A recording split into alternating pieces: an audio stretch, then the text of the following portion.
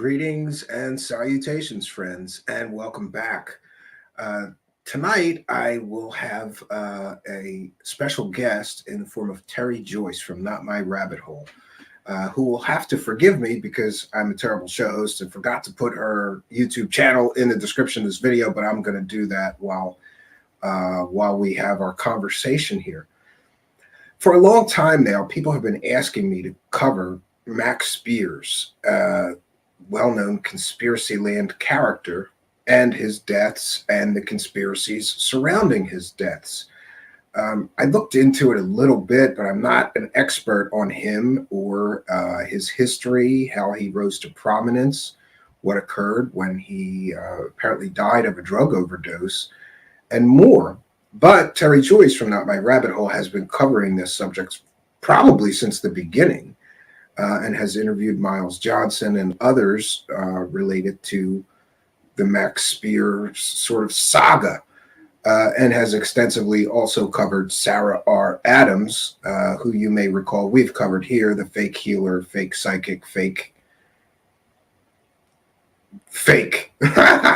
So I wanted to bring her here because she's much more well-versed on the history and the, more knowledgeable about everything.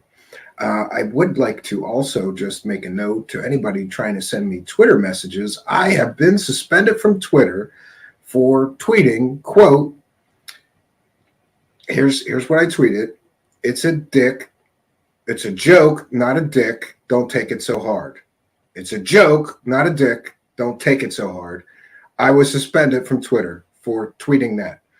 Now, despite anything that I think about Twitter, right now there are people from Hamas, there are people from the Islamic Brotherhood, there is Louis Farrakhan is allowed on Twitter spewing all kinds of hate and racism, and there are literally terrorists are allowed on Twitter. But I'm banned from Twitter for apparently tweeting, quote, it's a joke, not a dick, don't take it so hard. I don't even know what to say about this, but it is what it is. Unfortunately, we're unable to stream to Twitter until this situation is resolved. I filed an appeal. Nobody got back to me. I don't even know what to say about that. It's ridiculous that literal terrorists and Nazis and other people are allowed on Twitter today, but I'm not, because I tweeted, it's a joke, not a dick. Don't take it so hard. And by the way, that was in reaction to some feminazi who took issue with our apparently hiring an out-of-work stripper here to read the UFO news. This person was so dumb, they don't realize that that was a goof. It was a goof. It was a sketch. It was a comedic thing. It wasn't, I didn't. Anyway, we will not be able to stream to Twitter until the situation is resolved. And further, this really does impact us. So if you'd like to help us out, I would appreciate if you could copy and paste this video and tweet it out for us right now with the hashtag UFO Twitter, Tere Joyce, conspiracy, something like that. It would truly help us because I can't tweet this. That's the major way that people find out about the live shows. We're going to have lower attendance than usual, which really isn't fair. There's nothing I can do about it. These corporations do whatever they want to do, and it is what it is, friends. But I'm told, according to this, what do I have left on my suspension? 4 hours and 4 minutes left on my suspension. I guess I got to be more careful what I tweet in the future. Welcome to the world where you have freedom of speech as an American citizen, but not on a private platform. And, I get those arguments back and forth. Well, it's a private company. They can, whatever. Something's got to be done about these mega giant social media companies doing whatever they want.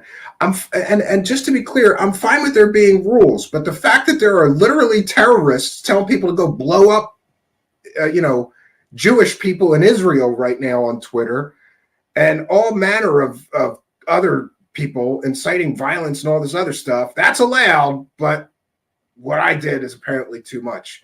It's just ridiculous. Anyway, back to tonight's subject. Again, we'll be doing sort of a deep dive on Max Spiers and conspiracies surrounding Max Spiers. Bringing in our expert witness here. You may have seen her on Last Comic Standing. She was on the first season. And you may know her from the fact that I love this story.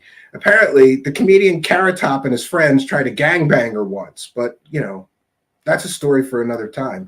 Welcome, Tere Joyce. Hi. Thanks for having me on to talk about Max tonight.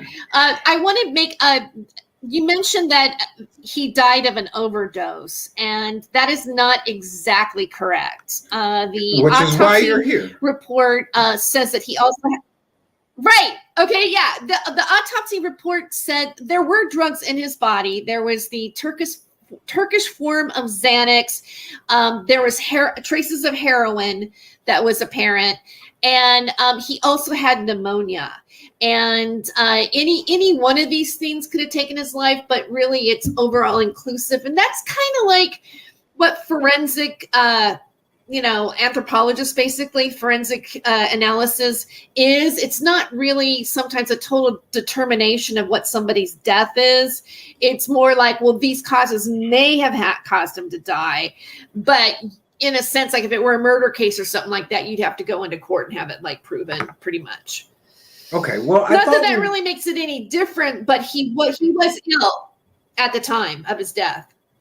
Okay, well, I would like to start at the beginning because, honestly, I'm much more familiar with Sarah R. Adams and her superhero origin stories. First she said she was a super soldier and the black goo gave her superpowers. Then she was an alien hybrid and that's why she has superpowers. She retconned her superhero origin story several times.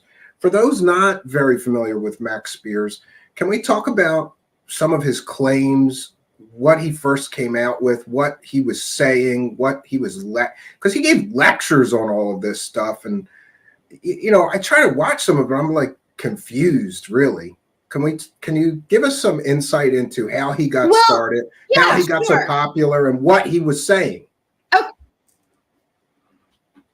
Yeah, well, okay. There was a Carrie Cassidy had started this super soldier program type of thing with like, say, for example, Duncan O'Finian.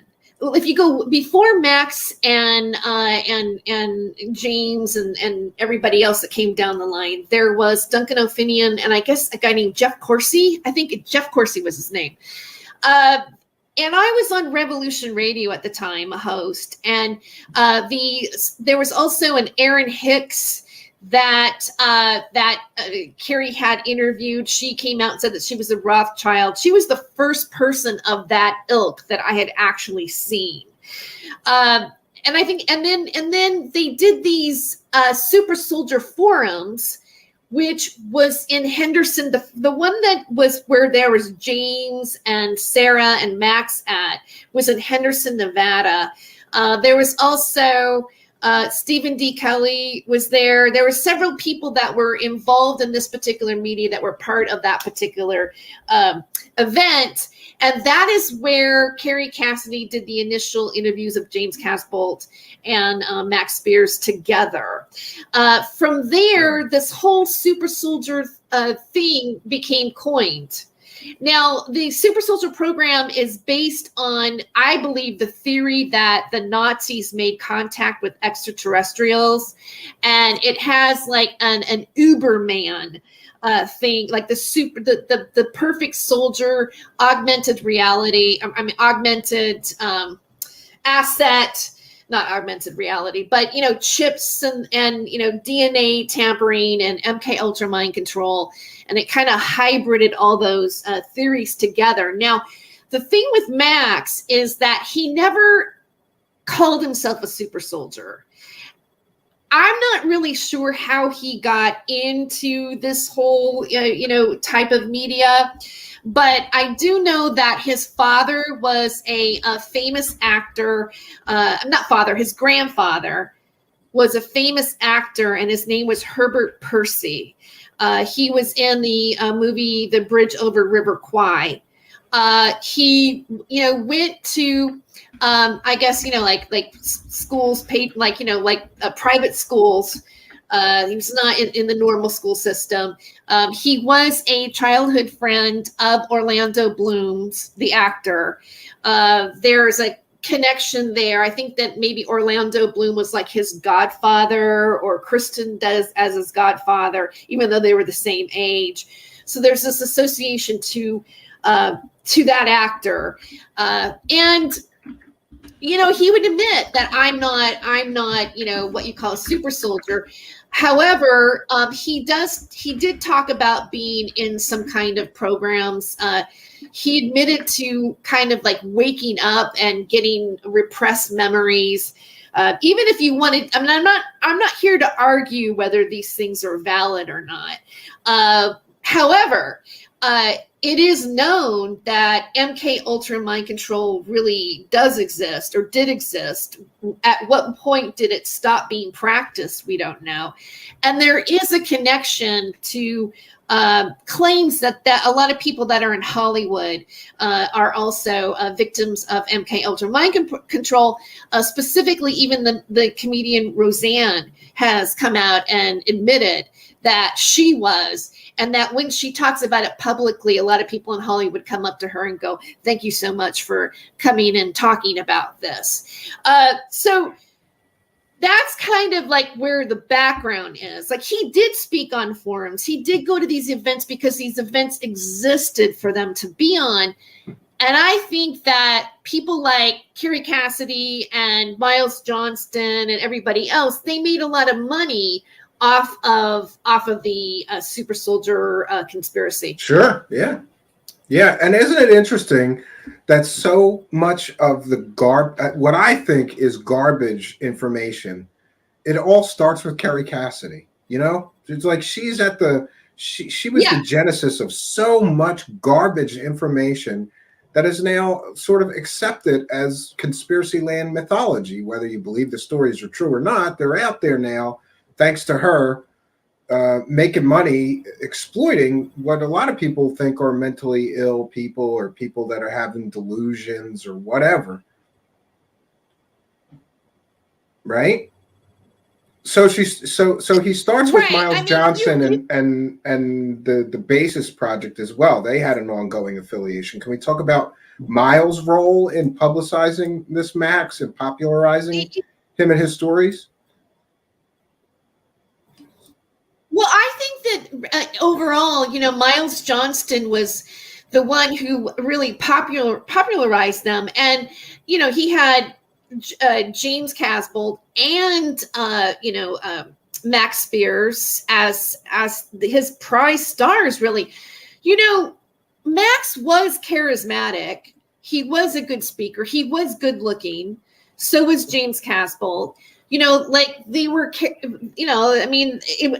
I've often wondered, were they just a bunch of actors coming up and saying what they were doing? Like, this is all pretend? Were they really saying something? The one thing that I find interesting about these two men, Max and James, is that James is nowhere to be found at the moment. He went to prison, but I thought he was released. We don't know where he went to. And James Casbolt was married to Haley Meyer, who was part of the Meyer grocery store family. So he's like, the heiress to the, the inside elite, basically, the 1% he was married into. And Max, had this kind of Hollywood pedigree family that he came from, so. Yeah, they were both a Miles Johnston vehicle, and a lot of the shows that they were on Miles Johnston's show. Now, when you go to where the problem that I have with everything, like I could say, oh, okay, yeah, he was just a drug addict, and he OD'd, and he was touched in the head, and blah blah blah blah blah. Honestly, that's what I thought. The fact of the matter is right. Right. Okay. So, and that might be true. I mean, I can't prove that, that he wasn't that way. I did interview him before. I did have contact with him up until, the time that he had died. And, he's well spoken. He's well researched in whatever he talks about, but the problem that I have with the circumstances around his death, number one, is the fact that his computer was wiped, all of the information was missing, and the fact that his cell phone was wiped.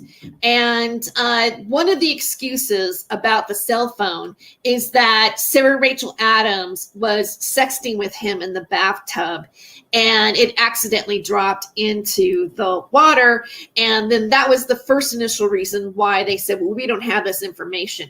Then Vanessa asked for the SIM card to be mailed to her, and when she got it, it was scratched, and it was sent to her in the crease of a book that was about human sacrifice. And I have crazy. Verified this. I'm not that's just crazy. Saying. I've talked. Right. That's a bit weird, right? So well, especially to do that to somebody's. I'm sorry, for those unaware, me and Terry seem to have this. Pardon us if we talk over each other because we have some kind of a delay going on here. We do. So it's weird to say like over. Sorry, your turn. Okay, so it's kind of a sickening thing to do that to a grieving mother, to send her son's SIM card from his phone inside a book on human sacrifice. Like, who would do something like that to a grieving mother? That's gross. Absolutely disgusting. Yeah, it's disgusting. And I think that a lot of people have had a lack of sensitivity for Vanessa. And to be honest with you, I care about that. I care about the fact that I just feel like she's been kind of used in many ways, and and also Sarah, and I'm going to say also Taj, has taken opportunity to push out some horrible, horrific rumors concerning Vanessa and Max that I'm not even going to repeat on air. But I will say this. I just think it's pretty damn hideous, and they're still saying it. But beyond this, like, the point that I'd like your audience to know, or whomever's listening right now, is when it comes to the cell phone dropping, and this is just one of the problems I have with the narrative, is that at the time of Max Spears' death, and I've confirmed this with Vanessa Bates, Max was really not in a relationship with Sarah at all. As a matter of fact, they had broken up. And also, if you watch the interview of Carrie Cassidy and Miles Johnston, the first one that they did post Max Spears' death, there's a woman named Sandra DeRoy who calls in, who also is part of this community. She is a filmmaker for targeted individuals. That's how she came on the scene, because Miles Johnston did a film contest. Okay. And she was communicating with Max before his death and was even going to go to Poland to visit him to be in her film. And according to her, she says Miles told her not to go because they were going to do Max in. And that Miles said something like, don't you break your pretty little face. So she came out about a year ago and started talking about this. But despite all that stuff, the main thing that gets me is that even on that show, Sandra said that she spoke to Max maybe 10 days before he died. And he said that he still wasn't with Sarah, that he was not on drugs, that he was still detoxing, and was keeping toxic people out of his life. And so I find it really interesting that post Max's death, there was this sensationalism that happened in the BBC about how mysterious he died. There was a documentary that was done, all these stories came out in the paper which had Sarah in them, and Sarah even made claims in the paper that he was being harassed by Satanists. So this media took whatever opportunity it wanted to spin whatever stories they wanted, and then those stories they contradict themselves later on. My problem right away, early on, when Max died, I did a video and edited it down. Eventually, it was a show that I did on American Freedom Radio, and I was just kind of talking off the top of my head. I caught footage of Miles Johnston saying, on the initial show, oh, he wasn't doing any drugs. Oh, there was this thing about, Stuart Swerdlow, his wife, giving medication, and Sarah was upset, and blah, blah, blah, blah, blah. And all this stuff was like coming out in the media that way. And then like 3 weeks later, Miles is in front of a camera saying, and I have footage of it. I have it edited into a video to show the dichotomy of what he said, and then a Facebook post saying, oh, once the autopsy's together, we're going to know that it's drug overdose, plain and simple. Like within 3 weeks, he was already pitching another narrative to people than the initial interview with Carrie Cassidy. That bothers me in media, because this is not the only media I've been involved in. And so one of the reasons why I wanted to be involved in online media, or that I really kind of started to become my own journalist and talking about things, because I could see that how the mainstream media worked anyways. It's the control of the narrative before the autopsy come in, and that bothered me. And then Miles Johnston in that Carrie Cassidy interview does not get his last dates correctly of what show he was on and where he was at the time. And I was listening to Christine Joanna Hart's show, and in my video, I pointed out that he didn't get it right when he was in Cyprus. And after I did that, and I don't mean to cause drama, but after I did that, I got harassed. I basically, Christine went after me. And then I had all these sock puppet accounts. Like one day I woke up and all of my social media was just like going nuts. I literally had somebody approach me as the Communist Party, telling me that I was a horrible person. And I was like, wow, that's like getting a compliment from Satan. It's like, I couldn't believe it. It was really weird. And I got to say, it's not because of that incident, but my life has not really been the same since that initial pointing that out. I have been, and I know it's not the only thing that's causing it, but I have had just awful. I've seen some of that, and I also think that we should at least mention that when this Max Spears died, Conspiracy Land went nuts with all these conspiracies, and people were making monetized videos basically telling all kinds of fairy tales about what really happened to Max Spears. And you can still see some of that on the internet. And that is sort of just despicable to me, regardless of what I think about his so-called information.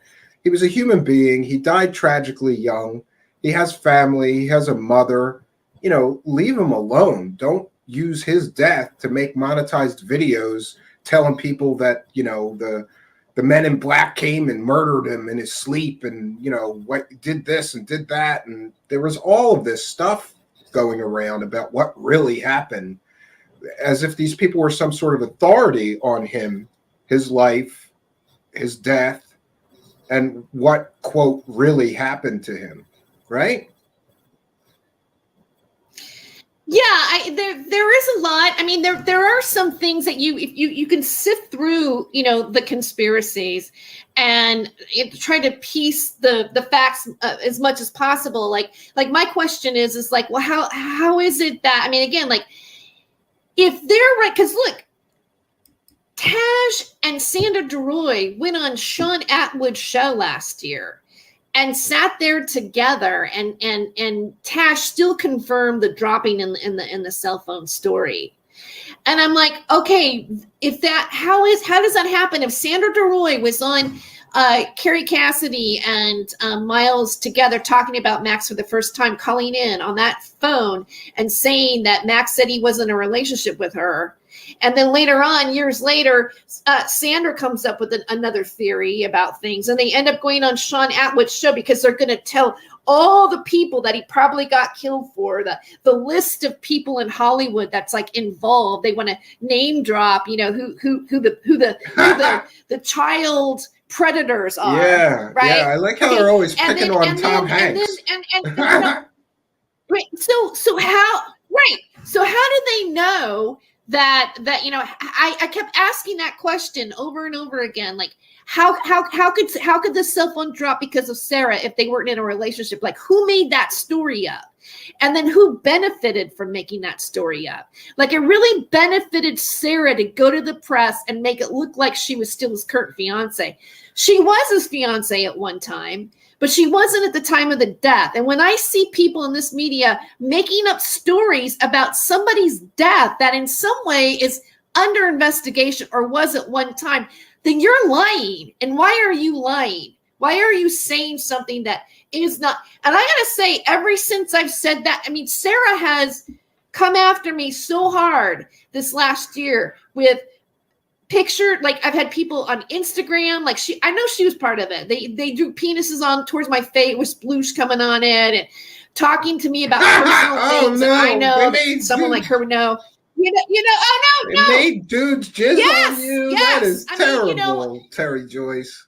I mean, she finds me on every platform she could possibly find me on, and then and then like threats like, oh, well, there, the one where she said that I, threatened to rape her, came into my chat, said I threatened to rape her, and that one of her superpowers was that she was blunt.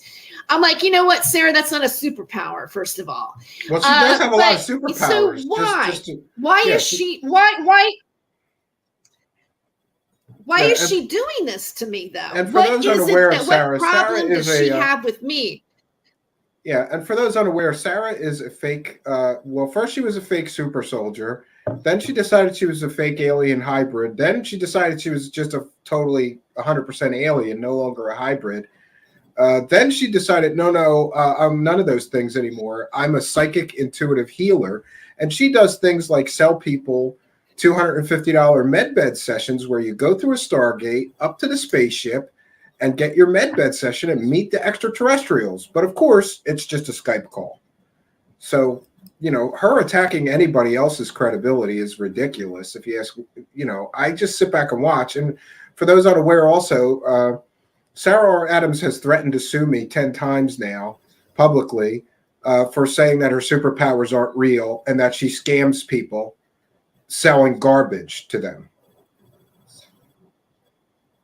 Yeah, and we hear this often. I've heard this story often. Yeah. Maybe you could comment on this. He vomited black goo before he died. I've heard that. It wasn't. It was black liquid. I don't know if you would call it like black goo, but apparently he was vomiting some sort of liquid that was black, and he had done that. The interview, the last interview. I don't know if you've ever listened to it. It's very difficult to listen to. He's not okay. He's slurring his words. He's inebriated. It sounds like he needs medical attention. Right. And they don't give him any medical attention. And that's not the first time that Max has been interviewed under the influence of something. Miles Johnston took it upon himself to interview Max under the influence and then kept the tape for many years. Like, he came to me even back in 2018 and talked about it and said, as if he might show it to me, like as if I'm showing it to certain researchers because it has, this particular information. And the one thing that got me just recently is I've seen that footage now. I've gotten a copy of that tape, that interview, and I've seen it. And I know that his most recent upload about Brighton.com, about the Max and Sarah interviews, he published the first half with Max because they happened on the same day. And then he's edited part of the drunken interview without explaining anything about it and just stuck it in there.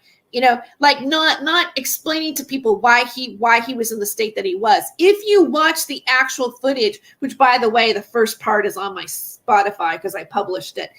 I published it because I wanted to show like what the whole interview was and how Miles, first of all, Miles comes out on the video and says he claims Max was assassinated now. They always change their stories. None of them are consistent. Like I said, yeah, it gets more and more fantastic. Oh, it gets more and more fantastic. Yeah, right. Just whatever they want. Right. So he says Max was assassinated, and that earlier that day he got triggered in the morning. There were agents swarming them everywhere, blah blah blah blah blah, at the pub or wherever they were at, and that Max was inebriated, and explains, he says, but there's really important information. Let's all be adults and look at this information, and then he sends that to Vanessa. And says, I think it's time to publish this now. Really doesn't even give her the option to like say, no, I don't think it should be published. And then ends up like taking taking a part of it and taking a slice out of it and then just going, yeah, here it is. And I abhor that in media. It's something that bothers me so much because they do it all the time. They take somebody out of context and somebody says something, go, oh, look, he is racist or he is this. Look at him say this. But if you showed the beginning and the end, what they said would make different sense to you. It's a trick. People take everything out of context. And so, they take things out of context. So that's my argument. Yeah, I just got called a misogynist for hiring a stripper to read the UFO news, and they really thought that I hired a real stripper. They were so offended. It was a goof. It was Intel lady dressed up like a stripper. It wasn't, But anyway, yeah, people take things out of context, but what was so troubling to me to see when this guy died, like I said, is just, he was a human being. So let him rest in peace, regardless of what you believed or didn't believe.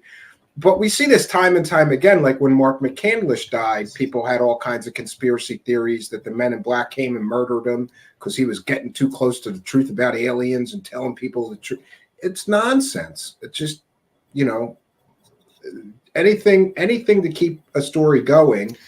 And dead men tell no tales. So what always bothers me is that oftentimes, like in the case of Mark McCandlish, I don't think that he had many friends in conspiracy land to stand up for him and say, don't go lying on him. He just died by suicide tragically. Leave him, rest in peace, leave him alone. So I stood up and did it. And boy, the nutters came out of the woodwork telling me how wrong I was. And the Men in Black killed him. And, it just, come on, especially when somebody dies tragically, like Max or this Mark McCandlish, like it's one of my pet peeves, like leave them alone. They have family.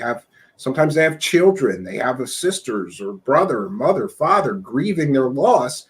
And you're on the internet telling fairy tales about what happened.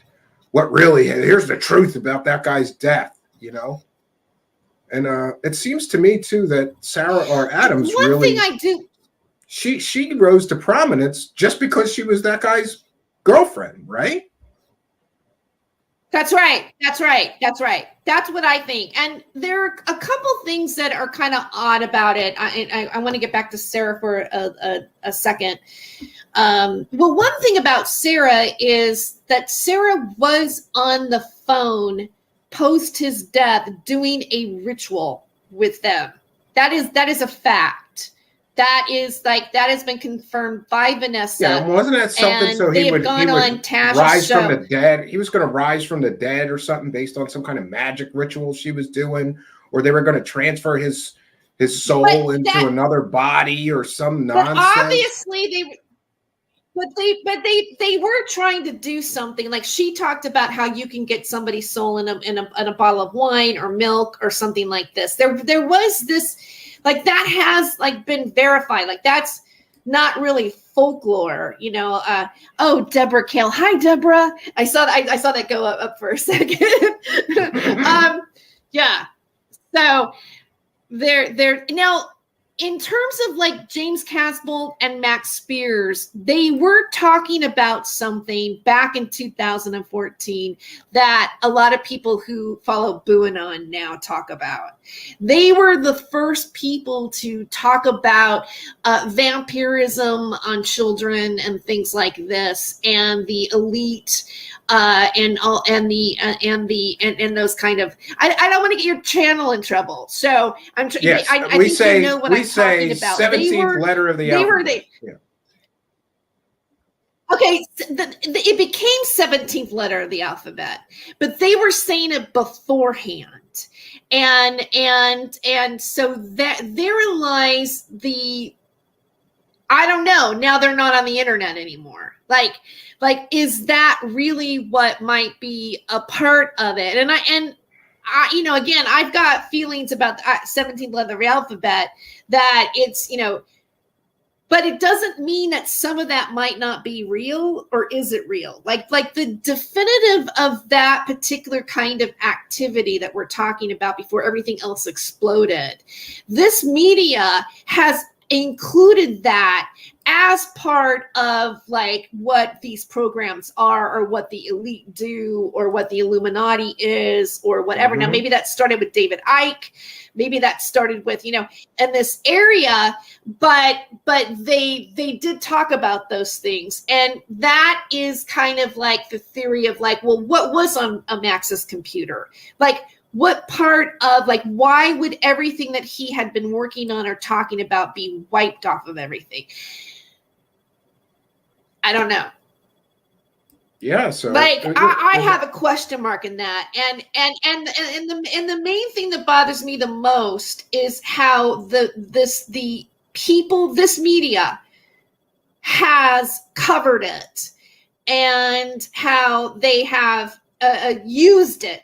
Like, I think that Miles is publishing that on Brighton because he's still trying to get some sort of juice out of views of Max, even though he's dead, and he doesn't care about how he's being depicted. Max Spears, others have said it was sort of a cash cow for Miles Johnson, and he was the most popular of the people that he had interviewed, so he kept bringing him back and bringing him back and bringing him back, and others that didn't get as many views as Max, he wouldn't keep bringing back and bringing back and bringing back.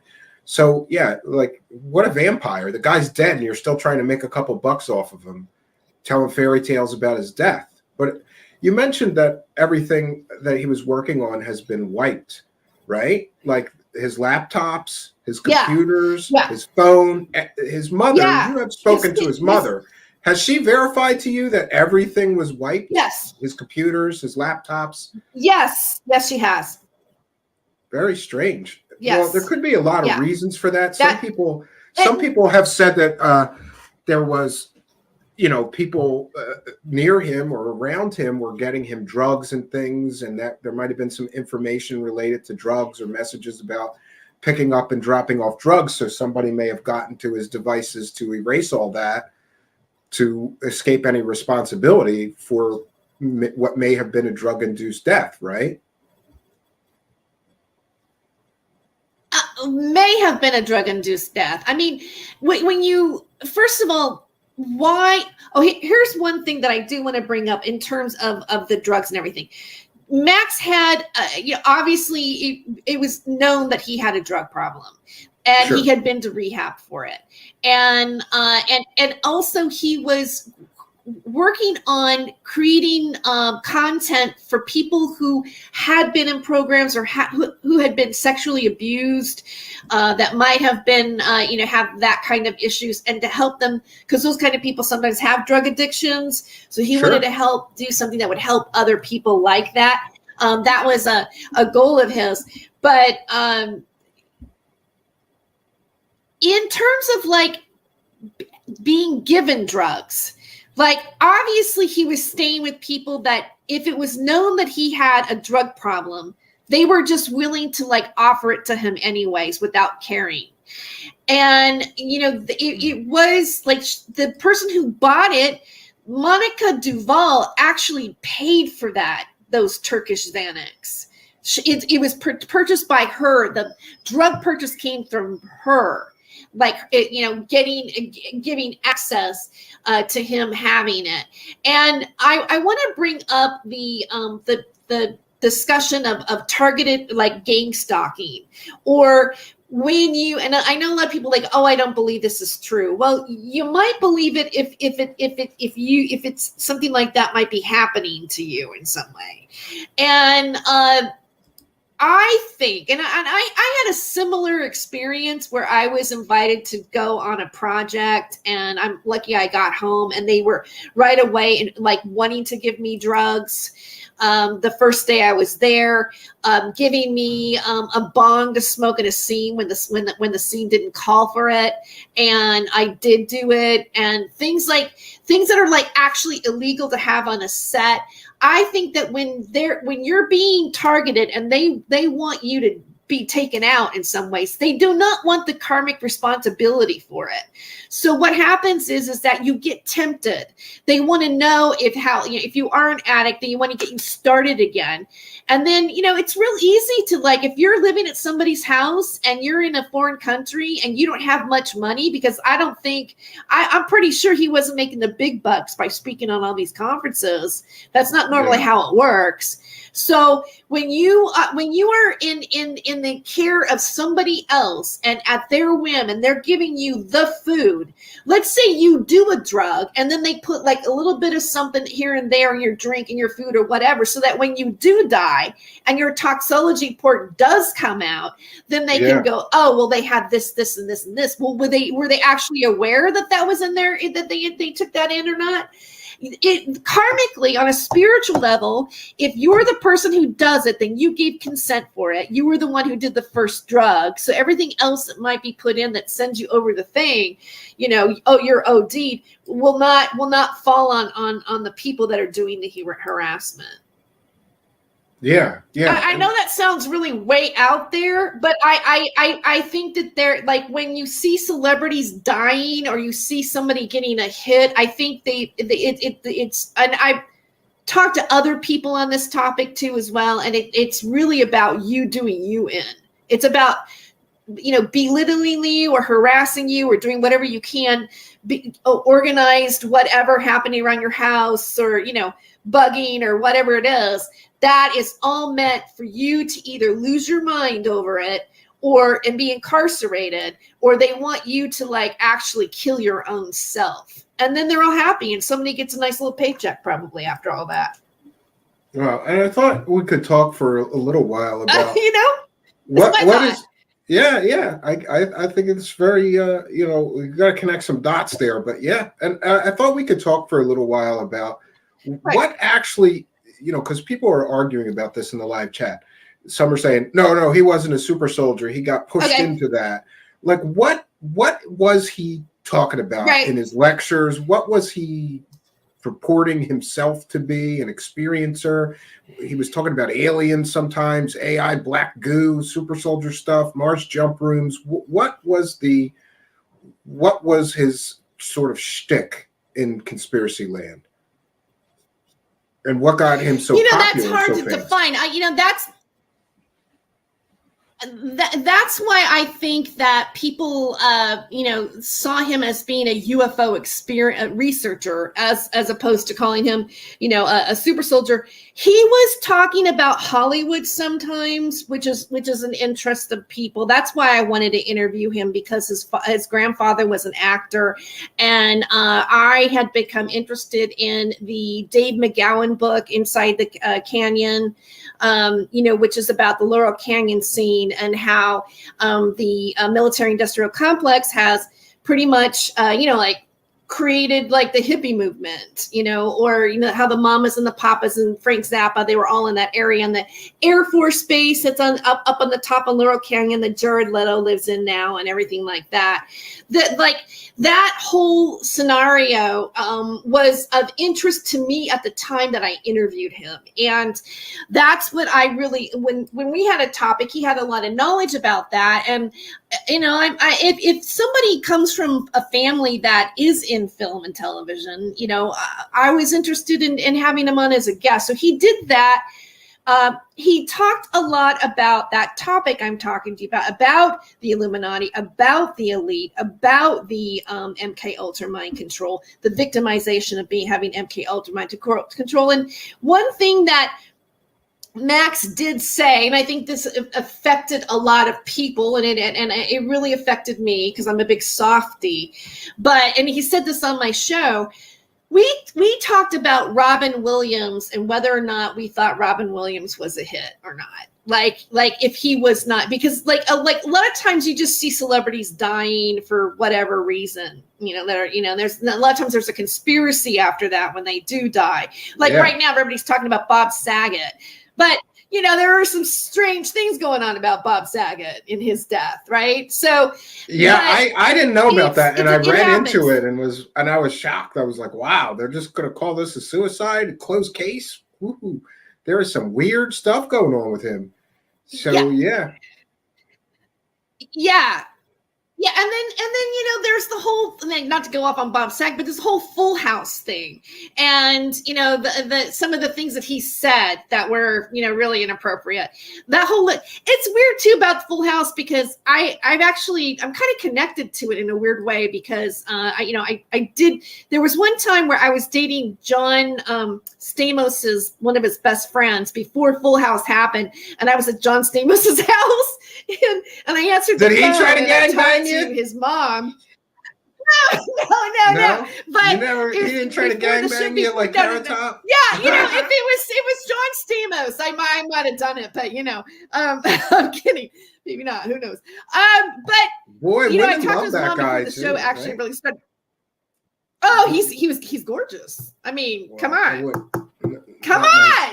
Not he's my gorgeous. Cup of tea. So he's not your cup of tea. Yeah. Yeah, no. He was beautiful back then, and he still is a good-looking man, I think. But out of all of them, and then Dave Coulier, I've done a scene with before in a production thing, so kind of bumped into that world a little bit. But that Hollywood world, yeah.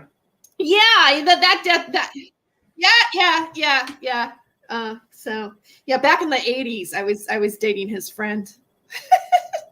When I was like 24, and they were like 24 back then. Yeah, you're dating yourself. Yeah. When even before well, it's probably, I think it was like 1980. Was I was I doing stand-up yet? I think it might have. Yeah, I was doing stand-up, so I'm trying to find the time frame. Probably like 1986, 1987, something, right? I think whenever that show came out, it was like they were in production of it, so I was like actually really hearing about it. But back to Max.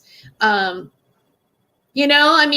just think that there's a lot of suspicion still shrouding around his death, and I do think that Sarah has lied about certain things concerning him, and then that she profited off of it. And I think that she's still trying to be in control of that footage that Miles has. So, I think it's going to be edited according to Sarah. She threatened. I know that she threatened Miles Johnson with a lawsuit if he didn't take down her original "I'm a Super Soldier" video, because now she doesn't want people to see that she used to be a super soldier. Now she's a super powered psychic healer.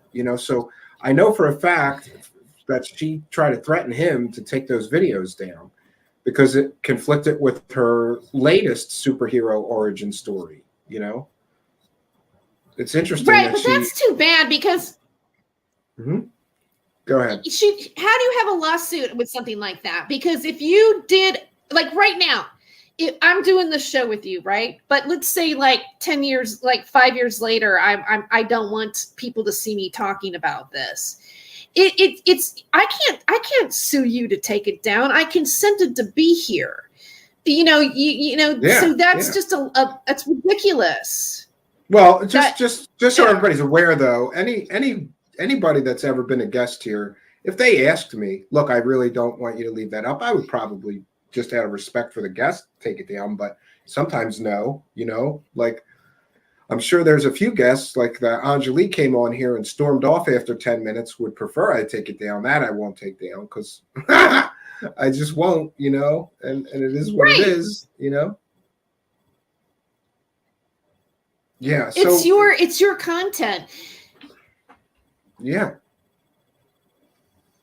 So we talked about some of the things. I suppose one of the reasons that a lot of I'm super into conspiracies, but I remember when he was getting so popular, I just listened to him a little bit and I went, okay, he's talking about stuff that I've heard about, and it appeared to me at least that he was gluing together or connecting a lot of dots, kind of like Alex Jones does, into some more grander conspiracy. He talked about the Illuminati, bloodlines. He talked about, secret government stuff and underground bases, and it just didn't seem anything new to me. It seemed like he had pulled together a bunch of stuff from conspiracy land. So I didn't have very much interest in him, but I realized that he got super popular super quickly and was making the rounds at all these conferences and things like that. Yeah, he did.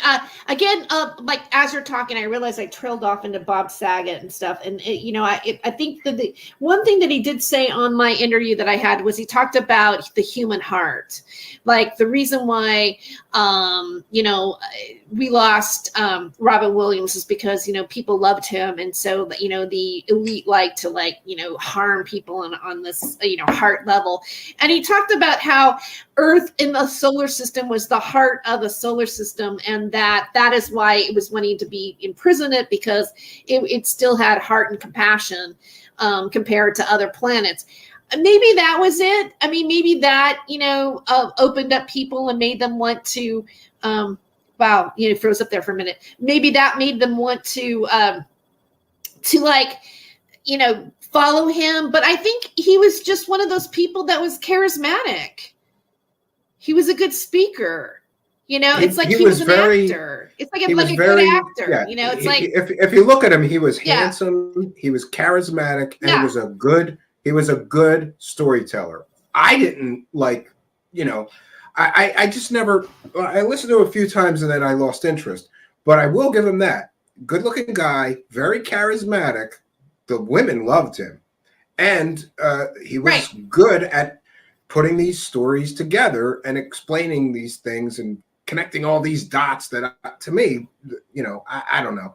But yeah, it's interesting. And I did get that actor vibe from him. I thought this guy is, because he was, chiseled face, and he was handsome and very charismatic. And that may have been the secret to some of his success. Oh, okay. Yeah, he actually. I mean, I think he wanted to be one. I mean, he was in that. He was trying to be an actor, and yeah, I think he did take. I think he did take research. I think I heard that Miles pressured him. I need new material from you. I need new material from you. So it he talked about his background. He talked about how, he had MK Ultra mind control and these different things. He said his own stories just like everybody else did, but he also spoke about a bunch of other topics that really had nothing to do with him per se. And, because, he was a super soldier. He was like an expert on the information. And I think that's how he was invited to all these different conferences and things like that. Yeah. So I think maybe we can switch gears, unless you have more to share. I think we could switch gears. And no, I'm good with.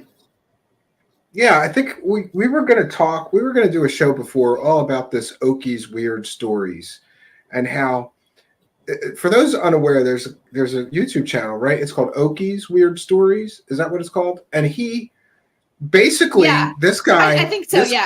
Yeah, this guy from Oki's Weird Story YouTube channel, he decided that what he was going to do is he was going to study all this super soldier stuff. And then he was going to invent a whole story about him being a super soldier. And by the way, in his story, he was trained by a clone of Kevin Spacey. right? And he went to Mars and Right. fought aliens, and then he goes on the Super Soldier Channel's YouTube show and tells his whole story. And they bought it hook, line, and sinker. People were in the comments talking about how accurate his information was and how his story resonated with them, and they're a super soldier too, and all this nonsense. Let's talk for a while about the fact that that whole community was so easy to fool by somebody completely faking it, right? Yeah, they were, and the documentary is called "How I Infiltrated a Bizarre Conspiracy Cult." Is the name of it, and it's uploaded on his channel on YouTube, and then I mirrored some of it and did commentary on my channel when I first watched it. And what he did, like, he was watching it like I got caught up in it, but I got caught up in the super soldier stuff back. I got caught up in it in like 2011, 2010 was when I was first watching these guys. And before I even joined this media, I was watching. It was kind of one of those things where I didn't want to tell people I was watching it, but I was fascinated by it. I go, these guys are just saying these outlandish stuff. Maybe you were looking for, you were looking for your own Captain America. That's what I think. Yeah, you wanted to find your own Captain America, right? This is trippy, and so but he was watching it, and then of course he didn't totally believe it, and then and in the documentary you see Captain Randy Kramer and all Benjamin Fulford and like Corey Good, a lot of the people that are involved in the Super Soldier program. They watch Corey Good, they watch all these different, he's in the mix as well, and they have he drew a line, he put all the different stories because there's a certain narrative that matches down. Yeah. And I find it really interesting that Kevin, right? Like it's got its own anthology happening. And when they came out and said that Kevin Spacey, like you're like, well, where does Kevin Spacey come from? Well, Kevin Spacey was in a movie called The Men Who Stare at Goats, which is the closest thing to anything like a super soldier, something that it would have involved MK Ultra mind control or psychic abilities, because it was a sect of the military that really did exist. And there was a documentary done where a man was able to stop a goat's heart with their mind. So there has been work done in that way where they wanted to use these things in the military, because when you talk about super soldiers, you get into remote controlling and energetic work and warfare that doesn't have to do with guns, and but it's the whole thing has been really stretched out of proportion with this whole anthology. So Oki actually took that one of those stories, made up his own narrative about what was going on, and then finally, okay, now James Rink is another person that's kind of like an offshoot of all of this. I say offshoot, but he has like the Super Soldier Talk Forum Live, or and so continuously, and he actually, I think, accepts, like in the documentary, I think it was like $200 to have a session with James Rink.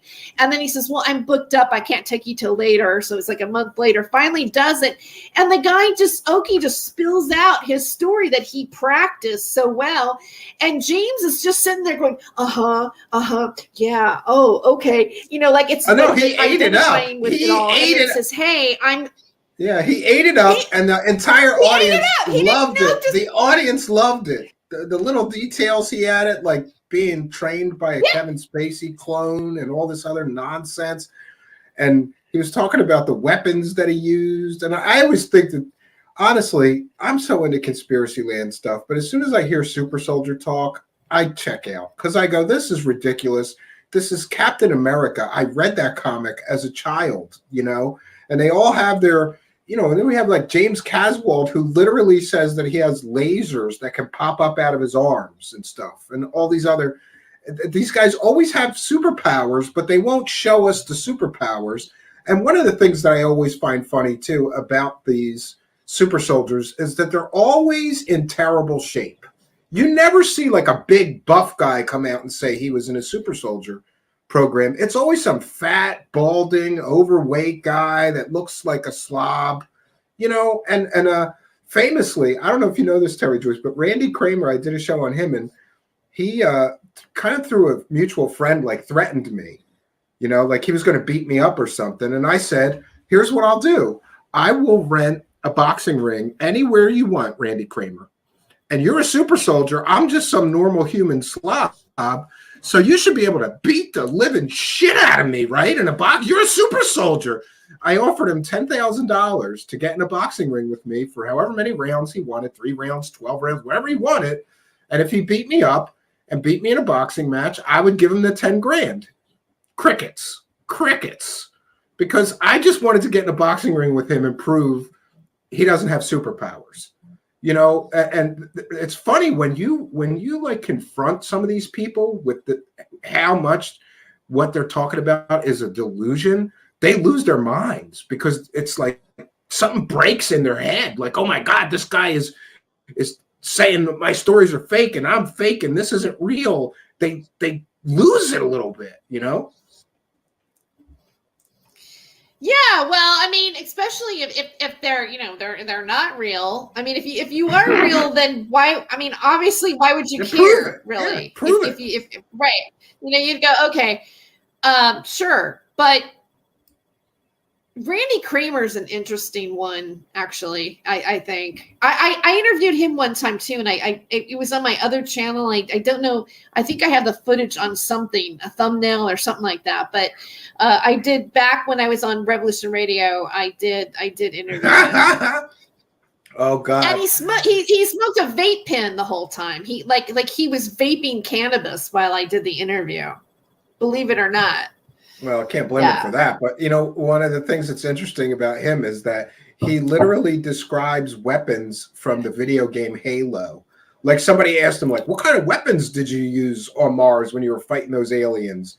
And he described weapons that were exact to the Halo game weapons, which is just hysterical to me. You know, like he's using video game, you know, laser guns and disruptor weapons. And it's just so ridiculous, you know. And that guy, of course, claims to, you know, be a Marine and a Navy SEAL at the same time, which is impossible. Ask any Navy SEAL. You can't be in the Marines and the Navy at the same time. It's absolutely ridiculous. But it is what it is. That guy's still very popular. He sells, what does he sell? A course on how to become psychic and move things with your mind for thousands of dollars. Crazy. But I'm sorry, back to Oki's strange stories. What? Okay, so back to Oki. Casball took it down after he realized he got punked, right? He took the video down, the full video of the interview. You mean James Rink? James Rink, After he got punked. Because like first he had the session for the $200, right? And then he verified, yeah, you've definitely been in the program. And do you want to speak in Vegas? And then so the documentary filmmaker went out to Vegas to a David Farman UFO event. And I don't know if you guys have ever been to one of his events, but I have actually. And so you know, but it's like crickets there. There's not crickets, but there's hardly any. I mean, it seems like those events are getting worse and worse. And maybe in terms of people really showing up at it. Now, maybe he's making money off of the live streams that people are buying, you know, of the different speakers. So they go to these different things, and then the next day he does an interview with James Rink while he is in Vegas telling a story. And, you know, and then afterwards he just basically walks out, and it's like him getting on the plane and talking about his experience. And Oki says, like, as I had practiced my story over and over again, and I said it was almost like I believed it myself. Like I could almost see myself like writing books. He did a great job. Stuff like that. But, you know, that's not, yeah. Yeah, he did. And now the aftermath of that is that, and I mirrored it on my channel a little bit. There's another channel on YouTube that interviewed James Rink, and they kept saying that he had a gargoyle. Like the filmmaker, had all these, they could remote viewing him and what his purpose was, and that he's very low vibration, basically going to hell or whatever that is. Satanist. Yeah, he's a Satanist. A gargoyle attached. Right, yeah. And he has a gargoyle attached to his throat chakra, which that's like lately, like there's some people that, I know, like Charles from Project Camelot, we keep like joking about the gargoyle, like how there's a gargoyle attachment all the time. So I love this. Matt R is mentioning that Rink remembered that he is a Hulk, and now there's 4 other people. Like if you look, it's a kind of a guilty pleasure of mine, this James Rink Super Soldier channel. Once in a while I tune in just to hear the ridiculous nonsense that his guests talk and watch him sit there. There are literally people that go on his channel and claim to be the Hulk, like they grow to be 10 feet tall and have all this muscle, and my thing is always like, do it right now, show us. This is such nonsense. But yeah, there are people claiming to be the Hulk, or like, they all have different kinds of superpowers. I think they all read too many comic books or something. It's crazy. Well, that's the whole thing. I mean, it is based on the superheroes, and there's some people who believe that they are that superhero in real life, that the superheroes are based on somebody. But then again, interesting enough, in this video that's the drunken video of Max, he makes mention of Superman, and that Superman, the character Superman, is connected to this kind of Nazi Uberman thing. That right, and that the people that played Superman had interesting things happen to them. That there's a link between like Christopher Reeves and the original guy and this and that, but there is this link to that part of the UFO conspiracy. Matter of fact, I'm taking a speech class, persuasion, and the last time you asked me to come and talk about OP, right? Yeah. Yeah, I'm taking it, and one of the things is I had to do like a perspective. Like the topic that I ended up with is, are there really extraterrestrials? And then I narrowed it down with my instructor that it was, did the Nazis make contact with extraterrestrials? And I did a perspective speech on it where I gave different examples, but I didn't say that I believe one way or another. Now I'm going to do one where I say it's a fact. I'm taking the proving it as true angle. Personally, I don't know for sure, what is or what isn't, but I personally am interested in that aspect of everything in terms of extraterrestrials, and the knockoff of the spirituality that came from like the Vril Society and the Thule Society and the women with the long hair and Aldebaran and all that kind of hollow earth, which was written by, the Hollow Earth came from a guy who wrote a book. The guy who wrote it, God, I'm forgetting his name right now, but he coined the phrase, the word is mightier than the sword. That the guy who coined that phrase was the one who wrote the Hollow Earth story. Frank something. Yeah. Anyway, sorry. That's funny. Yeah. It's just this whole super soldier thing to me is it's just kind of ridiculous. Like that would be one thing if some of these people had some kind of evidence, but none of them ever provide any evidence or show us their superpowers. At that point, I check out. I'm like, these guys can go on the internet for hundreds of hours. If you look at somebody like Randy Kramer, hundreds of hours, or Casbolt or Rink, they've spent hundreds or thousands of hours in some cases talking about their superpowers on the internet, but they never show us the superpowers. So to me, it's a big letdown. Like, come on, Captain America. That looks like, 80-year-old, Captain America that got fat and stopped working out. Or it's just kind of ridiculous, right? Well, it sounds really outlandish. The interesting thing is that there's so many people that identify with it. you know, that they've been gravitated towards it, and they feel like they also were either MK Ultra or however. And you know, I don't want to discredit any of that, you know, or people who have identified, but I think that some of the people that have identified with it may not be totally mentally or emotionally healthy. You know, it's like it's almost like they want to believe in something, just like people want to believe in, you know, in different religions. You know, it's something like it, and it allows somebody to feel like they belong to a group. And I think that we all want to, in some ways, belong to something. And who doesn't want to be a superhero or have special powers or be special?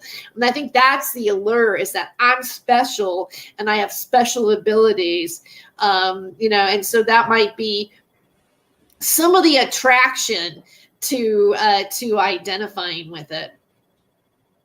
Yeah, I absolutely agree with you. I think a lot of it is a form of escapism for people who feel maybe unacknowledged or don't feel very special or important in their lives. They're not getting attention for whatever reason. They're very, besides their claims of having all these superpowers and these space adventures that they go on in the Mars, that they're very ordinary, boring people. So I've often thought that, yes, it's some form of escapism. Like you said, I'm special. I've got these special abilities. I've got these superpowers. I go on adventures. I saved Earth. And they're always this big hero, and they place themselves at the center of the stories as some kind of big hero. It is crazy, crazy phenomenon, this whole thing, really. Somebody mentioning... One thing I did want to... Sure, I'm sorry. I'm just putting up some of the comments from the live chat. If we have a little bit of time left, I don't want to keep Terry here too long. If you guys have questions for Tere Joyce, please put them in all capital letters. Maybe she can answer some of your questions. Actually turning into very good attendance. We've got 120 something people watching. Thank you all for being here. Please be sure to smash the subscribe button and the notification bell if you haven't already. I see some new faces in the live chat. Welcome, all new friends. If you enjoy this kind of content, we do 3 to 5 new shows every week. And Terry is a friend of the show, will be probably a frequent guest coming back. Actually, I'm going to do something and embarrass you at the risk of, wait a minute. Let me see here. At the risk of a copyright strike, did you know that somebody is putting, I don't know, this channel is called Comedy Time. Did you see Comedy Time's YouTube channel? Terry? Yeah, I've been on Comedy Time before. Oh, look at there's a bit you did called "You Really Don't Look Like a Hooker," and we're gonna. Oh yeah, I'm gonna share it right now because it's funny and embarrass you a little bit. So here we go. Okay. Oh, but wait a minute. Let me put up my fair use banner here. 1 second. This is a transformative. Oh yeah, because it is guy. It's not. Yeah. I don't have control of it. Yes, sorry. We're educating the public and critiquing the videos that we are sharing. This that we are sharing is one of Tere Joyce's stand-up comedy. A portion of her stand-up comedy routines, and it's called "You Really Don't Look Like a Hooker" by Tere Joyce. So, oh my God, I forgot some of that material. I forgot. Yeah, I had to embarrass you. Sorry, but I think that you should include more of that, of your comedy bits in your own videos, like even just as a bumper to start or end, or like, it's good stuff. I love the joke about faking an orgasm. My wife is very funny sometimes too. I go, somebody was talking about faking orgasms, like one of her friends, and she goes, "I would never ever do that." And I go, "You would never fake an orgasm?" And she said, "Absolutely not. I'm not going to encourage subpar performance out of any man." So she wouldn't fake one because that's funny. Yeah, like, they better keep going until I come. I'm not faking it, This is taking a strange turn. Right. Yeah. Well, they're. Go ahead. Yeah. Oh, thanks for showing that. I'm not. That's nice. Thanks for showing that. I appreciate that. It's funny to look back at some of that material. I know exactly that time frame. I had been on Last Comic Standing at that point after I had done that set at that time, because the bit with the martini was something that I was working on doing in the competition for the 3rd season. So I know that I was trying that out. Then I don't know if you want that backstory, but yeah, I used to do a bit like that where I would come out on the stage to do the magic show. And I would do about 5 minutes of magic, and then I would just stop, and I would start looking at my watch, and I would start smoking and drinking a beer, and then people would start looking at me, and I would always pick some guy in the audience, and I would say, "This guy's looking at me funny. What's your problem? I'm on a break. Don't you get a break like this at your job? Sounds like you picked the wrong job, pal." And keep drinking the beer. It was great. But this is a great kind of a funny joke, too, because nobody is expecting you to take a martini out of your purse, right? And that was a bit from Last Comic Standing, too? I did it on the 3rd season in competition, and some of those other... I mean, like, you want to know this, but I know that at that time when I was doing that set, I was actually prepping myself. I was trying that bit out there that night so that I could get it down to do it in the competition of that show. Because we came back for a 3rd season, and which was it wasn't the same, because the first seasons of Last Comic Standing, it was more of a reality show, it was a hybrid between Big Brother and American Idol. So we were competing, on stage, but we were also living in a house and showing those dynamics. And I was on the season when Ralphie May was on the show. Dat McFan was the winner. And then on the 3rd season, they did a straight... I was going to ask you about Ralphie May, because and then the 3rd season was... Sorry, we keep having this. Sure, I apologize to the audience, because we've got some kind of like a 5-second delay between me and Terry. So if you hear us talking over each other, we're not being assholes. It's just a technical issue. So I'll try to ask a question and then let you talk. One of my very favorite comedians of all time is Ralphie May. So I wanted to ask you, like, was he just as funny off stage? What kind of a guy was he when he wasn't doing his thing? Okay, that's a good question about anybody who's a comedian, because, like, yeah, he was funny, but he was just a person. I mean, like he wasn't funny all the time. Like he wasn't on all the time in life. If he lived his life, and you could have conversations like we're having conversations with one another. But and most comics are that way, really. I mean, that what they do on stage, they're not like that all the time. Like, if you see what I'm doing, like, that was really kind of a character that it was like, it was almost like a blown up portion of my personality that was blown up, but just one aspect. Exaggerated. Sure. So it was like, since, you're not right, and, but in life, it's a different story. Although we were probably on that show because we would interact a certain way with each other, obviously, because they have to, we're not supposed to get along. Right. And then also, we are going to have moments of being funny, because we are comedians in that sense. So, but yeah, Ralphie May was funny. I mean, he found a way to smoke pot. I mean, Ralphie was, loved weed, and so there was one. Right. And there was one, and I knew we had a mutual friend, Ralphie and I also got to know Lana a lot, which at the time when we were doing the show, she was just his girlfriend, but he ended up marrying her later on, and they had kids and everything. But and she's a comedian, but I expected Ralphie to be the winner of that show. I felt that. Too. I mean, and I know this is probably weird for me to. Yeah, I did. I mean, and I was like, I knew I wasn't going. I knew I saw myself placing in the show, but I inside myself, I knew I wasn't going to be the winner.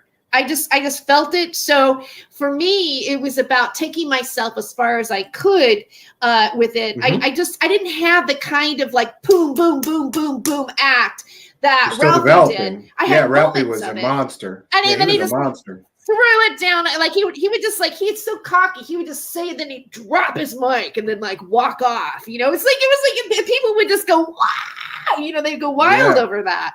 Well, don't you think he won? He won. Yeah. He sort of won by losing, though, because you, just as you were saying, that you pretty much decided, well, we'll just use this for publicity and a learning experience. I'll go as far as I can. For Ralphie, he like, nobody remembers the guy's name who won that season of Last Comic Standing. I don't think so. That fan.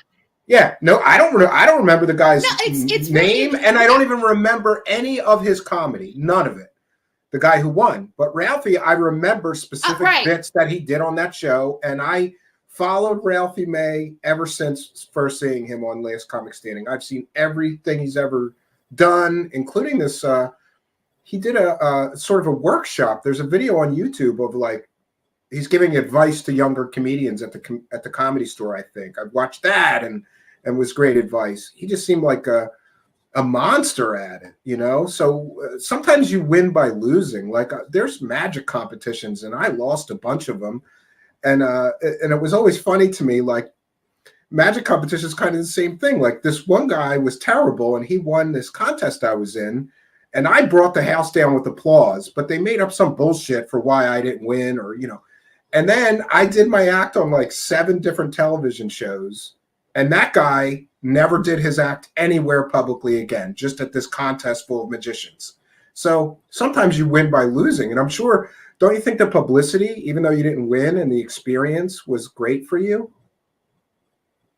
Well, of course. And, you know, really the producer, Peter Engel, he said something, because when we were doing the 3rd season, you know, I was hanging out and everything, you know, backstage, and he would say, you know, like a couple of the girls from like Kathleen Madigan and gosh, I'm forgetting her name will come to me in just a second, but they were upset because like at that time as women, we felt like we weren't winning because we were women. Some of the women felt that way. I didn't really particularly feel that way.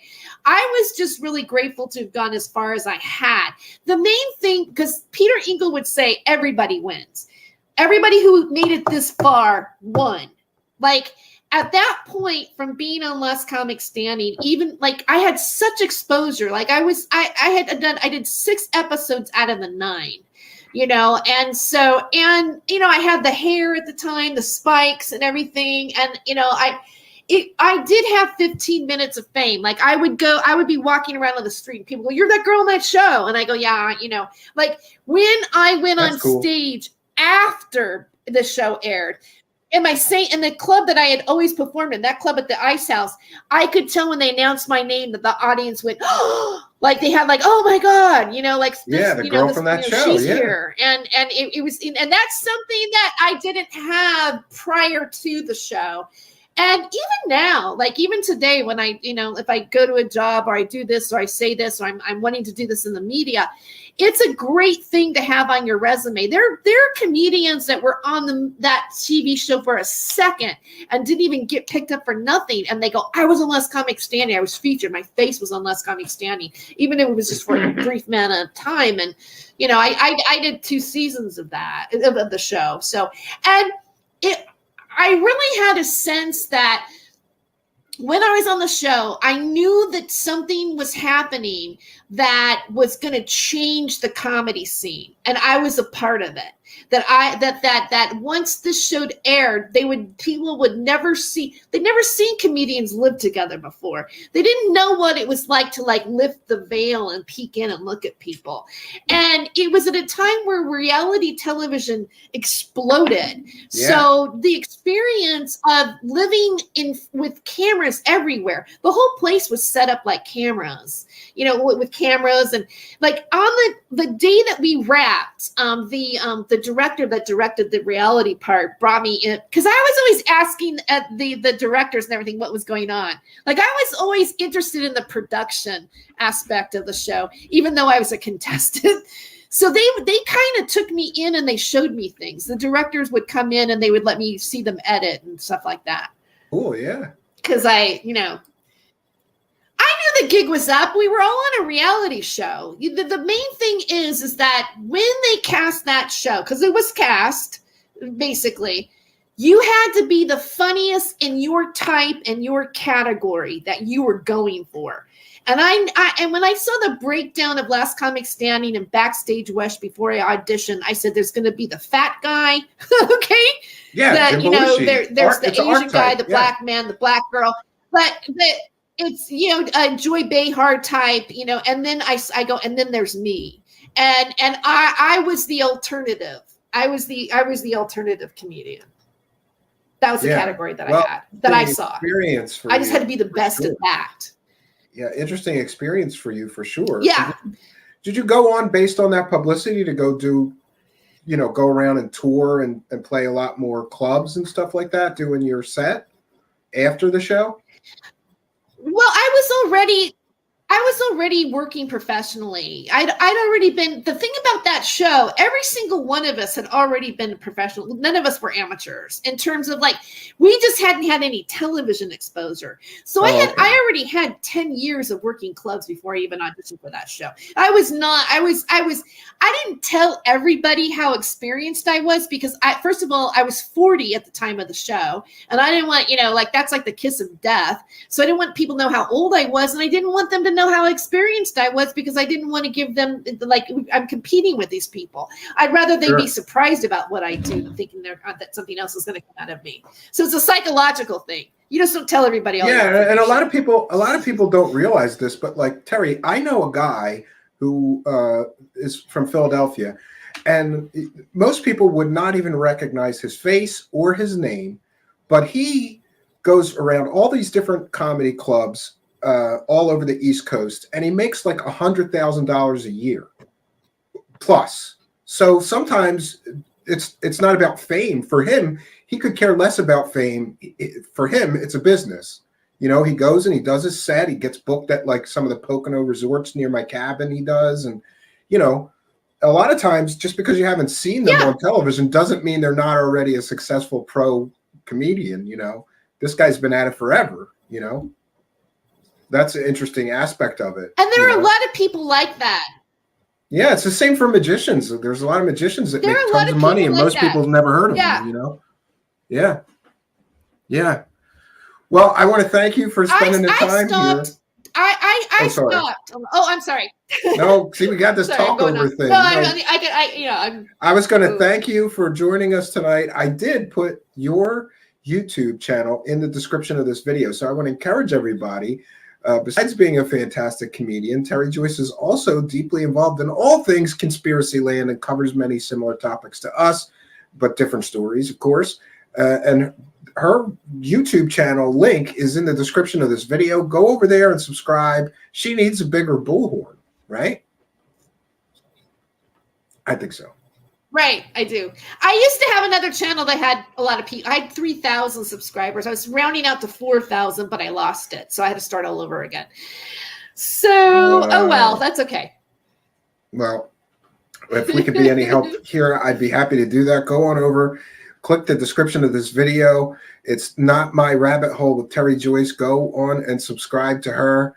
Hopefully she'll be back again and with another great story and share her expertise on some things that I'm not such an expert on. She's been following this Max Spear story since Max was still alive and making the rounds. So we wanted to bring her here for you to hear more from her. Please do make sure you go over and subscribe to her YouTube channel. And now I'll throw you out. Long day today. It was my son's birthday. Okay. So bye. Yeah. I'm only teasing you, but we're going to bounce happy on birthday, out of Zachary. here. Yes, happy birthday, Zachary. Thank you, Terry. I'll be in touch. Thank you. Good night.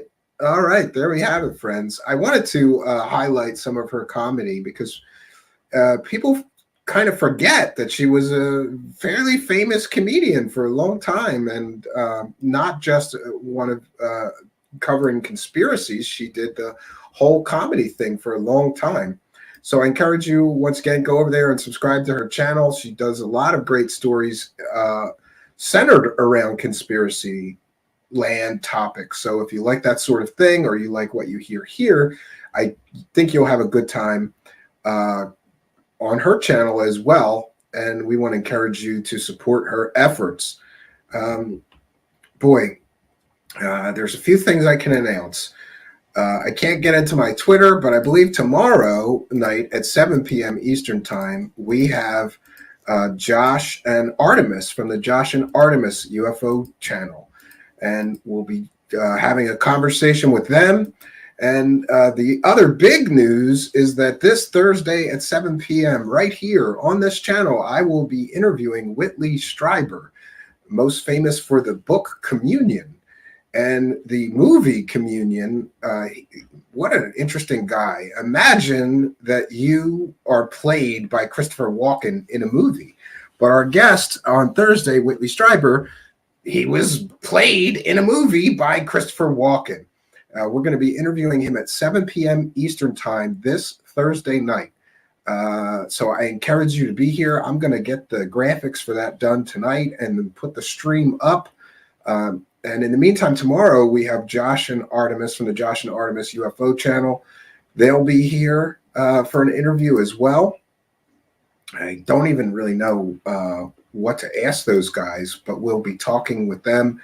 Probably most interested in how they got started and why they're so obsessed with this thing, like me. They're just as obsessed.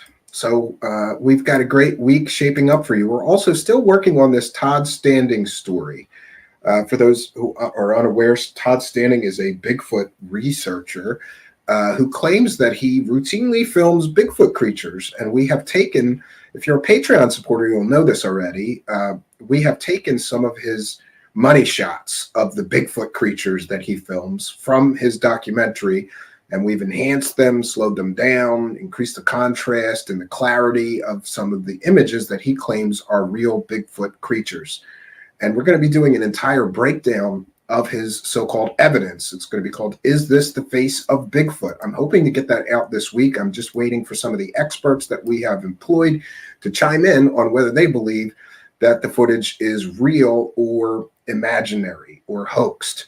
And I've brought in, let's see, we have a stage illusionist, we have professional magicians, somebody that does special effects and creature effects, looking at this footage, as well as Bobby, which is a cryptozoology expert. We want to get all the experts to look at this footage and tell us what they think.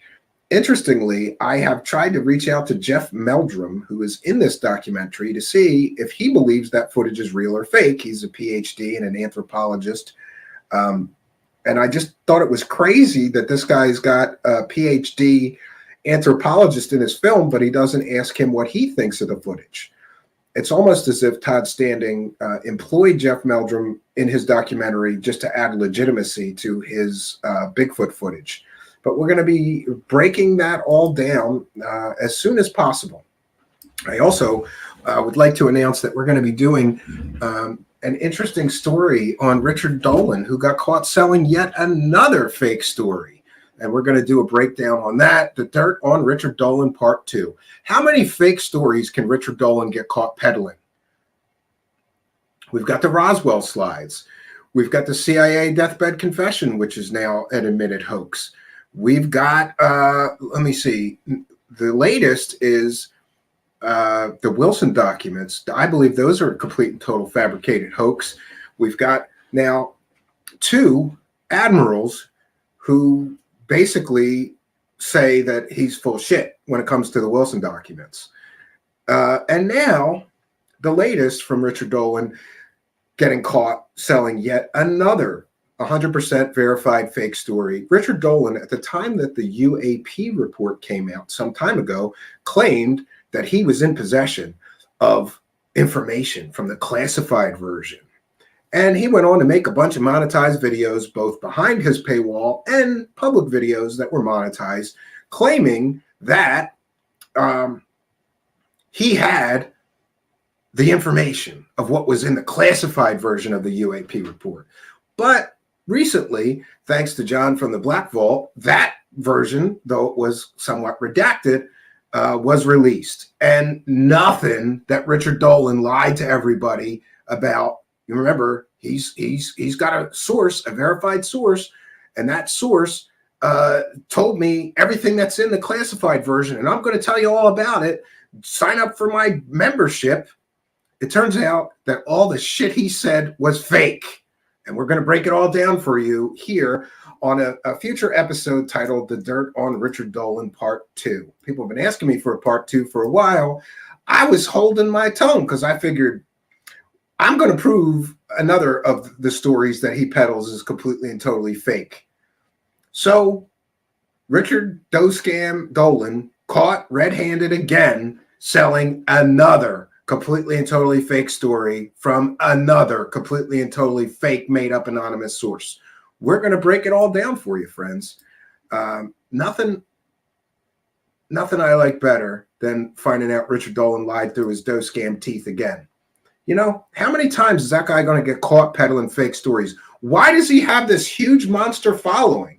Now, granted, people will say, you're just jealous because he has a following 10 or 100 times what you have. Yeah, you're right. But you see, I have this particular handicap that he doesn't have. I can't lie to everyone. I can't make up fake anonymous sources. I can't interview dead people. Richard Dolan literally interviewed a dead guy somehow. Now, I know there was a guy he was interviewing, but the guy he was supposed to be interviewing died 4 years before he did the interview. Amazing. Richard Dolan interviews dead people and has a huge following. Richard Dolan pushes the fake Roswell slides and has a huge following. Richard Dolan pushes the fake Wilson documents and has a huge following. And now Richard Dolan pushed this fake story that he had the information in the classified UAP report that we now know was a completely and totally fake story. Why are people still listening to Richard Doe Scam Dolan? I'd like to know. It's fascinating to me. How many times is that guy going to get caught selling completely and totally fake nonsense? We've personally caught him 3 times now, right? 3? Is it 2? 3? I'm losing track of how many fake stories we caught Richard Dolan selling. He lies through his dough scam teeth, okay? And we'll break it down for you going forward. I want to thank our guest tonight, the always wonderful Tere Joyce, friend of the show. Again, go on over to her YouTube channel, Not My Rabbit Hole with Tere Joyce. Go give her a subscription, and you'll be glad that you did. So that's all I got for you, friends. We will be back tomorrow night at 7 p.m. I apologize for this show being late tonight, but it was my eldest son's birthday. He turned 10 years old today. I cannot believe he's been here for 10 years. Seems like just yesterday I was driving my wife to the hospital to have him. It really does seem like just yesterday. I remember it like it was just yesterday. It doesn't feel like 10 years have flown by that fast. This little monkey is getting to be a big monkey. We had a great time tonight. I took him to Chuck E. Cheese, which is him and his brother's favorite place. You want to make a little boy happy, take him, or a little girl. I don't know. I don't have girls, but I'm sure it works on them too. Take them to Chuck E. Cheese. So they had a great time, and we had the cake and ice cream and all that stuff, and gave him some gifts. He had a great day today. It's a very memorable day for me. My eldest son turns 10 years old today. So happy birthday, Zachary. All right. That's all I got for you, friends. Until next time. My name is Stephen Cambion. Good night, and God bless all of you.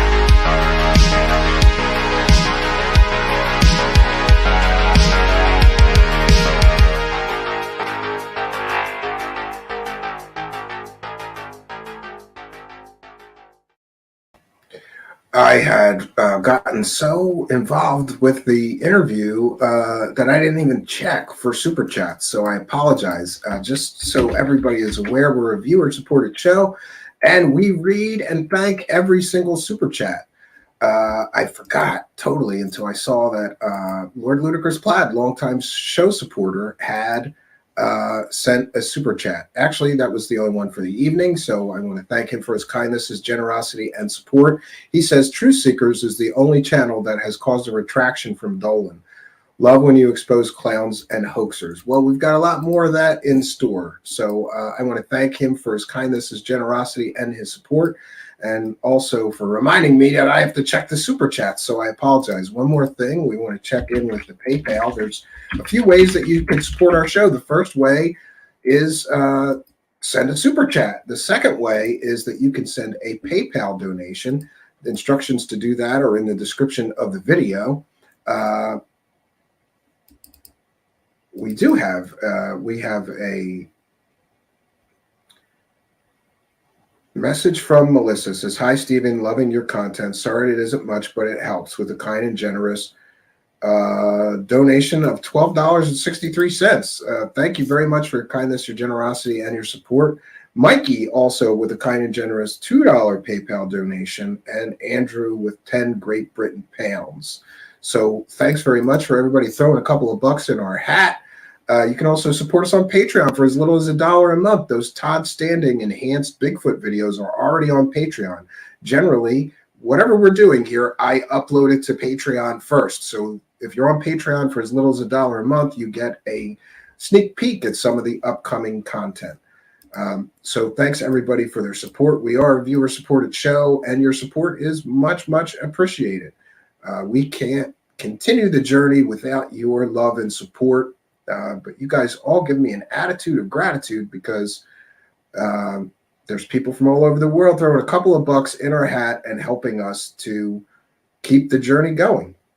So just wanted to pop back on here because I hate it when a super chat comes in on the outro bumper and I don't get to thank them. So thank you, Lord Ludicrous Plaid, for your kind and generous support. We're going to try bouncing on out of here again. We will be back at 7 p.m. Eastern Time tomorrow evening. Hope you will join us. Good night, and God bless all of you.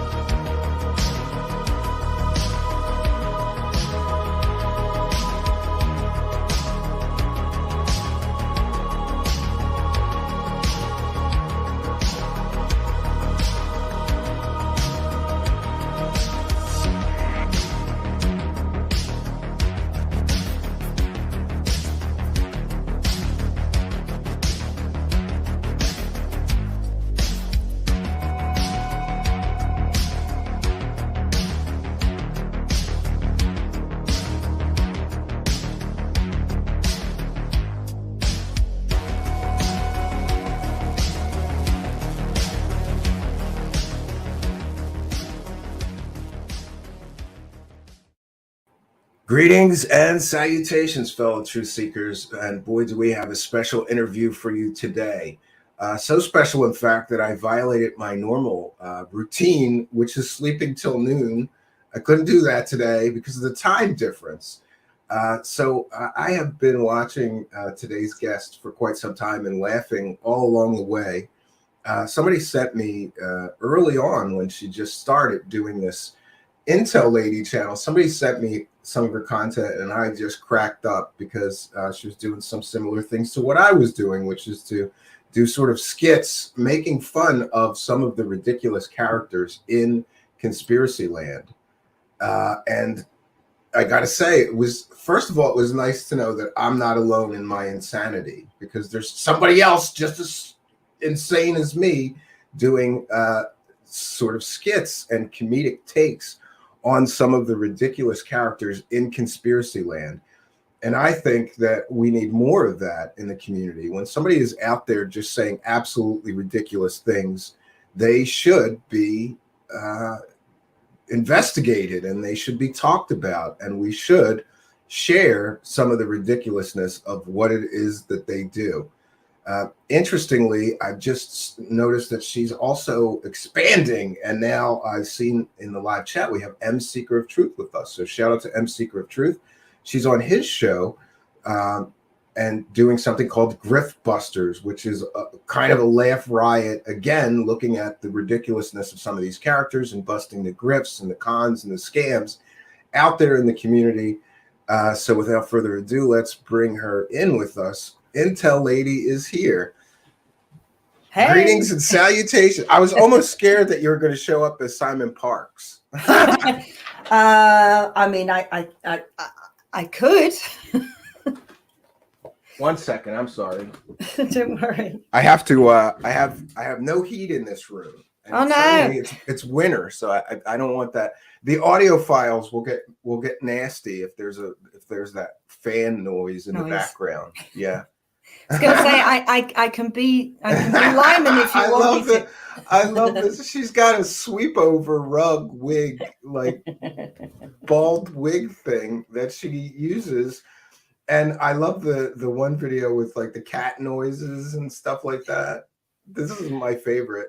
Yeah, I have to say, Lyman is my favorite character to play. I love doing him. You know, maybe you can help and give me some insight into the latest happenings with Simon Parks, because I saw or listened to some kind of, like, was it a Clubhouse private chat that somebody captured?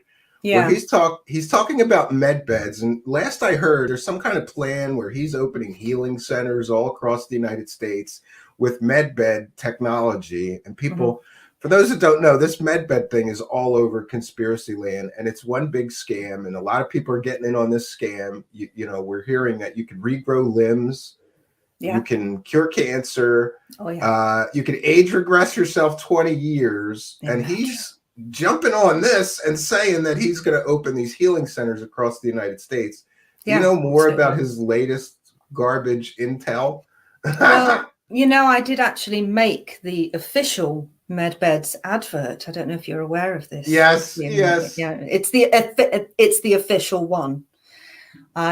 So I think, well, I'm probably not the best person to ask about all of this. But as far as I am aware, because the plan changes, as you know, he'll say one thing 1 month and then something completely different another month, because there was a credible threat of a suitcase bomb, actually. So we were unable to roll out the med beds. There was a problem here. There's always a very convenient reason why. Yeah. You know, I heard him say he's going to focus on taking down the government first. Of course. So first he has to take down the evil cabal government that is preventing everybody from getting access to this technology. Yeah. Then he's going to roll out the technology. And right now it's all being stored in underground bases because it's sensitive of technology to store above ground somehow.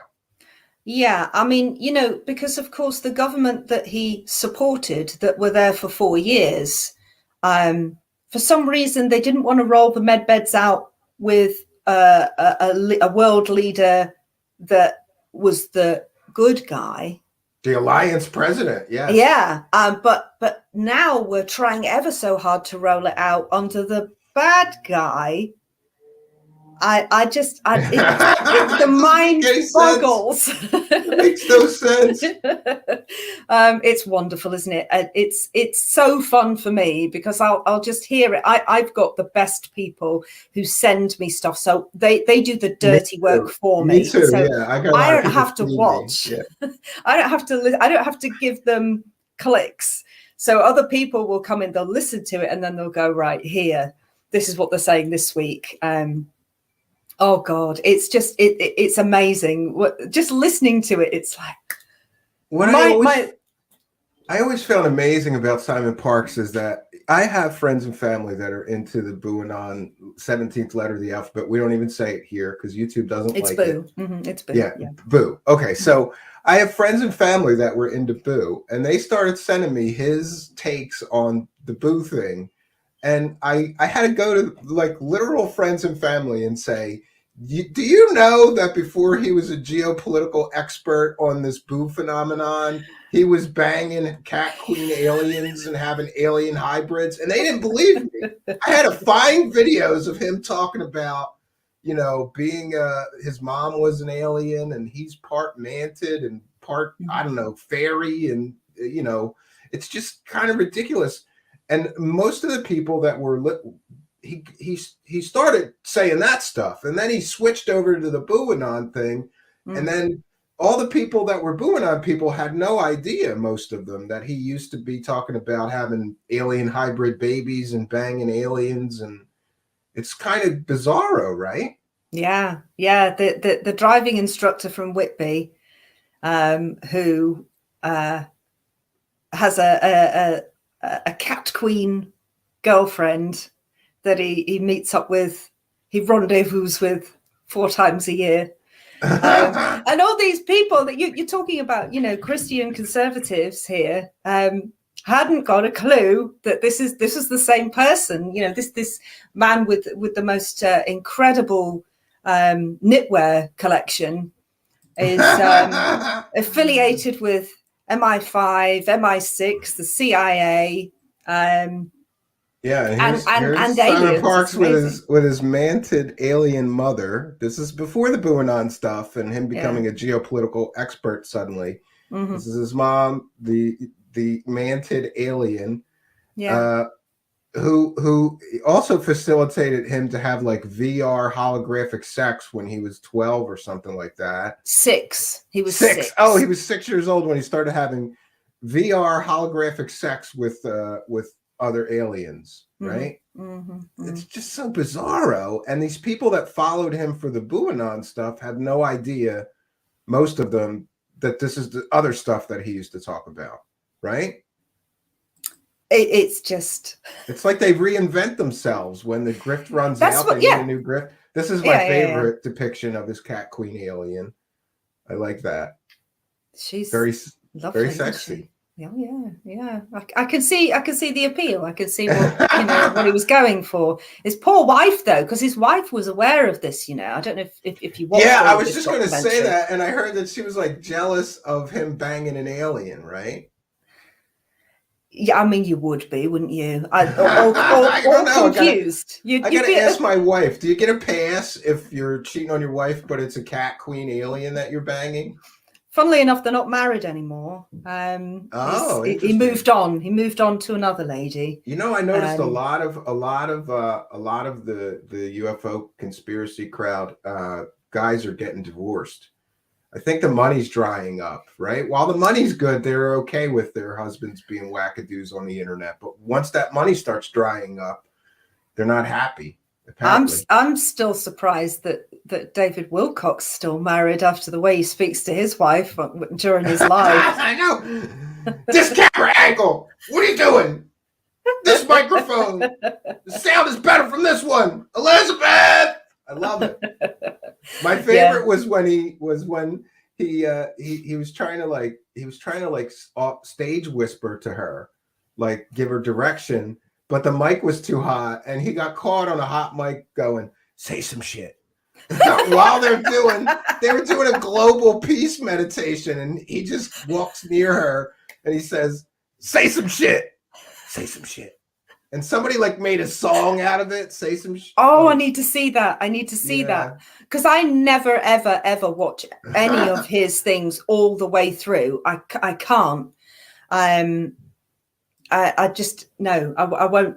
Imagine trying to meditate to that voice. I subject myself to 4 hours of torture every time he does one of those 4-hour streams because I'm just crazy like that. You're taking one for the team there. The newest is the hover car scam, which is great because he's got a guy named Bill McEwen, and you may remember a computer called Amiga. It was very popular in England. This guy bought the corpse of what was left of Amiga after it went bankrupt, and then he scammed the computer community for like 10 years, promising all kinds of products that he never delivered. That's the chief operating officer of the company that David Wilcock is now involved with, and he claims they're going to have a hover car in a year, even though that company hasn't made an airplane in 25 years that they've been in business, and they're an airplane company.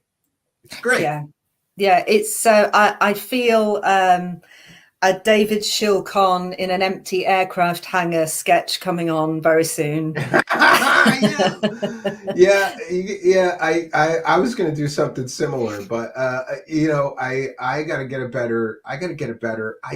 I started doing the masks and stuff, and that the early David Wilcock one that I did was just terrible. I got to do a better one with bigger teeth. Yeah. And you're also doing Kerry Cassidy, which is a whole different can of crazy. Her crazy. Oh, I just love how not asked she is. She's just not. She can't be asked anymore. She's just like, yeah, hello. I'm talking about something. I don't know. I'm just. That's how her whole attitude is. I love how she gets angry when people question her, and she starts like dressing them down. Like, I am an investigative journalist. I'm an independent journalist. I'm an independent journalist. Yeah, you do her character better than I did. It was great. Yeah, and she.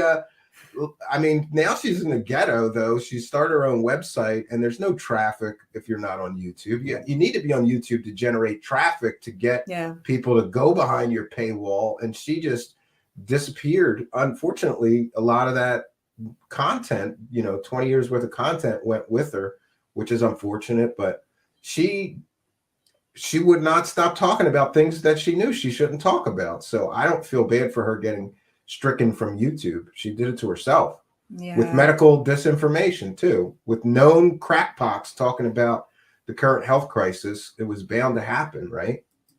Yeah, I didn't watch her too much, to be honest. I watched little bits and bats, probably more older stuff, when she was interviewing Simon Parkes and that kind of stuff. So that's all I need to get a measure of somebody. I just need a little bit, because it just doing my head in if I was listening to them constantly. But I did catch a few things that she did, a few interviews that she did. But I absolutely loved listening to, and I think it was you that played it, the phone call she had with Kevin Moore. Yes, we did a whole show on that. That was so great because Kevin is brilliant. Kevin has his own strange and weird beliefs that I disagree with, but I respect the guy because he pushes people. And when he interviews them, it's so weird because he is so polite, but he's still pushing them. And she lost her mind on him. It was great. My other favorite video of hers is when she was arguing with Dr. Stephen Greer about whether aliens are like good or bad. And they went back and forth and they were arguing with each other for like 2 hours. It's great. Great video. Oh, I've not seen that one. I can't stand Greer. But he's morphing. We talk of reptilians, but he is morphing into one. The latest pictures I've seen of Stephen Greer, I'm like, I see it. A little bit of. He's starting to look like an alien. He is. It's quite horrifying, really. But yeah, I think that Dr. Stephen Greer is the absolute winner in the UFO grifter con artist game because, first of all, he made $300,000 or $400,000 collecting money for a free energy device. He never delivered anything. He's collected millions of dollars to make films that don't cost anywhere near that. Like Ask any documentary film producer. If you had $1 million to make a documentary, it would be like the most well-produced, greatest documentary ever made. Documentaries don't cost anywhere near $1 million to make, especially his. It's just him sitting there talking and maybe a few other people sitting there talking. So you got a couple days of filming. You buy all that stock footage, of like stars, fields, and stuff, and you splice that in. It's not $1 million production. No. And then he used a dead alien baby, which is one of my favorite. It's not a dead alien baby. It's just a dead human fetus. He used that to scam for UFO dollars, comes out with a documentary all about it. And then literally like a month after the documentary comes out, all the DNA results show that it's just a human. Shouldn't he have waited like a month to finish the documentary, to put the results in the documentary? No, he, of course, on purpose, rushed the documentary before all the studies and the DNA was back so that he would make another $1 million+ dollars. And he has on that. And the latest is that my favorite of his scams is the latest one, because he collected $500,000 to make a documentary that basically was just him attacking everybody else in the UFO community that he disagrees with, and putting ads for his CE5 app where you too can talk to aliens for $10 all over the documentary. And people gave him $500,000 for this. It's amazing. Yeah. No shame, some of them. It's I think I did see that, and I was like, wow. He was doing little backhander swipes at everyone, wasn't he? Yeah. And look, neighborhood troll. We have some people from England apparently with $4.99. I think that's £4.99. Says, put this towards your vacation. I don't think I'm planning on taking one, but I'll buy a beer with it. Thank you for your kindness, your generosity, and your support. I want to ask you a strange question, because I don't know anybody else that's married that does some of this stuff. And I don't know about you and your husband. I know you're married to an American guy, which made me curious. Like, does that mean no English dudes wanted you? Like, you had to slum and get an American? First of all, and second of all, like, what does your husband think of this stuff you're doing on the internet? Because my wife is just like, you're insane. All these people you talk to are crazy and insane. She has no idea what's going on in my life with this stuff. What about your husband? No, he's cool with all of it. He thinks it's funny. He doesn't understand it. I think sometimes he's like, oh God, when I'm trying to explain people and what they're saying. And isn't it great? You're like, all right, listen, there's this guy that bangs cat queen aliens, and he's kind of bald and has a weird sweep over. So I'm going to do this mask thing. I'm going to put on my head, and then I'm going to talk about aliens and cats, right? Yeah, I mean, this is now his normal. We have so many different props and jumpers and wigs and everything else just dotted around the house now. He's just like, oh yeah, I got a big bin full of masks, and my kids get into it sometimes. And it's so funny because like a few weeks ago, my youngest son was running around as Dr. Stephen Greed.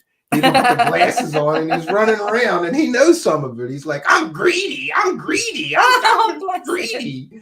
Yeah, it's so funny. Oh, that's so cute. No, I think, well, even my children are like, they know what I do, and they're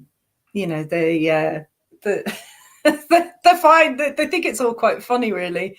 They do ask me. They know some of my character names and stuff, and so they'll ask me about it and stuff. But obviously, they don't really understand, Well, they don't understand the specifics, because it really is a weird niche market that you're making these for, because somebody would have to understand the characters in Conspiracy Land to get the context to understand why it's even funny.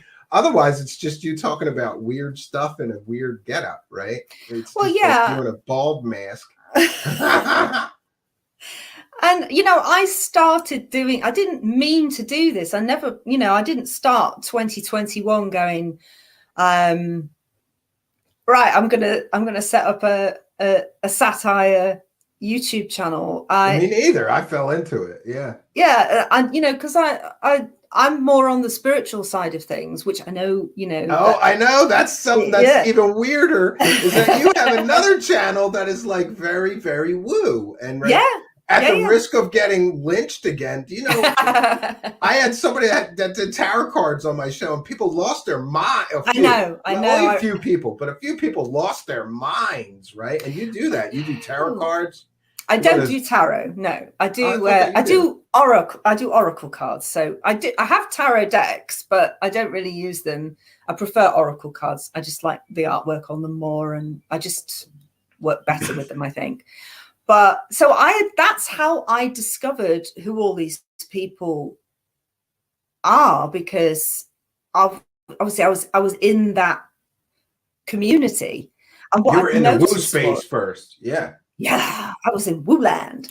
And I'm quite lucky, really, because even though that is my thing, and that, you know, that's my passion, I'm quite a grounded person, and I am surrounded with very cynical people who question everything I say and do. And I know the like feeling. my husband will go, "Okay, Jen, you know, explain this to me. Where's, you know, are you sure about that?" And the guy who edits my videos, he does exactly the same thing to me. He's like, "Right. Are you sure about that? Do you want to?" And in fact, they're both in my house at the moment in another room, probably nodding along, going, "Yeah, we do." So yeah, I know that I have some very woo ideas about things, and you know, I have a house full of crystals, Stephen, and all sorts You're of gonna stuff. get me lynched. Yeah, no, yeah. so I agree with you that you're a bit more grounded, because Yeah, I didn't know that you had that channel, and then somebody was like, "She's not," you know. There's always some critic. Of Somebody course. sent me something like they were slagging you, like, "Look, she's not who you think she is. She's as woo as all of them." And then they sent me a link, and I listened to it, and I went, "Well, this is like crystals and, you know, energy healing, and that's." But she's not like too nutty, you know. No, I'm not. And you know, it's something that I've always had in my life since I was very, very young. I've always had very weird experiences, paranormal experiences, and I've always been looking for answers. And it's just, you know, it's a subject that interests me, but at the same time, I'm always challenged by the people closest to me, and I think that's good, isn't it? It keeps you healthy and skeptical, and not just falling into like a belief system that may not be what it appears to be, or what it, you know. I don't know. I see too many people that get into some of this stuff and they go full tilt in, and they don't have anybody around them going, "Wait a minute." You know, like Simon Parks is the perfect example. I've done that for people. I've gone, "Wait a minute, before you believe what he's saying about this, look at what he used to talk about." And that sort of helps to wake them up. Like, yeah, maybe this is not what it appears to be. Right. Well, I was shown Simon Parks when I had talked about an experience that I had had on my other channel. And actually, before I'd even made the video about it, I was in a Facebook group that was very pro Bori No Good. And that's what and it was like almost like his fan club on Facebook. And the group was called Meet Earth's Cosmic Neighbors. And I wonder if anyone in the chat was in that group or is aware of that group. And for those that don't know, he on purpose, Corey Good started a whole bunch of Facebook groups. Him and his cult members started a whole bunch of Facebook groups, and they're all called something not Corey Good. They're all called like Disclosure Advocates Now, or what you're saying. And it really is just him generating a marketing list for himself. Yeah, exactly. Yeah. And so I was in this group, and I asked a question: had anyone else experienced something that I had experienced? And people were like, there's this guy called Simon Parks who talks about something similar to what you're describing.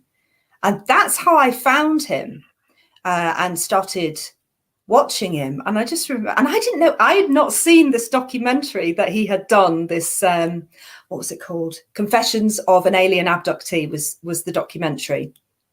I don't know, you could still find it. There's loads of clips of it all over the place. Yeah, I've seen it. Yeah. I had not seen that, even though that was released on a British TV channel. I hadn't seen that. I think it came out in 2013, and I had no idea. So I was right. Go and have a listen to this guy. You know, he really knows what he's talking about. And I remember watching him, thinking, what a peculiar man. You know, is like a strange looking man sitting in this little room in his house wearing his jumpers and talking about all these different things. And then there was loads and then I found the interview that he'd done with Kerry Cassidy, and then a couple of other interviews came out later on, the creepy one that we talked about, and I thought, okay, I don't know what I think about him really. And then he changed his narrative completely. I suppose over the last year or so, he was talking about, you know, I think he saw those Buanon numbers and went head first into the I'm having Buanon. some of that. Yeah. And then so suddenly it was, you know, not that his mum was an alien, but that his mum was MI5 and that his grandfather was MI6 or CIA. That's his adoptive human family. His real mom and dad are still aliens. Yeah. And I love that there was a whole lot of rumors and accusations against him having, let's just say, problems with women. Mm-hmm. And then he blamed it on his alien daddy. He took over his body. Yeah. Took over his body and made him hurt those women. Had a little bit of he said this. Wandering hands, the wandering hands through him, but it wasn't him. It was dad. It was the evil alien dad that was touching those women or doing whatever he was doing to those women. Yeah. Yeah. It was amazing. But he kept that statement up. Dad out of my life forever, I think it was called. Kept that statement up on his website for all of a couple of hours. I got a screenshot of it, and we did a whole show of it. So he's not getting out of that. No, and then he took it down, of course, because we don't want to be associated with that anymore. We want to brush that one under the carpet, don't we? But you're not getting many donations from women if it's known that you are an abuser of women. Exactly. Know? And I think a lot of these people have problems with women. I hear a lot of bad stories about people that have, let's just say, problems with women. You know, they're overly aggressive or whatever, and they prey on some of the audience members. It's very, very common that these guys think they're rock stars and they can just, I don't know, do whatever. You know. Yeah.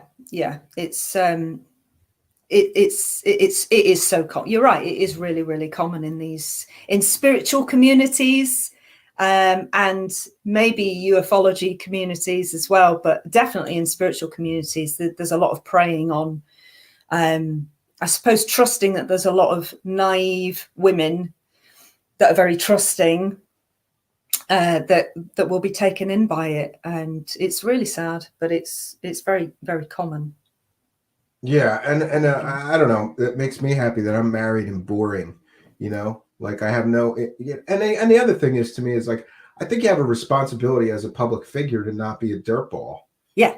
Especially because maybe people. I don't know. Our audience is all audiences in some of these genres are largely men, but we have women in our audience, and I want to be respectful of them, and also, like as a, if they're coming here and they like my show, they're not interested in anything.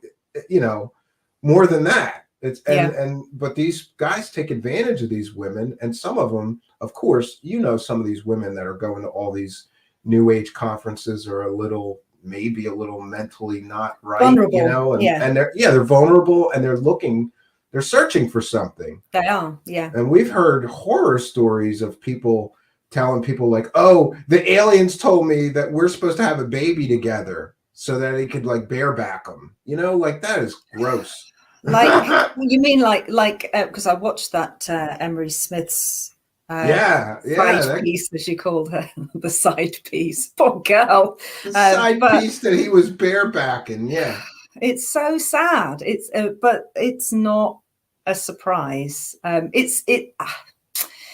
See, because I was in the acting business for a long time, it's kind of similar in the acting world as well. You A lot know, of actors. I was in a few indie films and did some acting, and I was absolutely horrified at the way some of the females were treated. Yeah. You know, and now listen, I get it. Like, I was in some horror movies, and I get it that their purpose in the movie was sex appeal.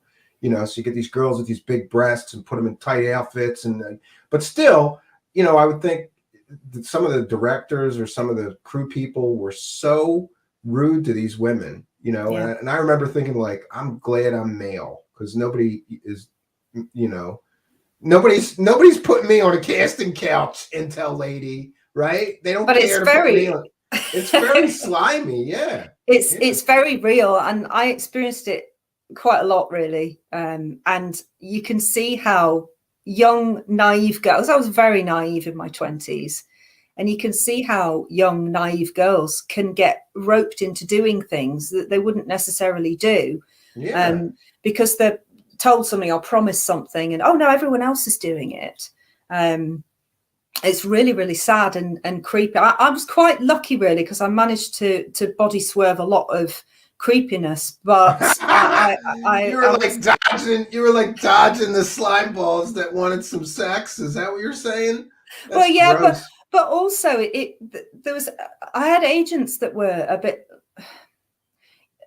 they didn't really care. They wanted the money, and so they would push you into, well, if you do this TV role. And I was offered a TV role, I think I was about 21, and he's like, this is a done deal, they've seen your photograph, that they want you in. It was for a period drama.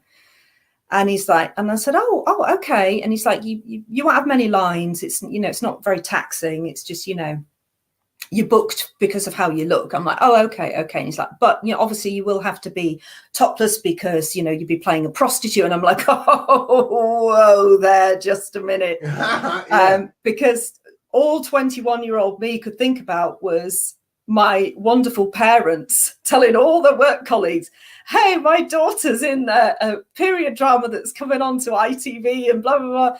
And then realizing, you know, you have to bail. Yeah, so did you bail because you didn't want to do the nudity? And I mean, that's I just fine. said no. I said, I'm not. Yeah. I won't take. I said that would be, because that would have been my first TV role, first TV. And that's what you would have been known as. Yeah. And then I would have been pigeonholed as, oh, she'll get them out. You know, she's not got a problem with. She'll get them out. I love it. She'll get them out on camera. Boys out. Get those bad boys out. We'll get the cameras ready. Get them out. And so I was like, no, I can't, because all I could imagine was the look of horror on my parents' face, and no, I couldn't do it, and I just didn't. Yeah, I remember one film I did where the director suddenly decided to write a new scene and put the two girls that were the main protagonist girls in the movie in a shower scene together, and they were both like, we didn't sign up for this. And then he said, okay, well, you don't have to do it. But then he kept pressuring them for 2 weeks to do it. And eventually they did it. And I felt terrible. Like, I felt dirty. I wanted to get out of there, you know? And meanwhile, I have this part that was supposed to be the main male. And I have like 4 lines in the whole movie. It was really about the girls. I was just there to be a supporting character. Yeah. Yeah. I don't miss this. And I don't know about in England, but in the United States, everybody thinks they're a director. So there's all these basically there's a lot of like rich trust fund kids that wake up one day and decide they're a director and they're going to make a movie. And that you go there. I got hired a bunch of times for projects. They never finished the movie because they just didn't have the ability to actually make a movie, but they tried. So I drove 12 hours someplace, and and you know how it is. You wait around for 12 hours for your one thing. It's exhausting. For your one line. Someday I'm going to try it again, but I decided I'm going to be the director, and I'll get the project done at least, you know? Yeah. You want to be in that position rather than the cattle. Just how you feel like you're just like cattle being one place to the next. Yeah. It's interesting. I'm glad that I was able to see that for what it was, though. I was sort of relieved in the end when I got pregnant with my son, and I was like, well, that's it for me. End of the line. And you know, well, I don't know. A lot of women bounce back. My wife is still the same weight, and you know that she was after 2 kids. She's amazing. I was surprised, and I don't know. She's a lucky woman, then, isn't she? I'm a lucky man. Yeah, she's, you know. It's not anything I don't think I could. There's so much pressure in that industry as well, and you know, no, I don't miss it. I like the control that I have now doing what I'm doing. I can still be creative. I can still write. That's exactly how I feel. That's exactly how I feel. I feel like I stumbled into the perfect gig for me because I have all these skills that I wasn't using. Like I'm good at video editing. I'm good at making music and scoring a video piece, or I'm good at graphics. You know, I've done some acting, and so I went, I'll just make my own career here somehow, you know? And you're right. We're both completely in control. We don't want to do something. We just don't do it. We just don't do it. Yeah. We don't have somebody pressuring us like, take them out. Take them out. Look at the cameras. Pop those bad boys out. Oil them up. We'll get you some water, you know? Yeah. Maybe we'll start with wet t-shirt and move on. You know, it's really... Yeah, but unfortunately, the industries are like that because sex really does sell. Yeah. You know, that's just the reality. The silly thing is that for that one that I refused, it was for a, you know, reputable TV channel, and it had, you know, top actors in it and everything else. It was, you know, it was just the fact that that would have been the role that I played. And, yeah, you were the meat. Yeah, basically. And you were going to be the meat. That's what I would get the reputation for, you know, oh, you can book her again, she'll do that again. And I thought, no, I wanted to work for the RSC. That was where my head was at. Yeah, to do more serious projects. Right? I did not want to be, you know, second prostitute from the left. That wasn't that was not what I trained for. Says Steve felt so bad he had to get out of the shower. No, I wasn't in the shower in the scene. I was married at the time, and I don't think my wife would have appreciated that. You know, we had certain rules of things I was allowed to do and not allowed to do, and I wasn't allowed to do anything like simulated sex or, you know, makeout scenes or anything like that. So that severely limits your leading man ability. You know, you're like, oh, I can't do this. You go through scripts and you go, no, can't do this one. So back to the skits that you're doing. Do you have plans to expand and do more characters and things we haven't seen yet? Or are you going to stick with your crew that you got? I think, well, I'm on character 13 now. I think I've got 13 different characters. And yes, I would like to expand out of the grifter circle, because it's, I don't want to just keep doing the same thing. It would be nice to, I've got my eye on a couple of characters that I want to do, and it would be. I keep expanding mine, and for those that don't know too, we're going to be doing this online UFO conference, and I'm sorry that it's taken so long, but you know it's busy doing the live stream show a bunch of times a week, and so I'm pecking away at it, a few characters at a time. So this online UFO conference is going to be like a joke UFO conference. And we've got my characters, Dr. Stephen Greed and all these other ones, Corey No Good. And we've got Intel ladies. Oh, we got Richard Doe Scam. And so we're going to have most of the major players in Conspiracy Land, UFO Land, doing this honest UFO conference where they try to sell people stuff. And it's going to be great. And Intel lady has graciously given me a few characters for that we're going to use. It's going to be great. And I'm hoping I'm going to get that done next, and we're going to debut it next month. We'll have a watch party, debut premiere party. And listen, just so everybody understands, I didn't make her take them out. I let her stay fully clothed during the whole production of the event because I'm a quality director of creative projects, right? Yes. But it's not too late. Just put it out there, you know, if we want to get some views, right? No, actually, you have to be careful on YouTube. That intro I have with dancing girls, they keep flagging it as as bare breasts, and I'm like, yeah, you can't have that. They're covered, you know. I don't know. So, are you still making the woo content as well? Because I haven't checked in on that. The woo. How dare you? Yeah, I do. No, I have to say, this doing Intel Lady has completely taken over, and I'm focusing much more on my Intel Lady channel and slightly neglecting my other channel. But my other channels, I don't know. I don't get a lot of views on my other channel particularly. I used to, and then I think I know why. I think I got a little bit shadow banned on YouTube actually because it's the deep state. It was a deep state. They're after me.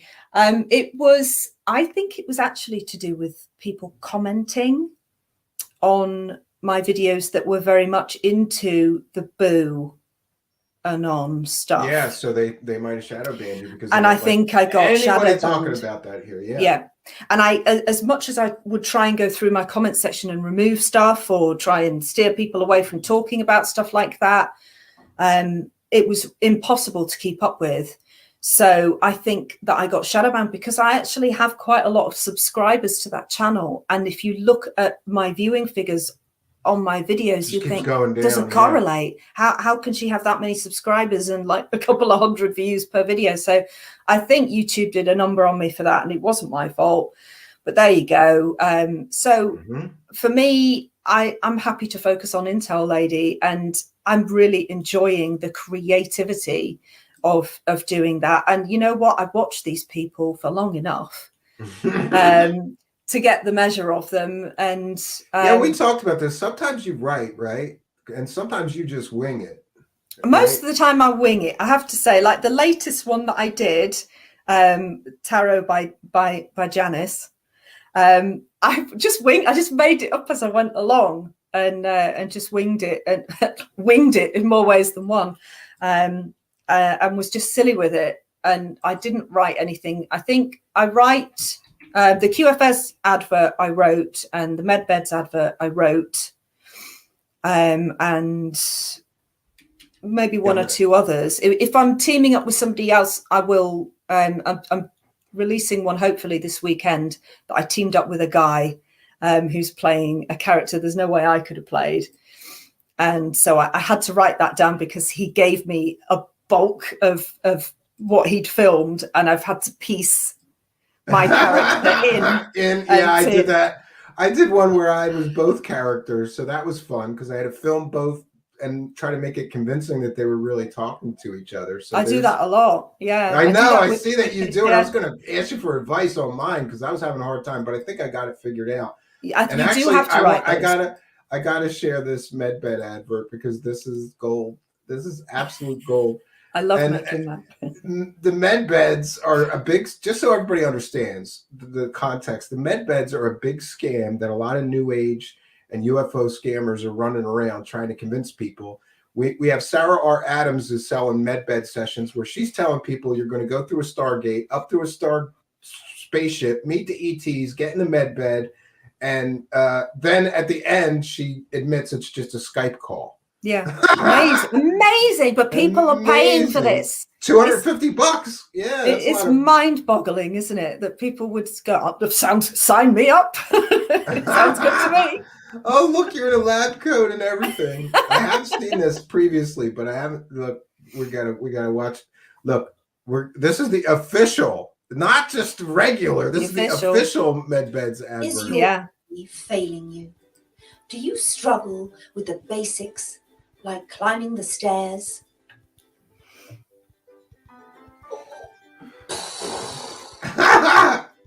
Opening containers?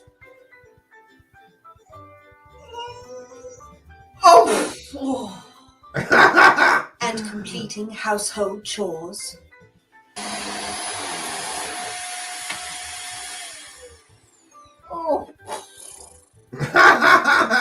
Are you frequently visiting your doctor?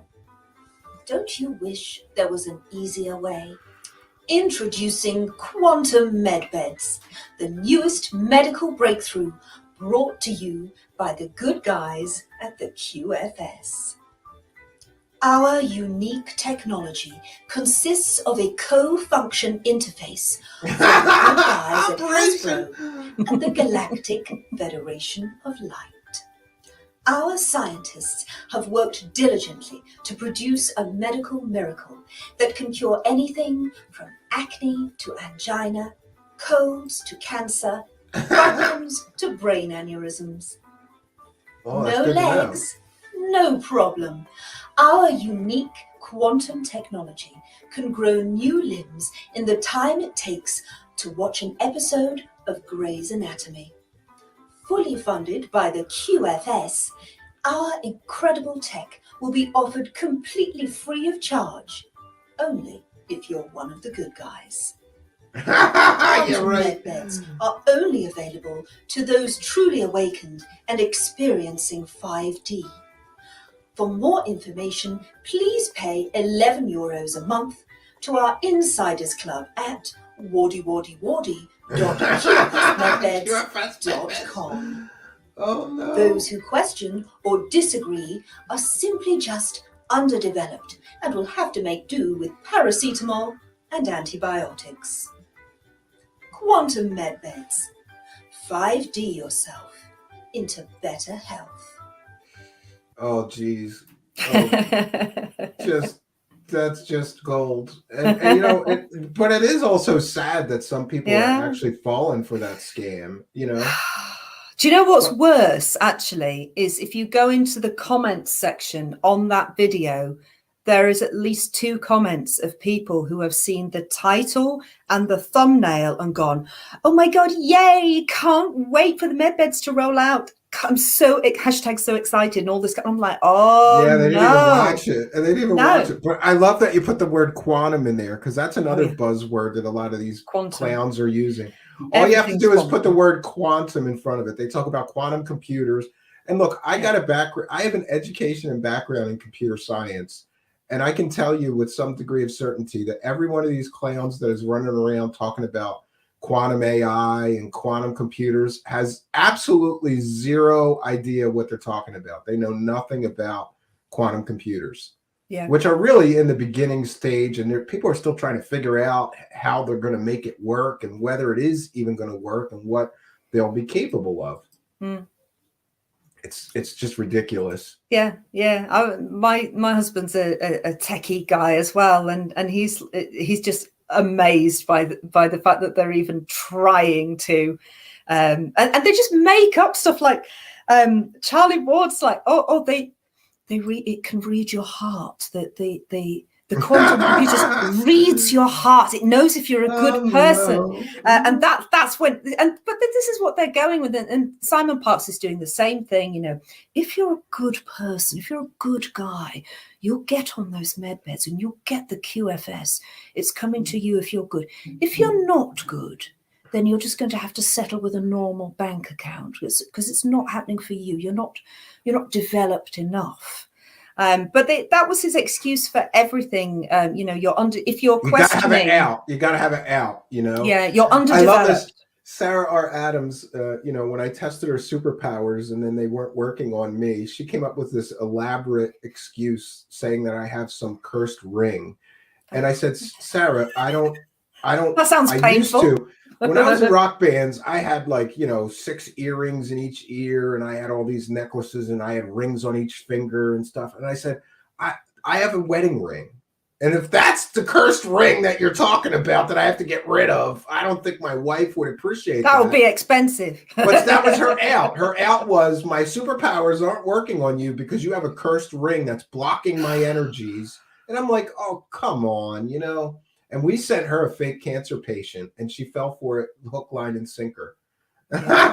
She was telling him that she was shrinking his cancer cells, and he's going, knowing that he's not even sick. She had no idea he wasn't even sick. And thanks, Jackie O, for kind and generous £5 super sticker. Thank you for your kindness, your generosity, and your support. I don't know where law enforcement is with some of these people, because if you're telling people for $250 that we're going to take you through a Stargate up to a spaceship and you're going to be healed, I don't know how law enforcement doesn't get involved and say that's outright consumer fraud. I do. It's because it's all for entertainment purposes only. If I they haven't put seen that that, disclaimer. I think some of them are going to start doing that, but I they haven't seen that are. disclaimer. They are. Charlie Ward's been doing it for a long time. It's only a Oh, it's matter of time. entertainment. Yeah, it's Yeah, only entertainment. these videos are for entertainment purposes only, while he's telling you how to make your own hydroxy, moxy, floxy, woxy, loxy thing that we can't really probably say. We can't say that. Yeah. Oh, yeah, I uh, heard. And he's got some kind of secret water that's infused with that. It does look like a wee sample to me. You can't get sick if you drink this special water that we're selling on our website, you know? It's just, it's... Yeah, and M Seeker of Truth is here. Big shout out to M Seeker of Truth. We Hey, talked offline. We're gonna. I'm supposed to be on that show, and I can't wait because I think it's great, right? And you know, I know you guys have been doing a lot of these grift busting shows, and somebody left, and there's only so many slots. I was pissed because you got the slot. I was going to contact him and go, get me on there, and then I saw you on there, and I went, dude, she got the gig, and I didn't get the gig. You do know we have guest hosts as well. Yes. So that's what we're going to work out. I'm going to be a guest, and that's fine with me because I like what you guys are doing. And it's cool to have a whole panel of people that are familiar with these scams and these new age grifters to kind of educate the public. I consider what M Seeker of Truth and you and others there are doing. It's like a public service. Try to, you know.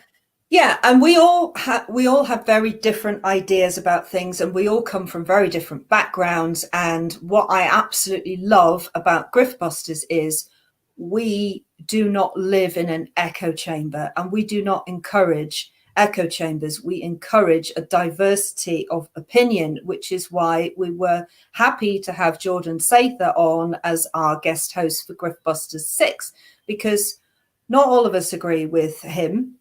And some of us have been very vocal about not agreeing with everything Jordan has to say and believes in. But we had him on anyway, and he was perfectly polite and lovely and nice to chat to. And again, we don't live in an echo chamber, and we can agree on many things. And we did agree on many things. I have to admit, I've been very harsh with him based on things that people have said he said that I have no proof that he said. So I have to take a step back and say, if I can't listen to him say what people told me he said, and it was specifically around autism because I have an autistic child, and so you know, I threw him in with maybe the wrong crowd. And the other issue is that, you know, maybe he did fall in with the wrong crowd, and eventually he woke up. He recently has come out against David Wilcock and Corey Good and others. So to me, I'm going to keep an open mind, and I'm going to give him more of the benefit of the doubt. And hopefully someday I'll get to have a personal conversation and say, look, here's this email that somebody told me you said this. People said you said this about autism. I would prefer, before I crucify the guy, that I know exactly what he said or what his real beliefs about that specific issue are before I throw him under the bus. You know, it's easy though. You know what it is that people that are, you know, really don't like Corey Good and David Wilcock. They put him in there with those two guys, and may not be the case. So, but I applaud M Seeker of Truth because I saw that he was going to be on there, and I went, whoo, that guy's brave, because this could go sideways real fast, and people turn against people. So Rick B, thanks for your kindness, your generosity, and support. A £2 super chat saying hi, everyone. Thank you for your kindness. Can I just say, Rick B edits all my videos. Oh, thank you, Rick B. For both my channels. That's a good friend to have. I got to do it. I got to do it largely myself, but now I have help in the form of Kari, who's English, by the way. So see, I have I have some English help, right? Yes. Yeah. It's spooky.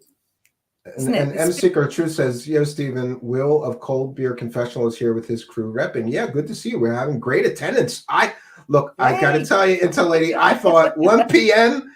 All my audience is still hung over at 1 p.m. from the night before. There's going to be 10 people, but we have 95 people or something watching right now. I'm very happy with the attendance.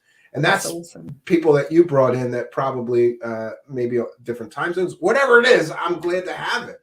So, as far as Jordan, then were you surprised, or did you have preconceived notions that he was going to believe this or believe that, and were you surprised? I went with an open mind.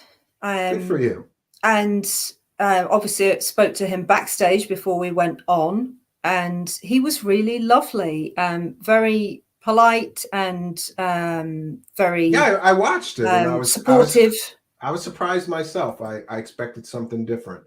I mean, I watched him while he was on YouTube. I watched a lot of his videos, and he's sort of grown up. I don't mean to sound patronizing, because I'm not that much older than him. Well, I am. Am I kidding? Of course I am.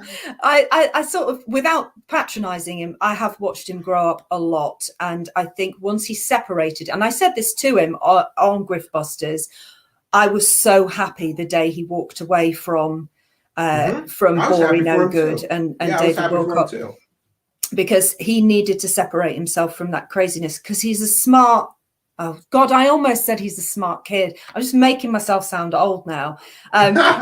He's a smart guy, and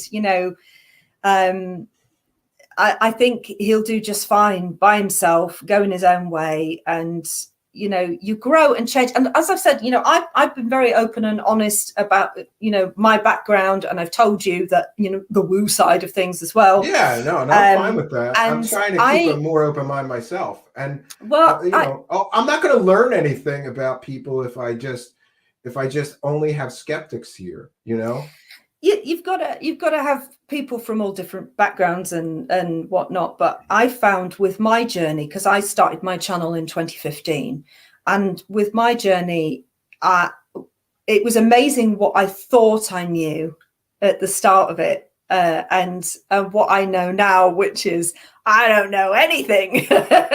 I set up that channel, and for me, it was all about just doing my little card readings, and then it became much more, and I started being more interested in conspiracy stuff and ufology and all that kind of stuff.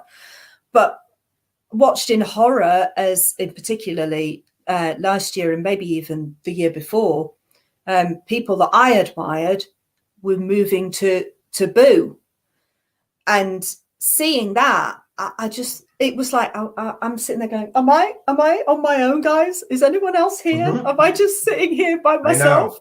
It's so crazy to me is I have so many friends and family, and they know I'm in the, they all know that I'm Mr. Conspiracy, and they would all bring me the boo stuff, and I would say, this is garbage. This is all garbage. And then, people get upset with me because they so desperately want to believe that stuff because it's telling them what they want to hear, Yeah, and Spooky is Kari, who helps me here at the show. Hey, Kari. She is currently editing together an out-of-context video of Alignment Sharks. It's pretty awesome so far. So what Kari does is she takes stuff from the internet and just mixes it up, puts different music on it, puts these weird pans on it, and it's really good what she does. She does that for CW Channer largely, but she's starting to do other stuff. But she did my David Shilcon one. The first David Shilcon one I ever did. She mixed with him and Corey doing the Cosmic Disclosure. I think the Gaia show that they did, and she mixed my David Shilcon in with it. Oh God, it was so funny. I loved it. So yeah, it was brilliant. Yeah, and I'm kind of pissed though because I haven't gotten an out of context video yet. But she's doing you and CW Channer. You know what she said? She said your whole show is out of context, so I don't need to do anything. Exactly. I'm like, thanks, right? That's you told. Yeah. I don't know. Some of this stuff is so. I want to applaud you for doing what you're doing because, for me, the first time I did one, I went, this stuff is so ridiculous that we should just make fun of it. We should just make fun of it because it's just so stupid and so ridiculous, some of the things these people say. And I was happy to find out that I'm not the only insane person out there that agreed with that way of doing things. And I think, from an educational standpoint, you and I both have more chance of waking people up doing it this way, like just showing like this is so stupid and so ridiculous and so funny you know, maybe people will wake up and go, yeah, this stuff these people are talking about is really weird, you know? Which is why I do it, because I've always said to people, these sketches write themselves. They really Mine do. too, yeah. Because I'm literally just repeating what they're saying to their BitChute audiences, which is mainly where the stuff is now. The ghetto of the internet now. Yeah. And you know, it's so ludicrous. But people are going, wow, yeah, no, yeah, that is, oh God, yeah, you're so Especially right. the boo stuff. What? It's so stupid. Oh, Biden's not in the real White House. He's not the real president, and Trump is still in charge of this and that. It's And I'm like, amazing. you It's people are amazing. delusional, you know? Absolutely delusional. But I never run out of material ever, because it's just, and these new characters, they just pop up. New people pop up all the time. They usually end up on Charlie's show, and they start there, and then they start going on each other's shows and round tabling and all this. And this is what I saw. Yeah, it's just a bunch of liars. Yeah, it's just a bunch of liars that reinforce each other's lies. They all live in this delusional fantasy world where they have this secret information, right? And they, you know, one thing I noticed, and it's funny, is like Kerry Cassidy and Charlie Ward and Simon Parks, they all get together and they really do like pump up each other's egos when they have their conversations. They're like, Kerry's doing such amazing work to wake people up to what's really happening. She doesn't know anything. She's nuts, you know? She visits a guy in prison who claims to go off planet, doesn't explain how he's going off planet and then taking himself back to prison again.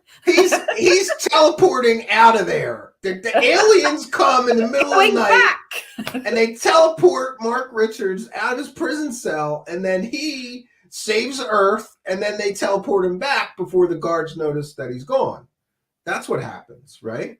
I know, and you would. How wonderful of him to be so law-abiding like that. That, you know, those aliens could take him anywhere, but he's like, no, guys, come on, fair's fair. Take me back to prison. That's where I should be for a crime I didn't commit. This all makes perfect sense. Let's do it that way. And it's like, and it also shows the desperation of some of these people. They're so desperate to sell these stories that they're willing to use literal convicted murderers as sources.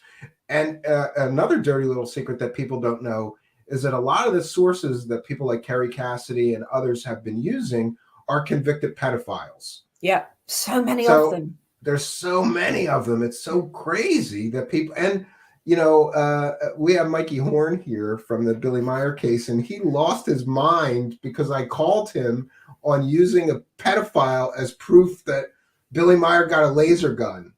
Billy Meyer got a laser gun from aliens, and what's his proof? A pedophile saw the hole in the tree, so it must be true. He lost his mind. Nobody calls these people on it, though. No, they don't. Or they don't know. They don't know that the person that they're quoting or using as a source is actually someone convicted of child-related sexual offenses. And then there's the other side of it, where they use the children to garner sympathy and believe us because there are children here and children there, and they must be rescued from this underground, you know, deep underground military base. And this is they're harvesting their adrenochrome. And it's like, but where there's no one's showing any proof of this, which is why I did one of my earlier videos was a video called Dom Raider. And it was based upon I saw that one, going into the underground bases to rescue. But this is what children. She claims she does. She claims she's come out of nowhere and claimed that she's rescuing children from all the hundreds of deep underground military bases in the UK. So our tiny little island has hundreds of deep underground military bases filled with children. I mean, seriously. But everyone seems to believe her. And then she suddenly became a Christian. There's a pattern that they follow. They're like, oh, okay, I think I actually need to be Christian now. So she starts giving it, you know. Because the boo people prefer those people. So. Yeah, and that's what they grift on, that, you know, oh, but I'm a good Christian, you know, blah, blah, blah. So I really stretched that character out to be somebody who talks about all of those things, but is also a Christian. And you know, I embellished the story. I said, you know, she's got this woman called Glenda who does Bible studies with her now. And at the end of you fleshed out the character, yeah. At the end of each one that I do, I call it the Great British Turd. What do you think of the Griftbusters panel? I think that you have an interesting mix of people that I can tell have different beliefs, but you can still agree on some things, and I think that's very healthy. Have people, you know, that have different beliefs but can agree on some things and find some common ground between everyone. You know, when I have gone out on a limb to try to interview some of these more woo people, I always try to find some common ground, like things that we can agree on before we get into disagreeing on many different things. I think what M. Seeker of Truth is doing with the panel is very good, like, because you got to mix. You know, on the subject of these deep underground bases, there's another guy I covered named Jason Shurka, and he was telling people that there was these military operations under, you know, Washington, D.C., and they saved these children and all this different stuff, all the while collecting donations, right, and getting people behind his paywall. Yeah. And it's just, when you hear he does these videos where he's like, you know, operation update, and they all act like they have. And the other thing I love is briefings. They all say, the latest briefing I got, by the way, this is our briefing from Intel. This is our briefing. Yeah. But this idea that they're getting briefings is so ridiculous, because I always say this, like, generals get briefings, senators get briefings. Some clown on the internet talking about aliens and adrenochrome is not getting any briefings. No, it's garbage. No, I mean, one of our Griftbusters, Will, served in the military. He knows what getting briefings is. He got actual briefings when he was in the military. So he's great at busting through this nonsense with people, because even the child rescue stuff that they talk about, will be able to talk about how you would do an extraction, and how the team would work, and how they would organize who went where, and who communicated with who, and all this stuff. And then some woman comes along, ex-porn star, who claims she's rescuing children, and just comes and tells this absolute cock and bull story about how she rescued these children, and there was one that was like dying in her arms, and all this nonsense. And I walked into that building and I punched her in the face and dragged her out by her hair. And it's like, no, Will would just sit there and go, yeah, no, that would not happen. It would never happen. She wouldn't even be allowed to be anywhere near that operation. They would never pick some random ex-porn star. It just wouldn't happen. Random crazy. And then we have this Lauren Pritchard, which we had here and we were covering. She's right now losing her mind, like yelling about me on her channel, saying that she's already rescued all these children and it's history and it's already done. And I'm like, well, show me one child that you rescued. Show me one. And she can't do it while she's still collecting donations. And she's almost defiant about it. Like, I don't have to work. God provides for me. No, you're begging for money on the internet, telling people you're saving children, and you can't show us one. She can't show one child she saved. It was such an interesting interview. I don't know quite what happened before that interview started, but it's almost as if you went, here is this lovely field we're in now. In this field, there are a number of rabbit holes. Don't go down the rabbit holes. And she bounced into that field and went down every single rabbit hole. And you're like, oh God, come back. People were kind of critical. Like, as soon as you realized how nutty she was, you should have stopped the interview. And I was like, I want to see how far this rabbit hole goes. Exactly. Let's get into it. Let's see. Yeah.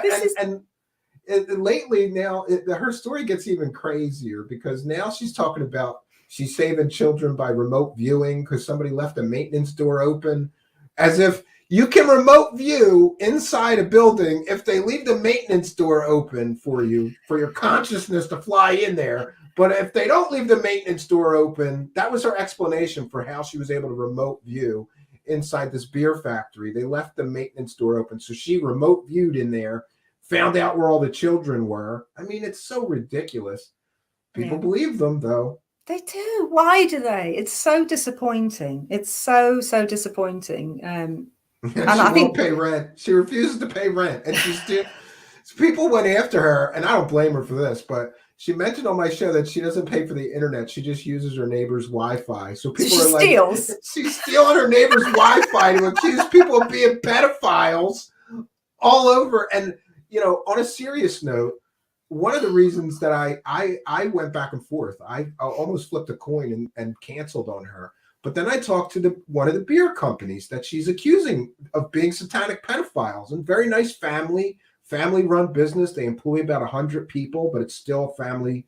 It's not a huge corporation. It's a family-run beer business. They've been in business for 25 years, and they talked to me about all of the trouble and the damage that this woman caused, getting on local media even to them. That she was on like Austin websites and stuff, accusing them of being satanic pedophiles, and all the damage it did to their reputation, people harassing them, believing those stories. And she was happy about it. She was glad that they, It's awful. and she has no proof of it. Her proof was, there was a child's girl's bow, like hair bow, on the ground out in front of the beer place. And that's a sign that they're satanic pedophiles. It's just, I don't know. But this is the world that they live in, and it's exacerbated. It's stirred up by the Simon Parks and the Charlie Wards of the world, and the Madison Marquettes and the Great British Birds, and they do this. It's for the children. It's for the children, and this is happening. That's like the Wayfair cabinet stuff that. Can remember that Wayfair cabinet story and all this stuff, and it stirs people up. And if you use that subject, it pulls on everyone's heartstrings, and it makes everybody angry, because no one ever wants to think. But the thing is, when you're listening to these people and they're saying it's all right, we're going into the DOMs, we're rescuing children, that we're putting them on the med beds, it's all happening.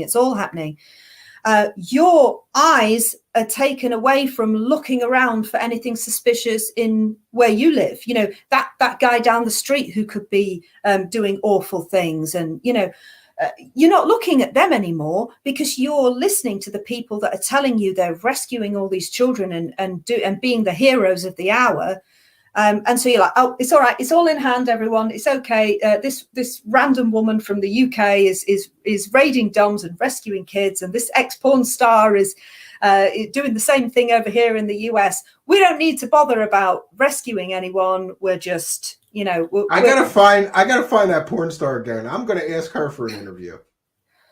She won't go on. This is the thing. She stays within her echo chamber, and this is the problem. This is the problem that I've got. And for all of those that were giving us Griftbusters heat for having Jordan Sather on, I repeat again. Hey, he's brave enough to come on with you guys. Yeah, I would do it. Because I could get to ask him. Because I would do it for an opportunity to ask him some questions. Just a few questions, and I would be respectful. And he would be respectful, because he is respectful, and you can have a proper conversation with him. But we do not. Griftbusters is not an echo chamber. We are from very different sides of the aisle on many, many things. I mean, I would imagine, much like you, Will's not into any of the woo stuff. Will finds the woo stuff hilarious and makes fun of it all the time, and probably would have no interest in my other channel whatsoever. And most people who watch Cold Beer Confessional would have zero interest in my other channel, but they like Intel Lady and they like what I'm doing there. And that's why I'm like, this is fine. You could take and leave me however and watch whatever you want to watch. But I'm pretty grounded, and I appreciate that people come from different backgrounds and have different ideas and opinions, and I'm not going to sit in a bloody echo chamber nodding along like all the grifters do, nodding at each other's nonsense. I'm gonna say, okay, this person I don't fully agree with, but it's okay to talk to him, because his opinion, we can find common ground. That's the other thing. You've got to find you will find common ground no matter who you're talking to. Because that's life. It's just the internet makes you believe that there isn't common ground, that you're with that team or you're with that team. But in reality, in real life, when you're, in amongst regular people, you find common ground with people. They might not support the same sports team that you do. They might not have the same religion, but you could probably stand in a shop with them or in a petrol station and have a conversation with them to pass the time of day. That's reality.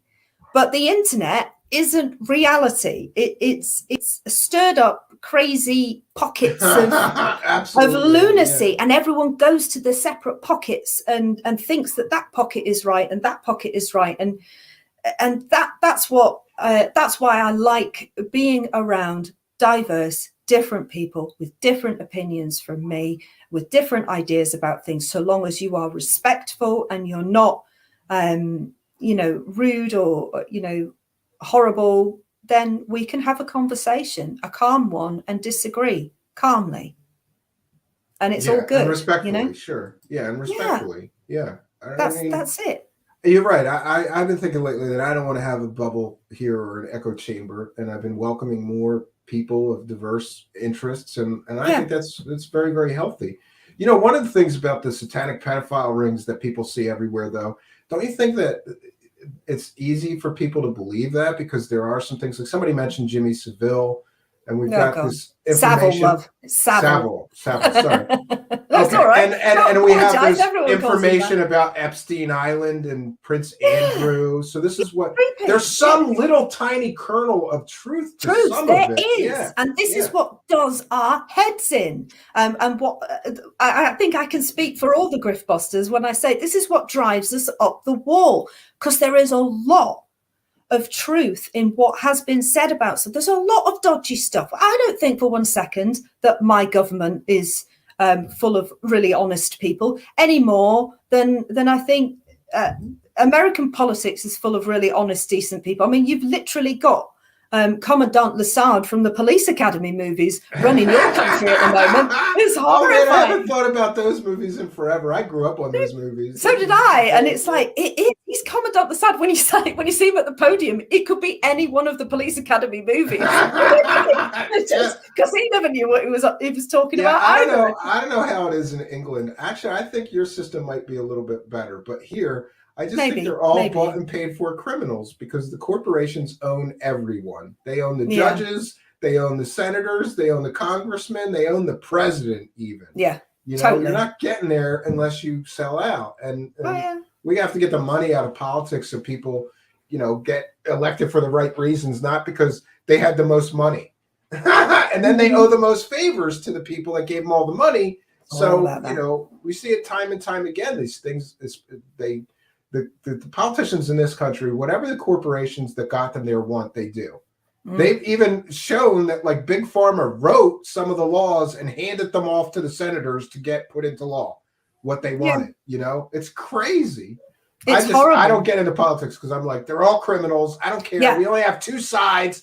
Your side is just as criminal as this other side. They're all criminals. Yes, right? I agree. And that's kind of how I feel about British politics as well. I have yet to find a political party that I can relate to in any way. And I didn't vote for who we've got in, but I didn't vote in this last election because I thought. But I didn't even vote. I'm like, I cannot vote for either of these two clowns. There's no way. One of them is a maniac and the other one is senile. Like, neither of these two, I wanted to write in Mickey Mouse, right? Yeah. He would have done a better job than these two. And right now in our country, things are going bad.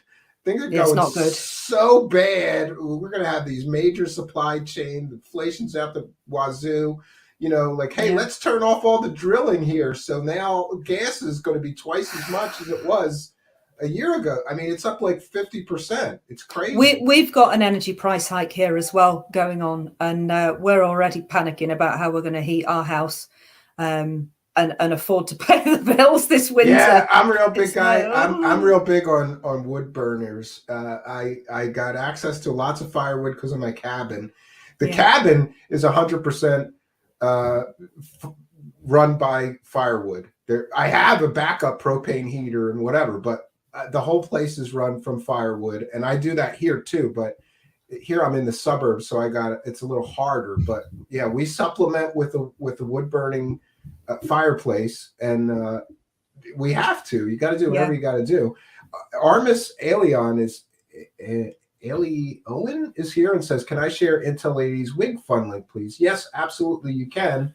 But I may need to make you a moderator to do that. So I'll go over the chat. And I want to remind everybody that there is a link to subscribe to Intel Ladies channel. She really should have more subscribers than me. I think you work harder than me on some of the stuff that you do.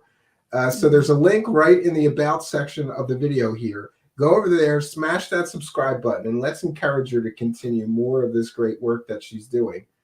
And I'm trying to find this. I have to make this person a moderator here in order for them to be able to share a link. So 1 second.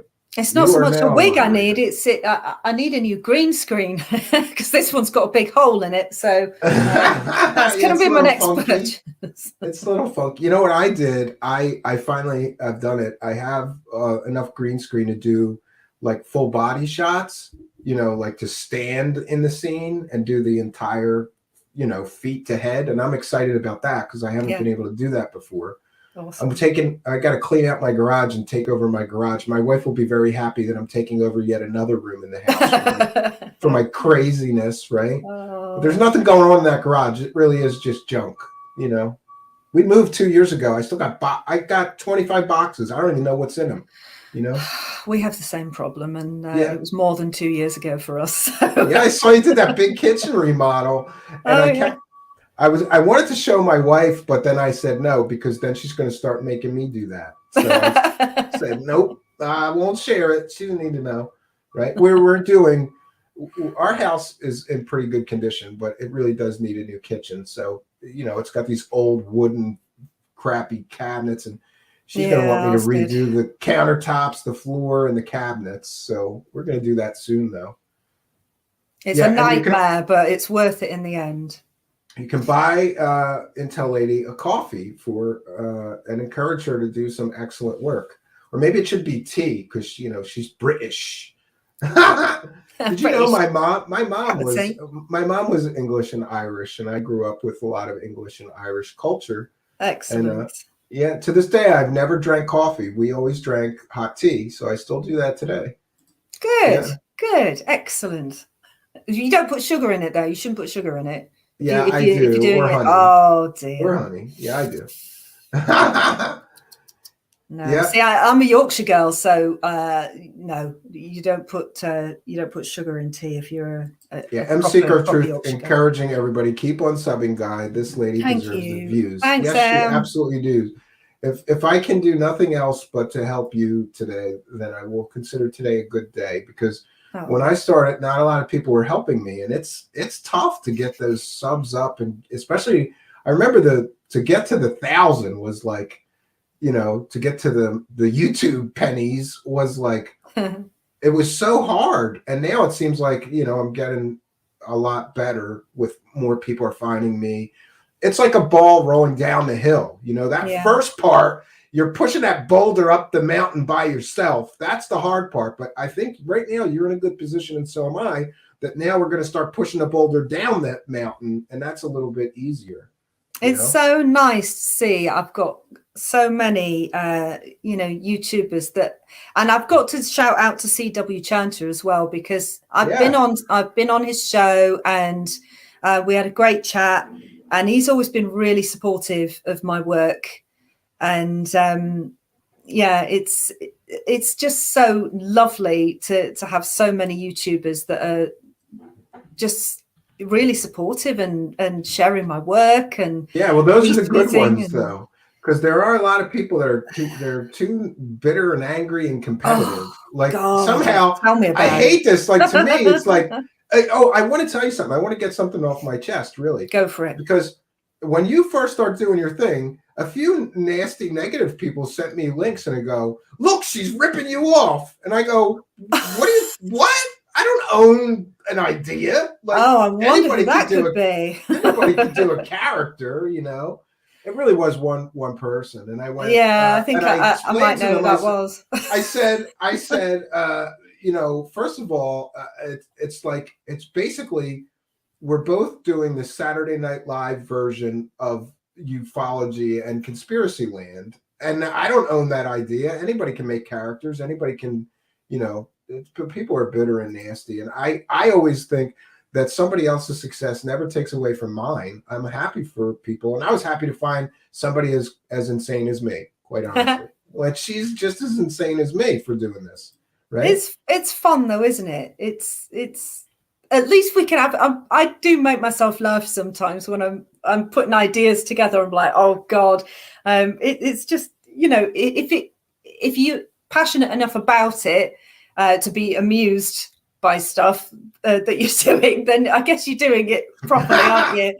You need to keep doing it. And some of the stuff just gets absolutely ridiculous. And then it's so funny for me is that, you know, I got a lot of family that doesn't really watch my show, and I don't blame them. They're not into the subject, so none of them watch mine. Yeah. But the funny thing is they always catch the worst. They'll tune in on the worst. Like I did the thing with David Jacobs because he was asking girls for panties. And I was like, and I'm on the internet like sniffing panties and a mask and stuff and talking about alien spooge. That's the one that my relatives tune into. Of course. They're like, Steve, what the hell is your show about? I'm like, what do you mean? They go, I don't know. I turned on your show and you were like sniffing panties and yelling and screaming in some mask. And I went, yeah, that's what we do. And that's just what we do here, you know? Yeah. And thank God my family don't, my relatives don't watch my stuff. I had a conversation with my dad today and he's like, and I said, oh, I'm chatting to somebody tonight. I'm doing a little interview with someone tonight. And he's like, on the telly? And I'm like, no, Dad, not on the telly, on YouTube. He's like, oh, right. Oh, is it your spiritual stuff? I'm like, no. Dad, no, Dad. And he's like, what then? I'm like, doesn't matter, Dad. It doesn't, I can't explain it. Yeah, it's me dressing up like crazy people. Yeah, I dick around in wigs, Dad. Yeah. I dress up in old man jumpers and I crawl across my garden. Oh God, people keep saying to me, what on earth must your neighbours think of you when you're doing your Mad Max Maddie adventures in running around your garden, low crawling across my lawn and stuff. I'm like, I think that God knows there must be a lot of questions. No one's ever asked me. You mentioned a lot of props and weird stuff. You're probably in the same boat I am. Like I go to thrift stores and look for weird stuff that I can use. I just went to a thrift store and bought some dresses. That'll tell you a little bit about my life because my wife is 5 foot and I'm 6'4". So I tried to borrow her stuff and she was like, what are you doing? You look ridiculous. That dress doesn't fit you. And I'm like, this is not a conversation we should be having, you know? And it's so funny. I had to get panties to do the panty sniffing. And she's like, I'm just going to buy you new ones because that's gross. You're not allowed to sniff my panties live on YouTube. So we got some new ones. It's okay. Yeah. Sometimes you got to go new for that. I'm very lucky. I've got a supplier now. I have the wonderful Caroline who she works. She's your you got a wardrobe person. She's my wardrobe person now. She works in, what would you call it, a thrift store. We call them charity shops here, and or op shops if you're in New Zealand, and. She'll send me pictures of like sparkly dresses, just the ugliest clothes, but all the Lyman sweaters. She keeps me in Lyman jumpers, which is brilliant. So it's great. When you guys have a lot of weird to Lyman terms as well. It's brilliant. You guys have a lot of weird terms for stuff. Like I worked with a British guy. And I swear he comes to my desk one day and he says, excuse me, hey, Stephen, you got a rubber? And I was like, and no, but let me tell the story because it's so funny. I go, yeah, do you really need one right now? I keep some in my wallet. And this is a long time ago before I was married. So he goes, yeah, I just need to borrow a rubber, mate. You got a rubber? And I went, okay. So I go in my wallet and I hand him a condom. And he goes, no, mate, I need to fix something. He needed an eraser. Right? An eraser in England is a rubber. I'm handing them condoms. I thought he Brilliant. wanted. And then the funniest thing is, I go, "We're going to use it right now," and he goes, "Yeah, I need it now, mate." He was talking about erasers, or the term "knock me up," right? And he, if a girl in England says, "Oh, come on and knock me up later," she doesn't mean bang her and impregnate her. That just means to knock for her, right? No. We know that as if you've been knocked up, you've got pregnant. We know some that term like that. Yeah. We know that term. Yeah. Oh, there's loads. Yeah. There's loads. I'm probably remembering it wrong. Yeah, but there's a lot of weird language differences. The British English and American English are two completely, totally different. Well, they're 90% similar, but that 10% difference is really, really strange. Right? It's such a different culture. I know we speak the same language, but having been married to my husband for 11 years, we still have that filthy American. Yeah. We still have moments where he has to stop and go, "Jen, are you being sarcastic or I'm not sure?" And he says, I have to check with you because I've got such a dry sense of humor that he's like, I don't know. I don't know if you're being sarcastic or not. And that's after 11 years of marriage. So, he treads carefully with these things. It's probably the right thing to do, but there's all sorts. But Simon Parkes does that classic where he talks about the difference between British words and American British words. So in the UK, we say we're going to turn on the tap. Now in America, it's the faucet. But we say tap. It's the extra patronizing. I'm going to teach you about Americanisms and the big difference. There's Aussies as well. Yeah. Aussies have their own weird stuff as well. Yeah. Yes. So yes. I don't want to keep you too much longer. I'm sure you got things to do with your family, and I've got to get my kids off the bus shortly. So what are your plans for the immediate future? You're going to be on M Seekers of Truth's Grift Busters. You're making new sketches. Is there anything else that you're working on that we should let people know about? I think that's more than enough, don't you? I mean, good grief. I've got 2 kids and, a household to deal with as well. So it's a wonder I can get everything done. And I'm loving being on Griftbusters, and I hope that I do them proud. I was proud to see. I was glad to see you there, even though I think you took my gig. So, look, you come on. Took my gig. It's not my decision to make. Definitely. I'm just busting your chops, and I will be on there as a guest. So I'm still going to get my shot. That's fine. When I'm on there, I'm going to try to knock you out of your square. I was hoping I could bring you on as like a show and tell, so I could say, well, today we're going to be talking about, say David Wilcock's hover cars, and then go, and here's my research.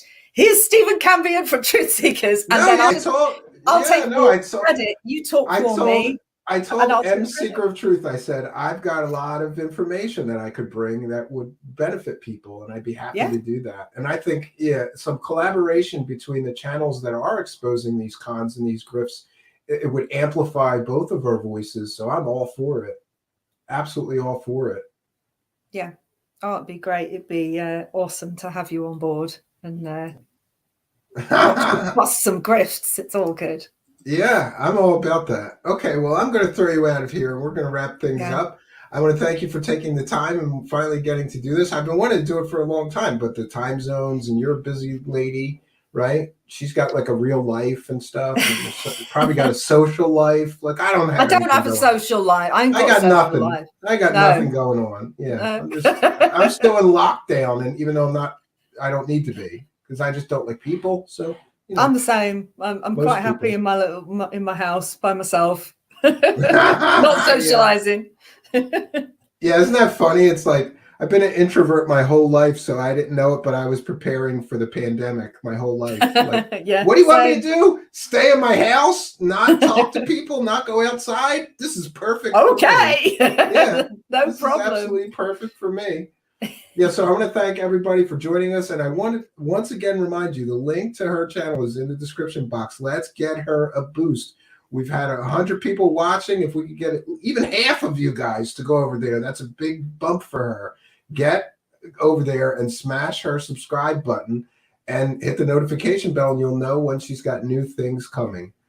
And yeah, we're going to throw you out of here so you could go. I don't know what English people do. Are you like I'll eat my dinner. drinking It's tea dinner and time. eating crumpets? My mom used to make crumpets. We used to Oh, have I tea love and a crumpet. crumpets. Yeah. Yeah. Love a crumpet. Are English muffins really English muffins? Do you know what those are? I mean, I eat them when I'm English. I don't know the origin. And they must be real. Okay, I thought that was the thing. Yeah. Yeah. Oh, no, they're real. They're real. All right. Well, you have a good evening, and try not to be a stranger. And I'm hoping that I'll Definitely not. see you on M Seeker of Truth's channel and become a guest. That would be great. I would love to do that. Let's make it happen. Definitely. Thank you so much for having me on, Stephen. Yeah. Love your channel, and thank you. And it's been fun chatting. All right. Thanks for your time. All right, boys and girls, we finally got Intel Lady here, and it was a fun and lighthearted conversation, and I knew that it would be, which is one of the reasons why I wanted to do it. And there's not many people doing this strange, weird thing that both of us seem to be doing, which is to lampoon and make fun of the ridiculousness of all of this stuff. I'll give a little bit of time and attention to the live chat. I have a few minutes here before I got to bounce out of here and get my children off of the school buses. I'm happy to say that these things, doing a 1 p.m. show, are now going to be possible for me because my children, I explained this in case you didn't know, there was a COVID scare at one of my child's school. And what ended up happening is they send my children, both of them, home for 3 weeks, or I think it was 3 weeks, 2.5 or 3 weeks. I don't know. And as you can imagine, a 5 and a 9-year-old all day doesn't leave me free to do these shows. But if they're in school, I can schedule daytime interviews. I'm seeing from the attendance today that this is a good idea. So I'm going to try to schedule more interviews at around 1 p.m., which is a perfect time for me to do an hour or two and still be able to make it to the bus. I've got the time, and quite honestly, I'm always honest with my audience. If I have 2 boys for 10 hours or 12 hours, it's draining and exhausting, and I don't have another 2 hours in me to do a show some days. And you may have noticed that in this last week or so, we're doing more content, and that is because I'm not drained by my, and hey, God, I love my children, but ask anybody that is a father or a mother and is responsible for those 2 children all day long. It's exhausting. And also, my children are of the age that I can't just close my office door and leave them alone for 2 hours because they're boys. And bad things could happen. Really bad things could happen. So, it looks like things are getting slowly back to normal here on the home front. My children are back in school all day long. And as long as I wake up, relatively early, which for me is, 10 a.m., I'll be able to do some daytime interviews, and we'd like to start producing more content. You asked for it. We want to give it to you. And Jackie O is saying it's 7:40 p.m. here in the UK. Yeah, it's 2:40 p.m. There's a 6-hour difference. That's why we did this at this time, because I didn't want to make Intel Lady stay up till 3 o'clock in the morning to do our normal show time, right? Cat P is here and says, I have a 5-year-old. Well, then you know exactly what I'm talking about. I am Cat P. I am the snack bitch. It's like every 5 minutes, he needs a snack or he wants, chocolate milk or something. And 10 hours of that gets exhausting very quickly. But, love my sons. It's been, I try to remind myself that it's been a blessing to be able to spend more time with them and not consider it like a drudgery, like, oh, no, they're home for 3 weeks, Try to do some things. Took my younger son to the park, and other things.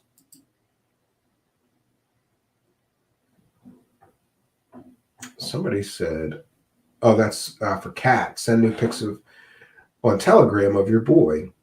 You know, I don't have a Telegram account, right? Yeah, and the Althea Project is mentioning real good time for these interviews. Yeah, we had absolutely great attendance. I expected, 20 or 30 people because this is not our usual showtime. But it turns out I got to always remember, I have to remind myself that we're blessed to have an international audience. So the international audience means that there's always somebody around to watch a live show, no matter what time I do it. I should not think, oh, that's not a good time, and also YouTube tells you when everybody is online. I should pay more attention to that, right? Alexander Supertramp is here and says Telegram is awesome. That girl Jessica is going to be a cat lady. There's things to aspire to, right? And I want to thank M Seeker of Truth. Big shout out to M Seeker of Truth and all of his panel members and guests for coming here to show their support for their fellow grift buster Intel lady. I'm hoping to become a grift buster myself someday. You got to have goals. And our Miss Arion is reminding everybody where they could buy Intel lady a coffee. Encourage her. I'm sure she could use some new supplies for her characters. I always need new supplies. So I'm assuming that she always could use some new supplies, right?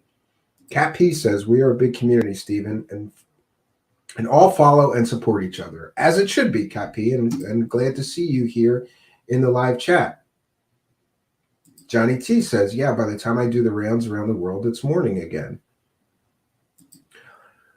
Armis Arion says, unified against scammers. Yeah, I really like this idea of a few of our channels hooking up and supporting each other because we can amplify each other's voices.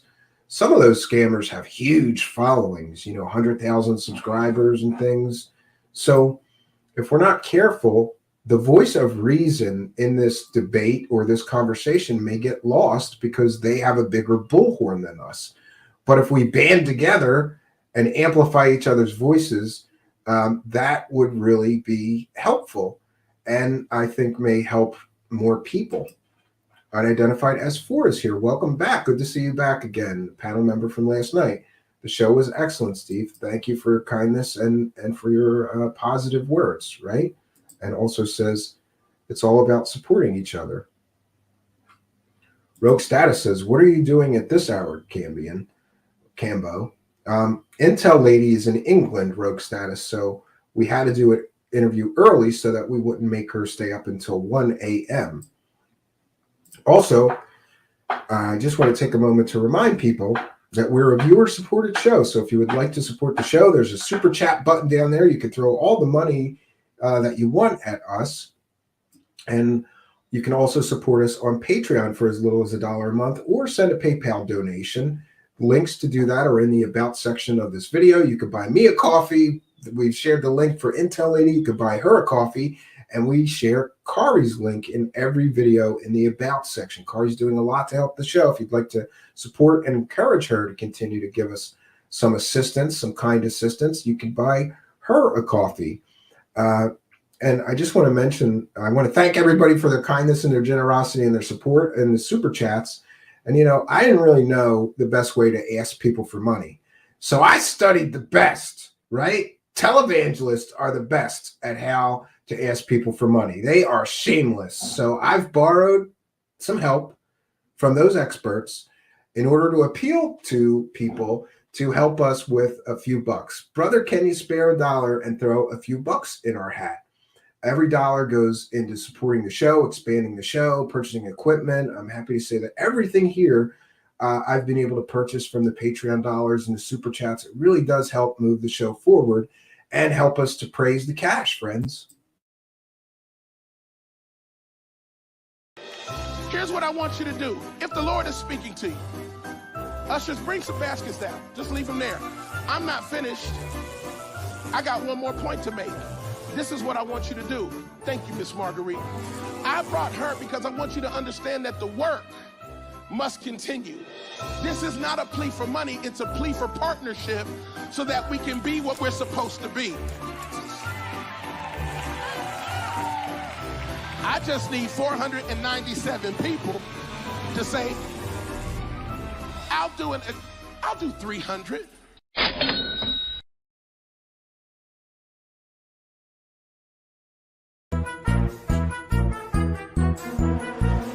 the gas, praise the gas, praise the gas. Thank you for your kindness.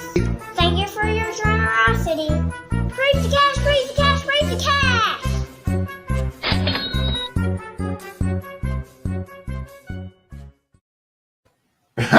So yes, indeed, praise the cash. And Maggot says, give money or Jesus isn't coming back. Hey, I didn't say that. I think Jesus is coming back whether you give him money or not.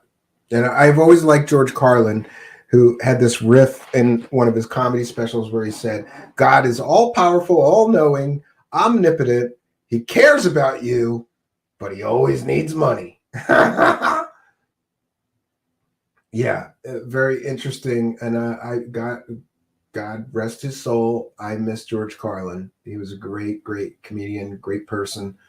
And he's sorely missed. I really would love to hear what he would have to say about politics and the state of our world today, right? So the other thing that I would remind everyone is that, I said, brother, can you spare a dollar? I know it's rough out there. So if you're really a big fan of the show and you're in reduced circumstances, I don't need to know the details. Just write me a message and send it to truthseekershow@gmail.com and say, can I have the Patreon links? And I will send you all the Patreon links. I don't want anybody to not get the Patreon content because they're short of a few bucks. We want to be respectful and supportive of the audience that is respectful and supportive of me. Yes, Spooky reminding everybody that tonight we have Alien Girl 111 at 9 p.m. Eastern Standard Time, which is quickly becoming our normal showtime. Matthew Brown is here, says, great show, Mr. Cambion.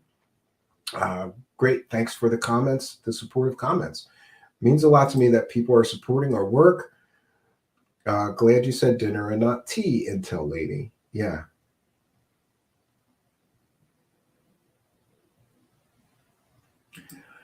This sounds vaguely familiar to me, but I don't know myself. No One's Flower asks, who was the guy who kept promising to go on an icebreaker ship to the North Pole, find the hole of the hollow earth, and never did it?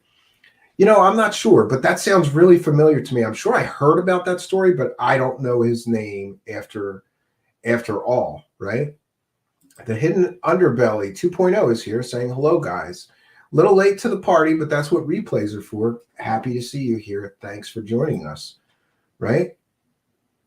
Planet Lupa says, oh no, that is midnight for me. Yeah, I'm sorry. We're doing our best. We are going to try to do some 1 p.m. shows like this a few times a week going forward. If I can get the guests, and there are guests that have refused to come on my show because they don't want to be up until whatever wee hours of the night to do the guest spot. But if I can do an afternoon for them, that may accommodate them. So we should be able to accommodate more guests, have more guests, do more shows. And again, I definitely want to thank Intel Lady for coming here. It's been a long time coming that I wanted to do the show with her, and M Seeker of Truth and his whole crew from Grift Busters was here. I'm really excited to be doing any kind of collaboration with them. I think they're doing amazing work. And M Seeker of Truth, really good guy, gave me some good advice about recent controversy that I appreciated it. And it was just weird because I've had on my list to contact him and say, hey, come and be a guest on my show, or I could be a guest on yours. And I hadn't done that. And he reached out to me right at a good time when I really needed to hear somebody who's been there and done that. And he's certainly way higher up. I don't know. What does he have? Like 30,000 subscribers? God bless him, man. I don't know how he built that. But he has a monster following and has been through much of the same growing pains as I have.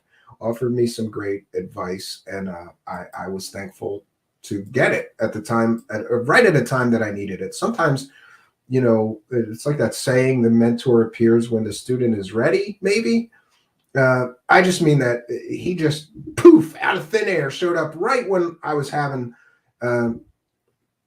wasn't anything major, but I was kind of back and forth in my brain trying to figure some things out and deal with the controversy that was going on. There's always controversy here, right? And hey, I'm not going to apologize for there being controversy here. People like controversy. I mean, look at shows like, Howard Stern. He built a show on controversy, but sometimes that controversy can get to your brain and affect you not in the best way.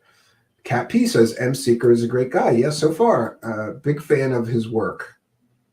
Big fan of his work. Spooky, not sure if you did or not. Wait, what did I miss? Brooks was the guy that was going to go on a ship, but not sure that he did. Okay, Brooks. Yeah, not sure. Yeah. So anyway, I want to thank everybody for joining us. We're going to wrap things up here. Again, thanks to Intel Lady, our great guest today. It's always, I got to tell you, it's always easier to do the show when I know I've got a great guest coming. It makes me relax because I know that, it won't be like a difficult grind.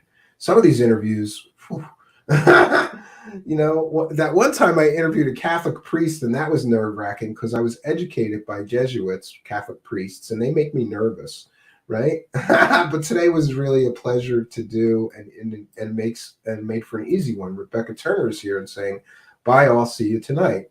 Absolutely. Welcome to the show is here, just sharing some stars. Johnny T says, F 'em, you did well, mate. Yeah, absolutely. Thanks for the support. Althea Project says, great show. That girl Jessica says, bye, everyone.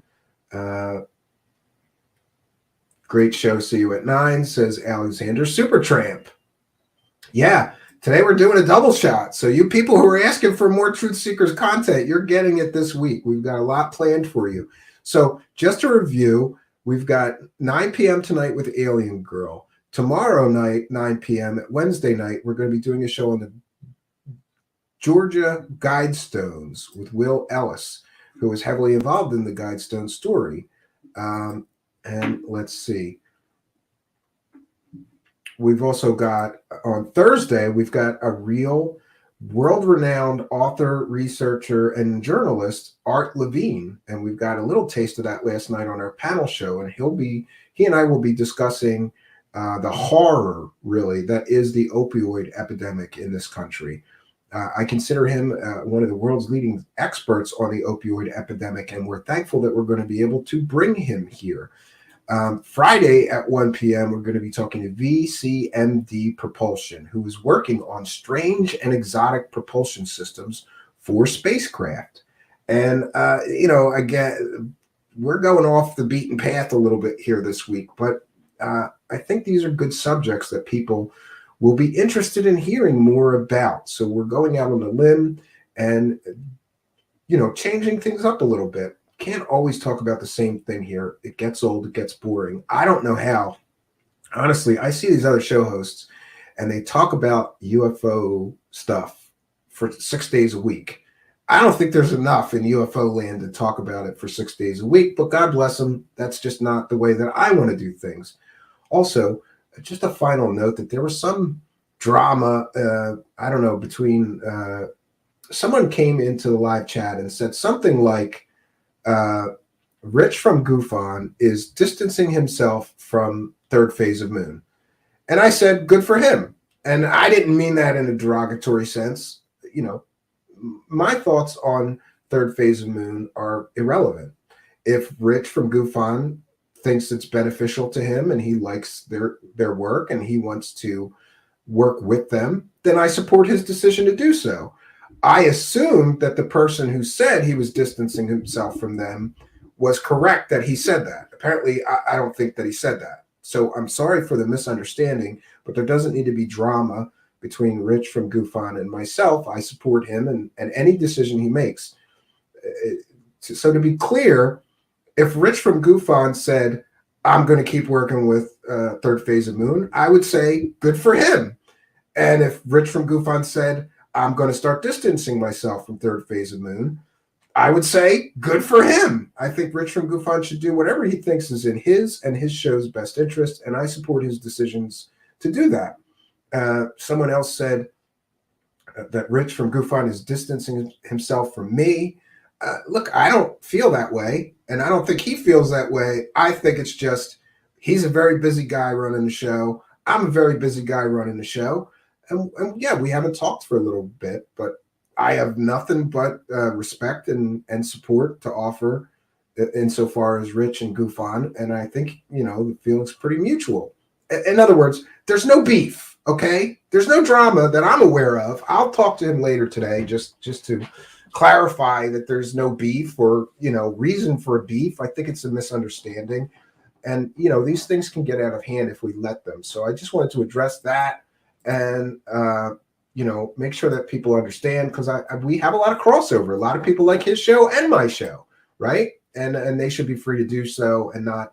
I can't stand it when people want people to take sides, like don't watch that show. I'll try to never say that. Welcome to the show. It's here with the kind and generous 99 cents, or is that $1 a pound? I'm not quite sure. Super sticker. Thank you for your kindness, your generosity, and your support. Just a final note, I want to remind anybody that's listening to audio podcast land that you're missing half the fun. We record all the shows live here on YouTube with a live chat. You hear me taking comments, questions, and things from the live chat. We're highly interactive here. If you're listening to the audio podcast, you're getting the replay. So please do come over to YouTube, search for Truth Seekers, one word. Look for me, the strange guy in the sunglasses, your host, Stephen Cambion, and smash that subscribe button.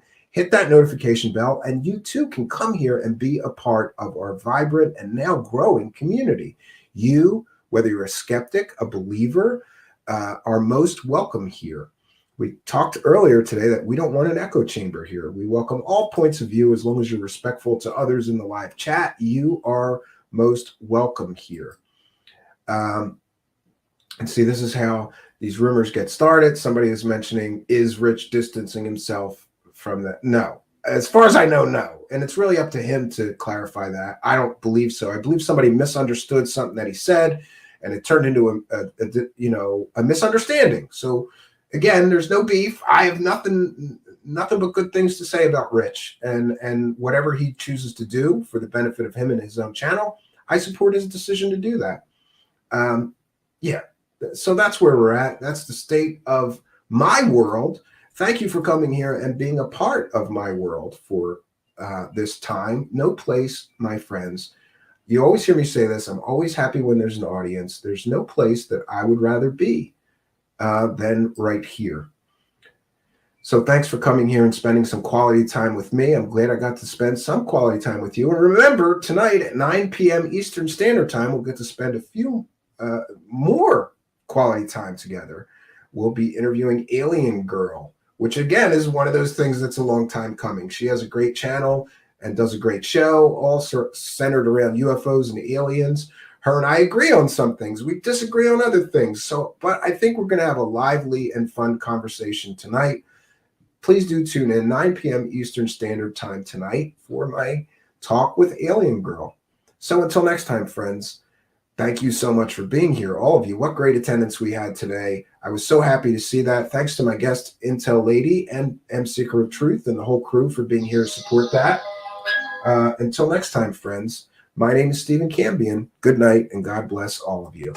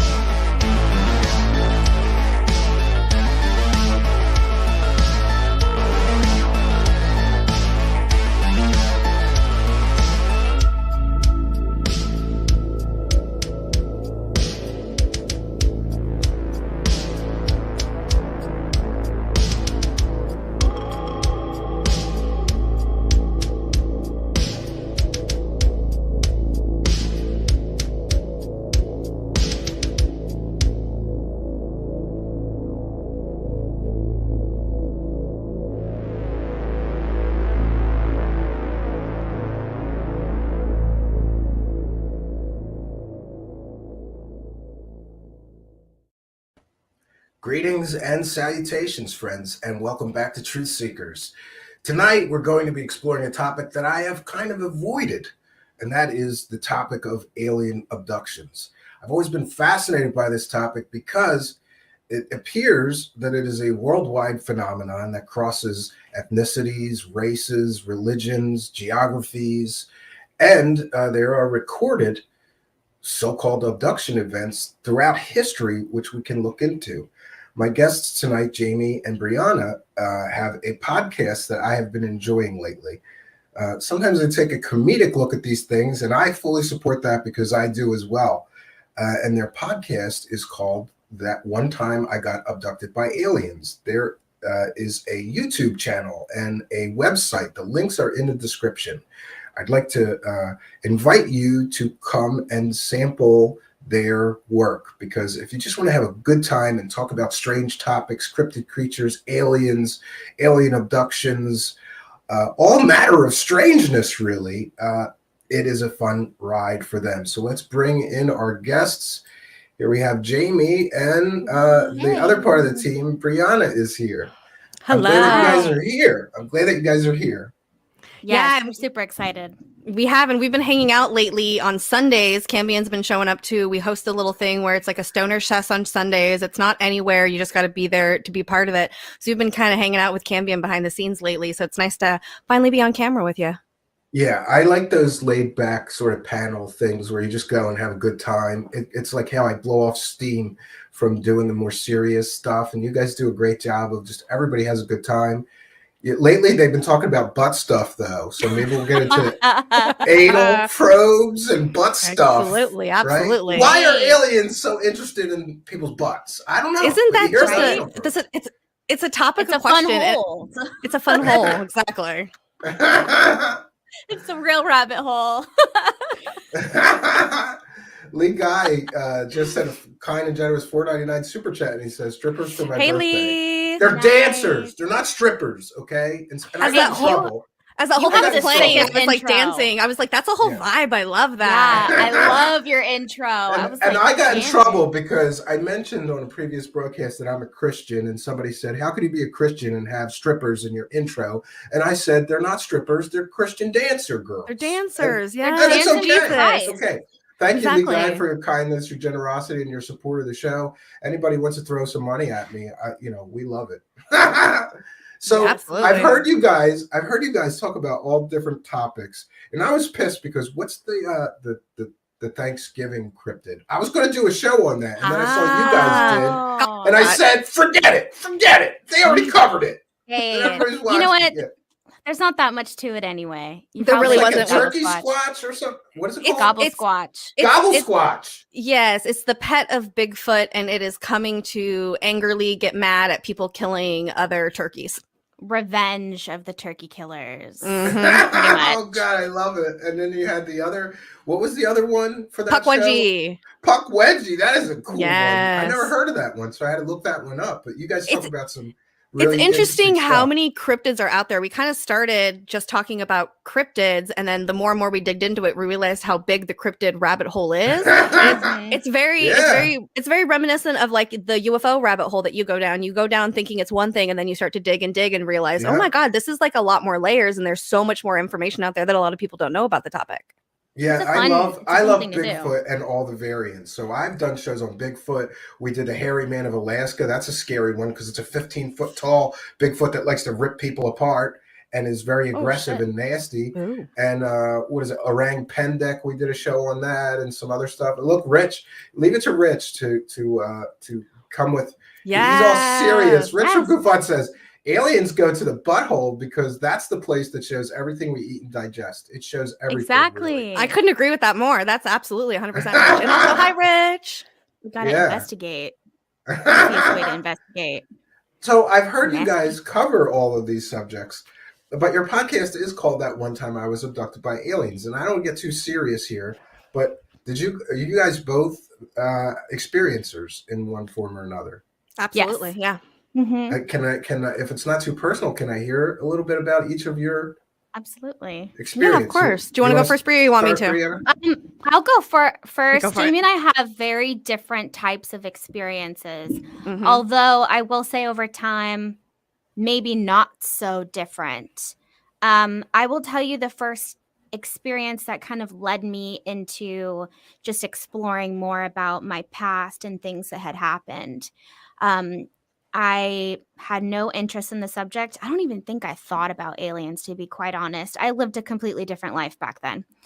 Not even into fringe topics like ghosts, anything like that. And I was hanging out in my room one day and I was laying in bed watching a movie. And then all of a sudden I went completely paralyzed.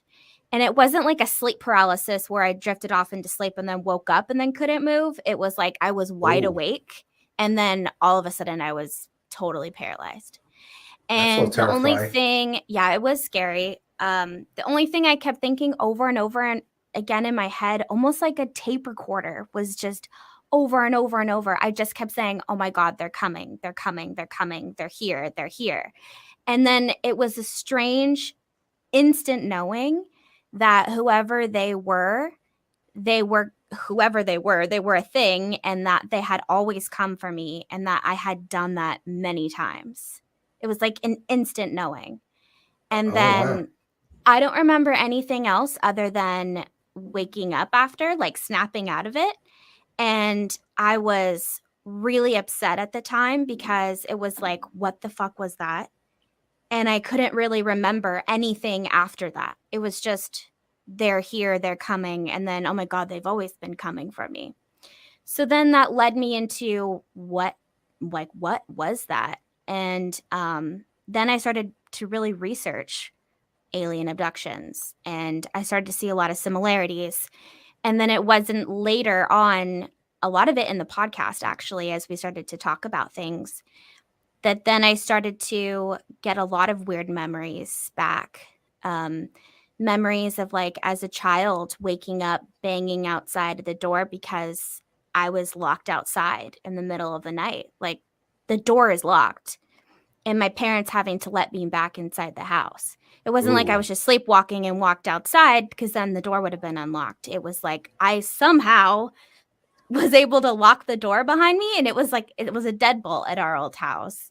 Wow. And do you have Um, any conscious recollection of the beings themselves and what, like what they look like or what they wanted No, or? and not at all. And the only thing that I've ever seen has been in dreams. Because it was shortly after that first paralyzing experience that immediately after I started having dreams. It was like every single night. I started to see craft in my dreams. I started to see little beings in my dreams, tall beings. Um, and then there was like a weird remembrance of some type of connection between them. So nothing in my waking life where I've ever seen an actual being. Everything's been kind of like in a weird dream realm where I seem to get information from and then actually can see different beings. Wow, I can imagine how that would get you obsessed with the topic. And what about Oh, you, completely Jamie? obsessed. Whew. And what about you, Jamie? And isn't it funny how you two hooked up having had these crazy experiences? That's cool. Well, and that's also a big part of our experiences too. So my experience is completely different from Bree's. It's almost the opposite, where I've had more what I would consider physical, like on earth experiences.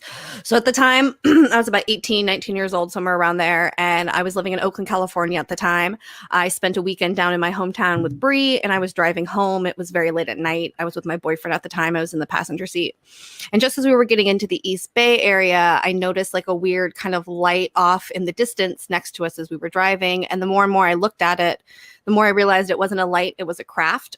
And it was flying really like low above like houses and stuff. It was too low to be a plane, and it was too low to be a helicopter. It didn't look like a helicopter and make sounds. And so I was really intrigued by what it was. And I was just watching it for a long time. It was kind of going along with us on the car. And we started to get off the freeway, and it kind of moved and went up and went towards the city of Oakland. And I watched it fly and like land on top of this building. And I was like, I can see that building from my house. That's bizarre. Yeah. Yeah. So it's like I can see this from my house. I know exactly where this building is. If you know the Oakland skyline, there's not a lot of tall buildings. And so I went home, ran upstairs to my, up my stairs, went there, plopped right in the window, and I could see this craft sitting on top of this building. And the light on top of it is what really made me think, like, what the hell could this be? And this, I'm talking like this is like early 2000s, maybe like 2007, 2008 kind of time. And it was a light, and the single light changed from green to red to blue to orange. And it was like almost pulsating all of these different colors. And that's at the not something a plane does, or exactly. And an so helicopter does, yeah. my immediate mind thought is, oh my God, I don't really know. Like, there's no plane or airplane or anything in the world. LED lights weren't even really a big thing back then. So having a light do that was like super off. So I stared at that for a really long time. I have no idea how long I looked at it for, but eventually what happened was I saw a red light kind of come in through my window. And it almost looked like a laser pointer. And I initially kind of looked down to try to see if I could find someone with a laser pointer, but it's like 2 o'clock, 3 o'clock in the morning. There's nobody out in the streets in Oakland, and nobody sure as shit has a goddamn laser pointer. And I realized that the laser pointer is coming from where that building and where that craft is. It's coming straight across. It's not coming from up or down or sideways or something.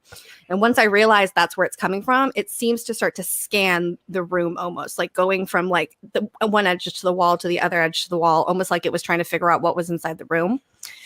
And at the time, I had a friend named Rafa, and I called him and I was like, hey, this really weird thing is happening. I think that this is a freaking alien. Like, this is what's happening. I was really scared. And I think he thought I was joking. So he told me at the time to get water and lock myself in a closet because aliens can't open doors and they're afraid of water. And if you know anything, well, it's literally the plot of the movie Signs. Oh, yeah. I have seen that so movie, yeah. Again, so I take this very seriously. I grab a bottle of water. I at the time smoked cigarettes, grabbed my cigarettes ashtray, went inside the closet, locked myself in it. I remember like smoking a few cigarettes, and then I don't remember anything. I wake up the next morning in bed, tucked into bed like I had tucked myself in. It was really weird, and I had no recollection. So you have some missing time then, which is a common occurrence. Exactly. And so at that moment, I had no idea what had happened. I just had woken up. I knew for a fact that I did not put myself in bed, and I woke up in bed and I knew immediately that something was wrong, but I had no memory or recollection of anything like that. And a few maybe days or weeks later, I kind of told Bree in passing, I was like, hey, I think I saw this UFO and had this weird experience. And she literally goes, okay, that's cool. That's nice. And then like it was no big deal. Like it was no big deal. Well, what was interesting is a few weeks later is when she had her experience. And so we had our experiences really close to each other, but we never after that time talked about it ever again until like 10 years later. Yeah, there was 7 years had gone by. Yeah, we didn't look up UFOs. We never talked about UFOs like with each other. Like we zero interest. I moved to a different state. We lost contact for a long time. And then we got back together, and then we would be hanging out, and on Friday nights was kind of like our time to hang out. And Bree started watching Ancient Aliens, and she was like, hey, you want to come over and watch Ancient Aliens with me? And I was like, oh yeah, actually I'm kind of into that stuff. Yeah, sure. Let's watch it. And then it just kind of started from there. The more and more we talked about it, we would, get a little wine drunk, smoke a little marijuana. And then eventually we were like, hey, we've both had experiences. And then we started talking about how we had these experiences about this same time, and we never talked about it. So it really started the two of us really deep diving into this subject, and really it was just trying to figure out our own stories and what it is that had happened to us. Mm-hmm. Yeah, I could definitely understand that situation. I started down this rabbit hole because I saw a flying saucer when I was 10 years old in the woods, and I got obsessed. And I wish to God I would have had a friend that I could have talked to about it, because I never told anybody about it until I did my first audio podcast on UFOs. And, 20 years later, I didn't have anybody to talk to, nobody that could help me understand the experience. So it was good that you guys had each other to lean on, because this is like, wasn't it traumatic for both of you to have these things happen? Didn't you like? For sure. Especially because, man, that's hard to say, actually. We see UFOs a lot together. I think, like, for me, it switched over to just seeing UFOs all the time. Yeah, so I don't have any like process conscious of remembering Yeah, And I don't have any then- conscious experiences with beings like in my day-to-day life. Like I'm not fucking calling in aliens and having conversations with them daily. I see a lot of UFOs, especially when I'm with Bree. It seems to happen when the two of us are together. But my big experiences, a lot of it I don't remember, nor can I say, do I really want to remember? A lot of people say, do past life regression or this or that. I'm good with knowing what I know. The universe will tell me what I need to know. Yeah. And I'm a little bit suspect of hypnotic regression and past life regressions. Yeah, I'm personally just not into it. Not my cup of tea. For other I people, I'm wanted sure it to. works. I considered doing a hypnotic regression of my experience to see if I could get more details, but I decided that I don't want to mess with my memories. Mhm. My memory, I remember what I remembered. I remember it pretty clearly, pretty succinctly. I didn't have any missing time or anything like that. Whole experience took, minutes and it was over. I'm afraid that somebody, yeah, I know. And I'm afraid that somebody's going to get in there and implant things that weren't part of the original experience and ruin the experience that I did have for me somehow. So I just, No, then that's understandable. Barbara Lamb actually offered to do it for me for free when I interviewed her and got to know her a little bit. And she said, I would trust her. You might, yeah, she said you might find it really therapeutic and this and that. But I was just worried that my experience has been what it was. I remember it a certain way forever. And I'm afraid that I'm going to come out of that seeing aliens or going up to the ship that never happened. Yeah, or, you never because know. I've seen people do this. They saw a UFO. Next thing they know, the hypnotic regressor is guiding them through it, and they've got missing time. And then, now I remember I was on the ship when I never remembered that before. So I said, I'm just going to leave my memory intact, right? I'm sure it could be a good tool. I'm sure it could be a good tool for some people. Oh, and that's what I mean. I'm sure that it works for some people and it could be beneficial to a lot of people. Me personally, like I'm good with what I know. I don't want to know about the weird stuff that happened. I'm half and half. I Yeah? feel like if the opportunity presents itself, I would, but just because I have a lot of, I feel like blocks in my memory. Like there's a few things that I remember, and then it's just like blackness, and so part of me wants to know. That's got to bug you, right? It's got to bug you. Yeah, Like, what's part of behind me that wants black to wall? know. Yeah, exactly. And there's a lot of instances like that, especially the more we started talking about things. I was like, oh shit, that was a memory unlock, and then it's like, but what else happened? So I'm half and half about it. But if it comes my way, if Barbara Lamb offered herself, I to me, will I'd be get like, her hey. to do it. I will call her and see if she will do it for you. If you want to I do feel like it, it has to seek me. So the one thing I'll say is Barbara Lamb and I disagree on many, many things. I interviewed her about her book Meet the Hybrids, and I offered to do genetic testing of all the hybrids in her book, and none of them would agree to genetic testing at all. So that was suspect to me. But what I will say about her is that she is a very, very well-educated woman. She's not just some nutter that said, I'm a hypnotic regressionist. She's very, very, she's got degrees in psychology, and I think she's got a master's in something else. Like, she's very well-educated. And at least as far as the regressions, I've talked to 3 or 4 people that she's done them for that found it to be tremendously helpful to them. So I decided, like, who am I to say, to talk, negatively about that with her, because I know people that they did it and they found it helpful, right? Yeah, it's that whole thing is really kind of murky if you think about it. You never really know. Is it real memory? Is it kind of, did it, she leads you there and your mind kind of puts pieces together? All of it is like, there's you really so can't much know one way or the other. Yeah, there's so much that the mind is capable of that we don't understand, especially when we're talking about like memories and things like that. We only use a very small percentage of our brain. So when you go 10%. in there, exactly, when you go in there and Yeah. start messing around with things, at the end of the day, we don't really know the ramifications of any of those things.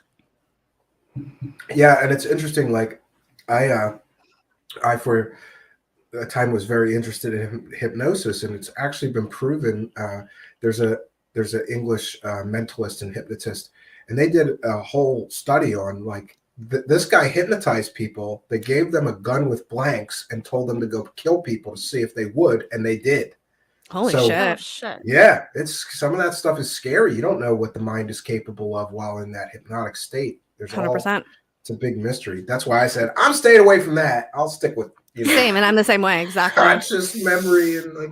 Do you guys ever do some sort of a comparison to see when you've had these experiences if there's a common denominator or causal effect, maybe, or like if there's like it happens on certain days or you know lunar cycles? I don't know. It I was would like try to. the one thing I will say when it comes to the phenomenon with me and Bree specifically, it happens a lot when we're together, especially when we're around other people too. Like it's we're very much, I feel like, a little bit of a beacon sometimes. And so I don't know if it's necessarily a certain day or something like that, but I know that the two of us together, I think because we're super, super open, it makes people around us be a little bit more open. So they have more experiences. And I know that because we're so open, we have our own experiences together a lot. Yeah, like other people in our lives that have never seen a UFO tend to have their first experience or see something when they're with us. Or Oh, you guys when gotta they've been come. let I in. gotta come hang out with you guys. 100%, 100%, see please. some But things.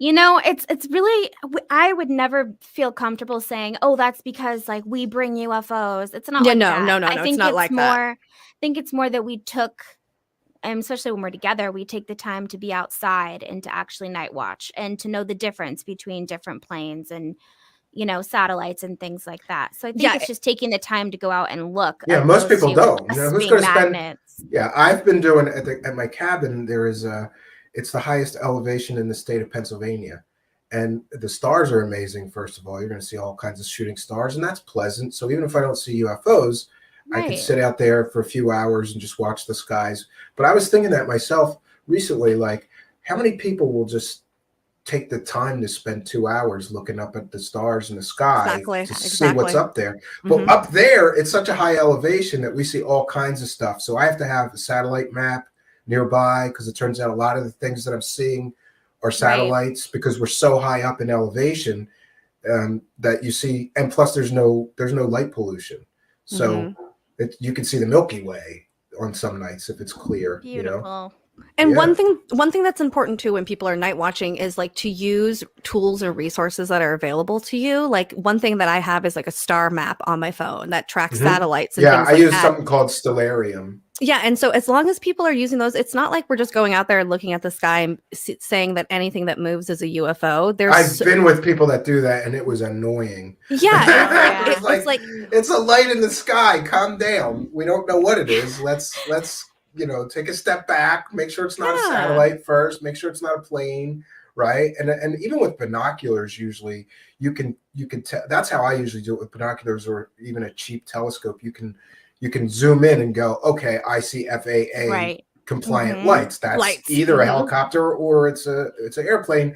I don't care about that. Move on to the next thing that you know. Yep, exactly. And that's really what it's about. It's just about, and you have to sit out there for literally hours. And like a lot of times people don't know that one of the best times to see UFOs is before the sun is rising because of the way the sun is sitting and the angle it has towards the sky. And you get the reflection a lot better. A lot of people think you just go out there when it's dark and it's night. But if you talk to a lot of people who go to night watches, it's literally like early morning hours that you're out there looking for these UFOs. Yeah. And not a lot of people are up during that time out there just looking at the sky. I think I could do it because sometimes I drink till 5 a.m. at the cabin, so I'll just have to. Love it. You want to come to the cabin? Invite us to the cabin. I was like, let's have a UFO retreat at the cabin. Yes. Everybody was joking, and we were before the current health crisis hit. Everybody was joking, and I got like the cabin. There's enough land next to the cabin that's kind of woodsy that I can make some. We were going to do something called Contact in the Mountains and make it free, and whoever wants to come can come. I've got a bunch of tents, and we'll find a place for you. Let's go. I'm in. You know? That's fucking awesome. And we had Stan Gordon on my show, and he gave me a map. There's all kinds of Bigfoot sightings, all within 20 miles of the cabin, 25 miles of the cabin, because it's in the Pennsylvania mountains. And there's Indian places and burial grounds and weird stuff all around the cabin. So we're going to start something called True Seekers Road Trips, and I'm going to start doing. Oh yes, that's amazing. And we're in. And I just got some drones because what I thought would be fun is if I know there's Bigfoot sightings in the area, I'm just going to fly drones all over the place and get footage and see if we see anything. Yeah, that's cool.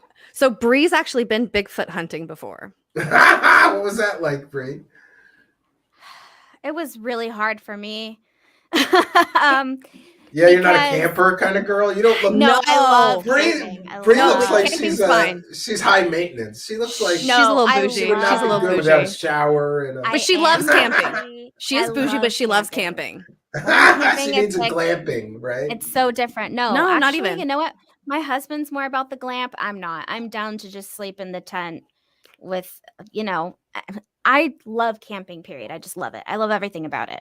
Me too. Me and my wife started with tents and all, but then after the kids and all, you just say, forget it. Yeah, I'm building a cabin and we're going to be comfortable. That's know? nice. No, it was Yeah. just hard for me because I was with a lot of people that seriously do this. It was, we had like all kinds of people. And some of them were actually on Finding Bigfoot. It was just a huge group. It's almost like a chapter, and they have a area that they go to that they don't give out their location. So you have to like follow written directions with zero service for like 3 hours. Yeah, that's what it is near the cabin. My It's husband like- and I almost got lost at one point. There's just like coyotes, wolves. I mean, like left and right, just one way. I thought we were gonna just die out there Oh no. before we found the campsite. And then I just felt like they were very excited. They were so excited to find Bigfoot that I felt like they were Embellishing. easily like they right? were Yeah. they would just like jump to anything, like Yeah, I heard a any little knock. snip in the That's wood. It's like Bigfoot it's a in the knock. woods, yeah. Everything was a knock. Everything was a knock. You hear that? Yeah. Did you hear? Like they were just so desperate, I think, to believe that he was there that I was just very kind of on the outside, like no, just a bit skeptical. I was the Oh, one skeptical person out of the whole group of like Alien Girl 25 111 people. is here. So Hey, welcome, Amy, Alien gorgeous Girl. lady. Hey, girl. And I'm sorry that I made a comment that somebody didn't like in your live chat. It was a joke. I apologize for my crude and rude remarks about somebody wanting to get their hole drilled. I apologize. I own up to my mistakes. I will not talk about women wanting to get their hole drilled in your live chat again. My You know Love what? you, Some Amy. women want to get their hole drilled, and we should just be I We know, should just right? accept it. Jesus, I We're know. just way too sensitive in this world. So sensitive. Yeah, absolutely. Do some Absolutely. butt stuff. So I wanted to also ask, because of your personal experiences, like, what do you think about the prevailing theories out there? Like, some people think that the abduction experience has something to do with reproduction. They're trying to, make alien hybrids, and some people think that it is all a mental or consciousness experience and not so physical. And I mean, there's all these different theories. One thing that gives me pause is when somebody tells you, this is what the abduction phenomenon is all about, and they say they have the answers. I'm a little suspect to that. But what do you guys think about these theories? It's And you all think it's the related above. to your experience? just- All the it's- above. It's No? all It's of all the the above. above. That's the thing, though. There's not a pinpoint.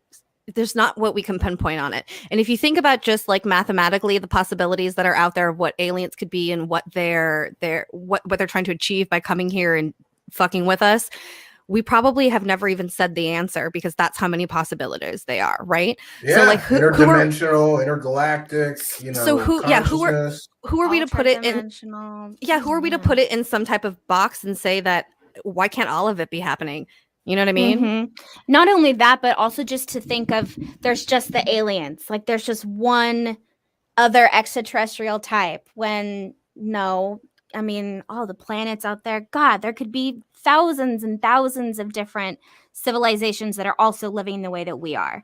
So how I can we always say say if that there's they no all have the same aliens, goal? what a tremendous waste of space it would be if there's no aliens. Genuinely. Yeah, so they don't all Mhm. have the same goal. I They're think it's not a law all of gonna be about the averages. same thing. I think it's a law of averages, and I did something with computer science to go, like, let's do a procedural generated world, and on some of the planets, just by chance, the signs for life would all the ingredients necessary for life would happen by chance, and it may only happen, like in one solar system, and then the next 25 solar systems have no life because by chance the odds, the dice roll didn't work out.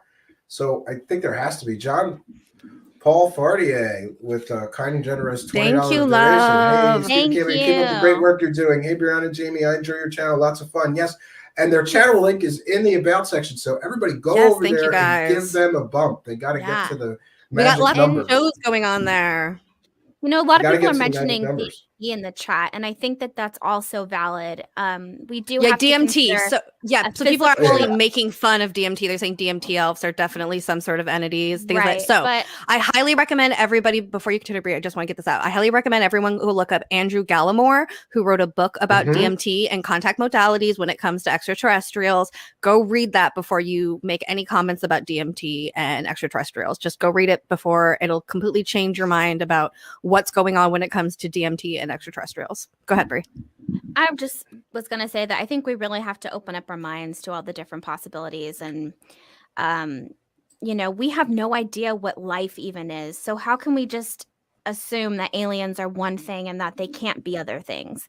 And so I think for me, it's the same thing when people say they know what it is.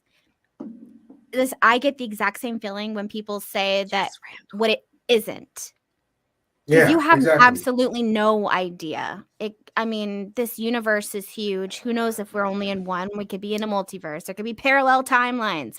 We have no idea. So we have to stop trying to put this phenomenon in a box. That's why it's a phenomenon.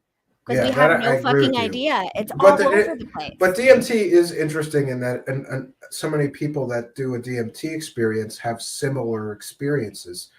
But I think, again, that could be chance. I don't know. I saw a purple being, but I like Anjali did. And that's why when I heard her story, I'm like, she got dosed or something, because so many people report seeing a purple being. In my case, I didn't think that it was aliens. I thought it was interdimensional. I thought that the veils of perception just got pulled away, and that I could see across dimensions or something. And it's interesting that you say that, though, because I think that's what Bree is talking about too, is like when people say alien, you think about alien from space. But when I think about alien, I also think about interdimensional beings and extra dimensional beings, right? Like, I don't think aliens necessarily have to come from space per se. I think that an alien, to me, I would consider not a human. That is an alien. It's not human. It's not terrestrial. It's everything. It's an ultradimensional or interdimensional. So they're all over the place. And I also think that's why there's different types of contact experiences, because we could be dealing with something physical that's on the same place with us. We could be dealing with something that's just consciousness, because maybe it has to do with all different types of dimensions. So there's other beings that can come in and out of that.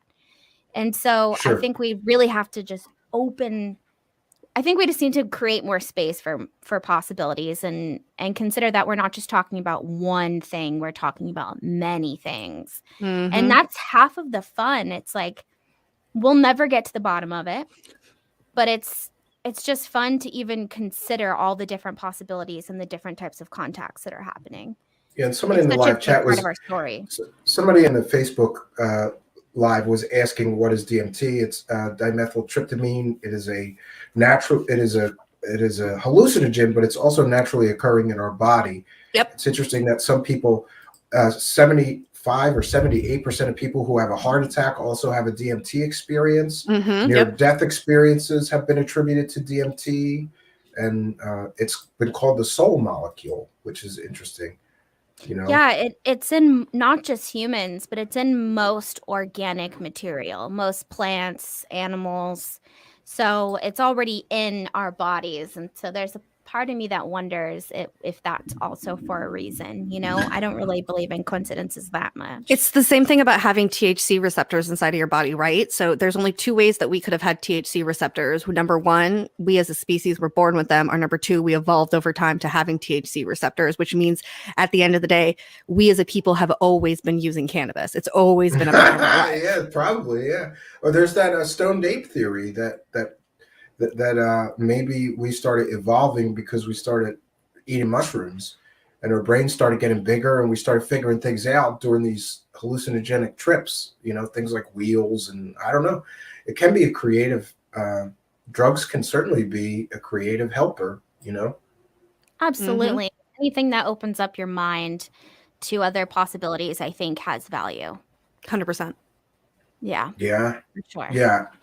So what about these? I noticed that you guys talked to Grant Cameron recently. He's still on my list of people that I like. There's very few left. Because I interviewed him before a couple times, and I'm very interested in the fact that he was all about nuts and bolts. And then switched to consciousness side of it. Switched to Yep. all consciousness and experiencers, and every person that has an experience he wants to talk to and hear about the experience.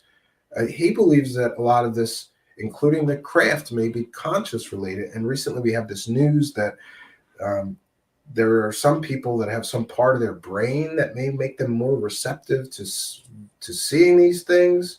What do you guys think of this stuff? Well, I will say, love Grant Cameron. we love Grant Cameron. And one of the big things that drawed us towards Grant Cameron is the same thing as you. He went from this very nuts and bolts over to this very consciousness side. And that's kind of been my personal journey as well over the years that I've been investigating this. I started off very like government documents. I want to talk about the old stories and things. And then over time, I evolved what it is I talk about in this subject. And Grant is one of those people who did that switch, and it hits home for me because I recognize so much of what he has. It's just, you keep researching for so long that you just get to a point where you realize it's so much bigger than just what you're looking at on your computer, you know?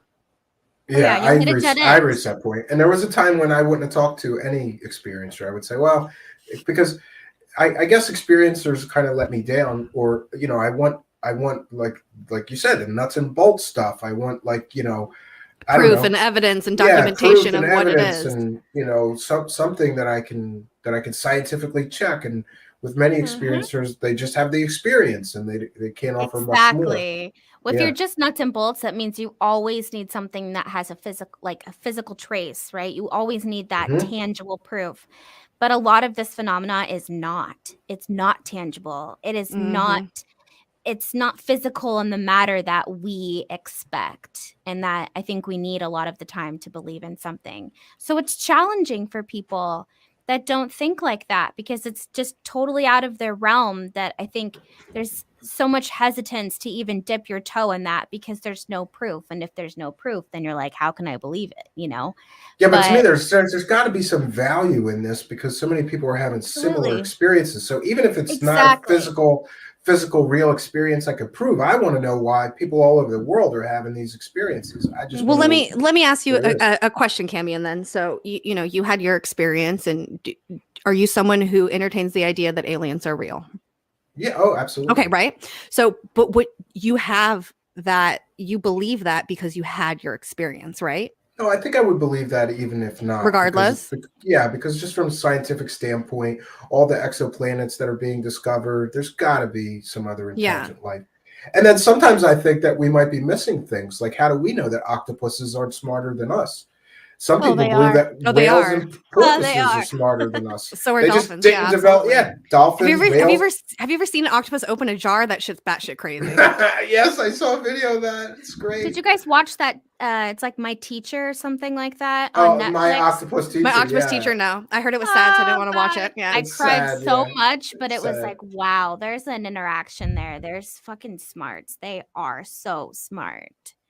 It's mind blowing.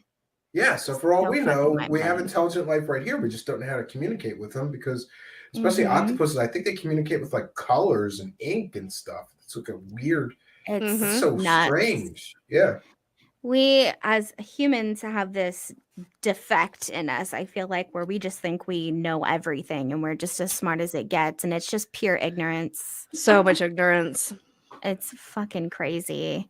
And Grant Cameron's book, Contact Modalities, is so good. And he really breaks it down scientifically, the different parts in your brain and what they're responsible for. And I think if anyone's interested in even dipping their toe on the consciousness side, that's the book to read, because he does take you. He takes you from the science to that. And I have that book, but I got a shelf of books I never read, because I'm always like, you know, I think when I buy a book, what I'm really buying is the thought that I'm going to have the time to read it.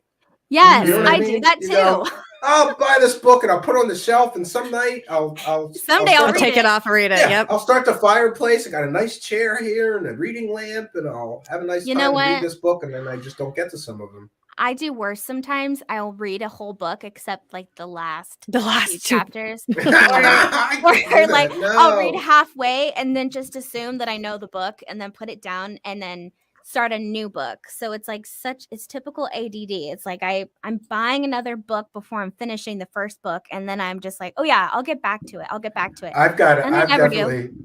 definitely got ADD. I've had it all my life, and so do I. I'm an expert at getting many things 90% finished. Same, Right? 100%. Yeah. And then I start something new before I get that other 10% done.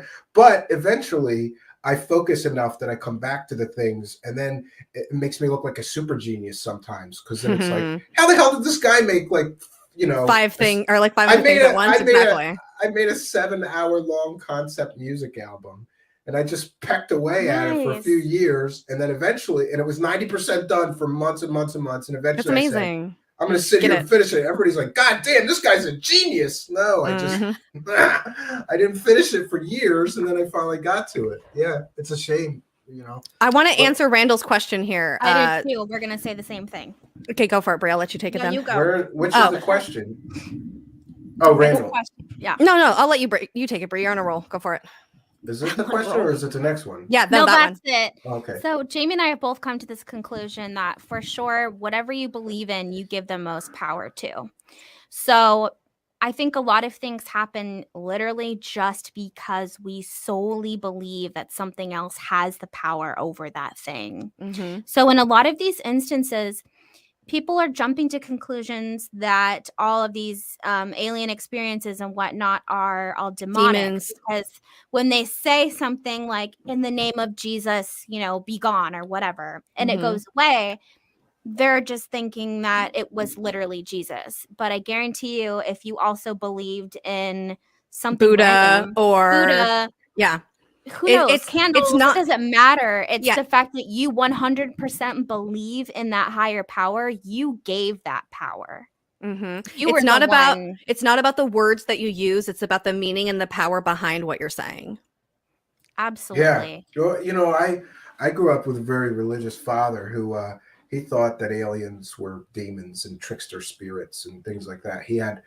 They're not from other planets. That's from the devil. And like, he would get pissed off if we had like, alien stuff or books or, like, it's kind of crazy, but he was that religious, and he was convinced that the whole thing was trickster demon spirits that were trying to trick us into believing that they were from outer space. And I always wanted to say, like, for what reason would they do that? But whatever, everybody's got their own beliefs, and Catholic brainwashing will do that to you, I guess. Yeah, for sure. And I mean, I can understand where they're coming from, because they've stuck to a certain belief system. It's a complete belief system. You've convinced yourself of that, and then also just to block out anything else that doesn't exist in that box. And it's just automatically, if it's not in that box, no, it's not that. And I think that more and more people are starting to break out of those boxes and are still keeping their faith, but then also realizing that there is room for more. Mm-hmm. Yeah, that's very profound. That's a hard step to take for a lot of people. Well, I think for a long time, more. Spirituality and religion had a cap, I think, on it. And I think that in our new society, that cap has been taken off. There's not a cap on it anymore. And it's really scaring a lot of people who have been like in the old world when it comes to religion, because the new world isn't going to stand for that anymore. It's, you think about it the same way, like the Queen had to adapt to the new rules, right? The Queen had all these crazy rules over in England that she follows, but all of that is drastically different now compared to what she did 40 years ago. Yeah, and you're right that the subject is now becoming so much more mainstream. Before it was just people would chuckle when you mentioned aliens or UFOs, and now because of recent admissions, they're like, well, they're real. Oh. We don't know what they are, but they're real, and that's an important first step, I guess. Yeah. So what do you guys think? One of the other things that I've been thinking about is people with absolutes. Like, there's some people in this field that say, oh, all the aliens are benevolent, and then there's other people that think they're all evil. I think it's absolutely naive. Yeah, I think that they're neither, because I think that at the end of the day, what we use are earthly words to describe things, and we describe things as good and bad, what is here on earth. But saying good or bad or benevolent or not benevolent, how are we to grasp or understand that when we are only looking at it from our perspective, right? Think about it when we tag animals like whales in the ocean. from a whale's perspective, it looks like we're being very aggressive. We're kidnapping them. We're literally stabbing them with things that track them. And to that could seem super bad and negative, but realistically, what we're doing is we're trying to help them. We're trying to further along their species. But from their perspective, we're the asshole. That's a very good way to look at it, actually, because they could be. I've often thought, people ask me, well, you've been looking at this for a long time. What do you think they're here for? And I've often thought that it's some kind of anthropology project. Like maybe they're, tens of thousands of years ahead of us in technology. And of course, they would be interested in a species that's so far behind them. Like, let's study these people that just discovered how to split the atom, because we did that 100,000 years ago. And we don't really remember what that part of our technological development was like. And maybe we can learn something about our own history from this species that is going through that now.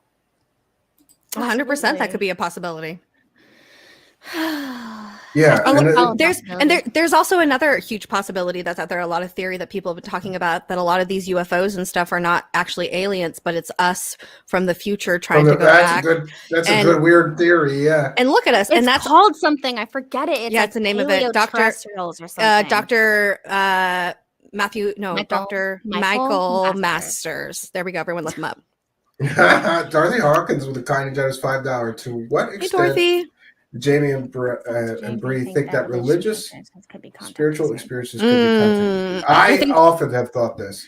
I think that used to be people saw angels. After so 1947, people started seeing aliens instead of angels. Yes. So if you just look strictly at the Bible, and we talk about the same sense, I'm talking about how we have earthly words for things, right? When you talk about things like angels or chariots in the skies with fire, to me, that is textbook describing of aliens, right? You have something that looks like an angel, etheric, it hurt my eyes to look at it kind of thing. That could be an extraterrestrial. And these flaming chariots in the sky could be their UFOs. So I think when a lot of people have these experiences with things like maybe guardian angels or angels and things like that, who's to say that they're not extraterrestrials, especially when you think about extraterrestrials on an interdimensional realm and not necessarily only coming from space. So I think that there's a huge parallel in that. And I think that a lot of people probably have a lot of experiences with aliens, but because of their religious upbringing, think that it's something completely different than what it actually is. Yeah, I mean, we all see things through the prism of our culture that we've experienced. Exactly. So, like I have a Jewish friend, and he had poltergeist or weird activity in his house, and he saw it through the lens of being Jewish. That this was like a Jewish bad spirit. It wasn't. It wasn't the Christian version. It was the Jewish version of a bad spirit, or whatever the case may be. I was raised Jewish, and I will say I did within the past year or two actually talk to my rabbi about aliens and what the thoughts are, what's inside the Torah. And he came back to me a few days later and absolutely said that there are aliens inside the Bible, and for us as a human to think that God couldn't create more than one thing in this universe is incredibly selfish of us as a society. And I felt that super refreshing coming from somebody who's very serious about religion. And I think it's because he also realizes that it's a time where we can't, you have to think about that way. You can't keep putting your stuff into a box or people are not going to be subscribing to your stuff anymore. Yeah, it's a big, I went through a strange time in my life where I was very Christian at the time, and I was stuck with people tell me that because I'm Christian, these things aren't real and it's something else. But I've experienced something totally different where I knew it was something different. And I was in this weird, back and forth, not compute. Does not compute. I thought my brain was going to explode. I was like, what do I do? What do I do? And at the time, the only thing I knew was to just pray on it. And I prayed on it and I prayed on it and I prayed on it. And I just was like, tell me what is real. Tell me, show me. And over time, it kind of led up to a huge UFO sighting. Mm-hmm. And in that moment, I realized that both things can exist. And you can still believe in God, you can believe in Jesus, and you can believe in those miracles. But at the same time, we also, I think, should be aware that people did write those books. and there were things that were left out of those books. And who's to say that some things were added for more control over the people at that time? Oh, absolutely. The Council of book Nicaea, was- where they decided what went in and what got left out. Exactly. I'm a big supporter of the lost books of the Bible. And one of the most interesting things is, if you want to know why they left some of those things out, the Gospel of Thomas says there should not be a physical church. You should worship God outside. Outside, in absolutely. nature. But here's the thing: if they didn't have churches, they wouldn't have donations to support the no money. church. No money. Yeah. So thank you, Dorothy, for your kindness, your generosity. Thank you, Dorothy. And also, I wanted to mention this because if we talk about religion and some of the things that have to do with angels, there's a fascinating article or written work by Pope John Paul II, and it's called the Catechism on Angels. I highly recommend that if you're interested in aliens, you got to read this, because in this, it's a pope, and I'm fascinated by him because I thought, well, he's got all the secrets of the Vatican, so his writing's he's got to be on point. And in this Catechism of the Angels, he says that the angels are separate beings from humans that God created also in his image, but different, and they have been with us throughout all of human history. They predate humans. They were made first, and they have always interacted with us since the beginning of our species, and they are, to his view, a brother species also created by God to us. But there's distinct differences, of course. They're not physical. They're, incorporeal, or whatever the term that he used. But it's just, this whole thing that he wrote is so fascinating because it does kind of relate to what some people could consider interdimensional beings or aliens. It's all related. It 100% is. And I think that a lot of people are very scared and afraid to admit that. So that's why you don't see a lot of, I think, people reading those type of documents from the Pope. You know what I mean? Because it's still a taboo subject when it comes to the religion side of the world, especially people who are very deep inside of religion. And I don't know, man. I wish more people would be open to that kind of stuff. I wish more people who were preachers and pastors and rabbis and things like that would go out there and start talking about things in a more university realm and not so earthly. Yeah, some of them are interested, but some of them are like, that's kind of taboo. They don't really want to get into that. Exactly. It depends on who you ask. Growing up, I knew some priests that were into demons, which is a strange subject, but it's interesting that he's a priest. And I had one growing up that was a Jesuit, and he was one of my teachers in high school, and he was obsessed with demons and demonology. And it was cool because I could talk to him about these things and not. Some of the priests, if you start bringing this stuff up, they're like, "Why are you asking? Are you into Satan? Are you casting spells? You got a Ouija board? You got to come to confession." Like they're not into that stuff, but he was into it. He was way into it because he believed that these demons were the rebel angels, and were cast out and all of these things, and he studied each of the demons and the hierarchy of the demons and this demon's name. That is so interesting. And stuff throughout history. Yeah. What's the fascination with that? That would seem a little off to me. Yeah. We interviewed a Catholic priest exorcist here. That was a trip. The guy was an actual Catholic priest exorcist that had performed exorcisms for years. Wait. And what's his name? Does he have the Fifth Kind TV? Paul Wallace? No, I don't believe that was his name. I could look it up, but he was involved in that Hell House with Zach Baggins for a time. Oh shit! Yeah, that tripped me out when I saw that. I was like, yeah, that guy's creepy, and the stuff he does is creepy. I don't like it. He has his hotel here, or not his hotel, his museum here in Las Vegas, and it's like $50-something to get in to walk around to go see his haunted dolls. Yeah, and it's just a bunch of crap. It's just a bunch of stuff in the room, I know. It's a bunch of crap behind glass walls, right? Yeah. You don't get possessed in there? I don't know. Yeah, maybe. You never know, right? I don't like that dark stuff. See, and I live for the dark stuff. I'm always trying to conjure the dark shit up. I joke, but I'm not like actually down. I had a lot of books on magic and all that kind of stuff growing up, and I just read them. I never did anything because I was always afraid that I would end up in a horror movie. Right? You're like, yeah. That's why Brie Yeah. won't let me play with Ouija boards. Really? No. Yeah, she They're won't. No. according to Catholics, those are dangerous. That's a gateway. I've played with them before. I've had weird Exactly. experiences with Ouija boards before. She won't let me play with them with her though. No, I don't think Wow. she should play with them even without me because it'll transfer over to me anyway. Yes, bring the demons. She's gonna bring all that crap towards me. I don't think so. Talk about a lot Trying to here, play but fire.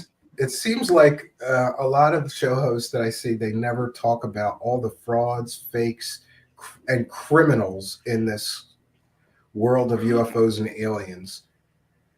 And I'm sure you're aware of some of them, and Yeah. you know, I think that there's a big problem here, and that is that most people aren't even willing to acknowledge that there is a problem with that, and you can't fix a problem until you acknowledge it. So I say, let's talk about these con artists.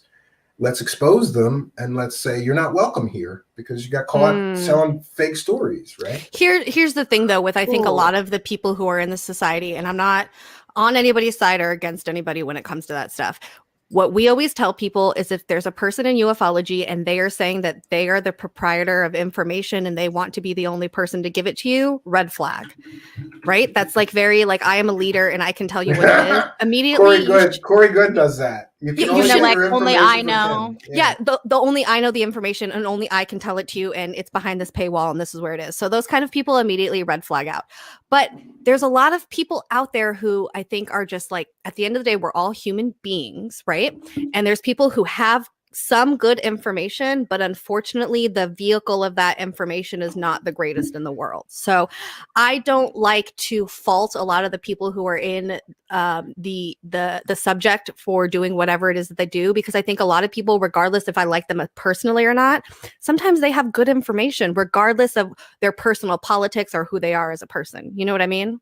People Yeah, I also get that, but change. when- Like David you- Wilcock changed a lot. I think David Wilcock started off as someone He that was did more have good genuine. information. He He was was more genuine. genuine when he started. He really meant Exactly, it. yeah. And then it is. I think it's a fame thing, and I don't even know like what went wrong there. Maybe he was like cloned and possessed or something. But he took a hard left turn. New theory. You heard it here first. David Wilcock got replaced with a clone, and that's why he's out there scamming everybody. Because Yeah, he I- wasn't like that for the longest time. Like I loved his books. I was about him. He seemed down to earth, genuine. He didn't have as big of an ego, and all of a sudden the ego just went. It turned into a monster. And that's what I mean. The vehicle that is himself. giving us this information, a lot of times it's because we're human and our egos get in the way. So it sucks that gets in the way of sometimes good information that's getting out there, and it gets misconstrued and gets wrapped up in this weird, sometimes culty bullshit. and then we have people again looking down on the things that we're looking into in the subject that we're researching because shit like that exists. Yeah, and then also I do realize once in a while I've said I have to soften my tone because I don't care if somebody makes a mistake and then they admit it and they say I was misled by this witness or whatever. But when you got people that are like pretty much caught selling 3 completely fake stories over the years, it's like how many times am I going to give you? So I'm all for a 3 strikes rule. You could do 3 hoaxes, 3 fake stories, but then you're done. You're done. So you got. But I think part of it too, though. One strike for me and it was done. part of it too, though, is like we also keep giving attention to these people by continuing to talk about them, regardless of whether or not we're talking about positively or negatively about them. It's creating more buzz about them. So sometimes I think it's better to just not mention some of these people because eventually they're going to fade away over time. And I do feel bad that a lot of people fall into their traps, but like we can't be out here saving everyone though. Like at the end of the day, if you're a person who's susceptible to that kind of shit, you got some work to do.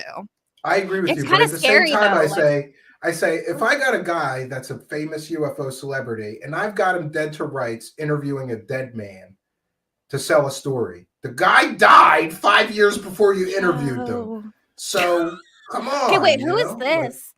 This is Richard Dolan and Jeremy Corbell. They interviewed this CIA deathbed confession video. They made this video. They sold that story. And Linda Wait, he was already dead?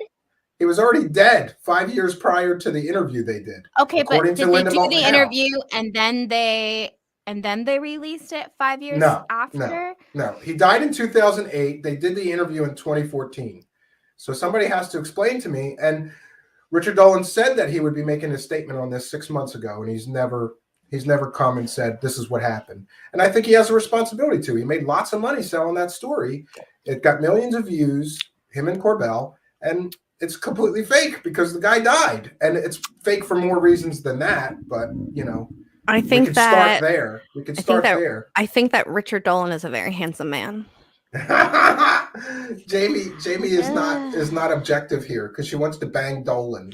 I'm disappointed that Jamie wants to bang Richard Dolan. Okay? I will say I think that Richard Dolan is the most attractive man in the UFO field right now. So I give him that tip of my hat. So Jamie, do you have daddy issues? Come on. No, we call him Daddy Dolan. We call him Daddy Dolan. That's our nickname for him. I think Jamie has daddy issues. Of course I do. Who doesn't? Who doesn't have daddy issues? Who doesn't have them these days? Jesus, come on now. All of us do. That you remember. How do we know? Like, I feel like this could happen to anyone, and that kind of scares me too. Maybe like once you reach a certain level in the field and people come to you all the time and you think that you're vetting them out, and then it's like, is it too late to back out? You already made a big deal out of it. So, and you need something to sell. That's the other thing. It's financially motivated. He needs to constantly come up with new stories to sell to keep the ball rolling, new books, new stories. But that's what, then we get into the bigger picture of what is UFO-tainment and difference between UFO-tainment and UFO education, right? And there's a big divide between that. And I think that's something that I've said a lot of is what this field needs is a lot of new faces, specifically not old white men talking about UFO. That's why I was happy to see you guys. We need new perspectives and we need new people talking about it, because as much as I love Daddy Dolan's not giving me a lot of new information these days, right? And I would love if just new real shit came out, and I just don't see a lot of the old white folks giving us that information these days. So I welcome new people coming out, new whistleblowers who are coming out daily. Bunch of old white dudes, right? Yeah. A lot of the same information, and but I don't really know who could enter the field other than who's already here now, the little people, the three of us kind of, I don't. And I think that's the thing, though. It's not about one person getting super big and taking over the UFO world.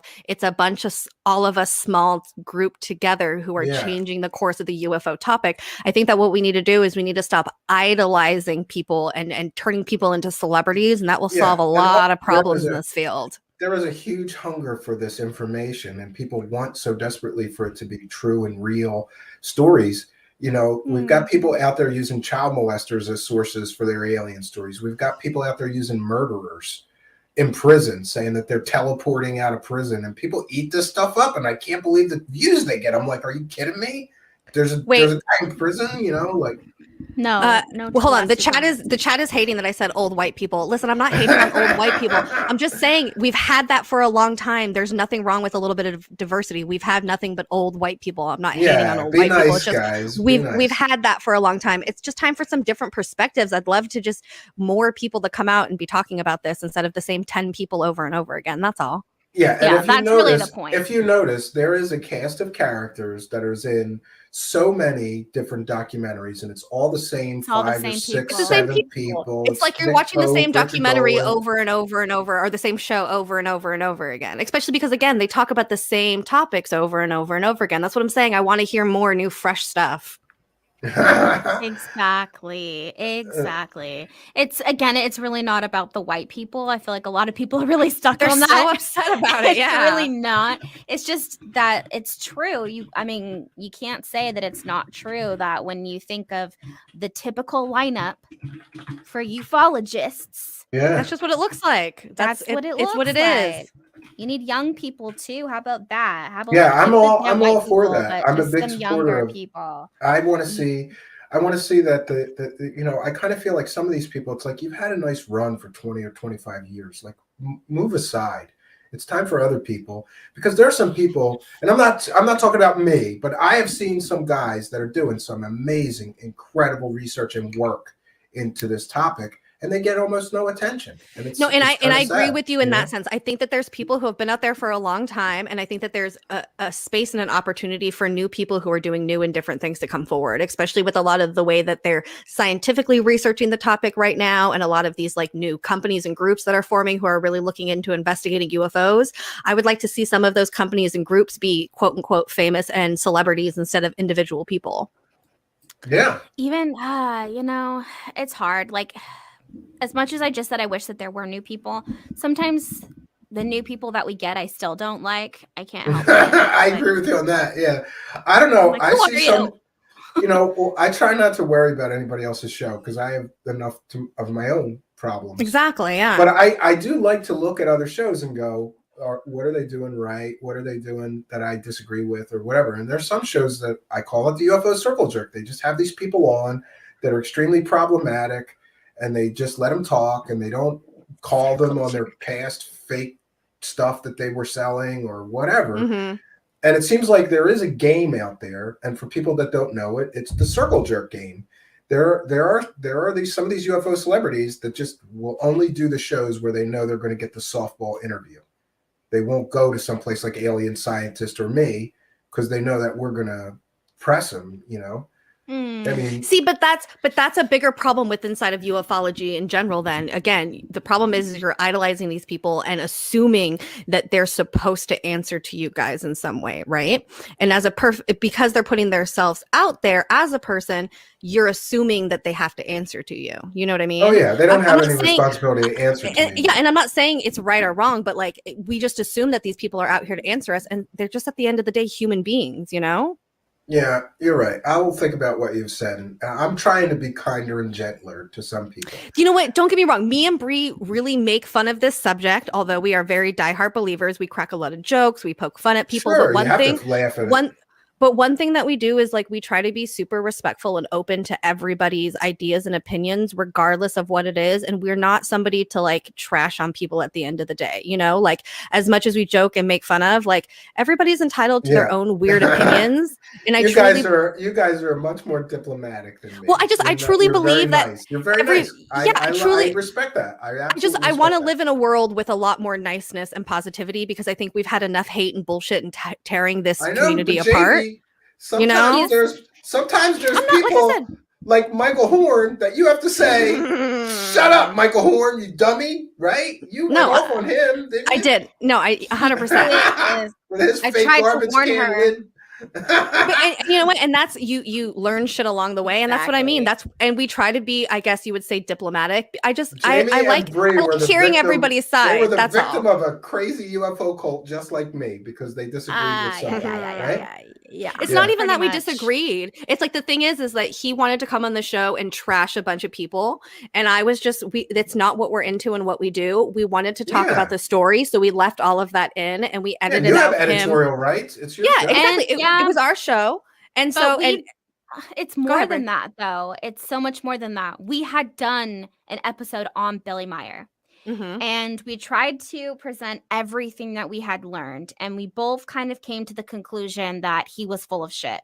Mhm. And so we let Michael come on to try to show us evidence that he isn't full of shit. So that's what the episode was supposed to be about. He was supposed to be there to prove his case, not to shit on other people. Exactly. So it's like, what are you doing here? We invited you to prove to us that Billy isn't full of shit.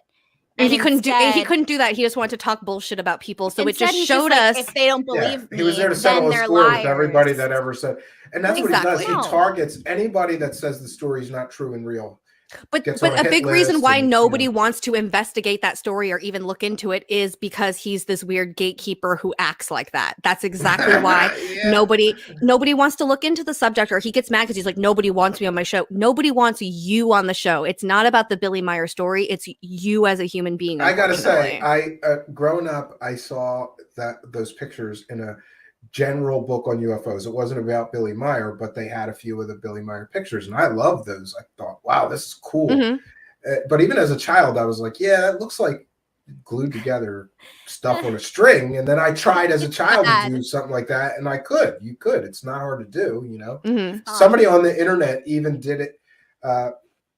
there's a guy on the internet who did all this debunking, and he built the models, hung the strings, and filmed it all with one arm, just to prove. Because that's an argument. That's been an argument for years. He's Oh, like, how could he do this all with one arm? So, Mhm. so this guy on the internet, on YouTube, he did it all with one arm, and he filmed himself doing it. So there's no way to argue with that. And Mikey Horn is crazy, and you know, they're real big on like saying that Billy Meyer predicted all this stuff, but he could never show me copyrights or proof that he predicted it before the events. Yeah. It always seems to be after the events. It's like, oh, this happened. And suddenly they dig out some book that they say was published 20 years prior that he predicted. And they were like, here you go. It's but here. nobody else had that book, just them, you know? And it's vague. It's all Super vague. vague. And they're just saying that's what they're talking about. But it could be about a million things. Mm-hmm. And so it's not like... my wife says my next old white guy is going to be a sugar daddy. So thanks for that. I'm surprised she's listening. She never listens to the show. She must be bored as shit or something. Hello, wifey. Yeah. Hello. Yeah, she's interesting in that she has zero interest in any of this. She just calls okay. it, you know, once in a while she'll say like, "Who's on the show tonight?" And I try to explain it to her, and she's like, okay. Okay. Yeah, okay.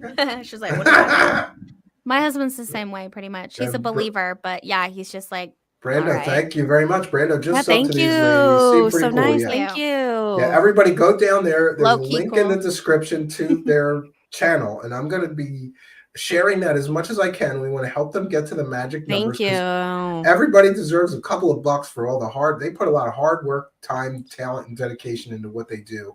We do. I will say though, we're new to the YouTube world. We've been doing our audio podcast. We're going on our 5th year now, and we've been living in audio land for a long time. And we recently, within the last about 6 months, been kind of transitioning over into this whole YouTube world. So it's kind of a journey for us. So you guys if you subscribe, you're along for the journey for what the hell our channel is going to be. It's just ever evolving and changing.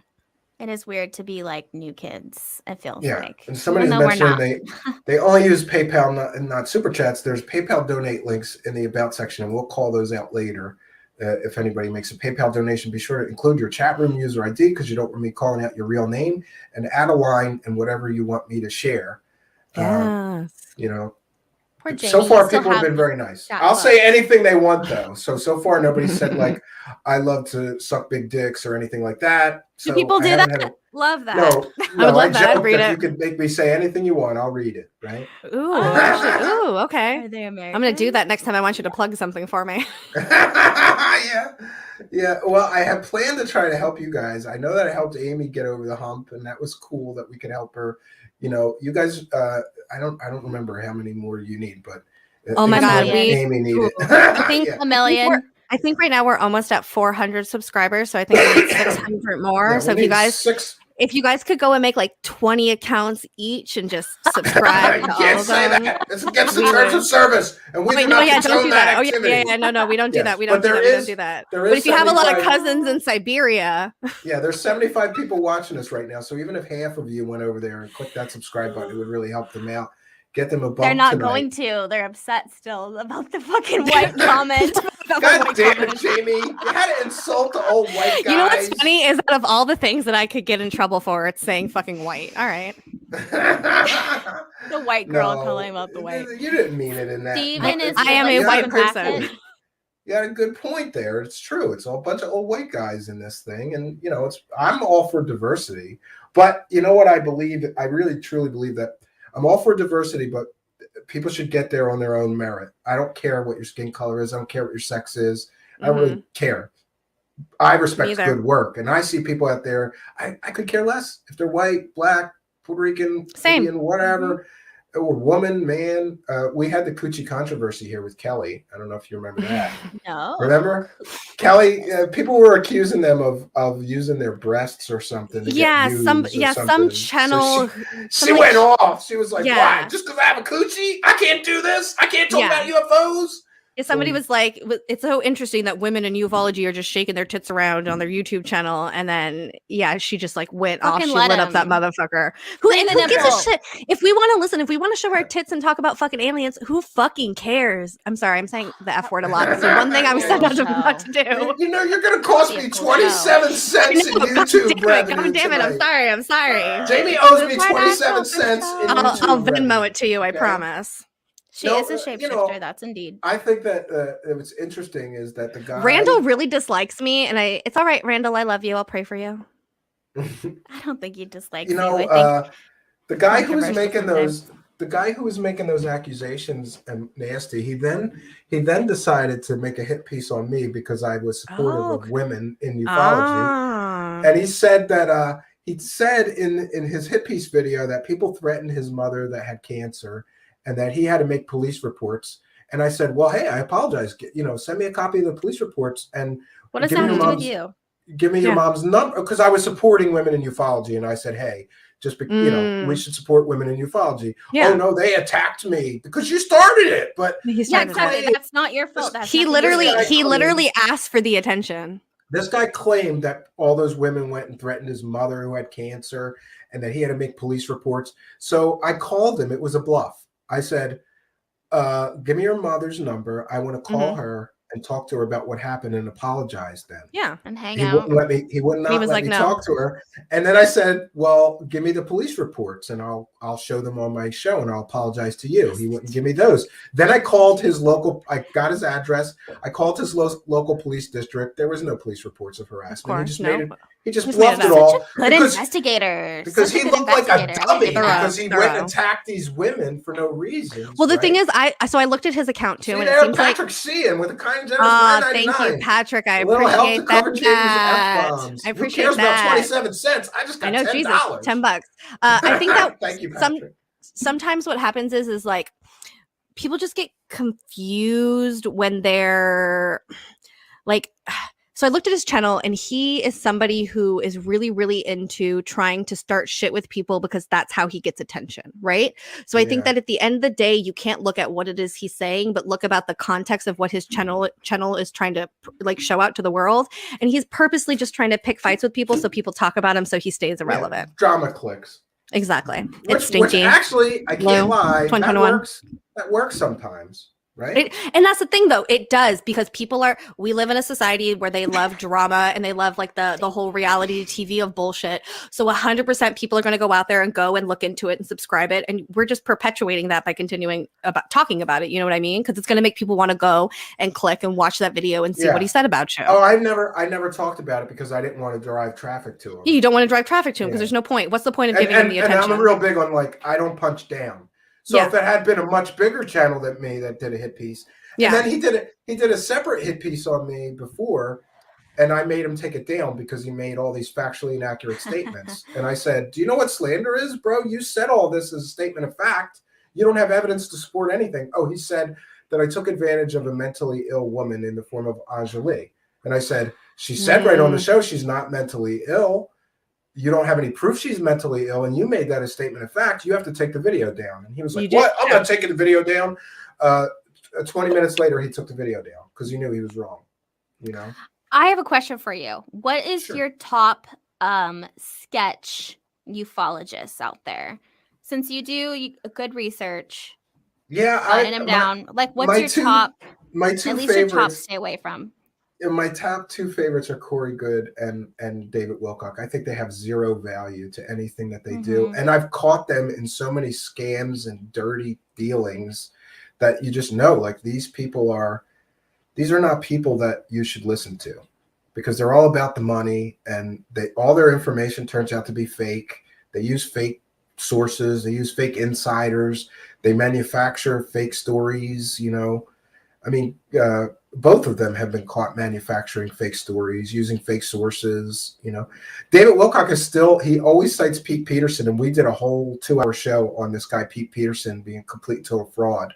Like, every line in his bio was made up and not true. He said he worked for the Russian space agency. We checked with a Russian space historian. That wasn't true.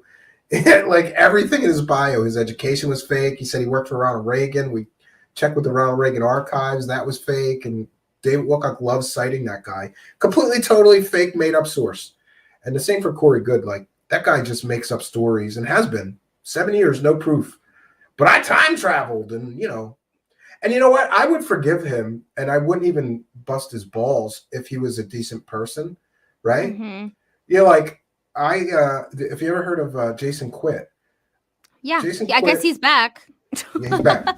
Mhm. But Jason Quitt tells what I would say are similar stories, that not space adventures, but he's had these metaphysical Space adventures. but Jason Quitt has had these metaphysical weird time jumps and weird. I Right, have his book but it's here. not. Yeah. It's very not interesting. Like physical.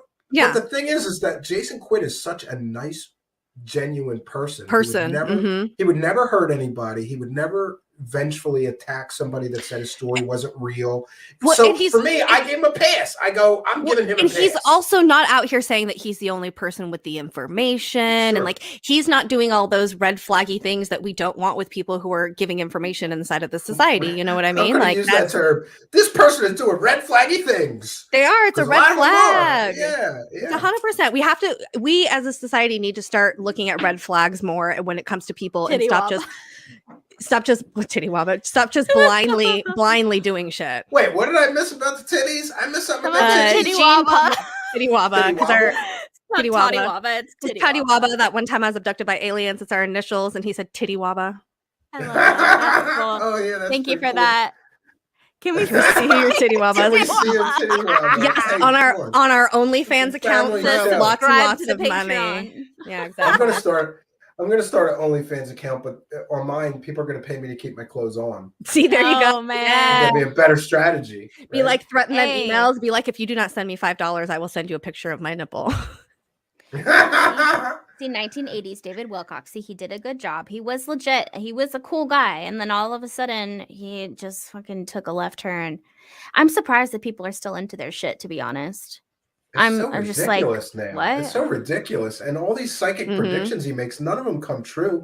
He predicted that Trump would win the election in a landslide. Then when that didn't work out, he said the results will be overturned and Biden will never step foot in the White House. And you know, I look none of like that Jenna happened. Marbles. Keep your Thank mouth you. shut. That's actually sweet. I like that. The Thank you. second that Corey Good tried to sue people for using the term Oh my god, SSP for secret space program. I It was like, I'm done. Yeah. You just he was gaslighting himself. Like that just looks so Yeah, it's sketchy. It's not about disclosure. You know what else is interesting about him? Everybody that works with or for him has to sign a non-disclosure agreement, but he's Yes. Mr. Disclosure. It makes no sense. Like, really, Mr. Disclosure? I got to sign a non-disclosure agreement to do your website? That's some other red flag shit. Anytime somebody wants you to sign a fucking disclosure like that for no reason, there's a reason. I think the day that he didn't sign my book is when his head got so big that I was like, I'm not in. I Oh, can't please be tell in the story. anymore. Tell the story. Tell the story. Oh, come on. He wouldn't sign your book? Yeah, A so tell the long story, time Brie. ago, I was a big David Wilcock fan. I used to read all of his books, and it even like the first time I saw him lecture, I was too shy to ask him. I used to be super fucking shy. I was too shy to ask him. So the second time I went and saw him lecture, I did bring all my books, and Jamie and my husband basically like pushed me to go ask him because I was still fucking shy as hell. Mhm. And I asked him to sign my book, and he said no. He was like, He just said no? not now. He was like, no, not now. And he wasn't doing anything. Yeah. And I And was you know what He else? was literally standing. He's very I interesting in was that so all the hurt. other I guys. was like a tear. I like walked back. She with my literally, book. like, the rest of her day was ruined. She she was was so upset, upset. right? Yeah, she was. You know what's 'Cause she funny, had, like, though? all I her was like, books.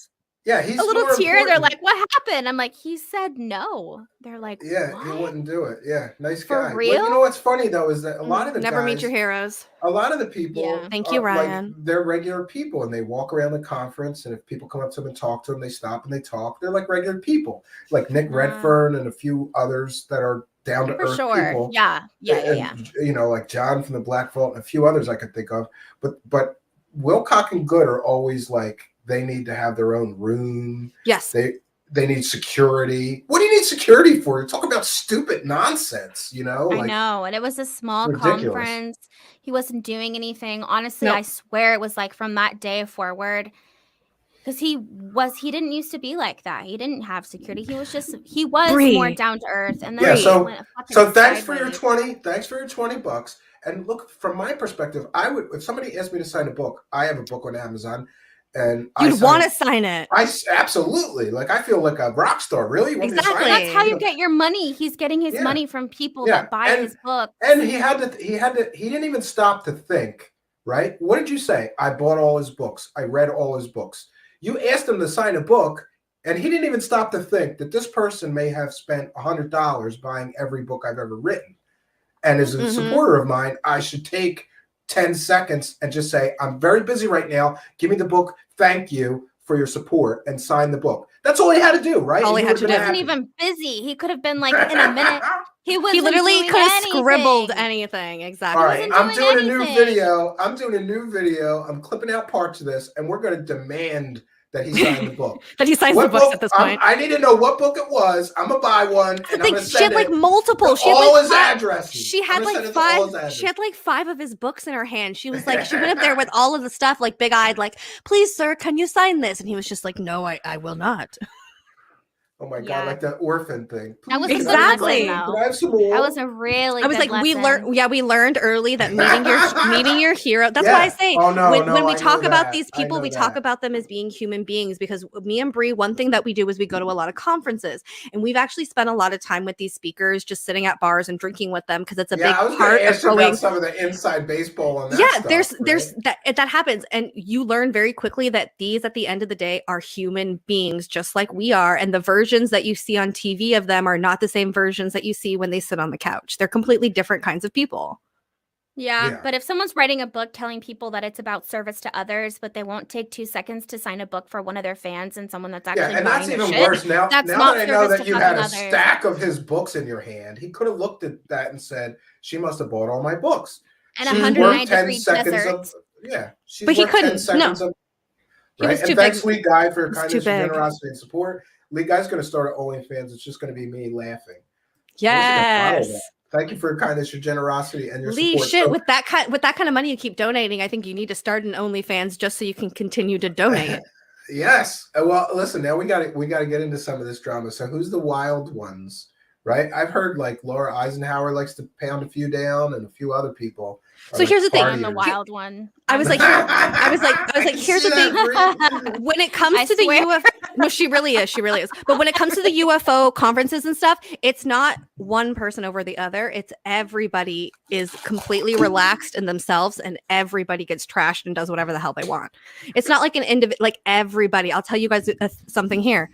Nick Pope got really drunk. Me and Bree might have got him drunk by buying him tequila, and he ate all of my nachos. This is a true story that happens. I have would've no filmed idea if this. I have no idea. We have pictures of it. We have no idea if he remembers eating my nachos or anything like that, but he did. That's the kind of stuff that happens there. So it's not that like it's not like there's too much to dish, because everybody is just like hanging out and having fun. And you have to be there and in the moment at the night when everybody's been drinking, they've been hanging out all day and learning new information and wanting to talk about things. And it's a really super cool vibe to hang out with these people and just talk to them and like learn more about the subject.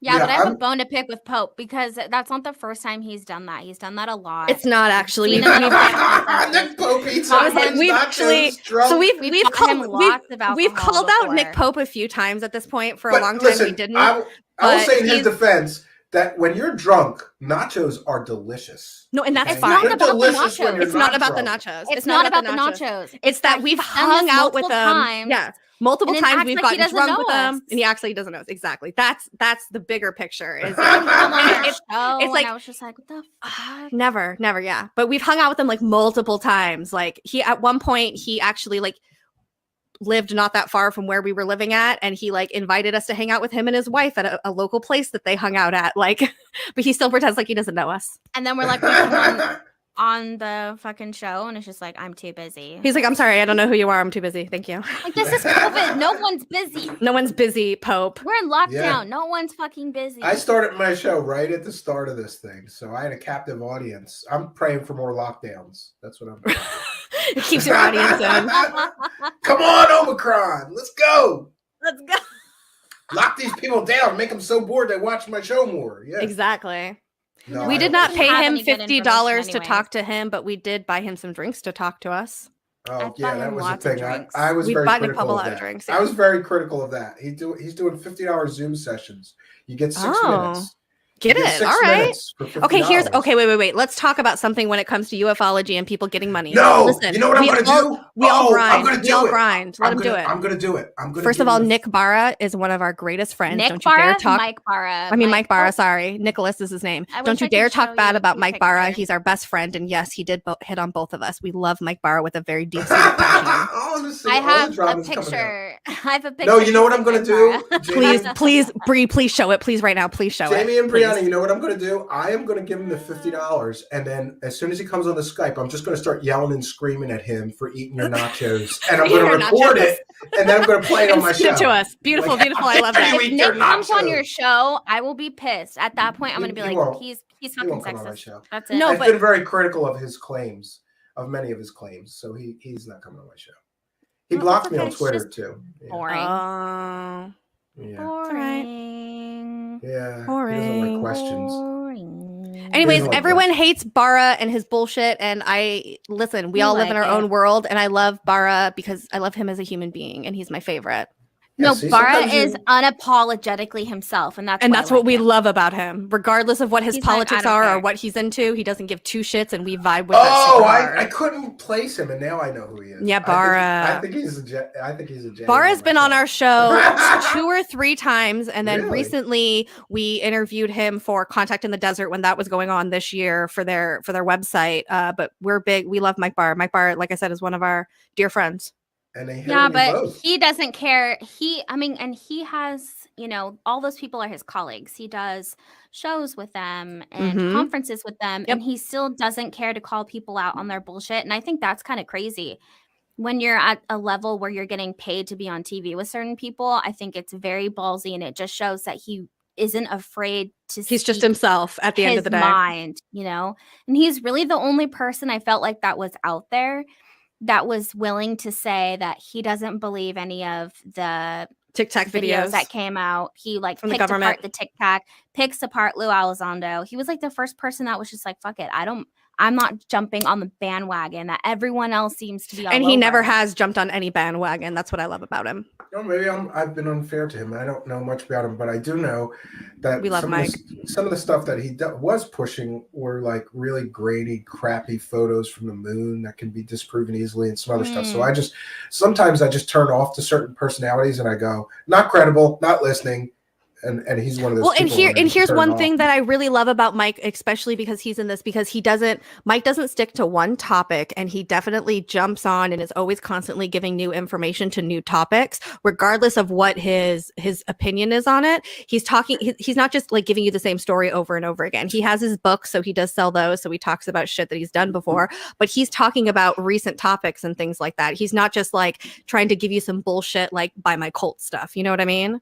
Yeah, He's underappreciated, guys. We're big Mike Barra fans. Honestly, I'm gonna clip this and send it to him because I love And him. I don't agree with a lot of shit. Hey, he I would says. interview him. But I would have to. You should. He's a I would great have guy. to read a couple of his books first before I do. You that, should. He's a because really I'm good not guy. familiar. I've seen him around. I just not very If you want a familiar with shortcut, what- you could go listen to. Like I said, we interviewed him twice, 3, Yeah, I 4 would times on listen our to that. show. Go listen to it. You mean you're gonna buy his books and not Yeah, read buy it. them, but you're gonna No, buy I them. will. in hopes If that you will. I interview somebody, that forces me to read them. Sometimes I book interviews. Like we had David Halperin, and he had this really amazing book on spirituality and UFOs and mythology. And I wanted to read it, and I knew if I booked him as a guest, I would read it, and I did. There you 'Cause I didn't want to go. do the It's interview motivation. unprepared. So yeah, it motivated me to get it done. Right. Evidence that UAP a lot. Oh, and people are commenting that he hit on you both at Contact in the Desert, right? 100%. Look, there you go. Look, there's Mike Barra and Bree.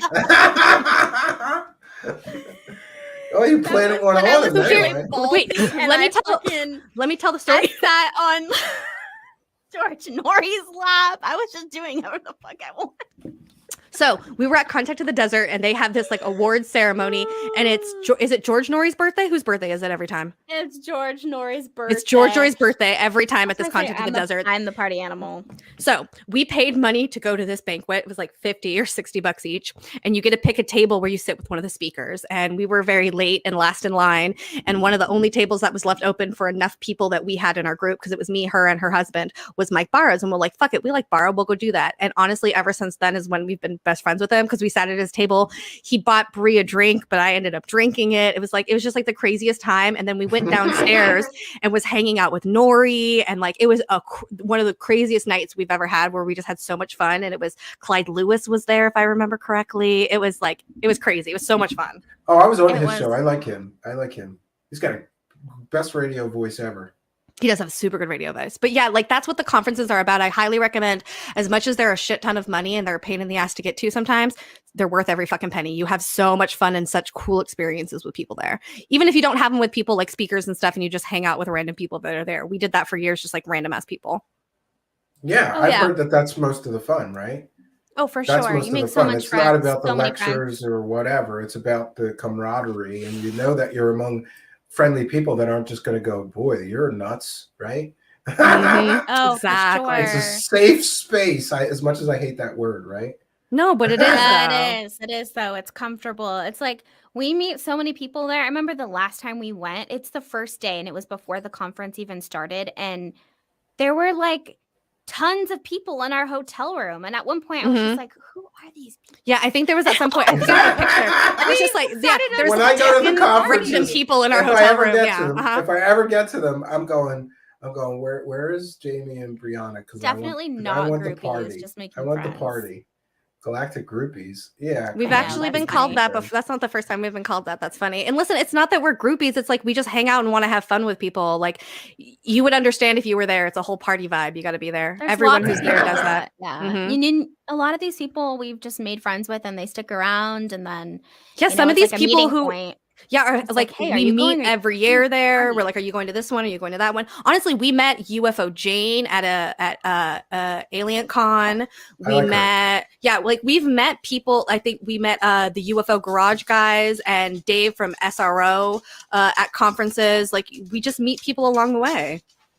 about the Glitch wants a fun. tall Nordic girlfriend. Hey, That would don't be we Well, all? it's like think They're all about it. hot. People come to the chats, right? You see people talk and then you come to the chats, everyone like makes friends, people recognize each other in the chat. It's like that, but in real life. In real life. And then Mhm. it's like, hey, you want to take a shot? Like, you can't tell me that's not fucking fun and that you wouldn't want to go. Doesn't mean we're all groupies with each other. It's just literally that we all want to hang out. It's so Exactly. much fun. No, I can see And it, you and I've can't heard make from so these many kind of different people that people- they had more fun with just just hanging out in the conference rooms and stuff before the actual event, and meeting people, and like I said, it's a strange niche interest. So it's just like going, if you're hugely into Dungeons and Dragons and you go to a Dungeons and Dragons convention, you're gonna have a good time because you're with your Hell peeps. You're with yeah, your because people that everyone are accepts interested. you. The Exactly. conversations too that are had, oh my god, it's like it goes all over the place. People aren't Mhm. afraid. Where obviously you're not going to go down to local Starbucks and have a random conversation with a bunch of people there that are willing to talk about alternate universes. So it's like, Mhm. it's Yeah, you gotta find the right kind of people to start. Yeah, you have to be To super start specific being- with that To stuff. start Yeah. being genuine with your crazy interests, right? I don't talk about any of this stuff to regular people, and it's funny, most people don't know what I do. So, once in a while somebody will find out, and then they tune in and they go, "Wow," like, "Oh, I didn't know." so You that's what you're into. Yeah. I'm into butt Yeah. stuff and anal probes and aliens. That's it. So are That's we, my I thing. guess. So are we. We're about the butt stuff. About the butt stuff and not afraid to admit it. Not afraid. No. Yeah, and we- you guys mentioned before, I totally forgot about it. I'm sorry, but I have a note here Yeah. that you guys have some news that you wanted to talk about. Okay. So we're gonna dish now. We're getting to the So- good stuff now. as we are trying to figure out our channel and meeting a lot of people in this field and in this group, trying to find our footing, we've decided that what this field needs is a yearly awards and wrap-up show.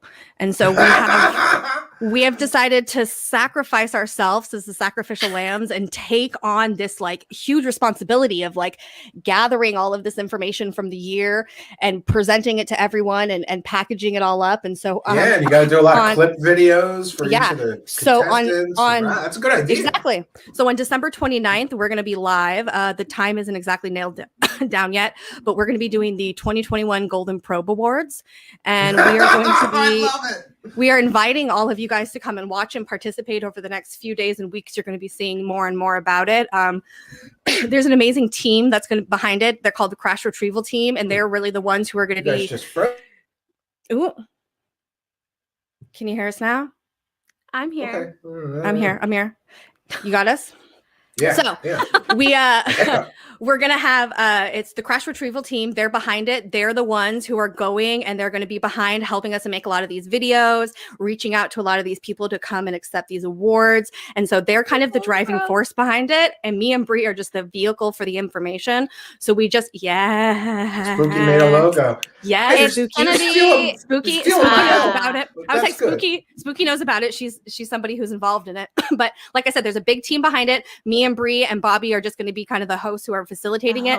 But yeah, the host was the mostest. And we're going to be giving you guys kind of UFO 2021 in a big giant package. And so we're really excited to announce that here live with everybody. It's going to be that's amazing. funny and probably not what you expect. It's again, we really take a humorous approach to the topic because we think that it's super necessary. So all of this is going to be very tongue-in-cheek and making fun of the topic in a whole, kind of just going over all the craziness that's happened the past year. I started something like this, and I screwed up and called it the 2021 Conspiracy Circus Awards, and I only got one out. It was for Boldest Liar of the Year award. Oh no! So, a good but one. I'm all for it. I think it's a great idea. Yeah, you can have all these different categories, right? Oh like yeah, Yes, exactly. they're in the works. Biggest freak out live, or like It's I don't gonna be know. play on words. Exactly. It's gonna be very interesting. What's gonna come up, and we want all of you guys to help and participate in Cambion. We hope that you come be a part of it with us too. I feel like I'm Cambion there, can yeah, give us whatever you good need. winners. I for was like, some of these Cambius can get some good. Yeah, I'll think about it. I had that idea to do it, and I kind of screwed myself calling it 2021. I was going to pick it back up and just call it the Conspiracy Circus Awards and not put a year on it. I was like, no, you Yeah. just put a year on it every year. But yeah, it's the 2021 Golden Probe Awards where all the nominees are the nominees. They're going to be probies. Oh no! Yeah, we're going to give out golden probes to everyone. It's going to be amazing. I'm super excited about it. Those two. That is amazing. That is a good idea. And Spooky's going to help with some of the production stuff, and she's great. at all that. And we have a lot of special guests who are coming. We don't want to drop any names yet, but there's a lot of behind the scenes happening. It's going to be a very interesting event, and we're super excited for it. Ufology has become cheap entertainment, and that's what we're giving you. No. Fun, Only yeah. sometimes. Only sometimes. You gotta like unbutton your shirt a little bit. Yeah, people think that it's like Match.com here. Every time I have female guests, somebody's in the live chat trying to hook up. Like, come on, Always. Ryan. But I Yes. can't blame a brother Yes. for trying, right? Yes, I am married. I apologize, Jamie's but I am married. married. Brianna's married, right? Mhm. I'm very married. Everyone I'm here's so married. interested, but someone said Brie got fucked up watching ET. What does What does that mean? Hey, E.T., remember when you were a kid? That shit made you cry, right? When he died, sort of like did he don't die in ever- it? And then he came back to life, and yeah. I don't think Yeah. I've ever. I don't think it bothered me too much when I was younger. Yeah, No. maybe not. Yeah, no. Close Encounters still gets me. I Yeah. always cry on Close Encounters. I can't help it because I'm like, I wish I was there for that. And it makes me like, oh God, it's so beautiful. Somebody's asking about dream of me the day. now. Ryan, yeah, I'm married too. We're all married. All of We're us all are married. Hey, So, what is hey, any None of us dream? can bang you. Find somebody else to bang you. Maybe we're Yeah. swingers and we can. Hey. I don't like sharing. I don't even like sharing food. You think I'm going to share my woman? No way. I just want to share French fries. That's it. I was like, I like sharing French fries. Yeah, I can never finish them. No. Really? That's why it's Oh. perfect because I don't want to share my French fries and she'll share her French fries. Mm-hmm, exactly. Oh, well, listen, I don't want to keep you guys. We're coming up on 2 hours. Yes. I'm going to go and read these PayPal donations and do a quick wrap up. Yeah, absolutely. And we'll hopefully have you on again to publicize Hell the yeah. Golden Anytime. Probe Awards. Yes. Definitely. Listen, I want to thank you because yesterday was kind of really heavy. It was like heavy and dark, right? You know, some of those shows that you got to do. I got to trudge through all this stuff, and it's real. It's a dirty story. It's a downer sometimes, It yeah. was a downer, yeah. And tonight was fun, and it felt effortless. So thank you for that. Good. Absolutely. needed Thank you that so much. for tonight. having us on. Yeah, thank you for I having needed us. that We love tonight. it. Everybody Yes. go, and there's the link to their website where you can catch their audio podcast. But more importantly, we're trying to pump up their YouTube numbers. The link to their YouTube channel is in the description of the video. You will have a good time. Every time I tune into them, I have a good time. You will too. Go hit that subscribe button. Help them get to the magic numbers because they need to praise the cash. Right? Absolutely. Jamie needs Make it new rain money on crystals. us. Yes. Jamie needs new crystals. I need more crystals. And I'm not sure what Bree needs. More crystals as well. More liquor. Yes, that too. All right, I'm going to throw you guys out of here and do a wrap up. Thank you very much. Thank for you your so much. participation. It was my pleasure hosting Thank you. you and I so hope much. everybody will go and so support much. you. Bye, everybody. Have a good night, guys. Thanks. Throw you all out of here. Boy, what a fun time this was. An unexpectedly great fun time. I love it when the shows are effortless like this. We're just going to do a quick thing here and check in with this PayPal and call out anybody that has made a PayPal donation. I think we've called out all the Super Chat donations, so that's the last bit of business here to do. Oh, look at that.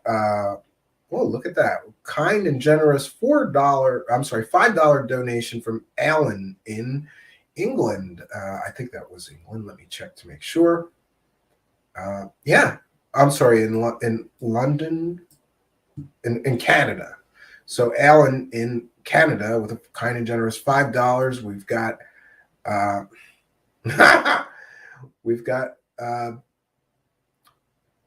BENGT. Ben is the name. And the note that he added with a kind and generous $5.28 PayPal donation says, "Rip the lid off the scammers' barrows." We will continue to do that. Thank you for your kindness, your generosity, and support. And thank you as well, Alan. And then another one. Okay, call out name is actually Bex. So I got that wrong. I apologize. With another kind and generous $5 PayPal donation, reminding me that his that his chat room user ID is Bex. Bex, thank you for your kindness, your generosity, and your support. And we have Andrew with a kind and generous 10 Great Britain pounds who says, "Great work, Stephen. Get yourself some extra eggnog this Christmas. Praise the cash." And that's from Moody Mongol. Thank you, Moody Mongol, for your kindness, your generosity, and your support of the show. We appreciate everybody's kindness, generosity, and support. I'm just going to go over real quick and make sure that we did indeed call out all of the super chats. Just so you know, we're a viewer-supported show. We call out every single super chat. And we thank everyone who supports the show through super chats, PayPal donation, or becoming a Patreon supporter. Finally, we have Jean-Paul Farte with a kind and generous $5 super sticker. The rest, I believe, that we read out, but we're going to read them again anyway, just to make sure. Lee Guy with a kind and generous $4.99 super chat saying, "I'm going to start an OnlyFans because it's just going to be Steven's laugh." Patrick Sheehan with a kind and generous $9.99, a little help to cover the F-bombs. Thank you for your kindness and helping us cover that. I lost 27 cents because of Jamie, but it's okay because I'm $10 up on the world. Thanks to the kindness, the generosity, and the support of Patrick Sheehan. We have Dorothy Hawkins with a kind and generous $5 super chat. And Dorothy says she asked a question that Jamie answered, to what extent that the spiritual experiences be considered contact experiences. We covered that tonight. Lee Guy with a kind and generous $4.99 saying, "When I was a kid, I was told I was a devil worshiper playing Pokemon. That is terrible."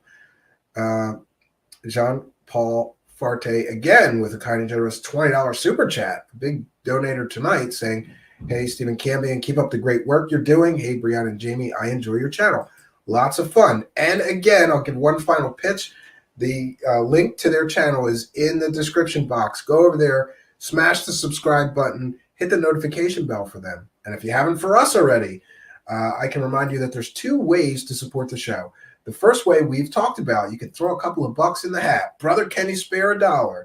But I want to remind everybody, the Patreon, we have some extra content and extra benefits, but I don't want to withhold things from people that are big supporters of the show for lack of $1 or more. So if you're having a tough time, just send me an email at truthseekershow@gmail.com. Mention you're a supporter of the show. You're having a tough time. Don't give me any specifics. It's none of my business.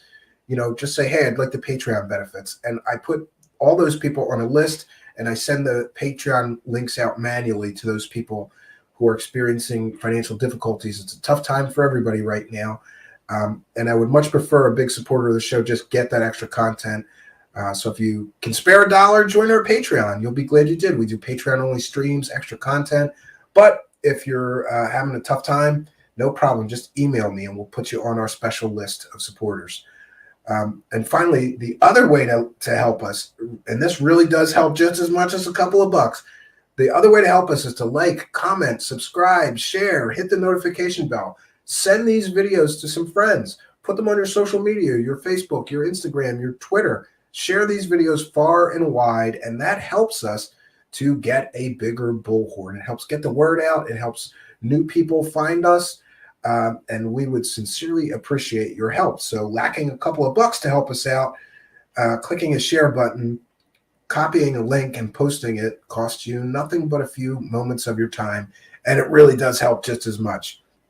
Finally, I want to remind everybody that's listening in audio podcast land.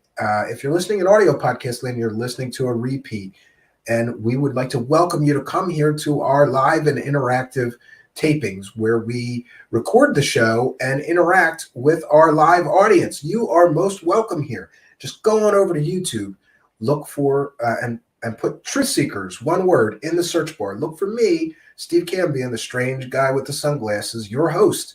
Smash the subscribe button, hit the notification bell, and the next time we do a live show, you'll be able to come here and interact with us in the live chat we have a great live chat here. You can ask questions of the guests or me, offer comments, commentary. We support that live interaction. It's a big part of the show. So if you're listening in audio podcast land, please come over here to YouTube. Look up Truth Seekers, hit that subscribe button, smash the notification bell. We want you here in our live chat. We want you to be a part of the show. So I'll take just a few moments for comments and questions from the live chat. Then we're going to wrap things up here. I want to thank our guests tonight, Jamie and Brianna, from that one time I was abducted by aliens. What a fun talk we had tonight. Go over there and subscribe to their channel. I would appreciate that. In fact, you know what I just realized? I have to practice what I preach. I don't believe that I am a subscriber. To be very honest with you, I am very, I was at one time subscribed to way too many channels, and I cut it all back. But here is what I'm going to do. I'm going over there right now. 1 second. I'm not subscribed. So, I apologize for that. 1 second. Let's go check out their channel. They've got it. I know they have an excellent interview with Grant Cameron because I watched that one and a few others. It's right at the top here, an interview with Grant Cameron. This is one of the interviews that I was interested in hearing. Grant Cameron's one of those personalities that I'll listen to any interview he does with anybody because I always enjoy Grant Cameron's views on things. So here's the subscribe button for them. I'm going to subscribe. And it says subscription added. So that is a good thing. And they're up to 402 subscribers. So it looks like we did give them a pretty good bump. I think it was at 370 or 380 earlier. Thank you all for helping them and helping them to grow and to help us to help them grow their channel. I'm a big supporter in paying it forward. And there was just a few shows, when I started this show that actually helped me a great deal to get a bump, to get some extra subscribers so I could get to the magic numbers. So I feel like it's my karmic duty and responsibility to help other good content creators get to those magic numbers. You'd be doing me a favor if you go over there and help them out.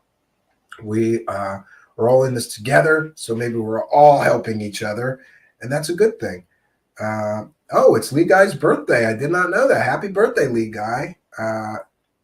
I'm just being informed of this, or I would have told you happy birthday before, right? Great. And Dorothy Hawkins said, subscribing to their channel. It took me about 10 seconds just now. Thanks for the link. Yeah, the link is in the description of the video. Give them a bump, guys. They deserve it. I always have a good time when I tune into their show, and I know you will as well. Randall Hill says, happy birthday, Lee Guy Bacon. Lee Guy's the bacon guy. If you see bacon in the live chat, it is Lee Guy, right? Bex says, happy birthday anyway, and thank you, Bex, for your kindness, your generosity, and your support, and the PayPal donation. Much, much appreciated. I am blown away by everybody's generosity and support of the show. Sometimes it's funny, like I go, I could look and see like, oh, there wasn't too many super chats tonight. But then I looked on the PayPal and there was like 5 of them. So blown away by the generosity and support.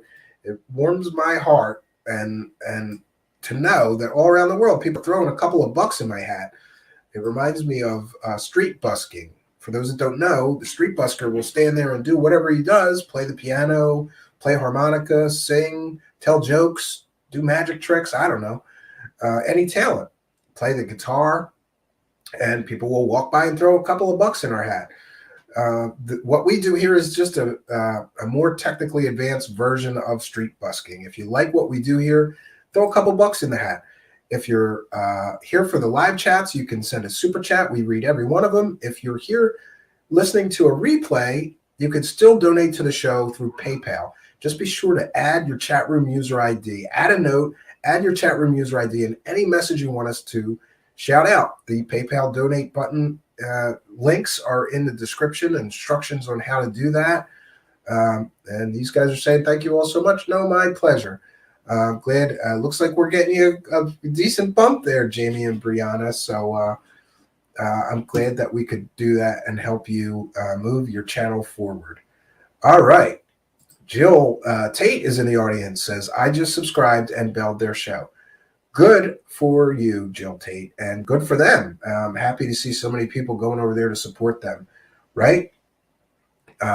It's a good thing. You know, it's a very difficult thing trying to get to those magic numbers. And anybody I can help to do that, that's a decent person and is producing good content, I am more than happy to do, right? Andrew Whitley says, when are you going to do a music review for your subscribers' songs they made? Email me them at truthseekershow@gmail.com. I could use more music. So it is what it is. Okay, Jamie and Brianna says, Camby and you are a peach. Thank you. It was my pleasure hosting you guys tonight. You guys are always welcome back. Oh, they're at 407 now when we've still got, let's see, 65 people watching us, or 60 watching us. So a few more of you should go over there and help them out. I would appreciate it, right? And Walt Corbin says, great show, Brianna and Jamie. Yeah, I very much had fun. Dorothy Hawkins says, everything's coming up bacon for Lee Guy and you. Big fan of the bacon. Well, like I said, yeah, and welcome to the show is here. Sharing a link to their YouTube address. And that is very helpful. Thank you. Welcome to the show. So, boy, it's been a long day for me here. And unfortunately, I'm starting to feel under the weather. I'm starting to feel like I got a throat thing going on. And I just got over a cold and a throat thing. So I'm going to go and try to rest my throat. We have a full week of shows. Tomorrow, we've got John Warner. It's not often you get to interview an actual member of the Illuminati. No, I bust his balls. But he is from one of the richest, wealthiest families in the world. And he has a keen interest in all things esoteric and strange, including UFOs and aliens. So we're going to be interviewing him tomorrow at 7 p.m. Eastern Time. Then we've got an EVP investigation on Wednesday night, which should be interesting. It'll be the second time that we have done a show looking into EVPs, right? And which is electronic voice phenomenon. For those that don't know, this is the phenomenon where people believe that they have recorded voices of ghosts and other worldly creatures, maybe demons, maybe angels. I've heard some people claim that some of the EVPs were angels, some of them were demons, jinn and other spirits, and deceased human spirits. So we're going to have Gary Arnold on Wednesday, 7 p.m. Eastern Standard Time. Be sure to tune in for that one.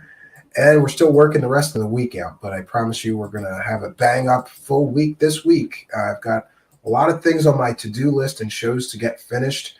We're diligently working on that stuff. Comp Lizard is asking, Stephen, will you have a show with Dark Journalist soon? Comp Lizard, I asked him for an interview some time ago, but I understand you always have to remember that when somebody does their own show, they're so busy with their show that it's hard for them to get a couple of hours to do a guest spot or an hour even. But I'm going to reach out to him because Comp Lizard, you and about 10 other people have asked me to interview him, and I would certainly enjoy that. So we're going to see if we can't make that happen for you, the audience, the listeners. We always try to please the audience. If that's something the audience wants, I will. All I can do is ask. Comp Lizard, I'd be all for that, though. Yeah, Randall Hill says, electronic voice phenomenon, don't be messing with those spirit boxes, man, divination. Yeah, some of those spirit boxes seem a little suspect to me. Because I don't know on what theory they work, right? They seem a little nutty.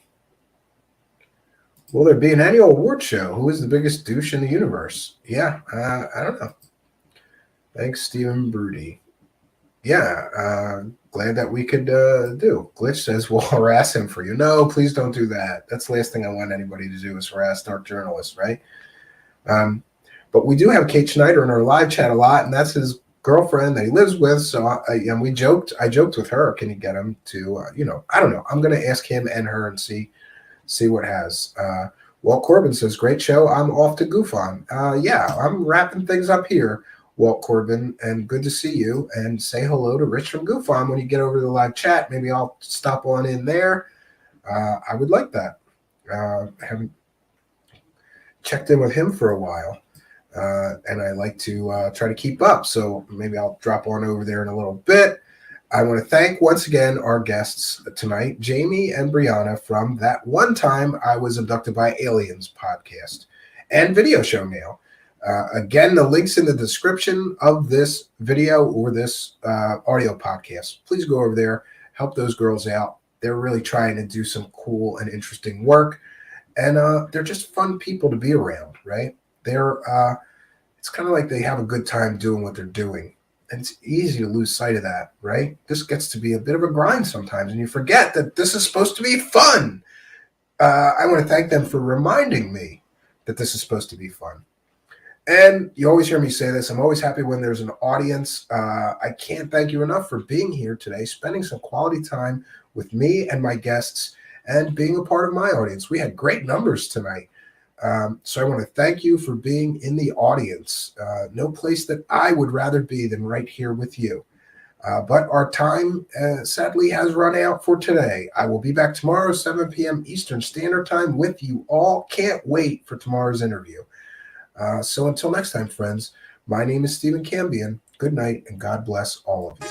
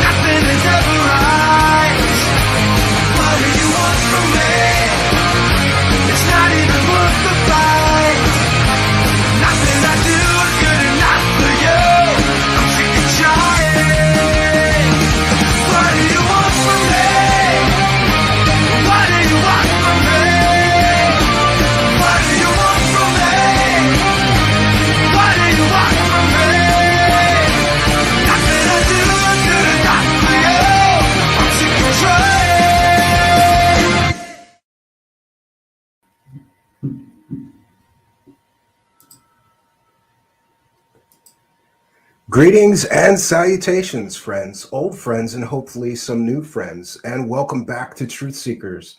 Our guest, Rachel Hoffman, is standing by in our green room, and I'm so delighted and excited to talk to her tonight. You may remember that we did an interview with her all about her paranormal expeditions and adventures into paranormal events and ghosts. Since then, she has embarked on a new career of sorts as a horror movie scream queen. And I've been watching her adventures in movie land with great interest. And I'm so pleased and delighted and excited to welcome her tonight into our show here. So without further ado, ladies and gentlemen, let's please welcome our fantastic guest tonight, Rachel Hoffman. I'm so glad you're here. Hi, thank you so much. It's been a while, but we have a lot to catch up on. Yeah, I've been watching your Facebook, and I can't believe some of the pictures and adventures that you've had in the past. I don't know. It's been a little over a year since we really talked. Yeah, And I'm selfish. I don't talk offline with people like you. I say, no, come on the show, and we'll just talk and share it so that my friends can, come along with us for the adventure. I love it. Yeah, save it all up and let it all out on the show. That's the best way to do it. And some of my friends I talk to like every day. Some of my friends I talk to every like 30 years. So I just told you because you're much easier on the eyes than me. So I wanted to give people who may have missed your first interview some background into how you got started with these paranormal investigations and the ghost hunting and things like that before you got into the movie business. Yeah, definitely. Well, I have definitely had a lot of spiritual experiences since I was young. And I lived on a patch of land that really didn't have much going on and still actually doesn't to this day. It's way out in the mountains. And I actually I had an imaginary friend. And so I was actually This is one of my favorite paranormal stories ever. I tell everybody about this girl on my show. Go ahead. I just want to tell everybody this is one of my favorite stories because it's so just strange and bizarre. And like, if the world really works this way, we live in a very interesting world. So I'm sorry for interrupting. Yeah. No, that's okay. So tell us about your imaginary friend when you were a child. So her name is Maybelle Deo. She's 3 years, 5 months, and 8 days old. And I saw her throughout my childhood and I played with her and I wasn't afraid of her, nothing. And one day they found her tombstone 100 feet from my bedroom window. And when they flipped it over, we had to scrape the moss off of it. And you can see it says Maybelle on it. And my family's like, how did you know her name? But I was spelling it wrong because I was just a kid, but I was pronouncing it correctly. And she was, she's still my friend. I still catch her on some of my ghost equipment sometimes. So it turns out what you thought was an imaginary friend was a ghost girl that was buried right near your home. Yeah, it was crazy, but I think her entire family's there, but they were indigent. So you can't really tell. The earth has swallowed some of these stones back up, moss and things like that. It was 100 years before I was born. So it had been covered. And, that back then they did the best they could to, memorialize the grave. And they had, people come out and do the letters on the grave.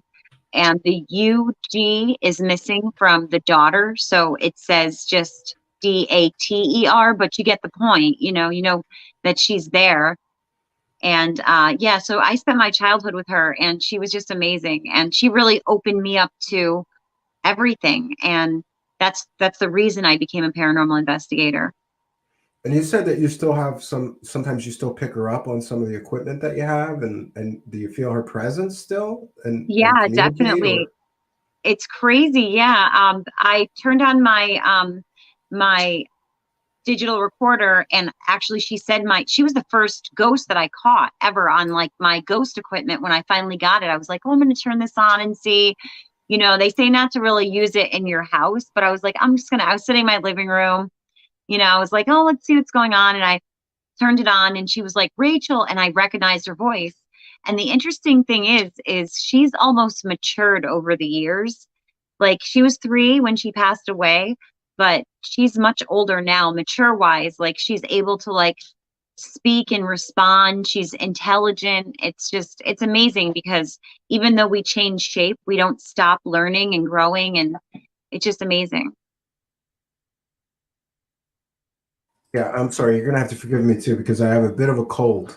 Luckily, it's not COVID, but Oh my gosh. and you know what? I haven't been sick in like 2 years, so I can't complain. But I've got a terrible cold and sore throat. But I've got all this tea with honey, and I'll be fine. I didn't want to cancel on you, but I do feel terrible. No, that's But I fine. feel That's better fine. now seeing you and knowing that you're here because Yeah, I totally understand. I've got so many questions about this. So I don't know if you know it, but I was in a few indie horror movies, but they didn't go well. And one of them I spent a great deal of time on, and the guy never even finished it. Yeah. And that's a terrible pill to swallow when you get into these indie films, because in my case, I traveled 3 states away from me for like 6 weekends to do this. And I was so excited, like I'm going to be in a movie. And then the movie never really happened. But you have a much more reputable filmmaker. Can you tell us a little bit about the filmmaker that you've been working with and how you guys hooked up? And Yes, we have Josh Graves that we just finished The House That Eats Flesh, and it was I got amazing. the trailer. Can we play the trailer? We're gonna play Yeah, the trailer. do you have sometime. it? Yeah, I have it. It's on YouTube, right? The House That Eats Flesh trailer. Yeah, it is. It is. Yeah. It's pretty amazing. Everybody worked amazing. The production team was incredible. You know, we got thrown a few punches during the filming, rolled with punches, came out so I good. once had to do a whole new weekend because of bullfrogs. There was Oh, bullfrogs the and all the noise. microphones, so they made us reshoot a whole bunch, like a whole weekend's worth of stuff. I was so mad. Oh my gosh. Yeah. Yeah, audio is important. Yeah, you guys got hit with some curveballs. These are the pitfalls of trying to make movies, especially when you don't have like, billion-dollar budgets like some people, right?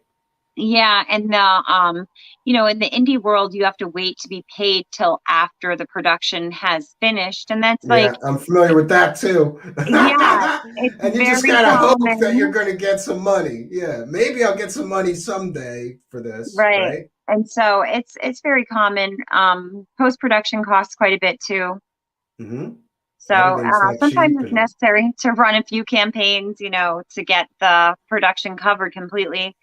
But when you're not bound to the agreement because you're not necessarily being paid for a long time, some people aren't in a position to leave their job for 6 weeks in a row. You know what I mean? Like, Yeah, and then there's a flake out factor. I've been involved in some things where we had to reshoot because the guy who was playing this part bailed out halfway through and couldn't do it anymore. So now you got a new guy, and now we got to go back. But I love this. I love this idea of indie film production. I want to do some myself. I want to try it myself because I love this. Just get some good cameras, get a group of good people together, and make a great story. Right? Yeah. That's the biggest thing. And I just recently started my own production company because of that. You know, I like dependable people, and I know that that I have to build a crew of people that I trust and that I can live with almost, because that's what it takes on these movies. You have to cohabitate with people. It's not easy. Yeah, but it's also isn't it like part of the fun of that? There's this camaraderie, and you guys are all on this mission together. I had one project that went really well that I felt like this was worth doing, even just for the experience of doing it. And I don't care what happens, with the film I've part had of it. that. Yeah, I've walked away with a lot of people that are like family to me, so it's been really great. Like I've had a lot of great experiences, and also a lot of traumatic experiences. Like I had the movie Axe to Grind that I was in, and it was a dumpster fire, really. And it wound up. I saw some of that. So what happened with you? You were posting pictures. You were filming for this movie Axe to Grind for a long time. Yeah, that what? Axe to Grind and Go Straight to Hell, both of them I have been working on for a year, and I've been advertising. My investors had put in money to make this movie come to fruition. And so when I got there, actually one of the individuals that paid to be my boyfriend on the movie, because I was basically like auctioned off a little. And Wait a minute. Wait, you got to back up. So a guy paid money to be in the movie so that he could be your boyfriend in the movie. He invested some money. yeah, two guys did. Two guys paid 6,000, and then I got there, and like there was two guys that were supposed to be my boyfriend, and the movie was like ever changing. It like the script was like changing like the labyrinth. It was crazy. Like so I got there and I was supposed to be like, "Hi, my name's Honey Voodoo." You know what I mean? Like, and that just didn't even happen. Like there was a lot of distraction. The guy that was paid to be my boyfriend on the set was actually my stalker. And so they wouldn't ask him to leave the set. I felt uncomfortable and unsafe. And he brought prop guns, and one of them was a regular gun, a real gun. And I felt really uncomfortable. So I was put in an unfortunate situation there. You know what I mean? And we were all kind of just we were put under the wrong impression that someone had the skills that they didn't have to be able to make this movie happen.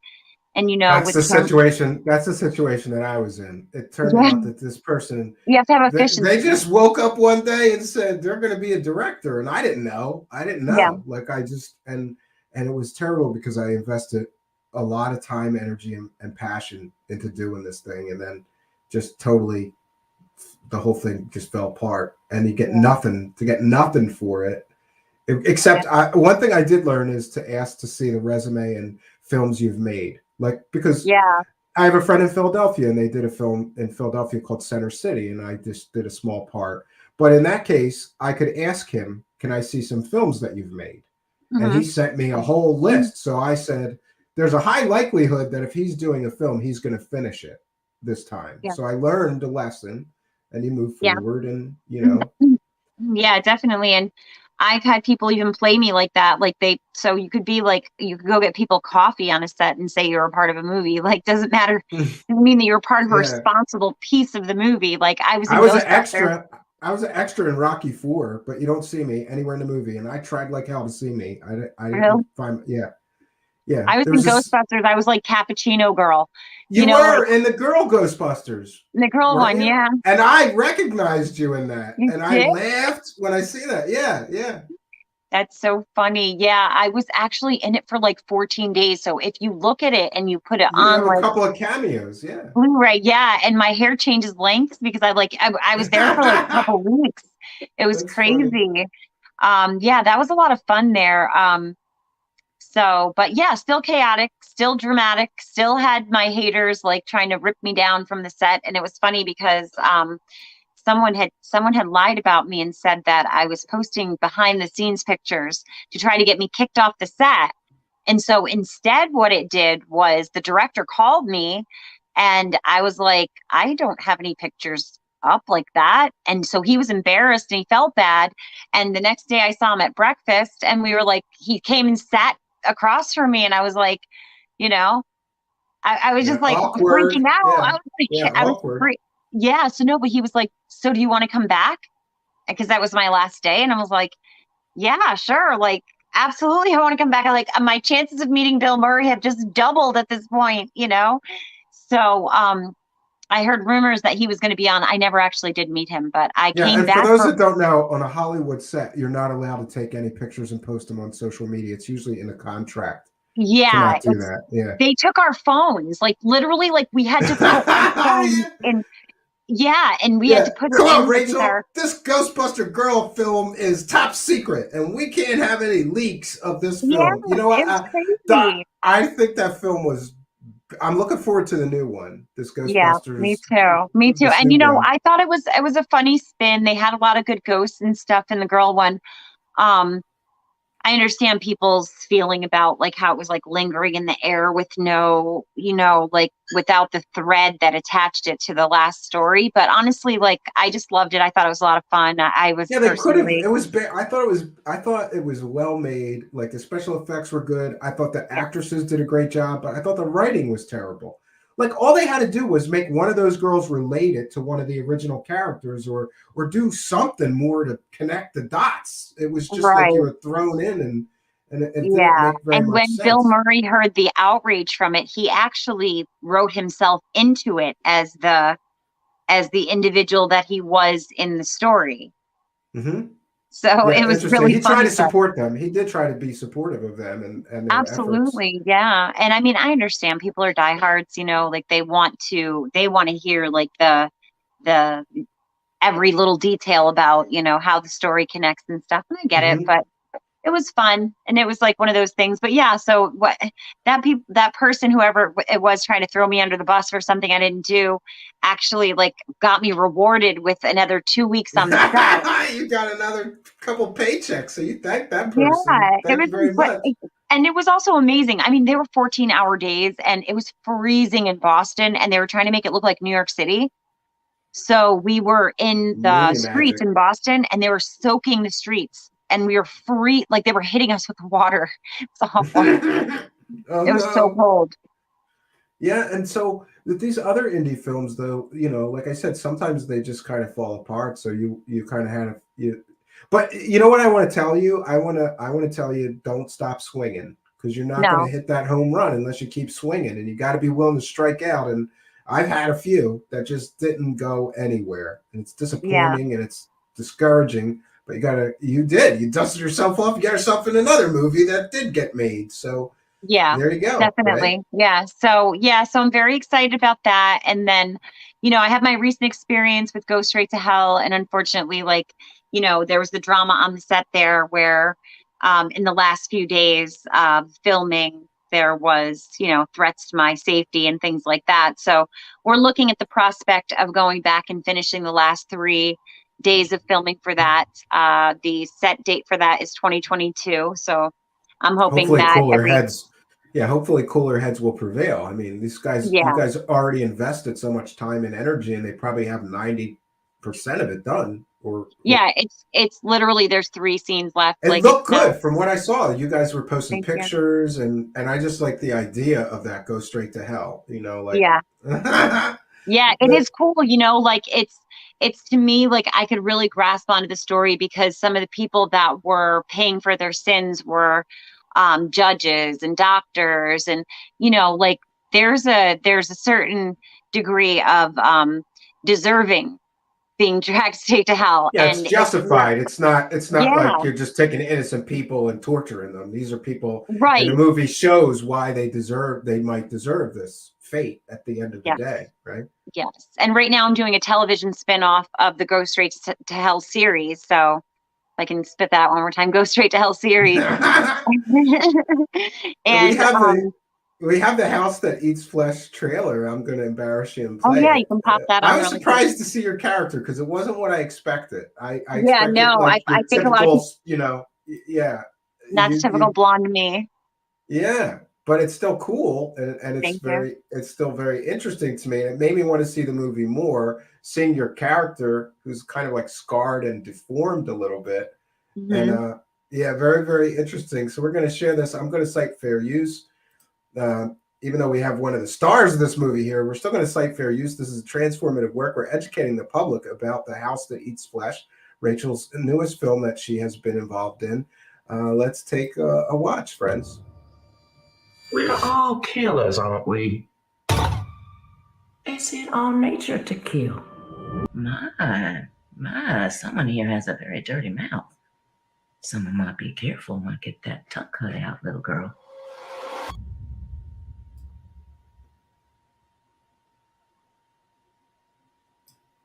Very nice, very interesting. That makes me want to see it more, really. Thank you.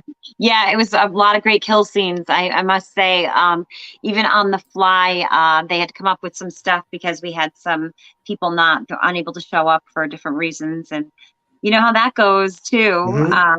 So there was a lot of interesting kills that came out of that.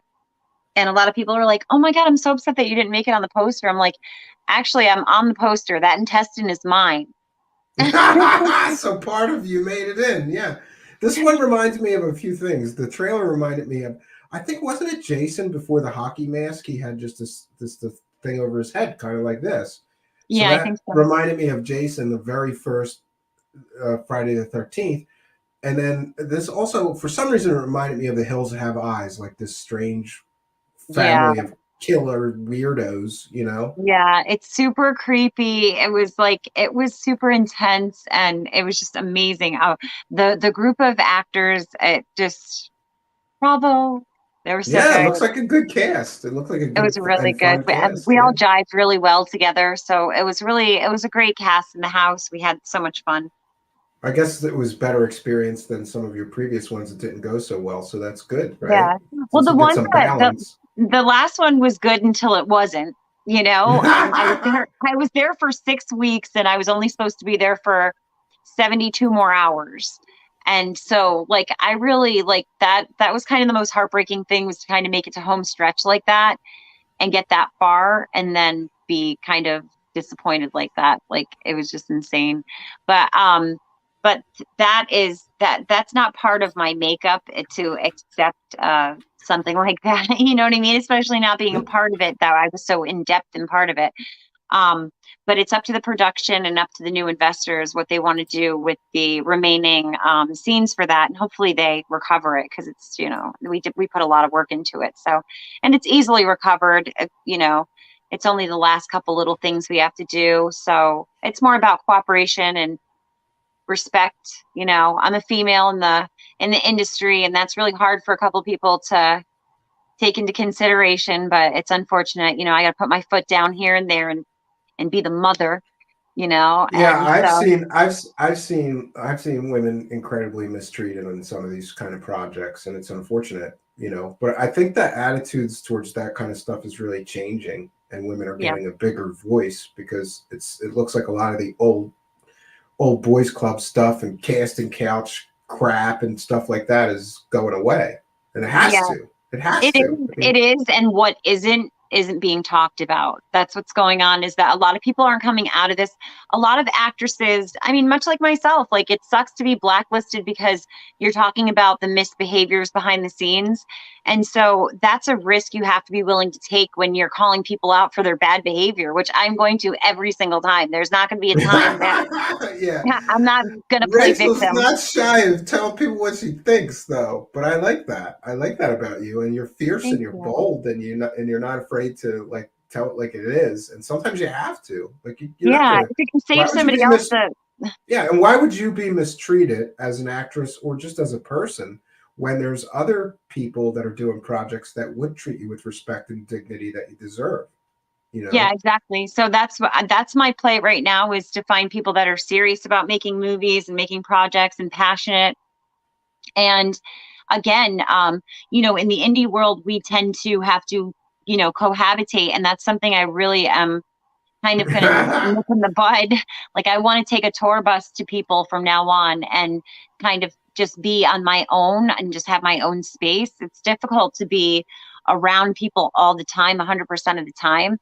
And I had 77 people on that set in 4 weeks. Wow. So it was a very crazy. short, very short for period. those that don't know, Rachel has a converted school bus. That's interesting.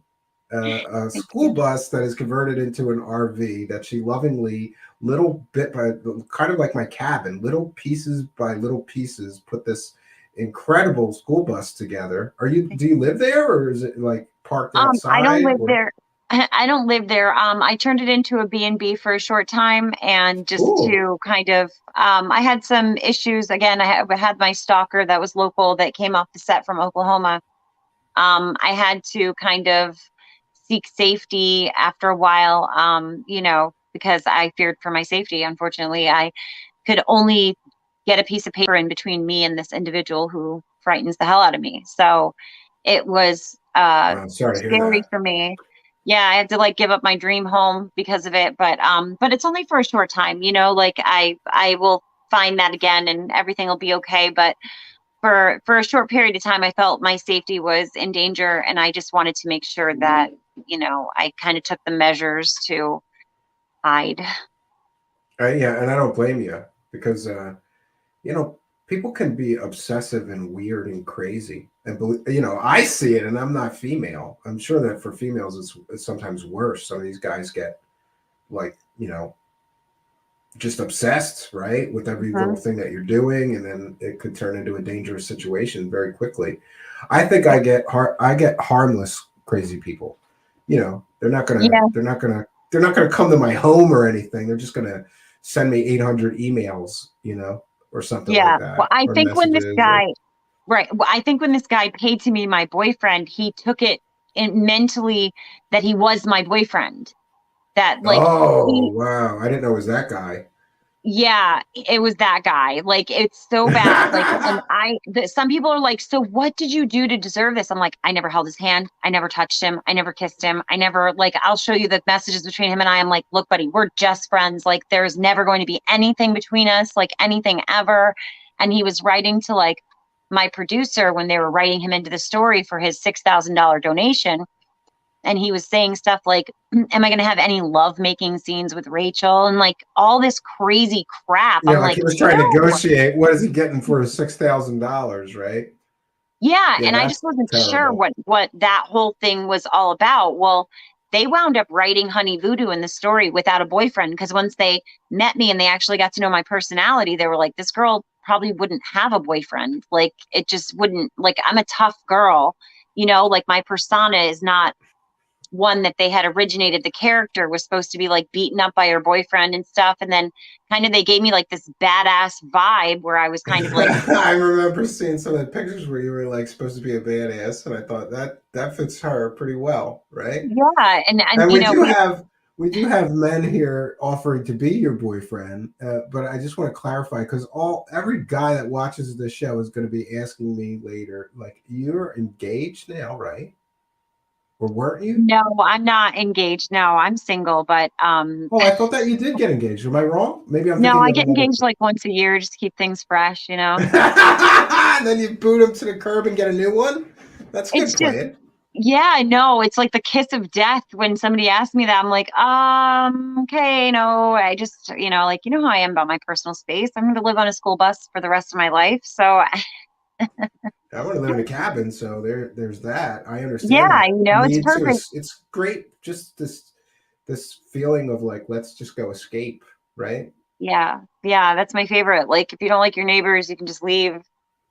Yeah, I like the mobile thing because you know where I'm at, I can't just drive my cabin, you know, someplace else, right? You Well, have I a mean, you have a definite technology. advantage.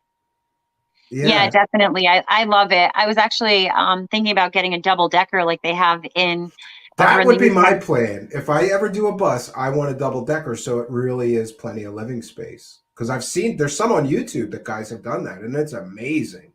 You Oh have yeah, room for they cut the roof bedrooms and down. Yeah, they mhm. cut the roof down to I did there's a standard bridge size that you don't want to Yeah. go over. You got to be careful going under bridges once you have a double decker for sure. Yeah, in America, our bridges are a lot lower, so you have to be really careful. But I've seen people mod their buses and mod them. I'm really looking forward to getting my hands dirty doing that over the spring. And I was thinking about filming it since last time I got so much interest. Yeah. And you Yeah, I know, have the same interest in my cabin, and I keep saying I'm going to start filming projects, but it's just so hard because I'm there by myself to build something and worry about cameras. Then I have to edit it, or yeah. So I take a lot of pictures and I share that way because you yeah, know there's a huge interest in this sort of thing because everybody is sick of this place and all want to escape, right? yeah. Well, I started my bus account out like with a like a name without a face, really. Like it was more just like all the bus. And I didn't Hmm. let anybody know it was me doing the bus. I was just kind of like, hey, this is like the bus account, you know? And then eventually people got interested in the spiritual, like, you know, wanderer aspect of things. And some people wanted to know more about what I was doing with the gypsy bus. And so I started kind of letting everybody know it was me in there. And I got a couple offers to have people film me while I was doing the bus, but I'm like, I was so gross. Like I was like sanding the bus until I was yellow. I'm like, Yeah, nobody wants I to know. see this. Yeah, I know something about that too. I always feel like I look like a homeless person when I'm at the cabin. I have my dirt clothes, like my cemented up jeans with paint and stain all over them Me and too. garbage. I'm They in look total. so If bad. I'm working on the cabin, I am in total slob mode, and I don't really want to be filmed. Yeah, I'm Yeah. like, I'm not walking around in my bikini, like, like I'm not, my hair's not done. I They'd don't look probably get cute. better ratings if you did it that way, though, Oh right? yeah. There Oh, actually is in the off-grid like YouTube world. There's a big backlash now because a lot of off-grid channels, guys are doing things like every thumbnail is a picture of his wife's butt or bust. And then the real off-grid channels are so pissed at those people because they're getting huge views. I yeah. mean, these things sell. It's clickbait, right? I'll just wear safety goggles, like, and nothing else. Like, Yeah, safety goggles and a bikini. I'm sanding the bus today.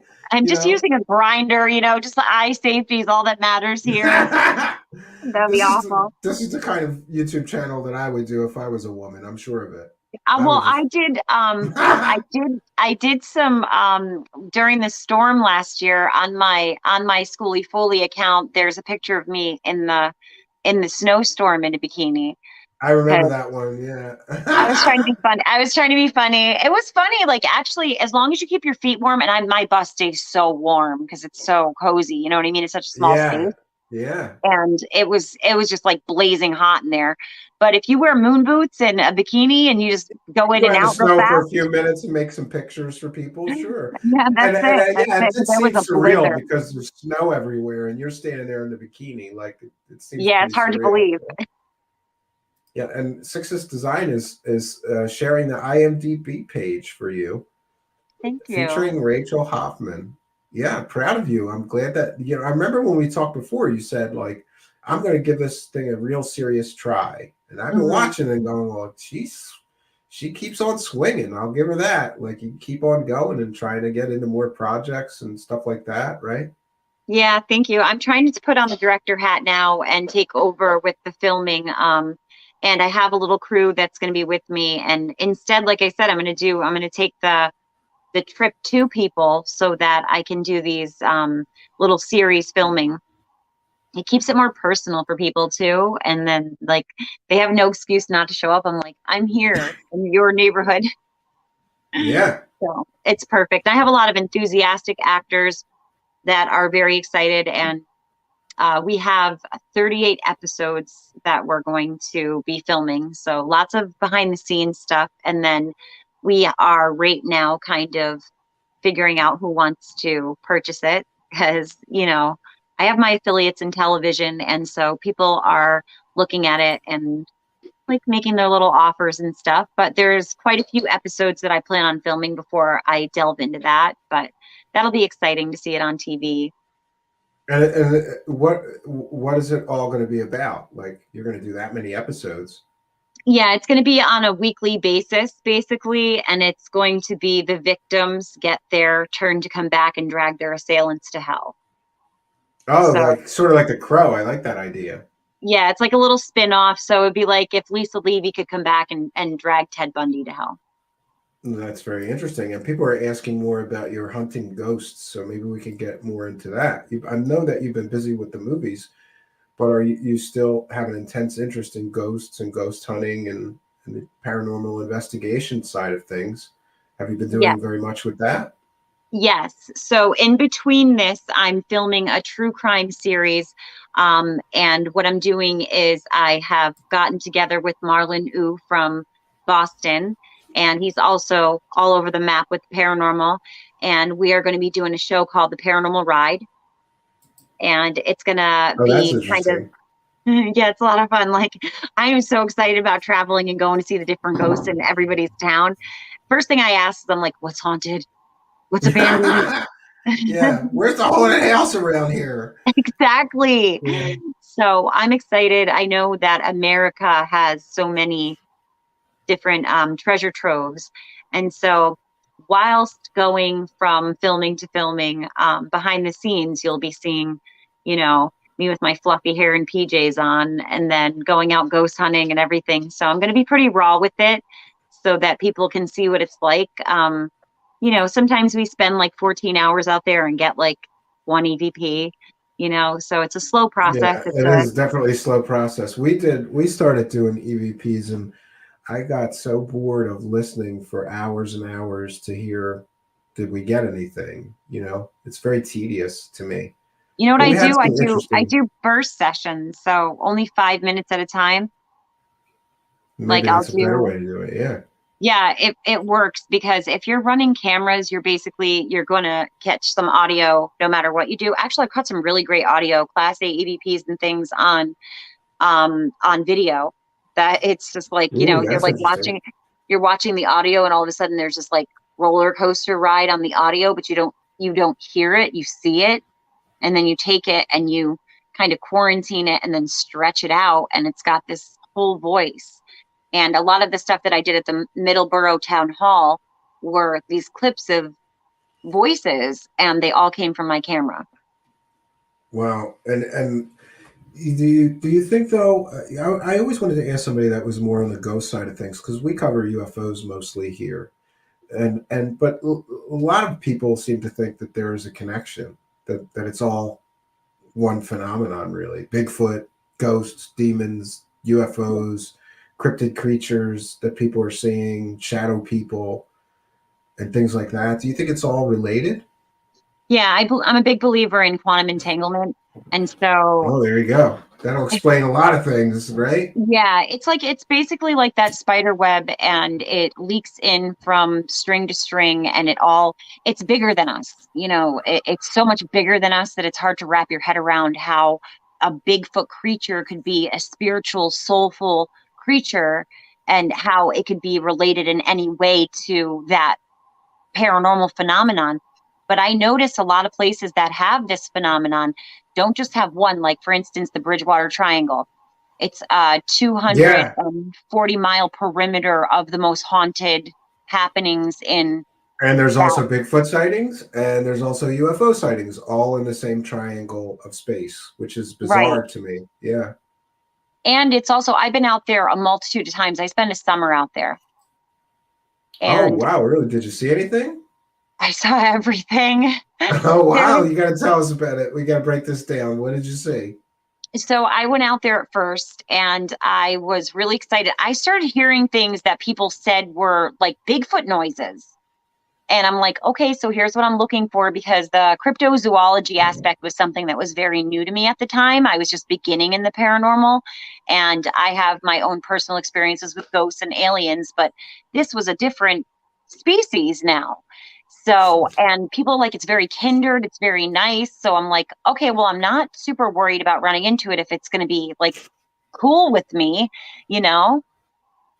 And so we went out into the Bridgewater Triangle area, and I started hearing these noises. But then someone in the group was like, aren't there black bears out here? So we were like Yeah. in black bear country. So being able to tell those signs from an animal was I was freaked out by by the idea of being attacked by a bear. So I had a bear come very close to me at my cabin, and it was terrifying. oh I my got God. between, I didn't realize it, but I got between a cub and the mom.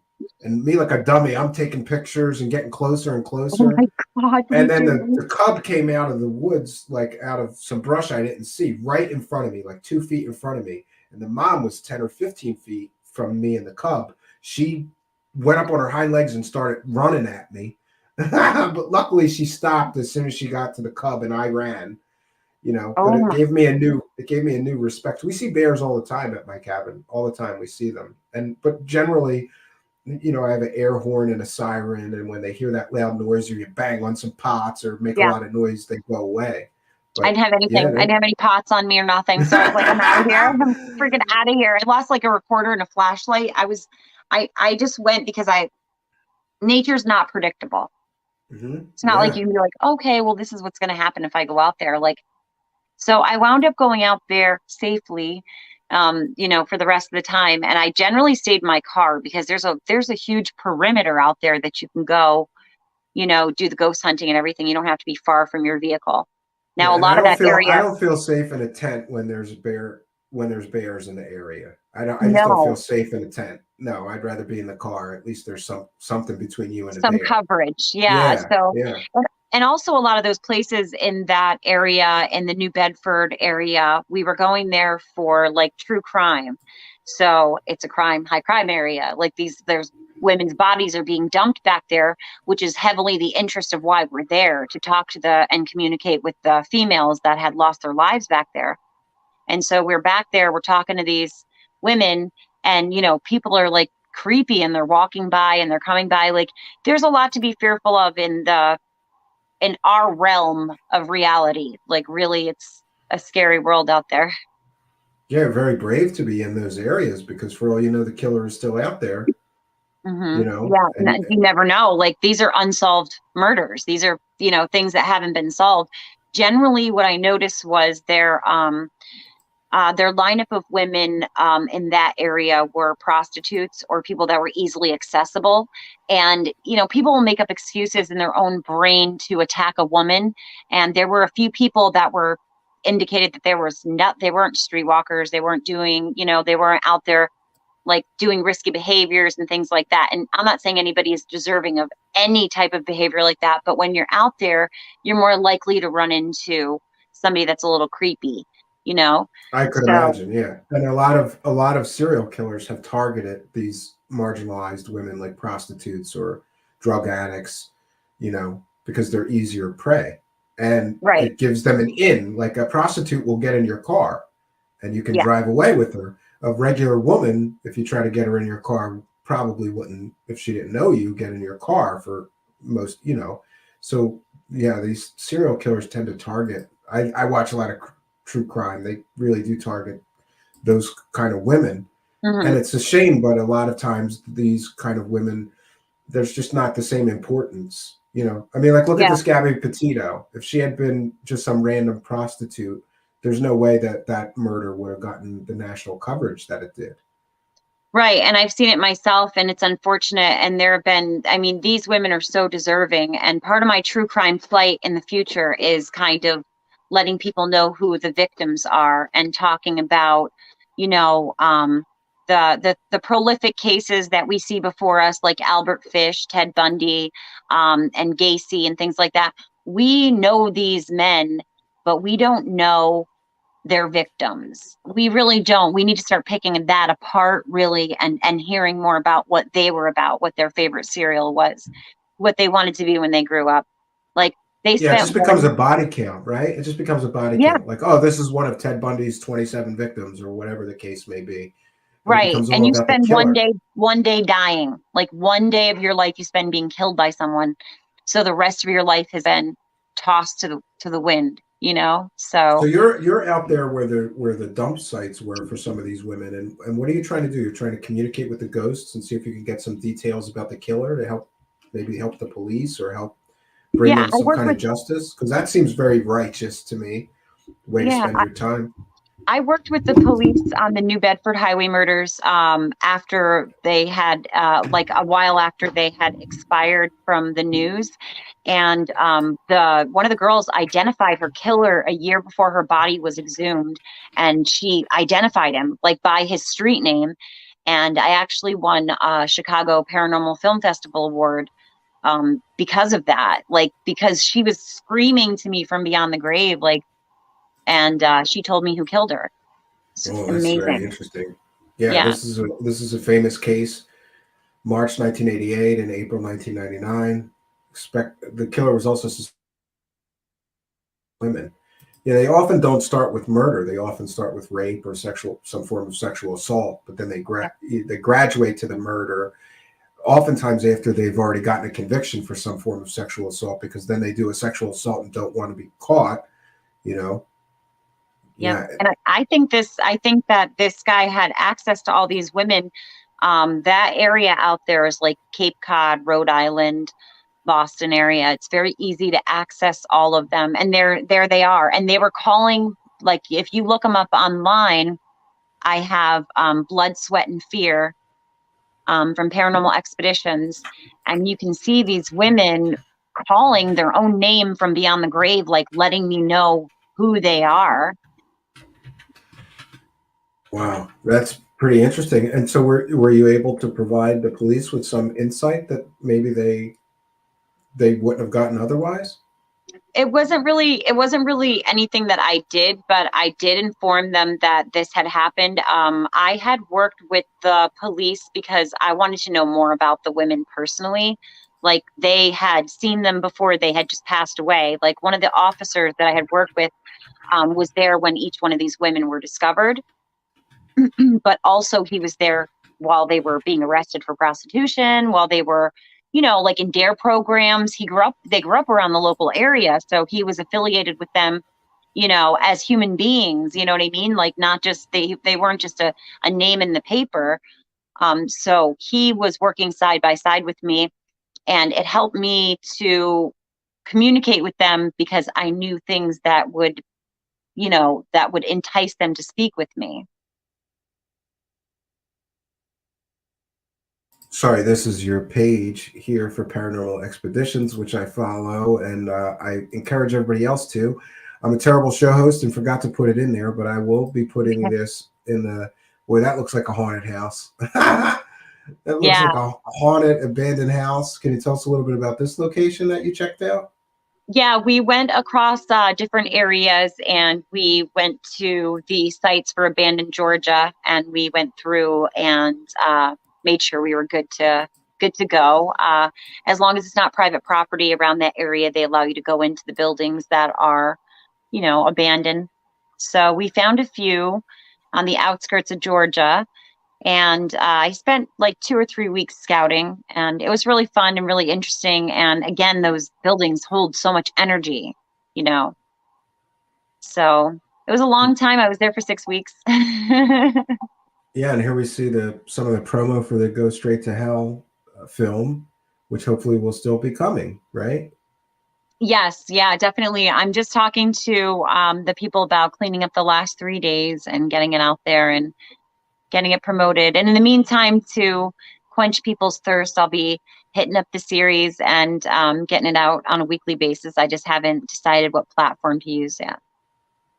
Well, that's interesting. Yeah, because now there's an awful lot more choices than there used to be. Yeah, right? and I need to make sure it's liberal and it maintains the freedom, because we have nudity and swearing and, all the fun stuff that makes horror, like the gritty, grimy stuff that we really enjoy from B movies. Yeah. So we don't have to worry as much about these things kind of go hand in hand. Like I said, Yeah. I called you a scream queen, and there have been just so many women that have been like, very attractive women in horror movies. These two things go together, right? Mm-hmm. I think they do. I think so too. I mean, I know even as a younger girl, I started watching. Here's you in a bathtub full of blood. That's a great shot. Look at that. See, now you guys know why I follow this. Her page is crazy. You never know what she's gonna post. Like one day she's posting her like with an axe, all bloody. The next day it's like her in a bathtub full of blood. Look, this is the isolation chamber in Eastern State. Notice our friend there. It's a crawl space. I was crouching the same way as him through the doors. There are rumors the prisoners were kept here for too long and have never left. This is some isolation room from a prison? Yeah, it's the isolation chamber at Eastern State Pen where Al Capone passed away. Yeah, that's very, very interesting. I was one of the last people that took a picture of him, of his room fully functional. They've since torn the room down. I'm not sure what they did to replace some of the items, but I think that it switched hands, so switched owners as far as the facility went. But I'm pretty sure they run a huge haunted house every year there. Oh yeah, is that what they do? Yeah, I think so. Unless I'm wrong. I didn't go during the season. I wound up going. I think it was like the summertime or. No, this is the Eastern State Penitentiary is just a few miles from where I grew up, so I'm very familiar with it. I had like a senior moment there for a minute and went, am I thinking of a different place, or is this a place near my house? And no, this is definitely the place where I grew up. Oh yeah. Interestingly, I once tried to do a music video there, and they wouldn't let me. So after that, I didn't like them anymore. Well, insurance and this, they wanted a lot of money for me to film Yeah. there for one day, and I just Lame. said, yeah, it's not worth it. But it's an interesting, crazy place. Here's a picture of Eastern State Penitentiary, former prison, and it's the biggest haunted house attraction in Philadelphia. At least it was every year. For a while, I was driving Uber, and I hated the month of October because all I did was ferry people back and forth from Jersey to Eastern State and back, and things like that. But I guess should be thankful for that. But it's interesting and has an amazing history, and they do tours, and they do these haunted house thing every year, and you can They go really there. and they let us just walk around when we went there. And then I think that we did like some donation or something, to keep the doors open. They have to maintain the facility. And so I think that they just asked their guests to give a donation. I don't even think that they set a price, which is really great. So if you're down there, Yeah, and there's a lot to do. the owners have changed hands a few times. So back when I was trying to make a music video, it might have been a different owner that wasn't so kind to visitors and interested, ghost hunters and things like that. But Yeah, it's just an amazing building that looks like a castle. I remember being a kid and we would ride our bikes around there, and it just it does. It does. It to looks like us a it was a castle. castle. Yeah, it was a castle. Look at that. That's a It castle does. when It's especially when you're a kid. beautiful and it's haunting. And I went down to Death Row and I was filming down there. I caught some EVPs down in that arena. Have you been down in that little area? I've been all over this building inside. Usually when they had the ghost tours, we would go, and you see most of the facility, but some of it is like sectioned off. So I may not have seen all that you saw. So I'm jealous. I took a lot of pictures and I started taking pictures of the art that was in the art that was made by the people that were on death row with Yeah, look at like this barber's chair. There's just a barber chair in the middle of this crumbling mess, right? yeah. Did you So see the bizarre. debris that was in the wall? They had Yeah, like a cat, the mummified cat. yeah. There's all kinds of weird stuff and weird stories with this facility too. There's legends from the local neighborhood of it being haunted and things like that. I I mean, think they found like a bunch of species of like bugs and different things like that. sure looks haunted. Yeah, look at this. That's a castle. It It looks like a really is. haunted castle. Yeah.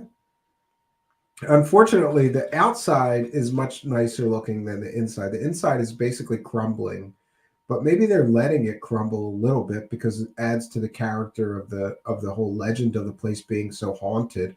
But I Yeah, do know that in some of the history, there was a lot of claims of people being tortured in there, the prisoners being tortured or mistreated and dying in the holding cells and things like that.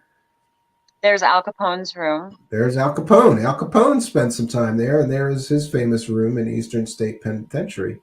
Very, very interesting. And yeah, we see this. This is what stands out in my memory most about being inside this sort of hallway, because there's a bunch of them. It goes in a square almost, as I recall, and there's Yeah, all these different cells, and the largely all of the like the bars and the former prison stuff is still there, but there's just empty cells everywhere, and it's kind of like the walls are crumbling in on you.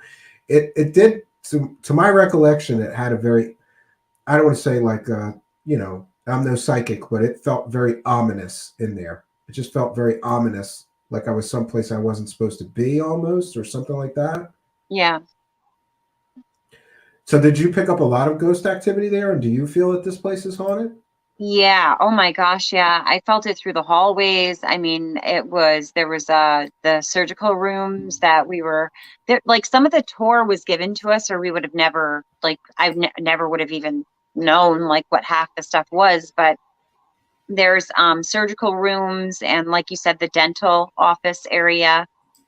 There's another medical area. And then the areas where the holding cells were for death row were, oh God, like it was basically like you've crossed the line and there's no going back. Like you're never going back. Like, and it was really difficult. And especially as we know now, there are some people that were on death row that weren't deserving of being on death row. And we just really didn't Absolutely. have the power to change that. Like, it's a very strange system. And so I went down there and they have the pictures of the inmates that were on death row. And the pictures that they have are creepy as hell because it's like the inmates like eating lunch. Like, what the hell? Why would you put that there? Like, they're eating lunch and like living. And like, so to see that is disturbing, you know? Yeah, it was like it was all their meals basically on the my roommate's chiming in. He's like their last meal. It was their last bunch of meals. They were like in a mess hall, and it's Wow, them that's like creepy. yeah, and it's the old prison style scally caps and stuff that they were wearing, and it was like, you know, it was just super like whoa. Yeah. Like you So could picture them in their life almost, but it's so creepy. we had some questions from the live chat. I think somebody asked if you had some of those EVPs that you could play us, but I don't think that you're really prepared for that. Maybe you could get some to us and we can do that on another show. Oh yeah. Play some of Yeah, that stuff. definitely. I might have them on YouTube. So if you look up Paranormal Expeditions videos on YouTube, and the E is missing from Expedition, so it's Paranormal Expeditions. X with the X. I'm aware of that. Yeah.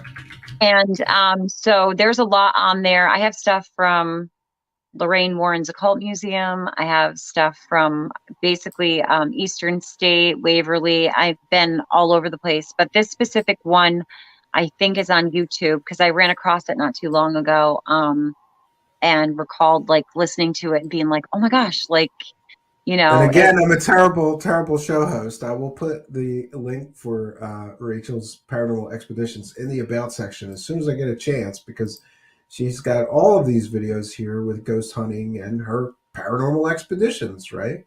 Yeah, there's a lot. Like, there's a true lot. crime. Look, you have Haunted Acres here. Oh, you got a UFO sighting there. Yep, we all had a UFO sighting. It's crazy. Yeah, it's a crazy experience when you have a bunch of paranormal investigators together and you're on like a 3-story ship, and then all of a sudden you're like, okay, well, can't deny what we're seeing in the sky, you know. Yeah, look at this. All things haunted. This is creepy. Yeah, that's Lorraine Warren's Occult Museum when it was up and I would running. have loved to have seen that. I would Yeah, have that loved was to have when seen that. that was when Annabelle was still in the museum. Ooh, my new hair looks cool in the night vision. Yeah, it does. Looks really shiny. I gotta have the night vision cameras for a ghost show. Shelton, I see the sign. Yeah, we were driving now. We're driving this week. That was the drive to Lorraine Warren's house. She was an interesting lady. I would love to have gotten to know her and talk to her. I spent a lot of time with her, and she took me over to her husband's grave on this night. So if you, I don't know, I think we have it in the video. She's already dropping things. Wow. Yeah, it was really exciting. So here's the hallway to the actual place. So people don't realize the Annabelle doll is just one of the many things in Lorraine. Yeah, they've got a whole bunch. They've got a whole bunch of stuff in there, right? Oh my gosh, yeah. There's the vampire's grave that creeped me out worse than anything in here. And then there's the White Lady Bride. The bones that were found in this like huge statue in the woods. It's so creepy. You're telling your friend, don't touch anything. I'm just going to turn this down a little bit because we're talking over it. So yeah, so there's and some for of the those stuff. who don't know that this is what The Conjuring was all based on. This couple that were paranormal investigators, and they've collected over their career all these haunted, cursed items. Yeah, there they go. There's Ed and Lorraine and Ed. Mm-hmm. Yeah, so a lot of people don't know like that she's the lady from Annabelle and The Conjuring and things. So she was our friend, you know what I mean? Like we were going over there eating spaghetti dinners with her, and she was amazing. I have a bunch of interviews with her actually. The night the night The Conjuring came out, she sat down with me at an Italian restaurant, and gave us the time of day and told us all about her experiences. Girl likes spaghetti dinners, I guess. She did. She really did. She was a very traditional lady. And to be honest with you, in the end, the only thing she really cared about were her roosters. Like she had roosters running around her house, which you might hear in the background of this That's video. interesting. Yeah. My friend brought her across because she was like super scared of everything. And so you can see it's super creepy in there. She has many, many items that just, you would think that that would be creepier. They found human bones in some of these. Yeah, some of those totems that the So, Satanists and yeah, devil these, worshippers would use have human and you bones can in them. see the pictures of the people that right there had human bones in it. Oh, that's bizarro. And do Yeah, you it know really is. what happened to all of these items and to the Annabelle? Because I haven't caught up for quite some time. So Tony Spera is is Lorraine Warren's Brother-in-law son-in-law. or son-in-law, yeah. Yeah, and so that's Judy's husband, and he right now has the Annabelle doll on tour, doing like an all things haunted type of tour with her, which I'm not sure how Lorraine Warren would really feel about that, to be honest with you. She really didn't want the doll moved from that location or talked about or really anything, but so Yeah, I mean, they used to have a priest come in every so often, like every month or she had something, a and priest living in her bless. back.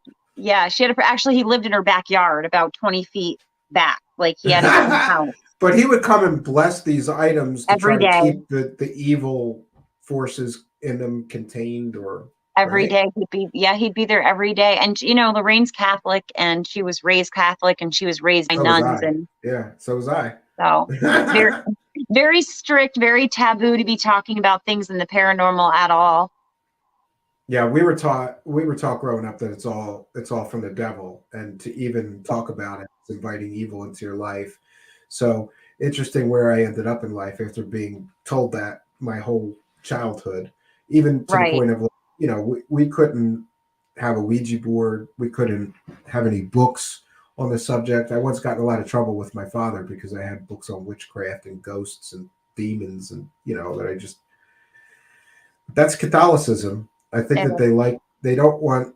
I mean, there may be something to their belief that it's all from evil, and you shouldn't mess with these forces because it's inviting evil forces, right? Right. And I agree.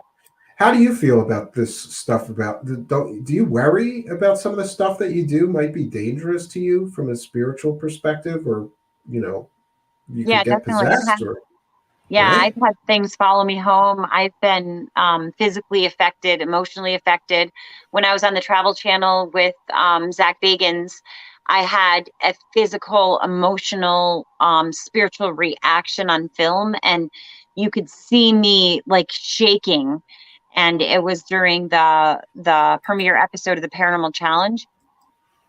And when a ghost ran through my body, and he ran through my body, and like his nightgown was flapping, like, and he ran through me, and like it was cold already, but it was like ice went through my heart, and he was screaming, and I was like, I was supposed to not say that talk to the camera people. I was like, turn the camera around, turn it around. There's somebody running towards me.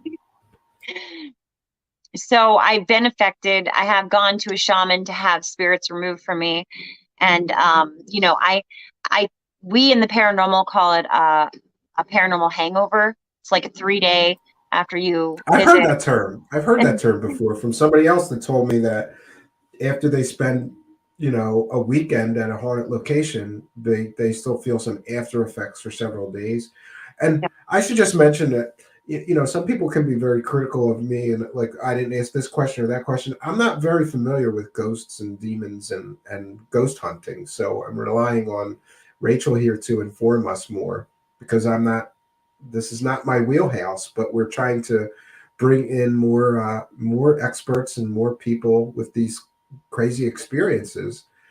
And you've had this an incredible amount of experiences. Do you think that you are more sensitive to these spirits and demons and energies than say I would be, or more aware? I'm definitely aware. I don't have a Richter scale to know like how sensitive the next person might be, because there are people that can't even go into or around the paranormal. Like I consider that very sensitive in itself, or they can't talk about it. They're fearful of it. Um, so I'm sensitive by way of being open and being like, allowing the experience to happen. But I know that that there's been times where I'm completely overwhelmed by everything. Like it's a lot. Like you go to a place where somebody's killed themselves, you go to a place where somebody's been killed, and it's like you relive the last moments of their life for a very short period. It takes your breath away. And these people are sisters and mothers, and I'm a mother and I'm a sister. And, like it just really hits home when you're on an investigation and a ghost says something about their child from beyond the grave. When you ask what they have to say, what they have any last words, like they're Yeah. So screaming as their a parent children's name. yourself, that's got to affect you, right? There's Annabelle. Yes, that does affect me. Yeah. And what a lot of people don't know is that it's not what they depict in the movie. It's like a Raggedy Ann and Andy doll, right? Yeah. And see how fast we went over her? I mean, she was a big deal, but like there was other things there that were a really big deal, like also. So people pick and choose what they like for, what they find scary for the paranormal. And some people are very afraid of dolls. She had, been responsible for deaths and things. So there was a natural fear of her because there were deaths attached to her story. Do you know? Do you know how did Lorraine and Ed, I suppose, while he was still alive, how did they feel about the Hollywood versions of their story? Because I felt like they started off like pretty accurate, and it seems like they're just getting more and more Bizarre. fantastical, bizarre, made up that had very little to do with their actual experiences. Like they take you know, one little thing that happened to them, and they Blow now it up there's for Hollywood. now there's Yeah. demons, and there's a priest that has a demon daughter, or a daughter that's worshiping demons, Yeah. secret, and that none of that was real. Like I checked No, into and some of that. in my interview with Lorraine, she's so innocent and so sweet. Um, she talks about it. She talks about what was not real, and she was laughing about what wasn't real, and just talking about little things that Hollywood added to the story. And she would whisper into the camera, like she would whisper, like as if the world wouldn't hear her if she was whispering. It was just adorable. But yeah, no, Because she like told the, even this, the depiction. I'm sorry to interrupt you. no, The depiction of Annabelle in the Hollywood movies is like a creepy ventriloquist girl doll, yes. or like porcelain doll that looks extremely evil and creepy. Mm-hmm. Whereas the reality is that this is like a Raggedy Ann doll that is not at all creepy or imposing. It looks like a toy that any little girl would have, right? Right. Yes. No, I agree with you 100%. Yeah, I don't know that last one I saw. I can't remember which one it was, but it was about the nun and the priest. Yeah. Back in Those the are very day. embellished, very Yeah. embellished. If at all real. Yeah, they could be finding a lot more interesting factoids about the Warrens if they really dug into the, whole thing. But honestly, like people are just they want to go complete Hollywood sometimes with these stories. So Well, I understand it's Hollywood. You got to dramatize things, but I think I don't know. For me, I would rather. I suppose what I should say is I would rather see a 2-hour documentary with facts and Lorraine Warren recounting her experiences, her real experiences, and Ed recounting their real experiences than a fictionalized story where they tacked on all kinds of extra drama that didn't really happen. But they're still right. Well, you enjoyable, you though. can watch my stuff then, because mine's all real. Yeah, we're gonna Mine try. Mine's Yeah. all real, yeah. And I go through each one of the items and talk about like every one of them. Kind of give the backstory. We we were listening to lectures on some of the items beforehand, so really beautiful. Like that's really beautiful. I mean, it's so gorgeous.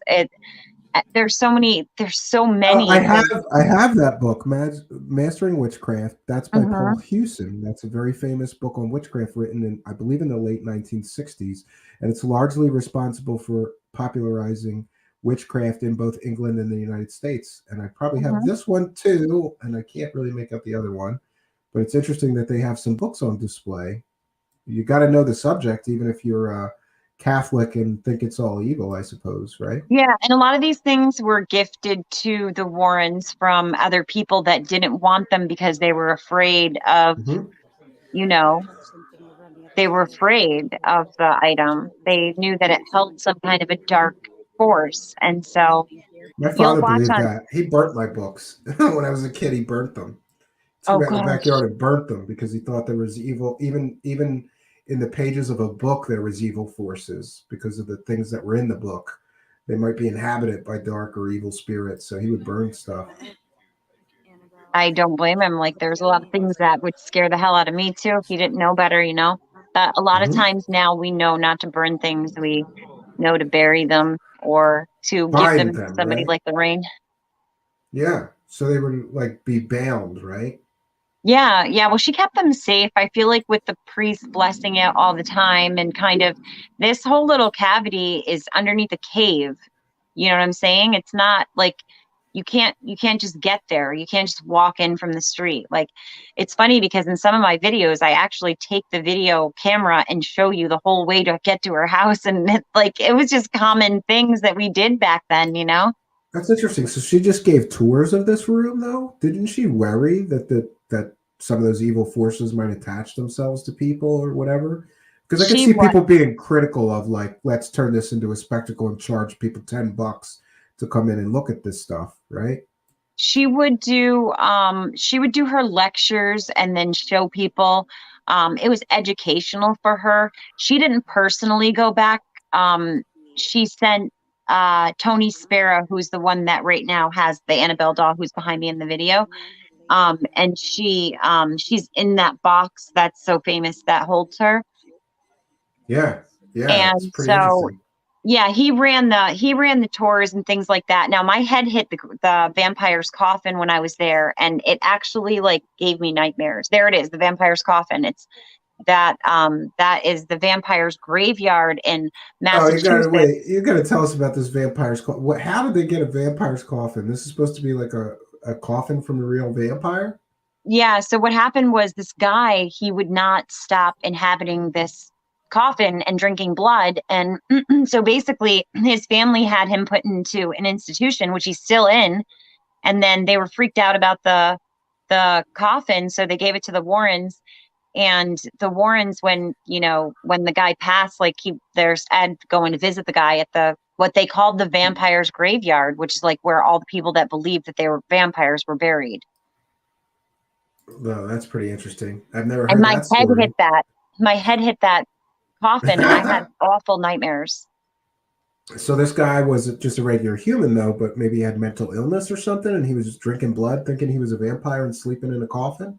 Yeah, or maybe he was a vampire thinking that he was a human. Like, you know what I mean? Like, I really Whoa. don't know. I believe in different supernatural things, but it was definitely creepy.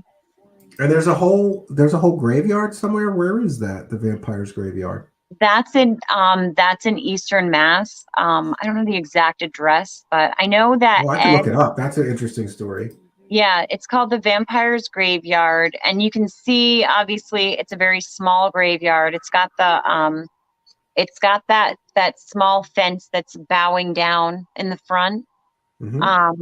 They're over by Stepney, StephnY, I believe, cemetery. So it might be like around that origin. But they traveled to Japan. They traveled everywhere, so it's hard to say. But this place could be anywhere because they went everywhere. Yeah, and all of the stuff that's in her little this museum here is all stuff that they've collected over the years of their paranormal research and different cases and. Yeah, you can see. Look, you can see. Oh yeah, we have some paranormal activity on the screen. So what winds up happening with some of these in the video, I was just going to give the tour, but paranormal stuff was happening. See the black thing that just crosses the screen suddenly? It looks like a shadow. Yeah.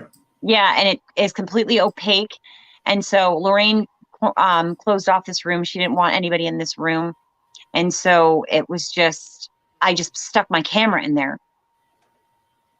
And that's what I caught flying across the room. And if you play the video, it actually makes a noise. Oh, It's like, it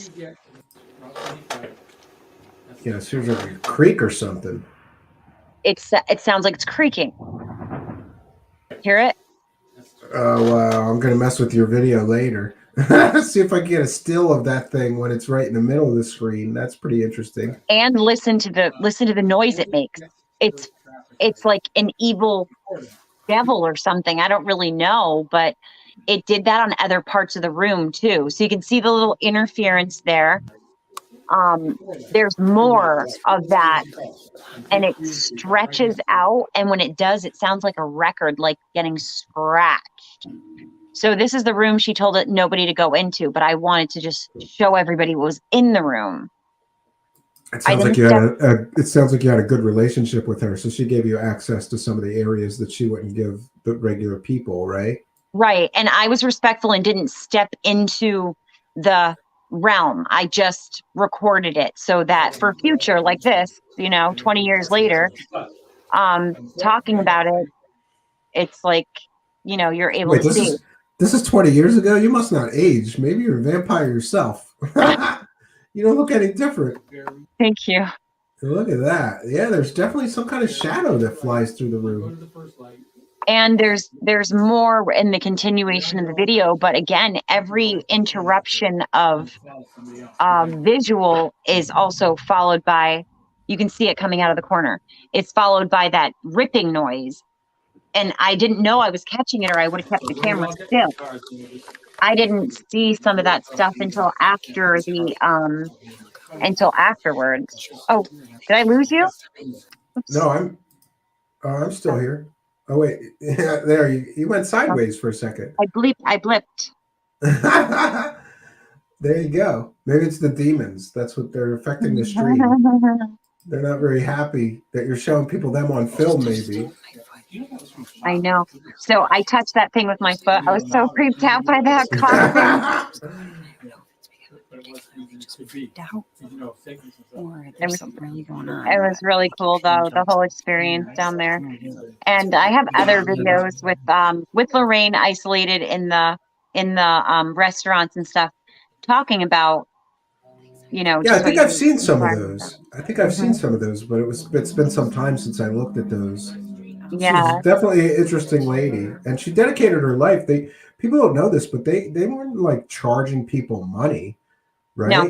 They were if somebody had like a demonic infestation or a haunted house, they would go and try to help the family to exorcise the demons or get rid of the spirits that were causing the family harm or trauma, and they did that for free. They weren't, profiteers, Back then, there wasn't 65 ghost hunting shows on television. So no, I know. I know they did some television appearances, but they were basically interviews about their experiences, Yeah, you can see if you archive some of them, but they, they had gotten death threats and things from people for doing these ghost hunts. Like, it was a very different world back then too. We were afraid of getting our name written in the devil's book. Yeah, so. And then they were active during that whole satanic panic and the cults and ritual abuse that may or may not have happened, and people were seeing satanic cults and demons in a lot of places that they may not have been. Yeah, well, there was the whole situation with Bundy, Ramirez. There was this scare coming on from, there was a lot of serial killers that kind of made headlines. There was always serial killers, but they were making headlines. They were prolific, and they were making the news every day, and the news was a big thing. We were able to see what was transpiring in their trials and hearing the gritty details of what they did to their victims, and it's a different world. And there's such a morbid interest in that a lot of the grisly details would leak out in one way or another, either through a writer contacting them and interviewing them in prison before they were executed or whatever, Mhm. and newspaper articles about the murders and offering a lot of grisly details. And then a lot of those serial killers, they sort of played up, like the Night Stalker played up the whole Satanism thing. Yes, I was just watching the Ramirez situation today, and it was so weird. Like, there's so many women that are obsessed with these serial killers that a lot of people think I'm obsessed with the serial killers, when in fact, what I'm obsessed with is the survivors, the people that, the mothers, the sisters, the people that are moving on from the death of their family member that has been killed in a heinous way, and their bodies have been found in a grotesque manner. My interest is telling the story of the victim and also the survivors. How you survive after a tragedy like that is so important. And the common thread that I find with people that are surviving victims of individuals that they've lost from murderers like Ted Bundy, Gacy, what I find is they survive well or better when they start a foundation in the name of their loved one, Mm-hmm. and they start a plight and they talk about it and they use platforms and lectures. Because I've also seen parents that just, they die within a month of their child, like they just don't want to be on this earth anymore. But there's also people that, they have different ways of grieving. And Yeah, look at John Walsh. A lot of people don't know, but well, look, they should know. John Walsh from America's Most Wanted, and he has a new show now. He lost his 6-year-old son tragically to murder, and he turned that into his life's work to try to help missing children and victims of crime and catch the bad guys, and that gave him some purpose and maybe helped him survive that tragedy. Because I got a 5-year-old boy. I couldn't even imagine. I think I would be a mess. And he was Adam Walsh was killed 15 minutes after he was captured. He was decapitated within such a short realm of time, and he was his killer was actually like questioned and let go, just like the Zodiac Terrible. killer, Yeah. and just like Ted Bundy, question and let go, question and let go. So something had put him on the radar previous to that, but they really just didn't even find out till about 3 or 4, maybe 5 years ago, when they did the forensic DNA on the car that was impounded. Yeah. And then they saw that horrific blood print of the face. And it was just, it was obviously Adam Walsh. Like, it was, you see a picture of him, then you see his, the blood stain. It was horrific. But John Walsh is a hero. And Yeah. he not only had to fight through his own situation and to fight through his own grief. Him and his wife wound up having 4 more children. I read their whole entire life story because they're such interesting individuals. But again, that survivor aspect, you need to have, you need to have hope in some way to survive. And I find that the people that, they build the foundations and they speak out, they thrive better than the people that don't. Yeah. Yeah. Well, my heart goes out to those kind of, or all victims of this kind of horrific crimes, like Mhm. just, and especially people that are missing, that they never know what happened.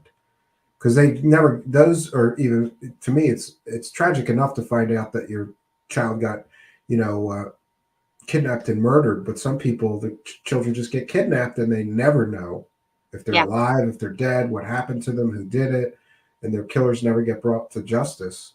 No. That's a huge tragedy to me. Yeah, no, that's awful. And I'm hoping now, like there's a lot more unity going on in these communities with a lot of these situations. 'Cause how do 30 women get killed? Nobody sees anything.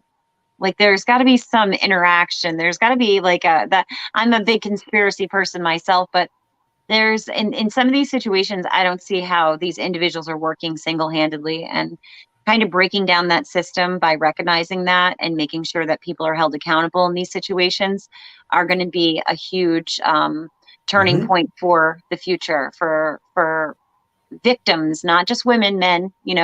Gacy's victims, Dahmer's victims were all male.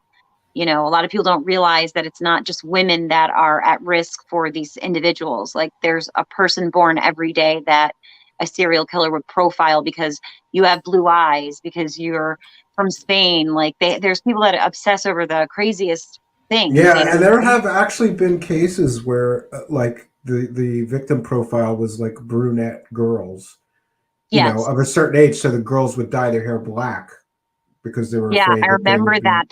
There was the Hmm. blonde haired killer. Yeah, So that's the one I'm women were thinking of. going, Yeah. yeah, women were going dark haired and things like that. Creates hysteria for people, you know.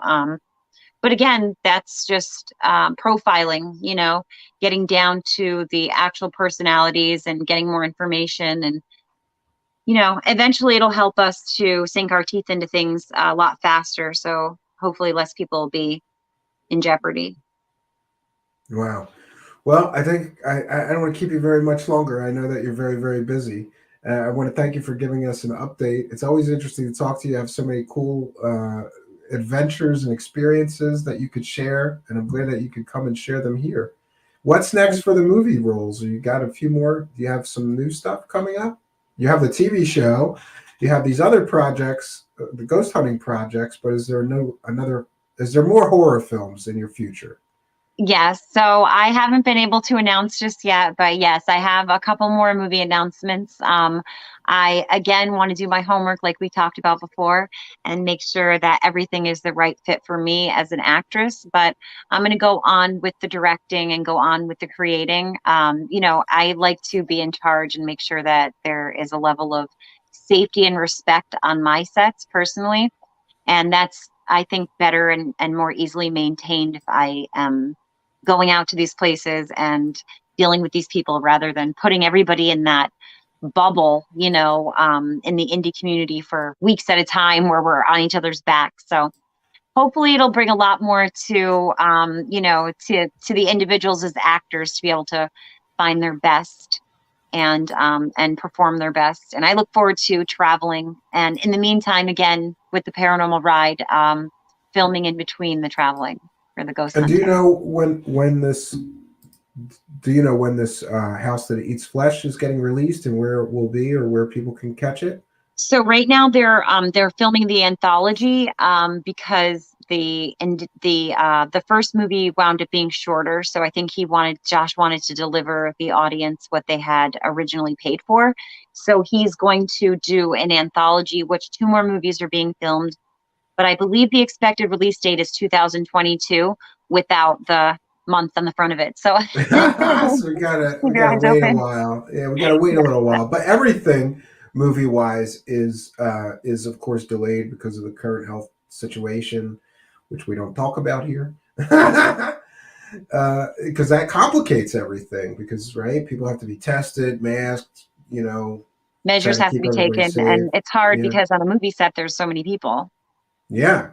Yeah, a lot of people don't realize that, but what you see on screen is just the actors and the actresses, and then there could be 100 people behind the scenes doing all kinds of stuff, prop people and makeup people and hair people and Yeah, that's sound why the death guys with and masks on because we can't have air because it interferes with the audio. So yeah, like people are really putting yeah, in the work. yeah, yeah. Well, I can't thank you enough for doing this. I really appreciate it, and I hope that you will come back again and tell us about your new adventures and maybe not take so long this time. Yeah, Yeah. definitely. Hit me up the next time that you're interested and you have some free time. I love catching up and it's been a pleasure. I like catching up on Facebook and socials too, but this is great. Yeah, and like I said, I'm selfish. I say, why do it offline? I can take my audience with me, and they Yeah, can all exactly. they can all get caught up on your adventures too. I love So, it. all right, thank you very much. I'm going to do a quick wrap up because there's some drama going on in UFO land that I got to talk about tonight. So I didn't want to make you just sit there through this and be like, "What is he talking about?" Yeah. No, that's okay. Thank you so much for having me. I appreciate it so much, and I can't wait to come back and Yes, and I will catch up put with all you. your links. I will put all your links in the about section of this. They're not there right now because I'm a terrible show host, No. and I was doing a guest spot that went long right before this show. So I did. I will put all your links to your Facebook and your YouTube and where everybody can find you right after the show. I promise. Okay, thank you so much. And All thank you for right, having me thanks. You again. have a great night. Thanks, Rachel. It's always a pleasure, friends, for me to talk to Rachel because she's just such an interesting lady into so many interesting things that I have a similar interest in. And interestingly, I told you I'm kind of weak on the ghost hunting stuff and on the demonology. I have an interest in it, but I'm not an expert on these things. And I would prefer to rely on somebody like her who has been an expert on these things and continues to be. And it's nice to see her going forward with her dream. I remember her telling me that one of her dreams was to be an actress. And I said, do it, girl. And she did. And I'm proud of her for that. So, yeah, and we'll take some comments and questions from the live chat. But I definitely, we got to talk about a few things. I'm going to share my Twitter here. Because there are some interesting developments in the Anjali story. And listen, I'm going to try to choose my words carefully. I don't want to be sanctimonious. Is that the right word here? And say, I told you so. But one of the possibilities that I mentioned about Anjali and her story about meeting extraterrestrials in an alien base and having a friend that dug a tunnel into an alien base. And one of the possibilities I said for this outcome, she had promised that she was going to do an expedition by the end of the year and get all the proof, take scientists, get films, get videos, get, sensor data. I don't know what kind of proof that you could get if you're standing in front of an extraterrestrial that is incorporeal and not imagined or in your own mind. She claims that these beings were living, breathing beings. So she had promised that she was going to do this expedition with members of the media and with scientists and with paranormal investigators and UFO experts. And, she was going to form this expedition team and go back into the mountain and talk to those aliens again, but this time bring us all the proof. And one of the possibilities that I said how this story may end is what I called kick the can, which is to say, well, we can't do it for one reason or another. The cave collapsed. The guy wouldn't give us permission to go back into his mountain or, whatever. But generally, one of the big possibilities is that I foresaw that there would be a kicking of the can. That is a delay. Honestly, I was surprised that she gave a hard date because most of these people won't give a hard date. And she did. But one of my concerns was that kicking the can or delay or making excuses for why she won't deliver on her original promised date of providing this proof and doing this expedition. Earlier today, I was on a live broadcast at the last minute. It wasn't planned with Alien Girl 111, who you might remember as being a previous guest here. And Alien Addict was the person she was interviewing, but then she invited me on, and I didn't know this when I went on, but then Anjali jumped on.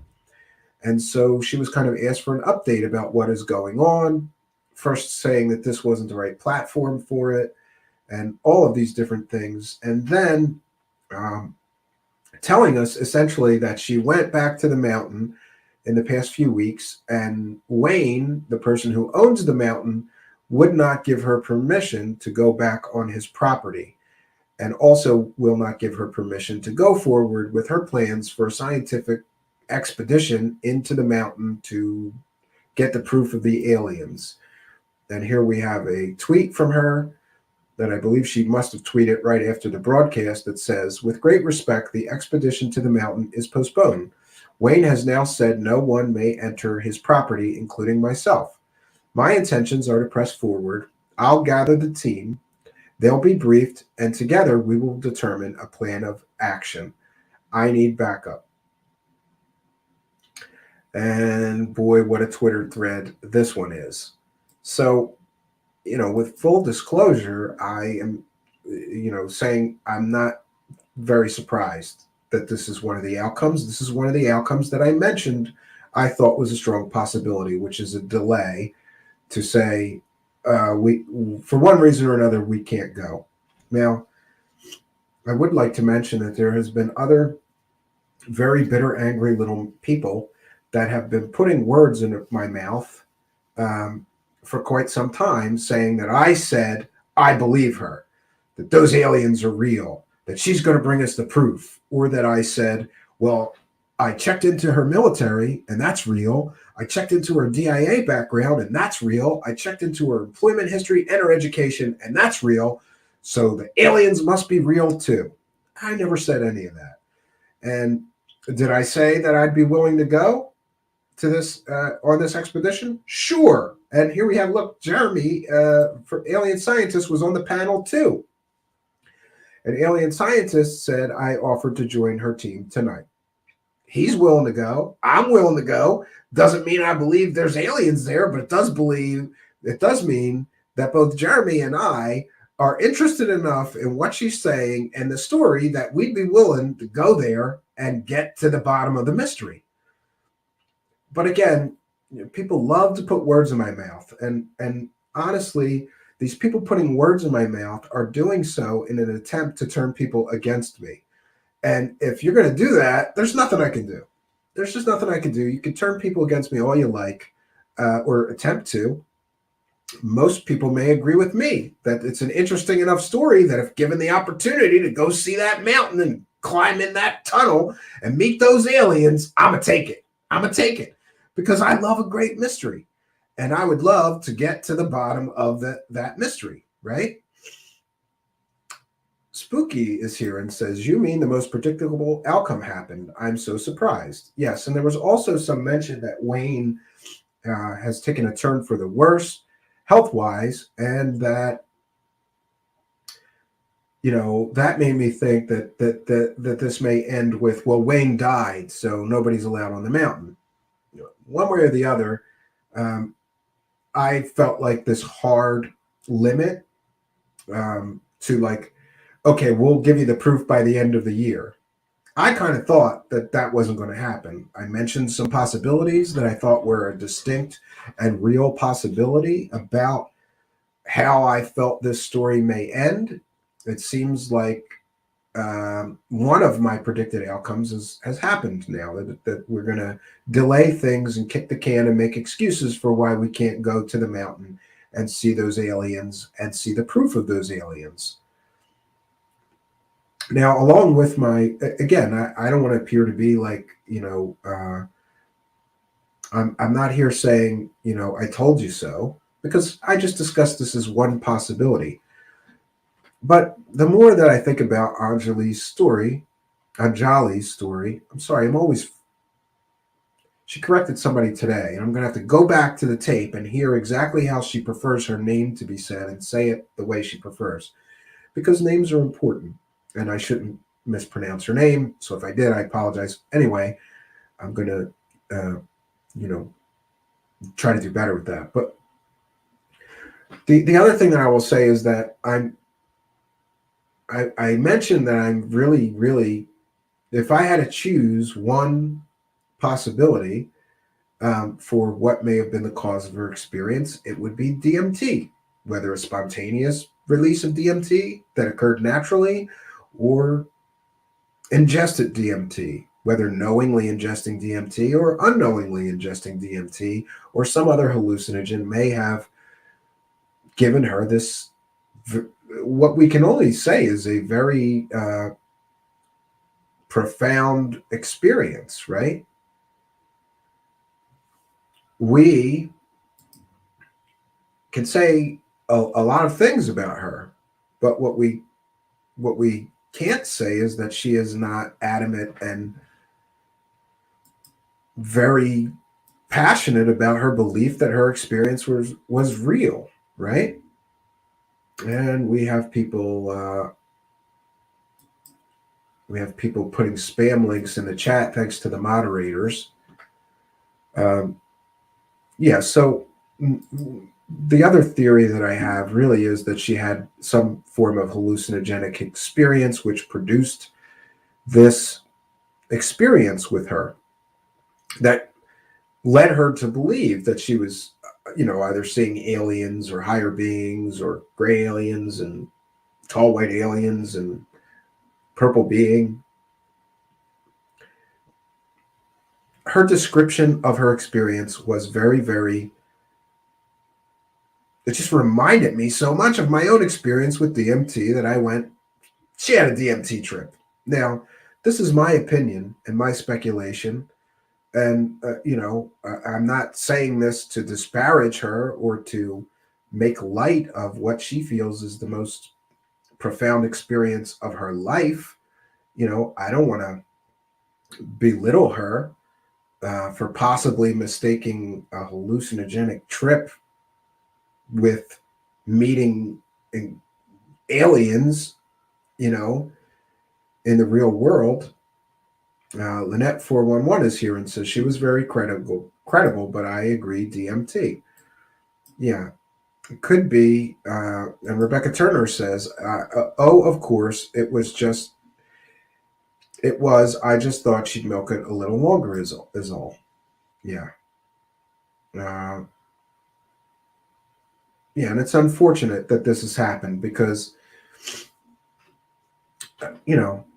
first of all, speaking to her in person a few times has humanized her to me, and I've said it before. I'll say it again. I'm worried about her mental state and that sort of this backlash, because certainly now she's going to get hammered on Twitter. She's going to get hammered on Reddit. She's going to get hammered everywhere on the internet for promising this proof and now making excuses. Now, one can believe that her making excuses and never providing the proof was always going to happen.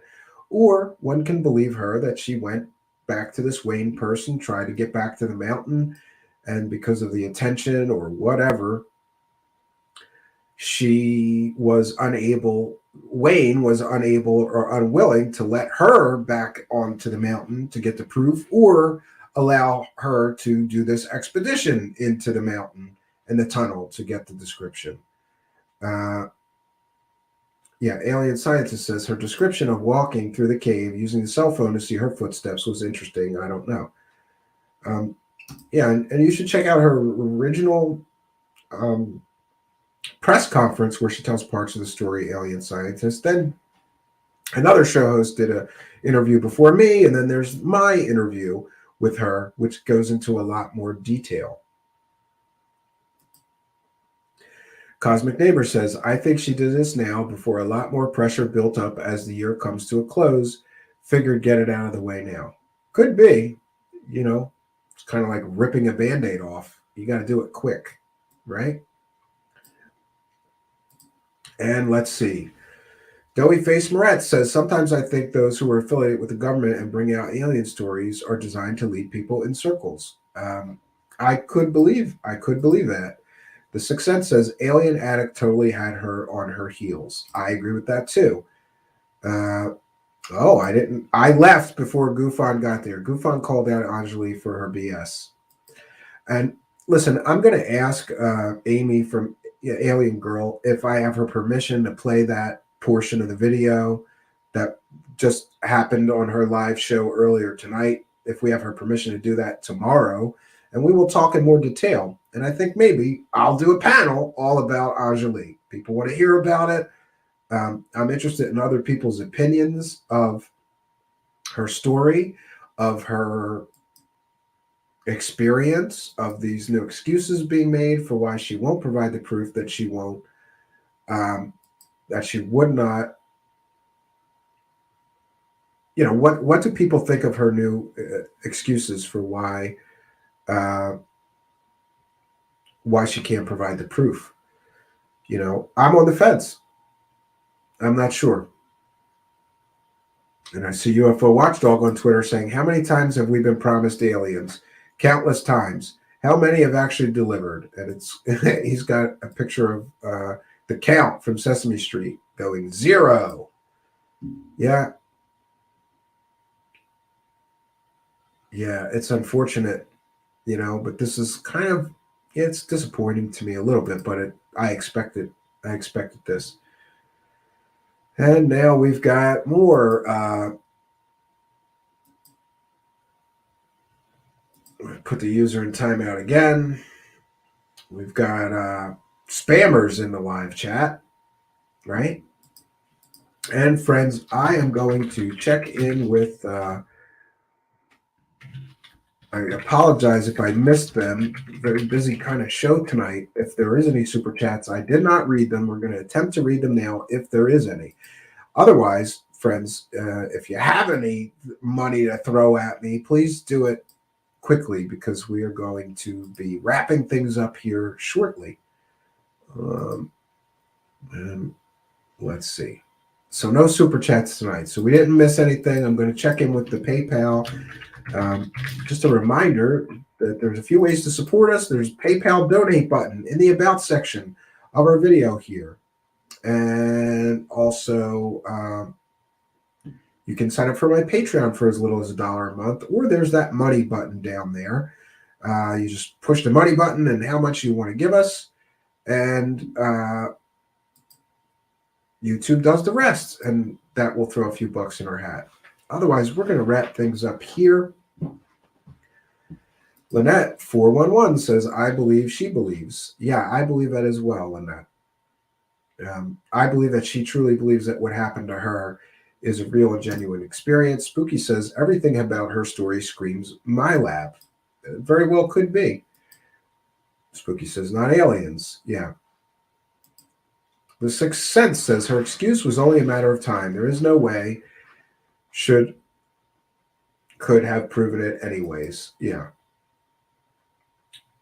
Doughy Face Moretz says, I'm inclined to agree with you, Spooky, as am I. You never know, right? And this is a sure feeling possibility, right? Blue 570 says, I have a feeling if they wanted her to introduce them to the world, then that guy would not be able to prevent it. Yeah, could be, right? And I'm anxious to go see what Rich from Goofon said, because I'm sure he was a little less polite than I or even Jeremy Rise Alien Scientist was. But Alien Addict sure hit her with a few good questions, and we also got her to clarify her position on DMT, which I don't know what I feel about, because there's screenshots of her saying she's talked to the aliens on mushrooms and DMT and this and that.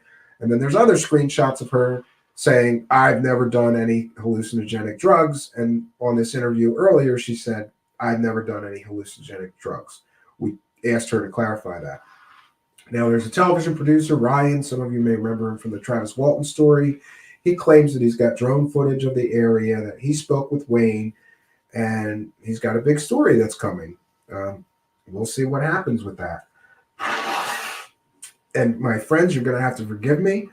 I've got an awful cold and a sore throat, but I really can't complain because it's not COVID, and I haven't been sick at all. I haven't had as much as a scratchy throat in 2 years, or however long, since March, when this lockdowns and the current health situation started. Spooky says, I want to know about the military boots on the higher beings. Yeah, there's some weird... She told the story about them having real big, thick military boots and outfits that look like a cross between a wetsuit and a military uniform. So there's that. New details dropped about the aliens, even though now it appears that we're not going to get proof of the aliens. And, I don't know what I can say about this story, except I feel sorry for her because she's going to get hammered now. Right or wrong, worthy, deserving or not, she's definitely going to get hammered, especially by the critics who said this was going to happen. I said, hey, I hope that she really does provide the proof, but I wasn't going to hold my breath waiting for the proof of the aliens, right? I had a feeling that something like this may happen, or some other, delay, stall tactics, excuses for why she couldn't do what she originally said she was going to do. But we'll explore more of this tomorrow after I have some time to watch the entire thing that just happened. If you want to check it out, it's on Alien Girl 111. Just put Alien Girl 111 in the search bar, and you'll be able to hear what happened tonight. And everybody on UFO Twitter and other people are talking about it already. I'm glad that I could be a part of it. I almost didn't because I was busy and I have to do my own show, but I thought, no, I've been trying to sort of get Alien Addict to be a guest here, so I thought it was a good opportunity to reach out, or he's trying to get me to be a guest. And then, and then Anjali just happened to be in the live chat and just come on to the stream, which was unexpected. And then, I had to jump out early to do the show here, but I didn't want to cancel or push back the interview. We had an interview scheduled with Rachel here, and I never cancel an interview with a guest, or I try my very best never to ever do that, right? Yeah, Sixth Sense says, and this may be fair, she's a liar. I don't think there was any doubt. And her believing it is real, a sign of a pathological liar. They believe their own lies. Could be. Yeah. I agree, Six. Either way, it's all a lie. Yeah, very disappointing lie. Because many people, you know what I thought? I thought, I'll hope for the best, but I'm expect the worst. And, but there's many other people that really, really believed her and really, really had these huge hopes that she was going to give us the proof of the absolute, the absolute proof of aliens, 100% proof that no one could argue with by the end of the year. And then we'd have disclosure and everybody would be happy that once disclosure, whatever that is now, it depends on who you ask for the definition. We've got David Wilcock and other clowns running around saying disclosure already happened and I'm going to sell it to you for $333. Well, if it already happened, why do I got to pay that clown $333 to get the disclosure that already happened? To me, that's kind of suspect, right? Mr. Snake Oil. But it is what it is. And this is where we find ourselves. Tomorrow, after I had plans, tomorrow, after I have had time to listen to the rest of what was said after I left the stream, I'm going to make some notes and we are going to more fully explore the Anjali story and latest developments. And that's all we could do. People are asking me instantly, like, you got to do a show on this. And I said, I've got an interview already scheduled for tonight. I'm not going to cancel or change it. We'll do this tomorrow. So tomorrow night, I've got another interview scheduled tomorrow night. So I'm going to have to do this one. I'm going to have to do this tomorrow afternoon then. And we'll do a double shot of Truth Seekers tomorrow. One show about the Anjali and the latest Anjali developments. We'll invite panel members to discuss what happened. And you are most welcome to be here, ask comments, questions in the live chat. We are going to fully explore all of that. Evil Dead Ed El Jefe is here and says, what's up, Steve? What's up, Evil Dead Ed El Jefe? Good to see you here in the live chat. So we've got not many people in the live chat. I'm going to give some shout out to Prag Magic, Rebecca Turner, shout out to The Sixth Sense, shout out to Doughy Face Moretz, shout out to Spooky, shout out to Out of Mind, shout out to Grandmaster UV. And let me see, who else do we have in here? Shout out to Cosmic Neighbors. Ron from Cosmic Neighbors is here. Shout out, Ron. Yeah. Alien Scientist is here. Shout out to Alien Scientist. And again, Spooky is here. Lynette411 holding down the Twitch chat. Indigo Ginzo is here. And Indigo has an interesting point. DMT isn't just naturally released in a body at insane times like that. She's either a liar or a schizo or both. You shouldn't have dignified her BS with an interview. Well, we'll agree to disagree. I thought the story was interesting, especially given her military and defense intelligence agency background. I thought the story was interesting enough to at least give her an interview and try to learn more, right? But that's just me. Everybody's entitled to their own opinion. Shout out to Red Storm 1 is here. Shout out to Blue Fav 70 is here. And I think that's everybody. I can only go so far. Shout out to Brock Landers. Brock Landers is here.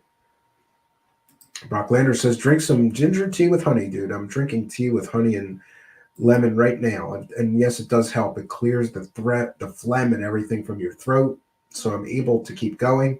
I used to have a job where I had to talk on the phone all day long. and I hate it getting sick because, you need your voice. Shout out to Lee Guy. Lee Guy is here. And I'm in the same boat now. I need my voice to do shows, and I don't want to cry too much because all I have is a man cold. But we all know how terrible man colds could be, especially all you ladies that have men in your lives. The worst thing in the world is a man with a cold. We cry like babies, right? So we're going to wrap things up here, friends. I want to thank our incredible guest tonight, Rachel Hoffman from Paranormal Expeditions, and the movie The House That Eats Flesh, as well as a few other movies and television shows. She's working on a great deal of stuff. Oh, and shout out to Evil Dead Ed El Jefe, who says, "You're a great interview. I enjoyed your Lauren session." Great. Thanks for being here. And I appreciate your kindness. And I want to thank everybody for attending tonight, especially because, look, I've come to accept that majorly people come here to hear me talk about UFOs and hear my guests talk about UFOs. But I never set out to do just UFOs. I'm interested in demons and ghosts and cryptid creatures and all manner of paranormal events besides UFOs. So every once in a while, we're going to throw you a curveball, and I hope that you will, I hope that you guys will indulge me and be okay with me doing that. I can't just talk about UFOs. There's not enough to talk about. I don't care what anybody says. I know some guys do shows 7 days a week about UFOs. I don't want to do that. I don't think that is a good plan for me. If it's a good plan for them, good for them. I'm not going to do that. Rebecca Turner says, "Thanks, Stephen. Good interview, and it was interesting. I used to be really into that stuff." Yeah, me too, right? And Lee Guy is here and says, "Gah, I work phones now and I hate it. Thank God for caffeine, nicotine, and Lexapro." Yeah, you got to do something to survive corporate cubicle land. That's what I did. But for me, it was caffeine, nicotine, and green. But don't tell my boss. I haven't worked there in ages. You can tell. It's okay. Let's just say I had salad for lunch, Lee Guy. I had salad at every break, Lee Guy, right? Have to do something. To sit in a cubicle for 10 or 12 hours a day, you got to do something, right? To keep yourself from wanting to blow your brains out, right? I'm so glad I'm never going back to a cubicle ever again in my life. We'll never say never. If my children were hungry and that was all I could do to feed them, I would do it. But hopefully it never comes to that. I much prefer working for myself than working for somebody else. So what can I say, friends? This is where we find ourselves tomorrow. We're going to have two shows. We're going to have a show on Anjali in the early afternoon, hopefully. And then we're also going to have a show with the one and the only author of the blog Bad UFOs.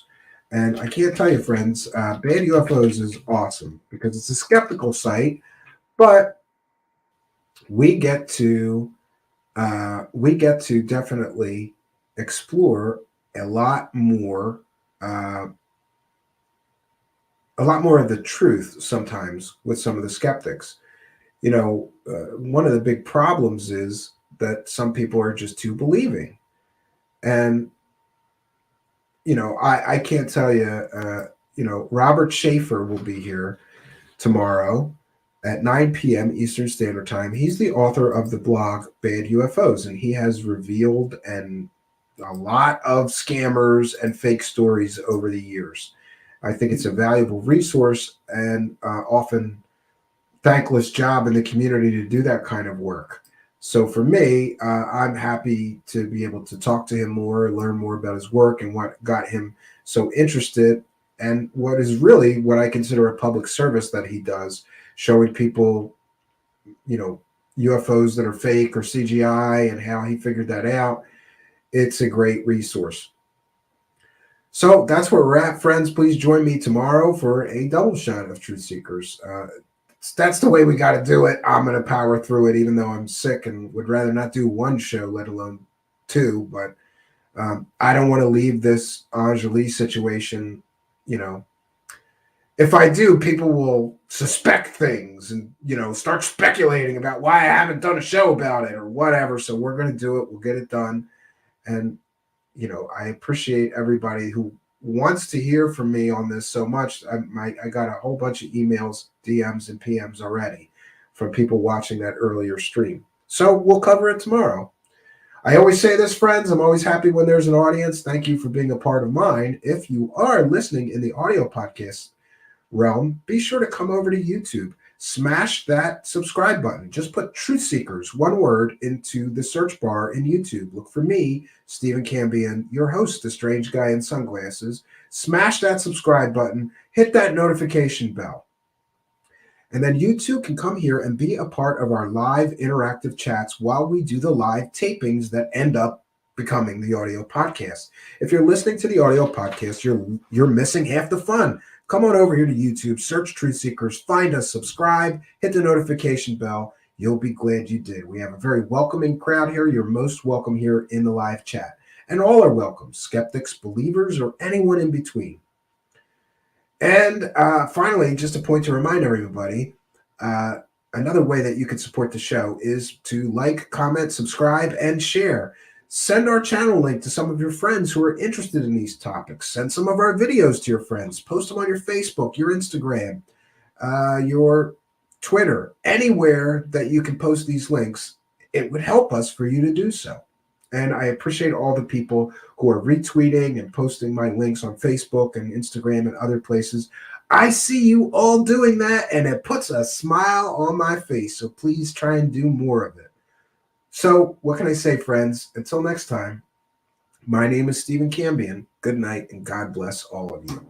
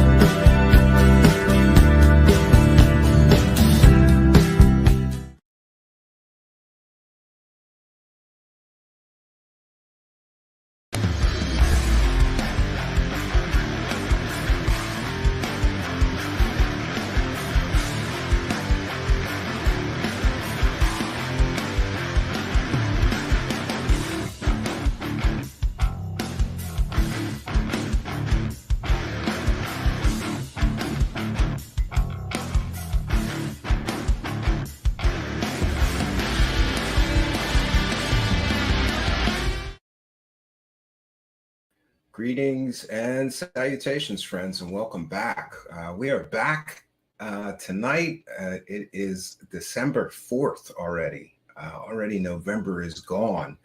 And for tonight, I am selfishly bringing back one of my favorite previous guests. And that would be one Erica Lukes.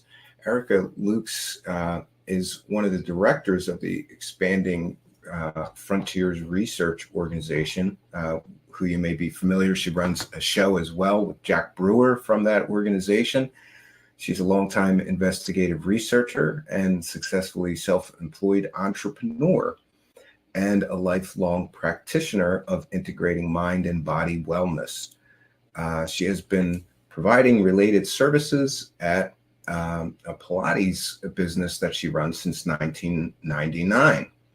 And that venue evolved to additionally serve as a community hub for an ever-growing diverse range of purposes and activities, including housing special collection archives, hosting art events, and providing a variety of wellness and research resources. And much like we talked about with Michael Schratt, she's very big on preserving the history of this other researchers and people who have collections of research material or investigative work that they have done. So we're not going to waste any time tonight. We're going to bring her right in here. We've got her sobering up in the back, right? Let's bring her in here. Welcome, Erica Lukes. Hello. How are you? Good. Good to see you. Good to see you. Thanks for inviting me. Yeah, so I haven't really been keeping up because I've been incredibly busy. So I wanted to start with what has been the focus of what you and Jack have been doing lately, and yeah, that's a great question. I'd be more than happy to tell you. And I see Jack in chat, and I just want to say hello. Oh yeah, welcome Jack Brewer to our chat. I know. I'm very happy. Nice to see him. Jack approached me over a year ago to start a nonprofit, Expanding Frontiers Research. And in that time, we have done extensive FOIA requests. We've done investigative work on specific stories like Skinwalker Ranch, like the misappropriation of taxpayer funding of and different things. It's been a good time, honestly. And, I think both Jack and I have a background in the wacky world of UFOs. And if one thing, that's a world I'm very familiar with. Oh, yes. Let me tell you, it's very interesting. But we've seen the grifters. We've seen all of the nonsense that has gone on and plagued the field, honestly. And I think it's really sad. That's probably why most people are here and listening to your show. And that's because the field is it is so set up to grift. It is so set up for people to come out with completely, false credentials, for people to tell stories that will never be verified. But, you can say, blame it on the government, blame it on A, B, C, and D. And it's perfect for that. And because a lot of people don't have any standards for research, for any ethical standards whatsoever, I think it is really easy for this subject to really devolve into what we see now. And I will say that this is probably the least respectable the field has ever been in the 70 years, in my opinion. But, blame it on... saying a lot. That is really saying a lot. So... Yeah, I wanted to ask your opinion, too, because I don't know if you caught... one of the things that I've been really focused on, and I don't mean to be, because I really am not here for money. I did this show when I was making 12 cents a day on an audio podcast.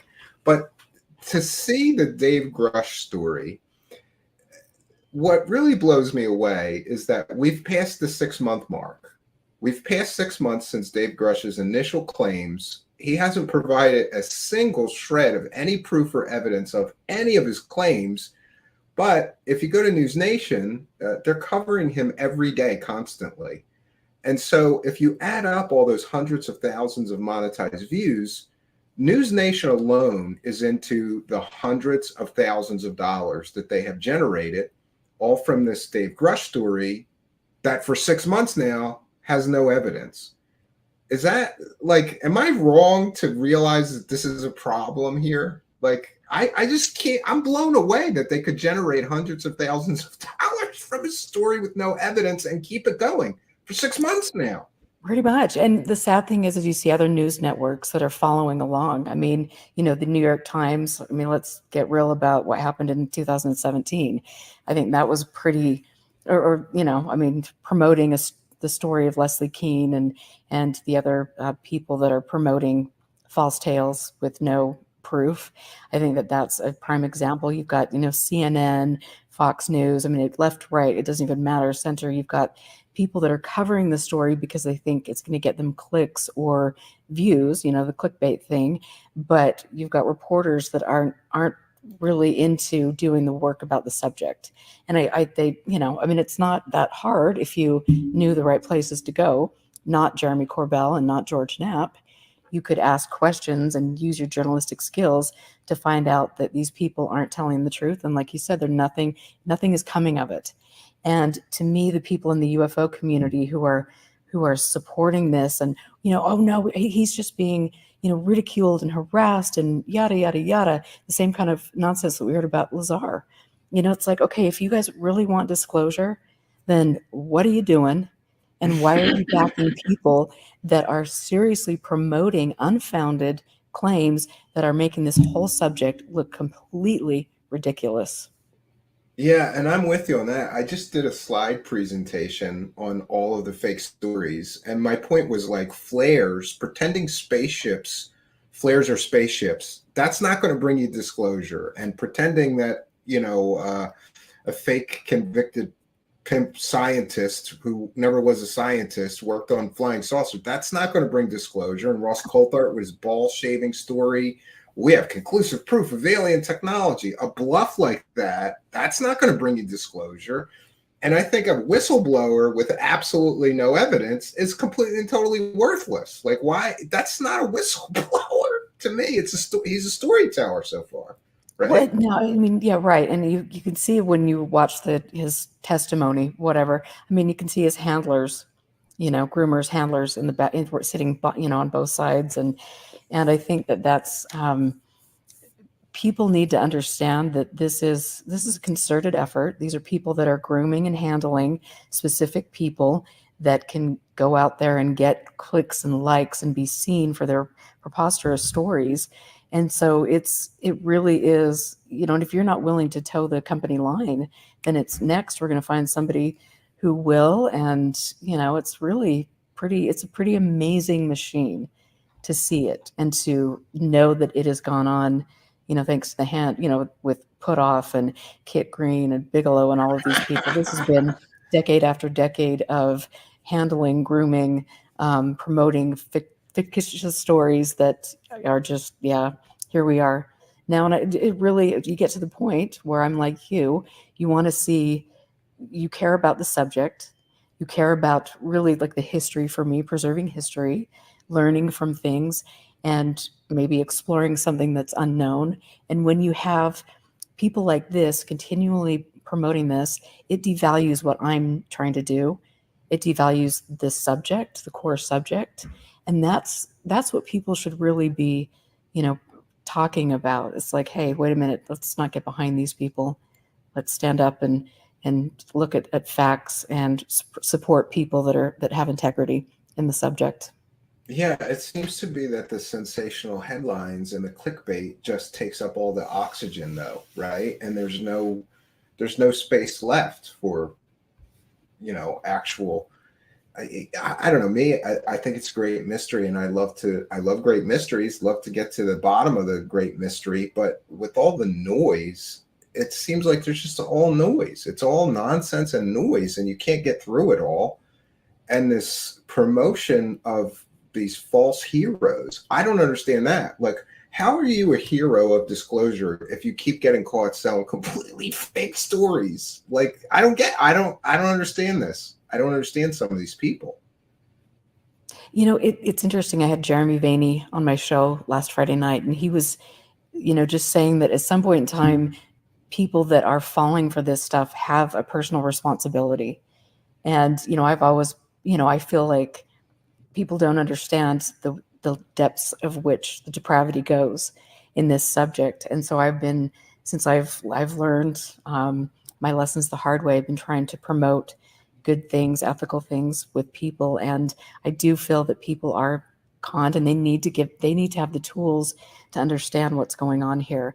But there does come a point when you see this person over here who's been archiving or who's been studying and an executive director of MUFON for 50 years who's promoting the same garbage. There comes a point in time where you say, okay, did we miss? I mean, what IQ, how are we functioning here? Do we have the brain the size of a pea pod? Are we actually capable of reasoning and logical, deducing facts, putting facts together? It cracks me up, and it makes me angry, and it makes me sad. Like it evokes every emotion in me because I'm passionate about this subject, and I'm passionate about people and making sure that people aren't taken advantage of. And that's, as you know, it's right there. Yeah, and I wanted to ask you, because there really was a time where I naively thought, well, here's what we'll do. We'll expose all these grifters, and then we'll get rid of them. And then everything will improve. But the longer I'm here, the more that I think it's not going to change. None of this is going to change. I mean, I will say there seems to be more critical, skeptical voices lately. And I do think that a good percentage of people interested in this topic are getting sick of the grift. Do you think that it's just beyond hope at this point? Or do you think that it could still be cleaned up and maybe legitimized a little more? You know what? I have been known to pull some Don Quixotes in my time. So I definitely, feel that I always think that there's hope. You can ask me tomorrow and I might just say, whatever, peace out, I'm done.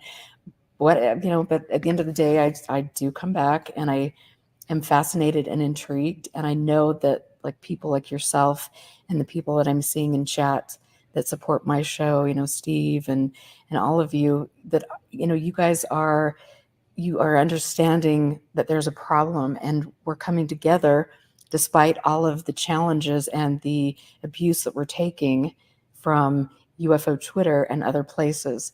And I think if we really form that cohesive unit, then we're going to be able to take on people that have a lot of money behind them and have all of these channels and are trying to influence, this subject. I mean, tonight, I feel like we can do that. And I think we are.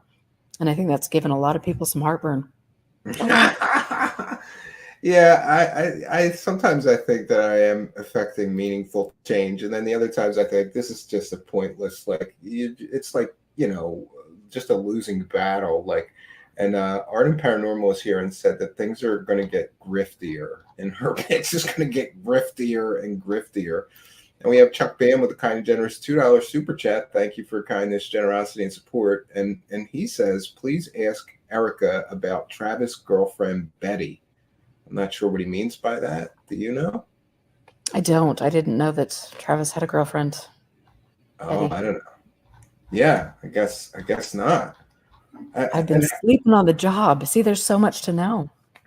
Yeah, I'm usually well informed on these matters, but I don't know. I didn't know he had a girlfriend, a wife. I don't really keep up with Travis because he seems to be like, I don't know, for an optical physicist. I mean, maybe we could talk about that for a moment. Like, the guy's an optical physicist and he can't tell the difference between a bug on a screen, like flying past the camera. Okay, I was thinking of different Travis. Are we talking about Travis Taylor?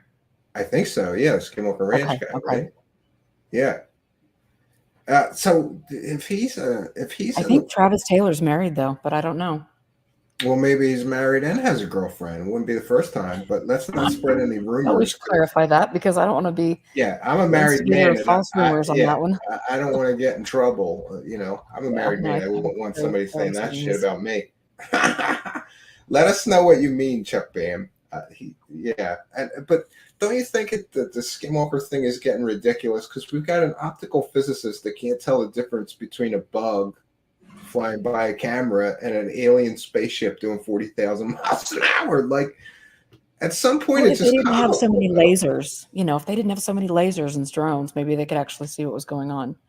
But I mean, it is ridiculous. It's the whole show. The more and Lord knows, more than anyone on the planet, I've probably looked into this. But I think that, when you go back to, I mean, the whole thing's hokey. And I have to say, with some of the news that's coming out about Utah and some of the major grifts that have gone on lately, it is just no surprise that Utah is home to Skinwalker Ranch, because that is just another absolute grift, as it has been from the beginning. You Yeah, go back maybe you can give my audience an update. What's exactly going on there? Like, they're misappropriating funds intended for other things, and they got this development deal that they're giving to the Skinwalker Ranch people for nothing. Like, what are they doing for that money? Nobody knows. Even the city I don't officials know. can't tell you, right? I don't know about the development deal. I do know that, with the conference we've done, Jack and I have done a lot of work. Jack really has gone all out on this, but we've done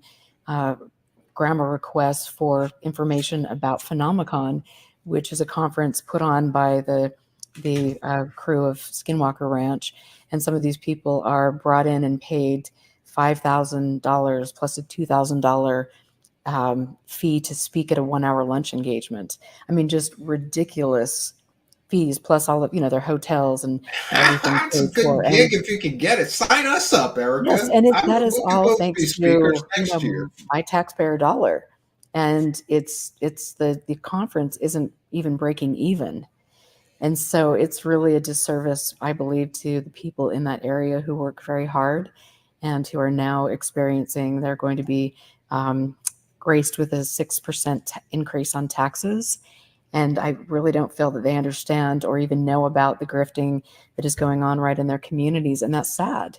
And people deserve to have information about that. So you can go to expandingfrontiersresearch.org to look at the things that we've done, which have been pretty impressive so far. And we continue to dig into that and other areas where people are being, the wool is being pulled over people's eyes. Well, just so I'm clear, so they're raising taxes by 6%, and meanwhile they're wasting money paying spooky ghost hunters to hold conferences. Yep.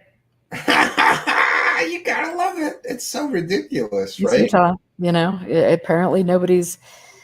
If some guy that is, his dad's a senator, and you've got all these connections, and you can get breaks on the movie industry and breaks for filming and all of these things, and you can accomplish a lot when people aren't paying attention. So, and it's again, it demeans the subject. It's not giving back to a community that deserves to have resources for the homeless population, resources for domestic violence, resources for people that are dealing with illness as a result of what's going on with the gas and oil industry in the area. I think that there's so much that could be done to support the community, and that's not it. And you've got the owner, the alleged owner, which I have big questions if he actually is the owner, to be honest. But you've got questions that he's going out on the stage with our now disgraced Attorney General of Utah, and they're talking about how he has donated all of anything that he's made on the History Channel to charity. And you just think, really? Okay, let's see it. If that's what you're saying and that's what you're claiming, Yeah, we should be able to find that on the proof of that. Should be able to find that on the 990 forms of whatever charity he's donating to. And that's got to be a lot of money if he's saying every dime that he made.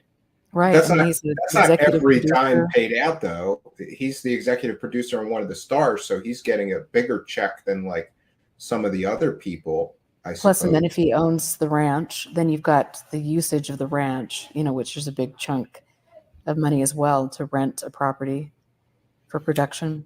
Are you familiar with this person? Zizix, thank you. Zizix asks, ask her about YouTube, Dennis Lee Free Energy. Are you familiar with that person? No, I'm not. You guys are striking out here today. I know you guys. I'm sorry. I need to spend more time on YouTube. Yeah, how do you not know about Travis's girlfriend? This is not good. I don't know. I guess it's just that it's just never been of interest to me for some reason. And just to be clear to my audience members who may not be aware, but like you have a very big connection to Skinwalker Ranch and got to see the inside baseball, right? Yep. Sure And did you walk away from that intimate knowledge of the players and everything with a certain attitude towards the claims that they're making? Or do you know what I mean? Like, was it your boyfriend or are you married to the guy? He was a security. I was married. Yes, he was a former security guard for Bigelow. Was a Bigelow security guard while Bigelow owned the ranch, and that's a whole nightmare story in and of itself. I'm aware. I'm sorry for the troubles that you're having with that, but you know, if you've got a husband that was a security guard during the Bigelow era, was there real or verifiable paranormal activity at all during the Bigelow era? Or is it really like Stephen Greenstreet had reported and people were just trying to keep their paycheck telling Bob Bigelow werewolf stories? It was people making up stories to either make Bigelow happy, I don't know, or to promote his narrative. I mean, if you've got allegedly, you know, the world's most studied paranormal hotspot on the planet, and all you've got are some wolf prints, you know, in the dirt, and stories of smoking dogs in trench coats. You know? And that's one of my favorite clips. I have a clip of George Knapp telling that story, and Greenstreet put a smoking dog. Like, oh, it's so ridiculous. It is absolutely so ridiculous. But you know, the sad thing is it's, you know, people just continue to buy it, even though they're making such idiotic, preposterous claims. And you know, when I had my experiences, I mean, this is, you know, it was a very interesting experience that someday maybe I'll go into it in greater depth. But it was me being exposed to things and then understanding that, wait a minute, this isn't adding up. Okay, wait a minute, this group of people are telling me things, but yet this guy's story changes year after year. And instead of having 3 people that are looking at this gigantic orb opening up with their night vision goggles, mind you, looking at a bright light, because that's exactly what everybody does. But, you know, so you're looking, but now it's 3 people, now it's 5 people. And so that their stories are changing. And maybe that's because they're getting older and they can't remember anymore. They don't care. You know, it's like they can just get on there and make up stories, and they probably sit at a, you know, little bar in Vegas, a casino, drinking margaritas and laughing about how idiotic their stories are and how many people buy it. I can fully see that. I think you're right. And I mean, Bigelow was one of them. You know, the guy's a billionaire and he's spending all this money. I had heard that Bigelow was like subsidizing people's UFO research and paying people to just go around and do UFO research. Like, okay. Again, it's, you know, what I think was happening, and I could be wrong, is that he was trying to collect data. He was trying to you know, do what he does, which is, you know, get data and put it into the magical data bin and do whatever he does with it. That's and you know, I mean, it's a great way to throw money away. You can write off, right? You know? Yeah. And I also wanted to ask you, what do you think of this situation? Like, Stephen Greenstreet pointed this out, and it never occurred to me before I heard him talk about this, but like, according to the Skinwalker Ranch people, there's some kind of I don't know what you would call it, a paranormal pathogen, right? That can follow you home and hurt you. And they make you sign this NDA and this release that, like, before you step on the ranch. And by the way, I verified with one visitor that he had to sign that. So it's true. They make you sign a release. Like, if you suffer any ill effects from the paranormal contagion here, like, you can't hold us liable for it. I don't know if that's just part of the hype of the place. Yeah, talk about priming somebody. Give me a break. Yeah. But meanwhile, they think there's some kind of contagion. The stars of the show are spending time there, and then they're sitting in a crowd full of 1,000 people telling ghost stories. Aren't they infecting all those people with these hitchhikers or whatever term they want to use, this paranormal infection that you might suffer, and wolfmen might follow you home and hurt your family, and like, does that make any sense? Like, why would you do that? Does. I think why would you expose all these people to this skinwalker pathogen? Well, that's those are questions that normal people would ask. That normal people should ask, and they do. But I think, I know that there's a really interesting panel discussion of the cast of Skinwalker Ranch and the Utah Attorney General Sean Reyes, who's in now quite a bit of hot water legally, and yeah, I heard about that. Talking about the fact, well, we did, because somebody in the audience asked about taking soil samples, and they said that they had taken samples and they had all sorts of people in there, and the property got a clean bill of health, so there was nothing that was causing any illness, but it was just a transient thing, and so it's like, so there they are saying, yep, there's really nothing here. That's interesting that they kind of had to respond to that concern, like, I think because we've raised it enough. I know Jack and I have raised that over and over again, excuse me. And you got a little bit of a plot hole here that you guys need to patch up, because this doesn't make sense. If there's some kind of paranormal pathogen there that you are actively like exposing all of these members of the public, like Travis Taylor's sitting having lunch with people who paid extra. We covered that because that was a whole laugh riot of bullshittery. Like, and I don't think he knew that he was being recorded telling these people these stories. He's just there for his extra check. And for those unaware, when you go to one of these events, there's add-ons. Like, well, you can have lunch with one of the stars for an extra $300 or whatever it costs. And Travis Taylor told the most nonsensical, stupid, fake bullshit stories for the $300. That, like, to me, that's a form of consumer fraud. If you can demonstrate that he's telling completely fake stories and he's taking all these people's couple $100, that's a problem, or it should be. But we've got local authorities that are heavily invested here and even giving these people money, so they're not going to do anything to protect consumers from this. Well, of course not. I mean, that's the Attorney General's job of Utah. Well, he's buddy with the owner of the Skinwalker Ranch now, so they're not going to do anything. And UFO John Doe, thank you, longtime show supporter. I'm wearing the right shirt today, Erica. We're praising the cash. I need to get one. I'll send you one. Yeah, great show. Great to see Erica and Jack in the chat room. Great on Erica for exposing what's going on in our wacky state.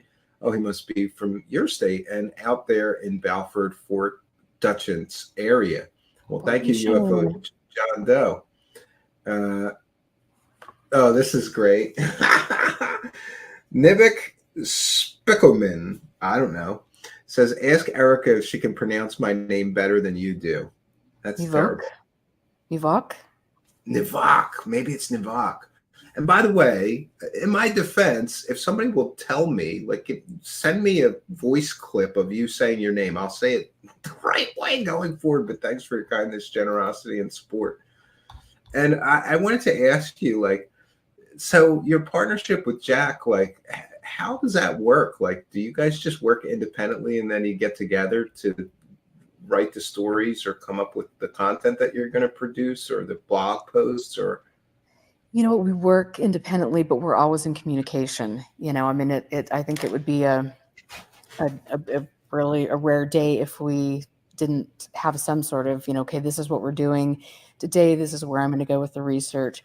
And Jack is, here's what I've done with the FOIA requests. And then I'm looking at a certain angle of things, and then get with him, and then he'll do another aspect of research. And so that's, we're both very, hands-on when it comes to the research that we're doing together.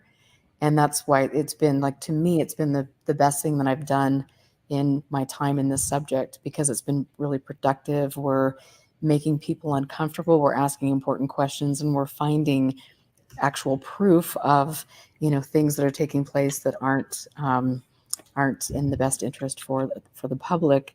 And they're also very interesting stories. I love what Jack has done with NICAP.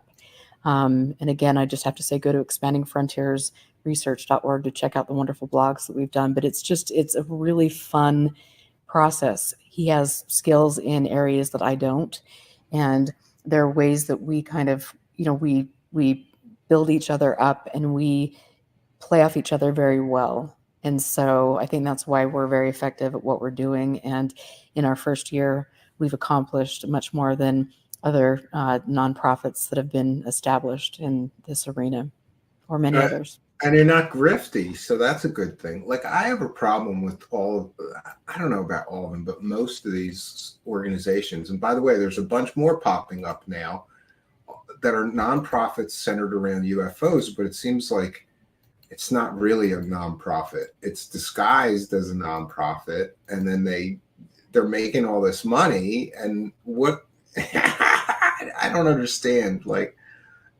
MUFON and all these other people, and like people are getting paid hundreds or thousands of dollars or more, and like, yeah, I don't get it. But you guys seem to be like doing it the straight way, so I appreciate that. But so many of these other organizations don't seem to be worth contributing to. And by the way, do you guys have a registered nonprofit? Mm-hmm. Great. So I'm going to talk to you off air about a donation that I want to give you and Jack. And Thank you. This relates to I don't know if you were aware of this, but somebody caused a big stink over my coverage of Corey Good, claiming that I was making all of this money covering Corey Good. And I don't like attack vectors. So I said, okay, I'm not going to make any money covering Corey Good, and I'll give all the money from every video to a charity. And I haven't picked that charity. I would prefer to send it to somebody like you, but it's got to be a registered nonprofit so that I can make good on my promise to give that money to a registered charity.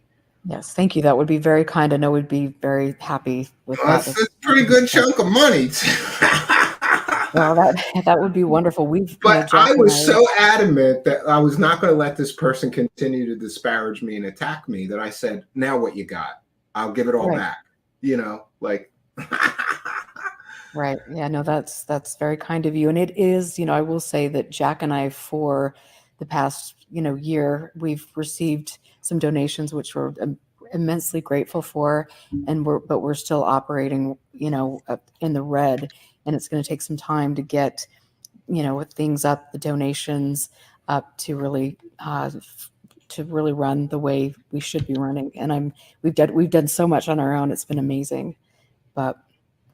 Yeah, and I'm going to go over to the live chat because you'll have to pardon me that I'm a terrible show host, but I'm going to put the link to your website in the live chat, and I'll also put it in the description of the video so that everybody can check you guys out and make sure that they send some support. These guys need to praise the cash probably more than I do. Well, thank you. And I'll send you and Jack both a shirt. This way, you gotta like make sure people know, like, praise the cash. Yes. Right. But you bring up a good point about people, saying, well, wait a minute, you're making all of this money and da da da da da. And, for myself, it's like I know over the years I've broken even on my show and expenses.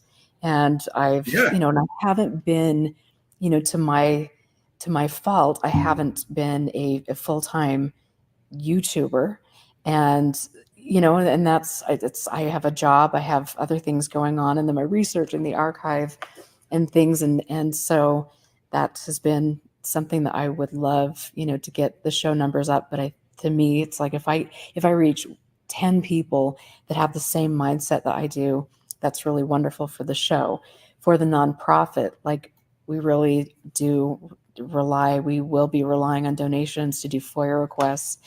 And by the way, just so everybody's aware, it's not free. Every time you file a FOIA request, you got to send a check. You have to send a check, or you have to pay for those. I know there's some kind of exemption. I meant to talk to Jack about that. I don't know if he's aware. Somebody told me that you can get an exemption for the FOIA payout for some reasons. I don't really know. But for people unaware, it really does take a nonprofit, because what media organization is going to dig into some of these stories? There's no, it's not a clickbait garbage story that 1 million people will click on.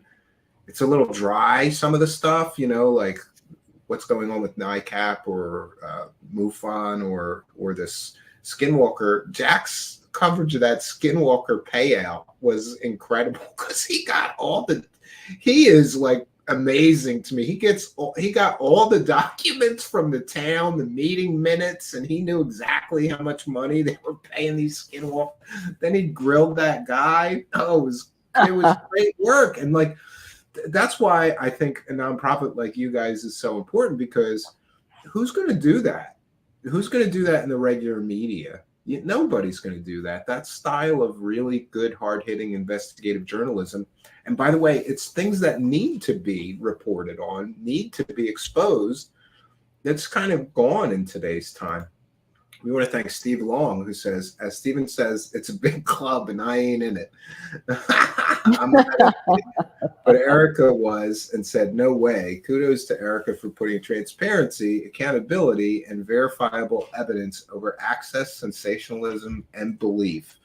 Thanks, Steve. Yeah, and thanks for the support, Steve. Longtime show supporter. And another one of my favorite guests. We should have had him here, too. Yeah, I don't know about you, but don't you think that really good guests, when they're brand new to your show, are difficult to book and find and get? Yes. Something going. It's so tough. So I'm going to be lazy. I'm just going to bring back all the guests that I liked. And I've done that too. And I want to just go back because I'm seeing John Spadovicia. I'm sorry, John, about the pronunciation of the last name, but he's Spadovicia. Yeah, I've been struggling with that one myself for a while. Good. That's good. Spadovicia, yes. So yeah, FOIA requests are generally free unless there's a substantial amount of records that are responsive. And yes, they are free to a point, but then they aren't when you're doing the amount of requesting that we are, and going back and forth and things. And so there does come a point. Yeah, and then Jack is a stickler. He wants every scrap of everything. He wants every piece of paper, he gets it all. I know he's probably correct. Sometimes they'll just give it to you and they won't charge you if it's 4-page document or something. But I once requested something and they said, well, that's 5,000 pages, and they were going to charge me by the page to do the copying and the collating or what, it should be free. It's government information. It belongs to all of us, right? You would think, but it's the same with grammar requests. And so it's, it depends on who's behind the desk, how short staffed they are. I mean, there's so many factors that go into it. It's not just a blanket thing. And so, John, I appreciate your comment, and sometimes they are free, but I know that when I've done records requests with the FAA, they've cost, a couple $100. So that's not a blanket statement, and there are more nuances to that. Thank you. UFO John Doe says, and we would have gotten away with it if it wasn't for those pesky kids, Erica and Jack. That's it. UFO John Doe. Yeah, actually, it's so weird. That's a weird synchronicity, because the year's going to end, and I went, I got to do this, or this figuring out this donation before the end of the year, but I may cut it up because it was more than I thought when I added it all up. I was surprised. But, 3 years of like a couple of shows a month on one topic, you're going to generate a little bit of revenue, I guess, for that. And I erred on the side of being very generous. So I don't want anybody to be able to say that I shorted it or I didn't pay enough, or, I don't like attack vectors, and I'm big on removing them. So I thought that's a great way to get rid of this problem. Like, okay, now what kind of shit you're going to talk? Like, I didn't make a dime. You did, but I didn't. So it's petty nonsense, really. So with the FOIA requests, like, and by the way, I want to thank Jack Brewer, because he once helped me with the situation that I was dealing with a local municipality. And that situation is still stonewalled. They won't give me anything. It's an old murder investigation. And, but Jack's advice did give me enough that I pressured the local municipality so much that the local district attorney called me and he begged me to stop it. He's like, They're never going to give you anything. They'll go to court. Like, you're just, I don't have the staff for this. He like begged me to stop filing the request because it's called right to know when it's a local municipality. So I just kept firing them off. I would word them different, same request, different wording. Respond to this one then. Respond to this one then, just because they kind of pissed me off because they wouldn't give me anything, nothing. They're just open murder investigation. It's a 30-year-old murder investigation. Like, you're not solving it. If you're going to solve it, you would have solved it already, But he gave me some good advice, and one of them being always file the appeal, even if you don't think you're going to win, just to aggravate them, I guess. I don't know. And then they know when they see a request from you that you're serious. You're not playing. You're going to keep going. My only last step left is to go to court, and I'm considering doing that because I want the judge to explain to me why they don't have to give me anything. And also it's accountability. Like, the local officials should answer some questions and they won't. And that's not right. Right. It isn't. And I know from I've done, many grammar requests here locally over the years. And it is very interesting to see the games that are played, unfortunately, especially when there are issues that need to be hidden from the public. Perhaps, I'm not going to go into that too much because I'm in the middle of a few things here, but, people will go to great lengths to make sure that information isn't made available to the public. And not always, but I've certainly experienced some of that with regard to my domestic situation here, and then also another issue that we had locally. So it's not, I wish it was a black and white process where the rule, this was the rule, here in Utah or in New York, and these are the ways that things would take place, but that's just simply not the way it works, and that's unfortunate, but you just learn all of these little nuances and just keep plugging away. Yeah, and what's unfortunate is you've been dealing with this domestic sort of violence situation from this ex-husband of yours for like years and years, right? It'll be 3 years in March that all of the court cases, are there, then they're still going on, unfortunately, but this is what happens when you have somebody who understands how to use, they know how to play games and use the legal system to attempt to continue abuse. So, but unfortunately, people don't they can't underestimate the fact that once I dig into something, I'm not going to be intimidated to go away. So yeah, 3 years unresolved. That is very pitiful. There are lots of moving parts, and there are more than one. There are several cases involved. I don't know about your family, but in my family, we figure out a way to resolve that. But that's all I can say about that. Like, we don't. I remember there was one time where somebody was hassling some female member. It was my cousin, and we resolved the situation. Might have ended in a few broken bones, but that guy never bothered her again. Like, I know you can't do that, but you feel like and I'm protective of people I care about. It just sucks that the government is so inept at taking care of situations where clearly this person has stepped over the line. Clearly this person has gone too far and may continue to go too far. That's a dangerous situation, right? It is. Every red flag is there. Every red flag has been thrown in everyone's face, which I think is unfortunate. But in my particular circumstance, because this person is a member of the National Guard, and because this person, they are protecting. There's a lot of stuff going on with the Utah National Guard, and it is making the news, national news, at what the higher levels have done to protect some sexual abuse, rape, and all sorts of things, including this person who I'm talking about, his case, which involves a felony weapons violation for a restricted person using firearms on the military base. And so it's a big issue, and I've seen firsthand the need for people to protect the Utah National Guard, or this is what they're protecting their own.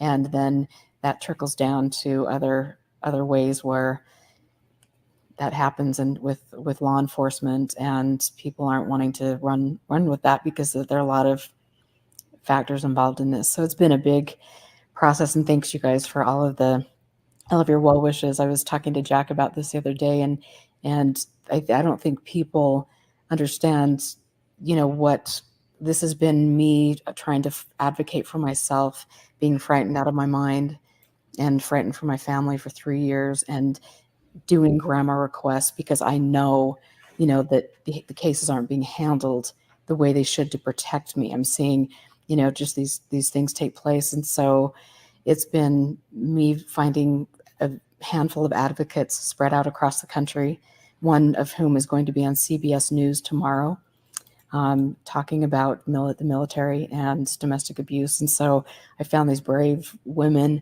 and we've been each other's network backup for things. But this is it's really a sad, unfortunate situation. And I think, unfortunately, in the UFO world, there are people that are abusing authority. They are potentially, like we've seen with the case of David Jacobs, sexually abusing people and manipulating people. I think this goes on a lot, and that we need to be aware. Did he ever do any jail time for that, or no? He's just hypnotizing. For those unaware, David Jacobs, we did a story on it, and I called it PhD Pantygate, because David Jacobs is a PhD, former Temple professor. He's basically hypnotizing women that had some sort of alien experience and telling them to send their panties to him, but don't tell anybody. It was really gross. It's really gross. There's tapes of him doing this. And the tapes are bad. Very disturbing, and should raise. I mean, and I will say that Jack and Jeremy Vaney and they've done such great work over the years. And Jack has been wonderful to reach out to Emma and coordinate the. She's gifted us her archive, and so that is, we're putting that out there, and that's a really powerful thing for people to hear the audios, for people to read different things about what took place, and what, there's still, to this day, there's still people in the UFO hierarchy and some of the good old boys clubs that are friends with this person. And, I've got to just shine a spotlight on the good old boys in the UFO world, because they're promoting this kind of behavior. And still to this day, it's like, if you're a woman in this subject, you might as well just forget about it. It's just really, it's interesting. And I will say I've learned a lot in many ways, not only from my domestic abuse situation and the way, things work when people are trying to cover things up, but I also, in the UFO world, have learned a lot about the way women specifically, are treated. And it's that'll come out at some point in time. So. Yeah, it's kind of ridiculous, but some of these guys think they're rock stars and that they can treat women like groupies, or I hear horror stories. We covered a few of them. There was another. I think one of the most, really, one of those cases where somebody's just taking advantage of their, if you want to call it fame, is Emery Smith. Like, he went and told this girl that, the aliens told her that they were going to get married and have children. And he was living he had a wife or a live-in girlfriend, and he just totally lied to this girl. And then he was lying to her, telling her he was on secret missions to Antarctica when he was really just at home with his wife, basically. That's just, I don't know. It seems so foreign and alien to me. I mean, don't get me wrong. I was in a rock band in my 20s, and I probably partied too much, but I didn't have any attachments, and I try to be honest with everybody and not take advantage. These guys think they're rock stars. It's so ridiculous. You're like a UFO guy, This is so stupid. Well, have you ever been to a conference? Yes, but a very small one, that MUFON one that John Ventry ran in California. Oh, it's the only one I ever went to, and I didn't stay for the whole thing. I thought it was ridiculous. I went in and it just looked like an old folks home, and all the speakers were terrible, and I I stopped in for an hour because he, like gave me a pass or something, and it was right in my hometown. It took me 10 minutes to drive there, so I said I'll go. But I really tried, and it was so bad that I just said, "This time I'm going home." I will say that there's some really lovely people that put on, conferences that I have had a great time. Maybe there's good ones, but I don't get to travel much because of my situation with my son. My son's autistic, and he doesn't really listen to everybody. We can't just get a babysitter and me go for the weekend to But if there's local ones, I'm thinking about starting to go to some of the regional ones. So you go to them, isn't it like a? I haven't been for a while, except for the last time I was up in in Vernal for the one of the Skinwalker conferences up there. So yeah, I don't know. I just think like somebody sent me like the Contact in the Desert too. Now I'm sure there's some cheap ones that are like local small ones, but this one is like $1,000 or something. This Contact in the Desert. I'm like, really? To listen to Linda Moulton Howe stories? Really? Like those are the speakers, Linda Moulton Howe, and I don't understand. Like, I think though that I have seen some that I was interested in, like a local one that's like people you haven't heard of 1,000 times before. So and I will say that I've had some really fun experiences at some of them, and I could go to a MUFON conference, and I'm sure people would have some heartburn if I walked in, but at the end of the day, I'd still see people there that would be happy to see me and things, and I but it is interesting to see the UFO glam club, the UFO playboys. Because he would. Oh, that's all I'm going to say. Anyway, yeah. Yeah, and it's so dorky. It's like a Dungeons and Dragons conference or a Star Wars convention or Star Trek convention. It's all dork. So I don't understand everybody thinking that they're entitled to all these women and they can do whatever they want to women. It just doesn't make any sense to me. But okay, yeah. Did you? Are there ones that you would still recommend though?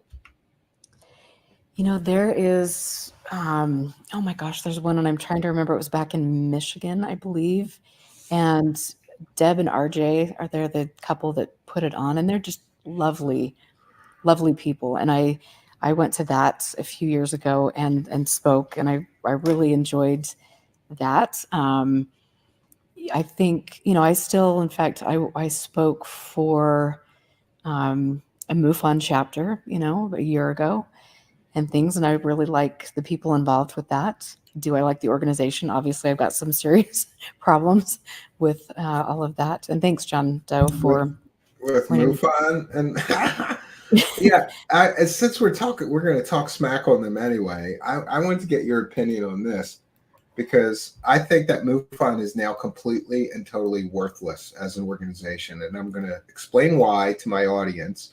For those unaware, I know several people that could care less about MUFON, but they like to use the MUFON database of UFO reports for their own research purposes, which is a very useful tool to have. Hey, this person saw this at this location, at this date, at this time, and here's the report of what they saw or whatever. It was a very useful tool. So I think maybe it was 2 years ago now, MUFON removed that database from their public-facing website and put it behind a paywall. And now, so you'd have to pay to get access to their database of UFO reports, which I don't want to be too critical. Okay, it takes time and resources to generate those reports. They own them. They can do whatever they want. But when you say you're a UFO research organization and then you take all your research and you put it behind a paywall, that's bad, in my opinion. But now it is going a completely and totally step worse, because I don't know if you're aware of this Mick West, MUFON's database. And by the way, Mick West and several other people I know, when they made that change to make people pay, they just said, okay, I'll pay for it. I use it, whatever, I'll pay for it. But now Mick West and several other people have reported this to me. MUFON's database seems to have removed locations, images, and videos, even to MUFON members. It was a useful resource, but now not really. If you really want your UFO case investigated, post it in public like on Metabunk.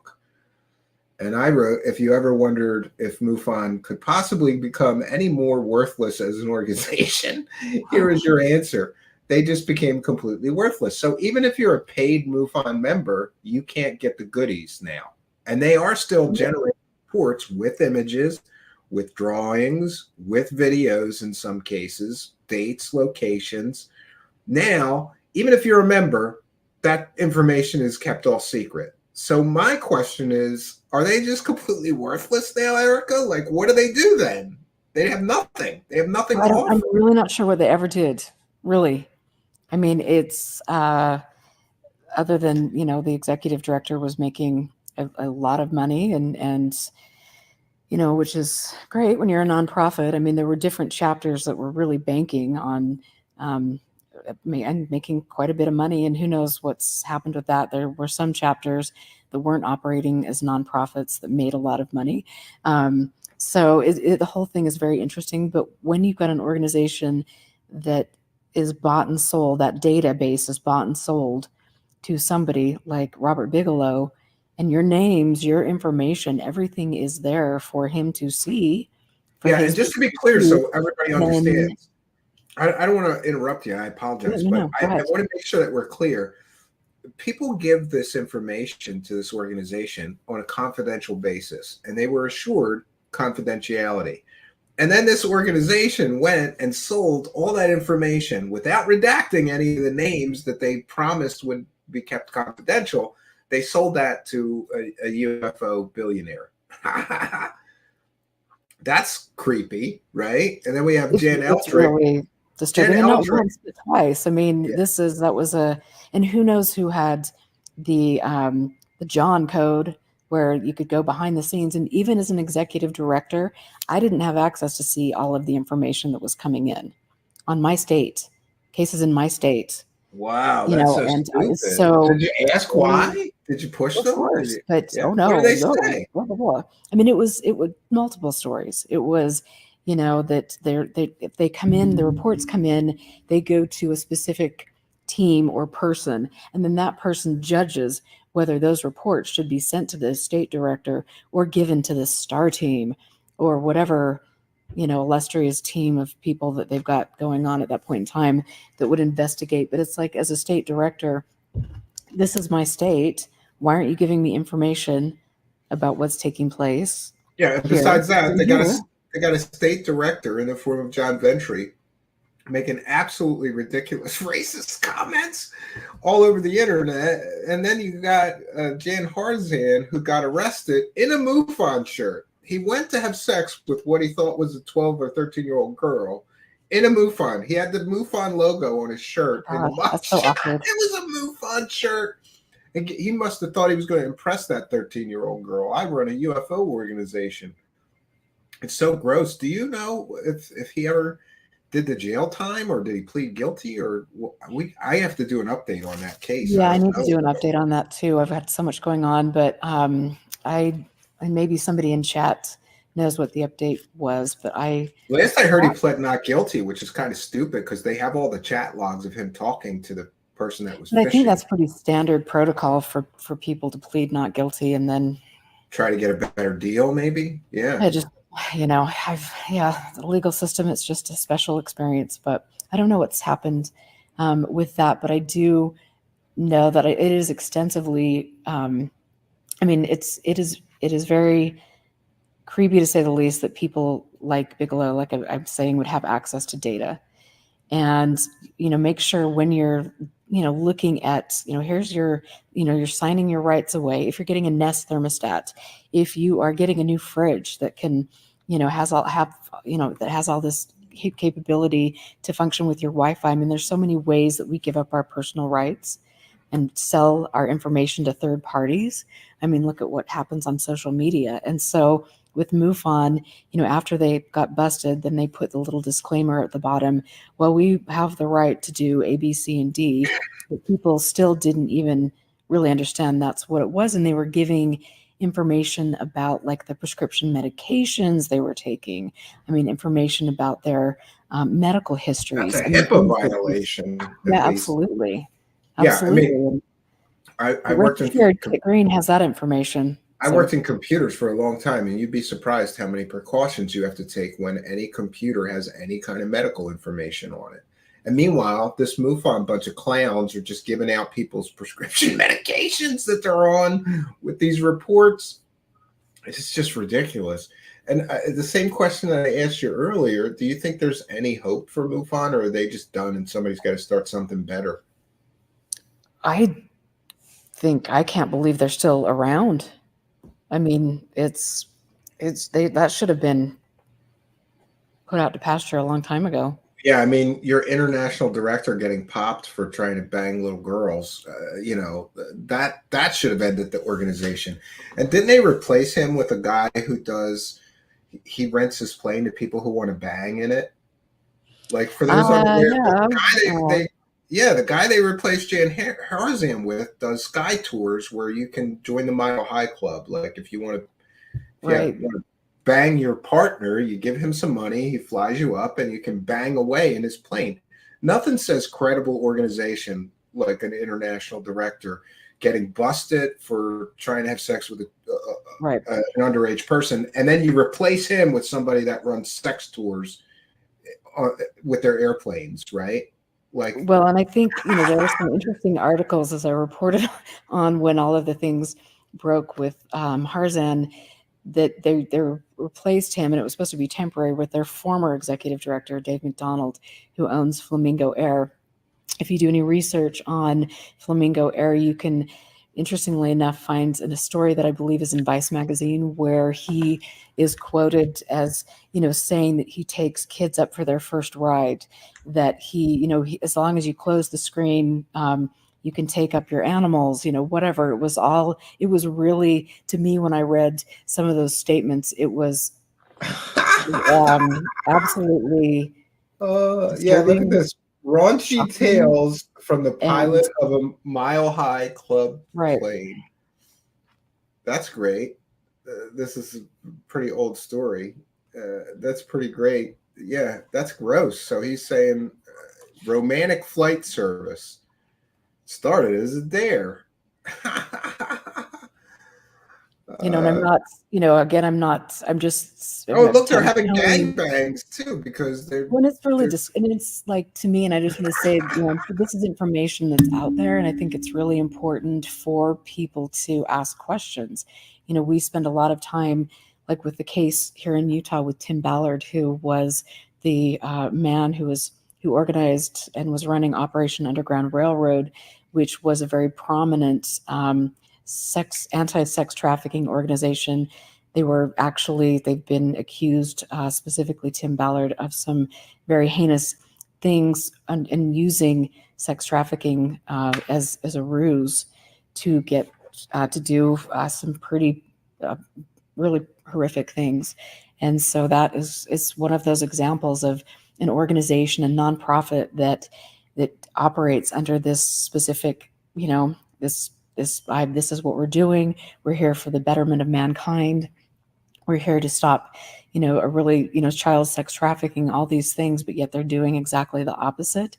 And so we really have to, as members of our communities, of people that actually care about issues, specific social issues, we have to make sure that we're understanding and doing research on the organizations that are presenting themselves as saviors, and people that are offering information. There are a lot of nonprofits, not a lot, but there are a few, I should say, that are operating under some questionable circumstances, and we need to be aware of that. All nonprofits should disclose financials and specific information with transparency to the public. And if they don't, then there's an issue. And if you go to their financial documents and look at what has been paid out to specific peoples or specific groups, that can raise other red flags as well. And people definitely should be doing that, in my opinion. Yeah, and we recently covered MUFON's 990s. For those unaware, if you run a nonprofit, you have to file by law with the IRS something called a 990 form, and that form just says, this is how much money we took in, and this is what we spent it on. And MUFONs was a joke. They're supposed to be a UFO research organization. They spent something like $7,000, and then they spent hundreds of thousands of dollars on marketing. And they only spent a few $1,000s on research. Like, this doesn't make any sense. And you're right about what you said about some of these people. They aren't who they appear to be. Like Ashton Kutcher had an organization to prevent child trafficking and that kind of stuff. And meanwhile, he's writing letters to a judge defending his rapist friend, his convicted rapist friend, by the way, which is, it's absolutely ridiculous that it wouldn't occur to him, like, maybe I can't write this letter for my friend because he's a convicted rapist and I run an organization to try to stop the exploitation of women, you know? It's really, yeah. People need to be aware of what they're supporting. And I know, like, because somebody is a celebrity or somebody talks a good game, like Tim Ballard, you know, here he's so charismatic and he has the church leaders, you know, a leader from the Mormon LDS Church backing him and all of these things. It's very easy to be sucked in, and you think because this authority in the church who's promoting this guy that's on the level, but in all actuality, it's really not. When people like Len Packer and Anna Merlin do digging into this, and Nate Carlisle and some great reporters here in Utah, but it's just another example of how these things can really go the wayside, and these people hopefully will be held accountable. It goes south. Yeah. Well, I wanted to ask you as well, you have you been keeping up with this, with the whole Grush circus and the disclosure any day now? We're getting catastrophic disclosure and disclosure this and just, like, I'm not wrong, because you've been at this as long as I have. Like, this is not new, right? To people that are new, they don't understand that, like, this whole, it's just a big rinse and repeat cycle to me. We had 2001, Stephen Greer, disclosures coming because we're going to do this press conference. Nothing happened. They didn't really have real or verifiable evidence or smoking gun proof of anything. They had a lot of stories. And then again, recently, Stephen Greer he's got whistleblowers. Nobody has any evidence, but they got pretty pictures and stories, you know, drawings. And now we have Grush 6 months in, zero evidence so far. But all these people are swearing that disclosure is coming soon because of X, Y, or Z. Is it just the same old rinse and repeat cycle that we're witnessing? Or do you really think For sure, because it works. Yeah. People keep buying it, you know? I mean, it's like, why stop your shtick when it's been working for 70 years? You know what I'm saying? It's like you've just got a younger generation that's not educated on the subject. And so, here, let's just make up a news story with the same common themes, and we can bring in, you know, some fresh, well, not really fresh faces, but whatever you want to call that. But, you know. Well, they're bringing a new front man. I've talked about this. Like, the front man was Lou Elizondo, or first it was Tom DeLonge, and then he screwed up and was a joke, showing Joe Rogan fake videos of TR3Bs on the biggest podcast in the world. Like, so they pulled him and they put in Elizondo. He's the new front man. And then his story comes crashing down as the fake Pentagon UFO program director that never was. And now we've got Grush as the new front man. But you're right, it's the same. Isn't it the same people behind all of this? The Skinwalker people, the Hal Putoffs, the you know, now Danny Sheehan is saying all kinds of shit. Like, it's the same guy. I saw a little bit of that. There's only so much holy water I can bathe in on a given day. You know, it's like, oh my Lord, here we go. That's it. You're telling a Catholic boy that. That's an image now. I'm sorry. Forgive me. Bathing in the. Yeah, but yeah. I mean, it's just so ridiculous. And you know, I keep watching. Well, every once in a while, I'll watch like the latest interview with Knapp and Kelleher and things, or Sheehan, and you can tell when you're looking at them and they're repeating these stories that they know they're full of it. You can just, I don't think it's in my opinion, it looks like that hasn't worn on them very well. I mean, like they look worn, in my opinion. And I would say if you have somewhat of a heart, even a little Grinch heart, telling lies like that for so many decades and grifting has to take its toll unless you're a complete psychopath. In that case, it's like no big deal. But yeah, and we've seen some people that definitely have narcissistic personality disorder or psychopathic tendencies for sure. Absolutely. And these cult like bloated senses of self-importance like Greer and Corey Good and David Wilcock. David Wilcock's Earth's Greatest Prophet. Did you know that? And now he's talking to angels instead of blue chicken aliens now. Yeah. Little Lord Fauntleroy. Well, he just changed the grift a little bit.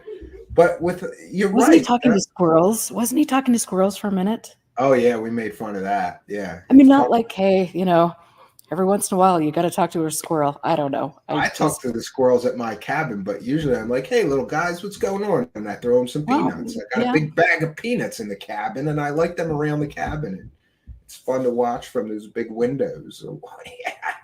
But you know what I like more than the squirrels is the raccoons, because they got little hands. I give them Doritos.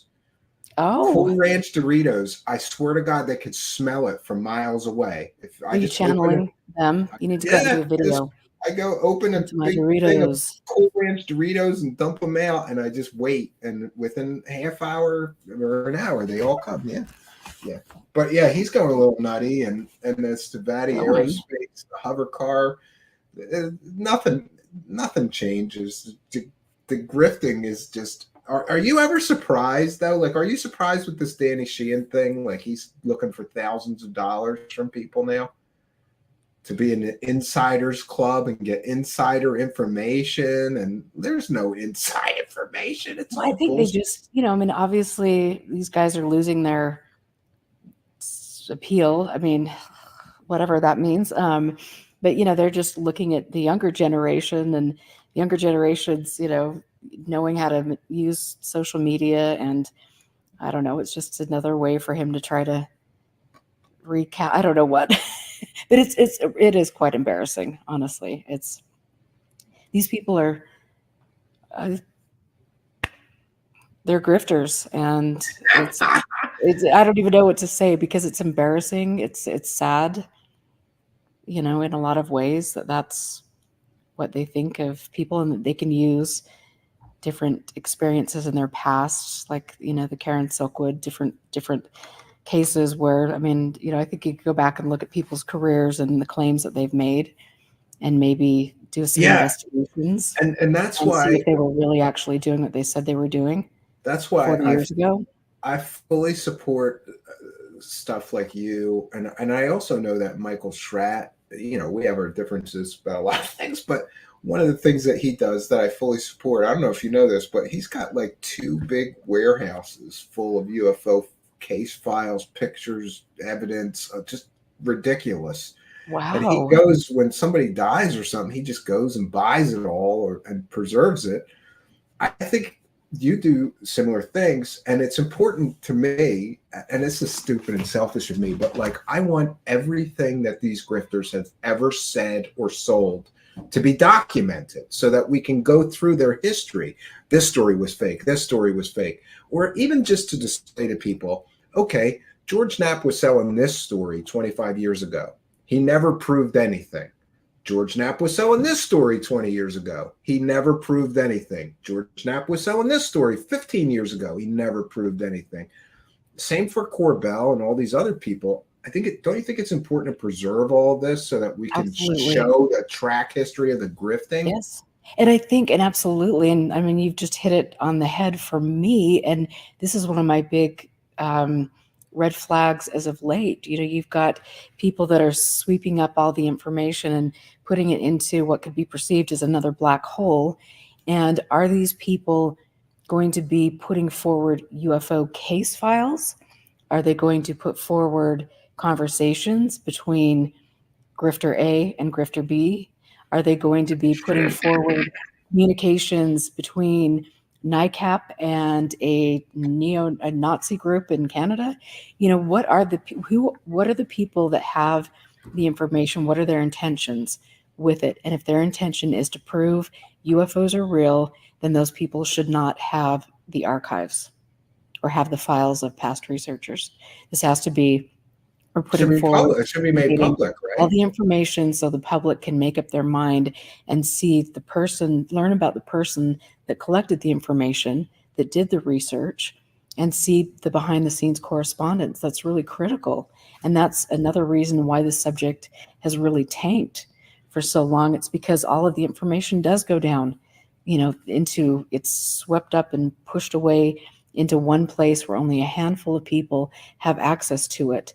And that's a disservice to the entire subject. And Yeah, so much for disclosure. Get Right. behind my paywall if you want to see that. Like, come on, it really bothers me that people don't see, that people don't see through the grifting as transparently as others of us do. Like, you don't see that this person who claims to care about transparency and disclosure is putting things behind paywalls constantly. Like, that doesn't make any sense to me. Like, do you not understand the problem here? Like, buy my crap to get this, and that what gets me is the special events, like Greer's special event. Oh, we've got six whistleblowers. They got a plumber from Long Island who claims he saw weapons in Antarctica.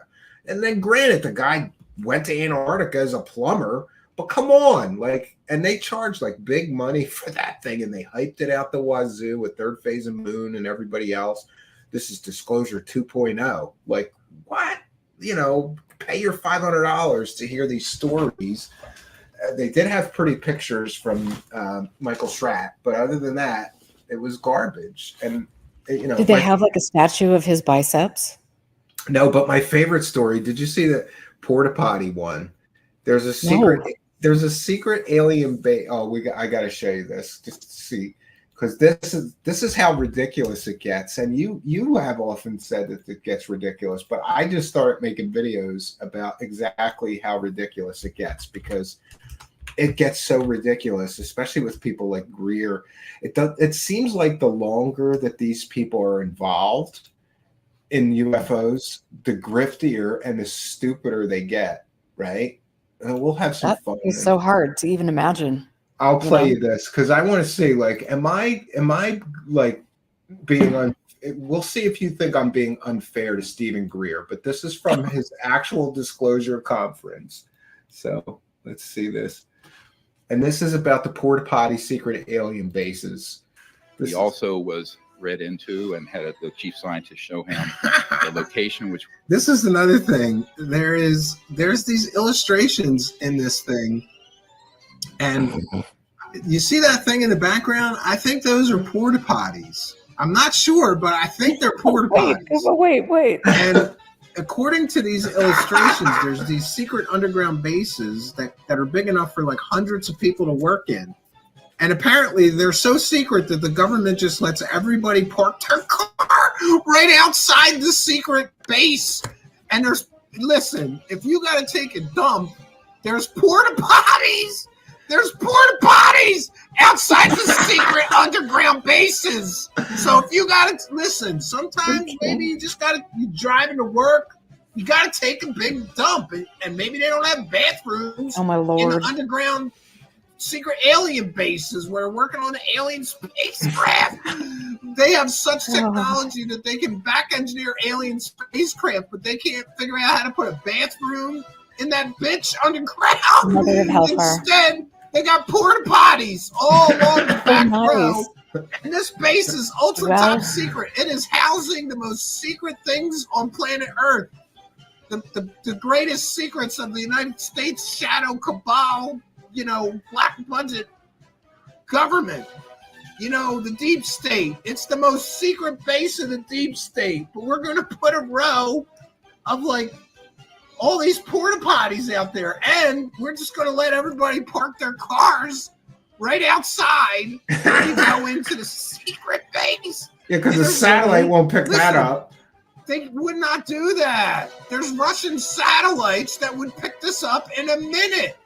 In a minute. There's Chinese satellites that would pick this up in a minute. You don't put an underground base somewhere and then just let hundreds of people come to work and park right outside in a row and then put porta potties in case people have to take a shit. Wow, that's oh my God, this is so stupid. What am I like, did doing he here? like We now start have saying no? a military This is base serious that stuff. is in the Dugway sector, so-called Avery sector. I added this, of course. All right, and Lord. that's another thing. He said it's in the Dugway Proving Grounds, so we can look on satellite maps. And as ridiculous as it sounds, I went looking for big rows of cars and porta potties out by the Dugway Proving Grounds, and I couldn't find anything. I couldn't find shit. So is this fake? Well, this is another anonymous source. And if you look at the logic and the ridiculousness of this whole thing, I think you might agree that this is probably a tall tale.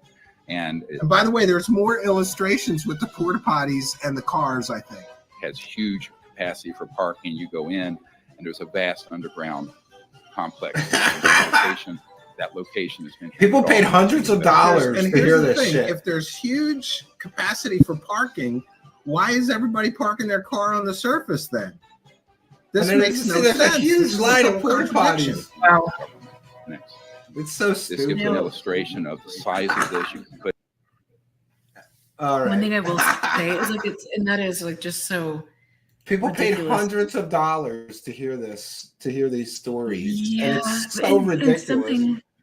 something I will say though that I think to me is you know, I think at what point in time are these people, I don't know, a risk to our national security? Like and obviously they haven't nabbed him yet, but I mean, you've got people like, you know, and again, I don't know. I mean, I'm just thinking out loud here because the Dugway thing, I mean, that's obviously a very highly sensitive area, which we could, and I'm sure at some point in time, maybe Jack and I will do some work on Dugway, but it's just this constant, you know, Area 51, it's hiding in plain sight at Dugway. It's, I mean, all of these different things. And then you've got Corbell out there with his little, you know, triangle videos and things. Flares. Yeah. Yeah. I mean, it's just missiles. It's so ridiculous. The last one was an axial drone. The last picture he put out was really ridiculous. It was clearly an axial drone, which is like a helicopter drone. That's what it was. He could say anything he wants. And then, you know, he's putting out stuff where he knows it's not a UFO. He knows it's a flare. He knows it's a drone, but he doesn't care because as long as he puts it out as a UFO, huge views, tons of monetized views, I guess, you know, it's kind of ridiculous, but people, they still have a huge following though, for whatever reason, you know. It makes me wonder about the intelligence level of their followers. Like, I think they're going for the lower IQ people. They have to be, because anybody with a brain would think through this, just like this porta potty thing. Just logically, this makes no sense. This is a secret underground base, and there's a huge row. I think I counted them up. There was 34 of them. You're going to put 34 porta potties in a row outside of a top secret government base? Well, why can't they shit downstairs in the base? Well, I mean, I'm sure that it's maybe they're doing construction at the bay. I mean, it's just ridiculous. You're giving them ideas now. Now they got an out. You gave them an out. Yeah. Yeah. I don't know. The whole thing just makes you wonder, what people are thinking and why people don't have that level of, you know, the ability to discern fact from fiction. And hopefully there will be a mass awakening of people becoming intelligent. Yeah, great. I think we're going to get disclosure before we get that, catastrophic or not, right? Right. So what are you and Jack working on going forward? What do you got going on? Oh boy, we got some good stuff. We're still working on specific things taking place in Utah, which I have a feeling are going to be even more shocking than the last little bit that we did. I love looking into this. We're still, and Jack just did on November 21st, he did a blog on NICAP. And and Betty Hill, there's a Betty Hill letter that I had in our archives. We did a blog post on. I know I've got things coming up in conjunction with Jack. We're trying to get some grant funding for really exciting things that have very little to do with the UFOs, but more about environment and preserving people's oral histories. And so we're working on good things, and I'm very happy to have him as a partner. Oh yeah, that's interesting. Betty Hill letter. There you go, Sean Reyes. Gotta love. Everybody should read that. Selective interesting. on consumer protection. And this is why we need people like you to preserve some of this stuff, so that that information is not lost to history. I'm talking about the Betty Hill letter, and this one is right. Utah Attorney General Reyes, selective on consumer protection. And that's fun. You know, you can go and click on that little link and see, you know, some of the photos. Oh, that's interesting. 75. Yeah, this is the thing that I talked about. $75. You go up though a little bit because go down. Sorry, go down. Go down. Okay. So there's the little screenshot of the Attorney General at the FanX conference. That's a lot of people to be exposing to a paranormal pathogen, though, I would think, right? Well, we're on it. They don't think that's a problem as long as they get those big fat paychecks, right? Right. So yeah, we've got a ton of stuff that they're coming in with regard to FOIA, the FOIA requests, and Ramtha, and different cults in the UFO world. So it'll be a fun year. 2024 is going to be a great. Wow, year. look at this. 31 felony charges were leveled against the director of Exitus, a Utah nonprofit organization dedicated to the cause of combating human trafficking groups. So they got 31 felony charges against them. Wow. And that's the small story compared to the Ballard story. So this is just another example of a nonprofit using trafficking as a front. Wow, that is very interesting. Yeah, and the blog is a good information source. I haven't caught up in a while. I'm going to do that after we're finished tonight. Sheriff's Office releases records on the Ramtha compound. For those that don't know, Ramtha is that alien channeler.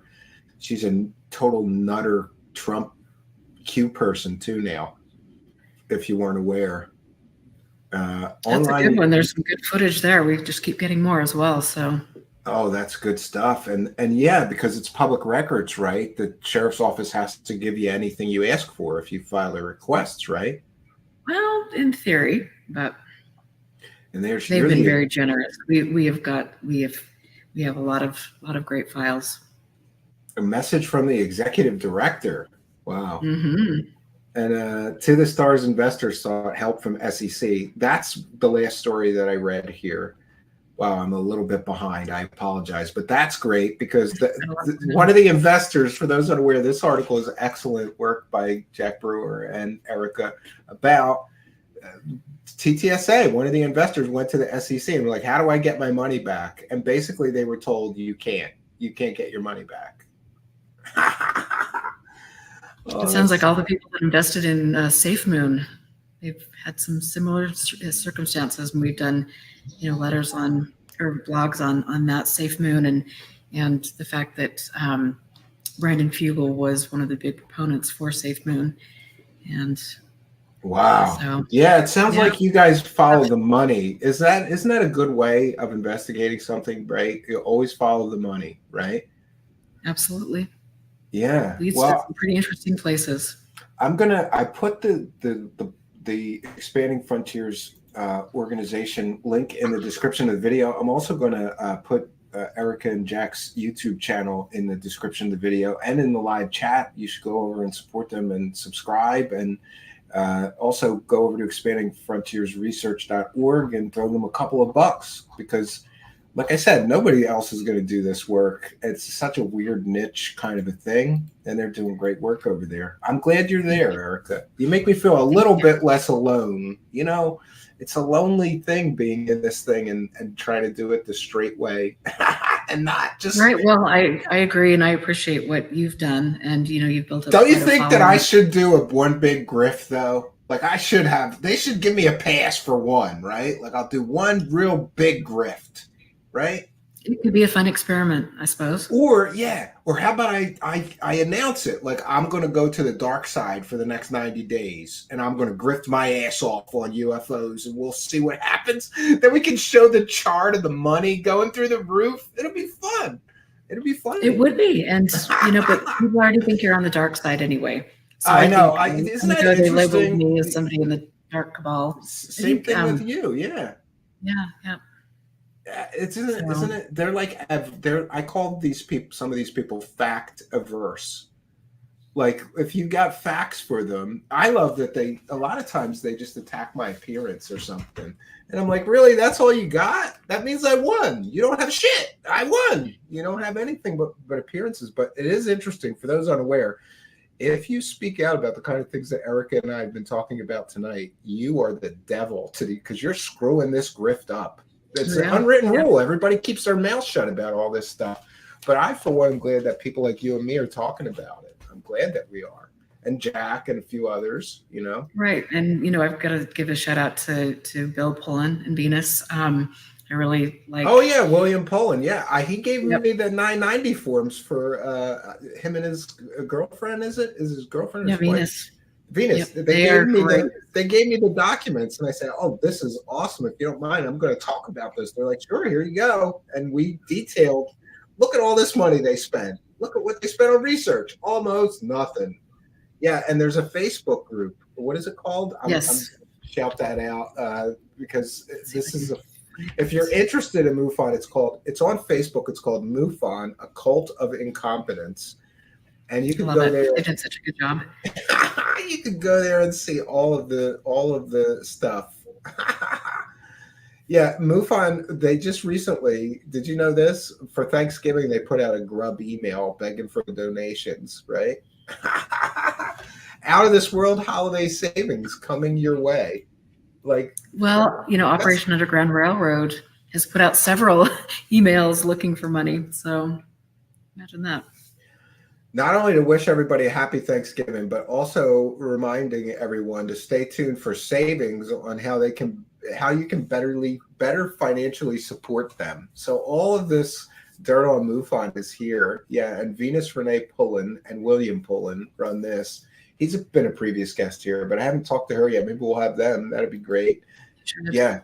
It's good to see this stuff exposed, though. It's like getting it out in the public. Thank you, Al Warrior. We appreciate you. Thanks for appreciating us. Well, I'm glad that we can come and catch up, and I hope that you won't. I hope that you won't be a stranger, right? I won't. I'm coming out of my shell. So. And best of luck to you and Jack. And I am going to message you right after I'm done the broadcast tonight. Figure out how I'm going to give you the Corey Good money. You guys are going to get all my ill-gotten Corey Good gains, right? It's not that much money. And, I would feel so much better giving it to you. I was going to give it to an animal charity, but I couldn't find one, and some of them aren't really registered. Some in my area, they're like mom and pop, self-run ones. They're not really registered nonprofits or or whatever. So, but you guys are perfect choice if you ask me, and I'd be happy to help you with some resources for the coming year. A little bit of help anyway. You're very kind. You're very kind. I appreciate that, and it's been wonderful talking to you, and I really appreciate what you do to try to shine a light on some of the things in this topic. I think that's important, and don't feel alone, because there are those of us out here, and like I said, we're forming a group of people that want the best for the subject and for people involved. So thank you. All right. Well, thank you very much. I appreciate you being here, and I hope you'll come back soon. Absolutely. Thanks for all your great chats tonight. You guys have been wonderful. So okay. Yeah, Erica Luxley. Thank you, Erica. You have a good evening. All right, friends. Wow, what a great guest. She's one of my favorite guests, probably because we're into a lot of some of the same stuff and aware of some of the same happenings that are going on. We're just going to do a quick wrap up here and call this a quick one.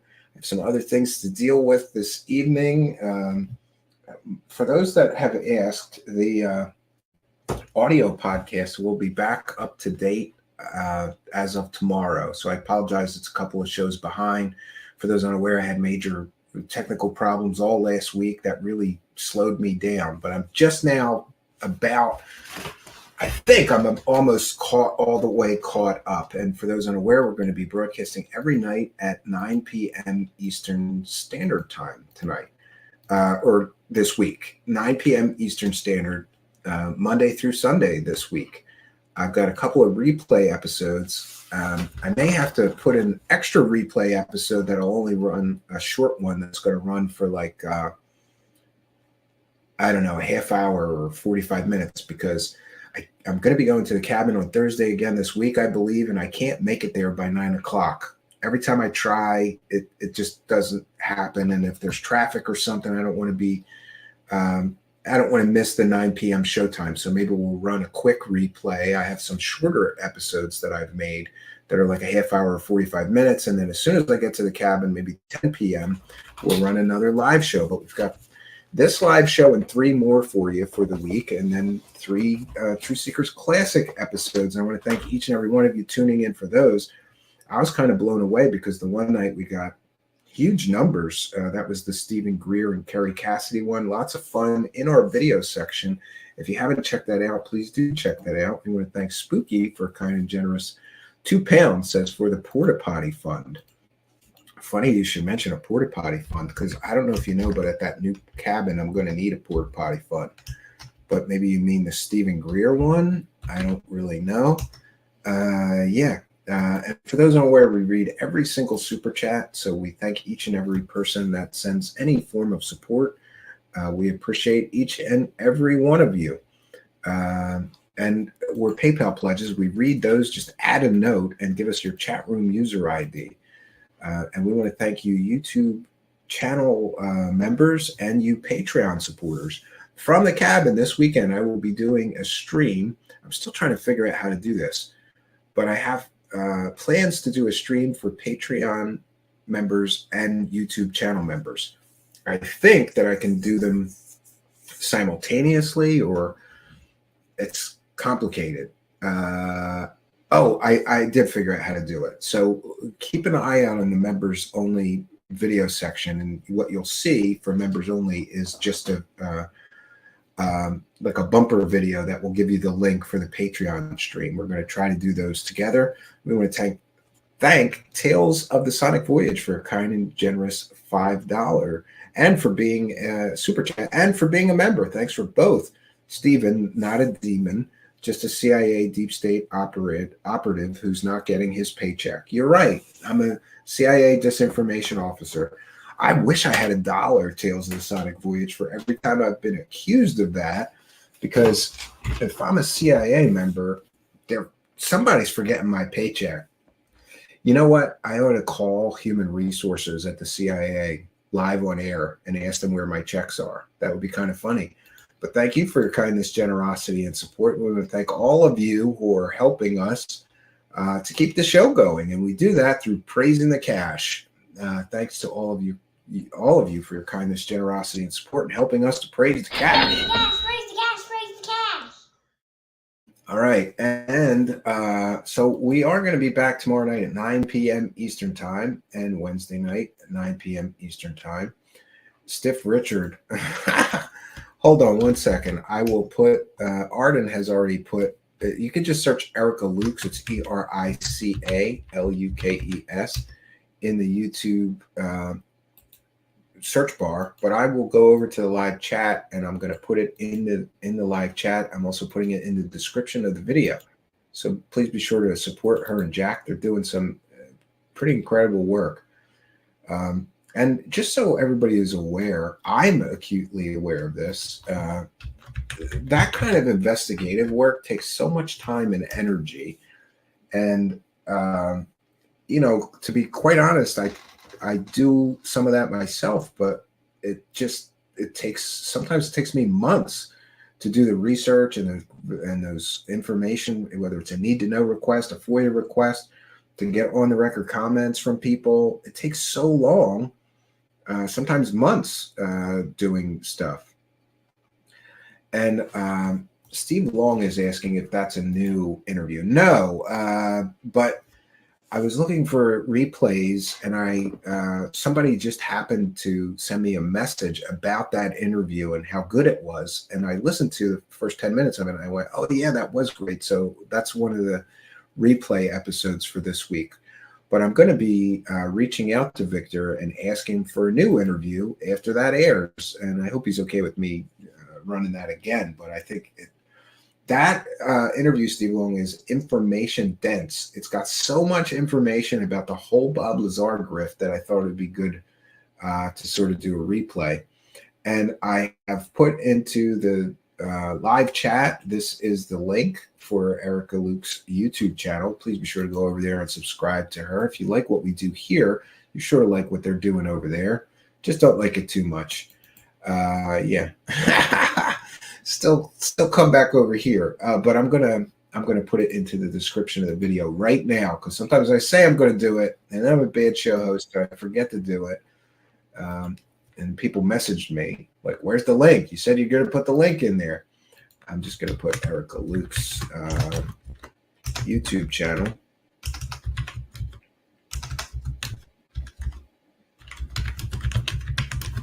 All right, so that is we are good.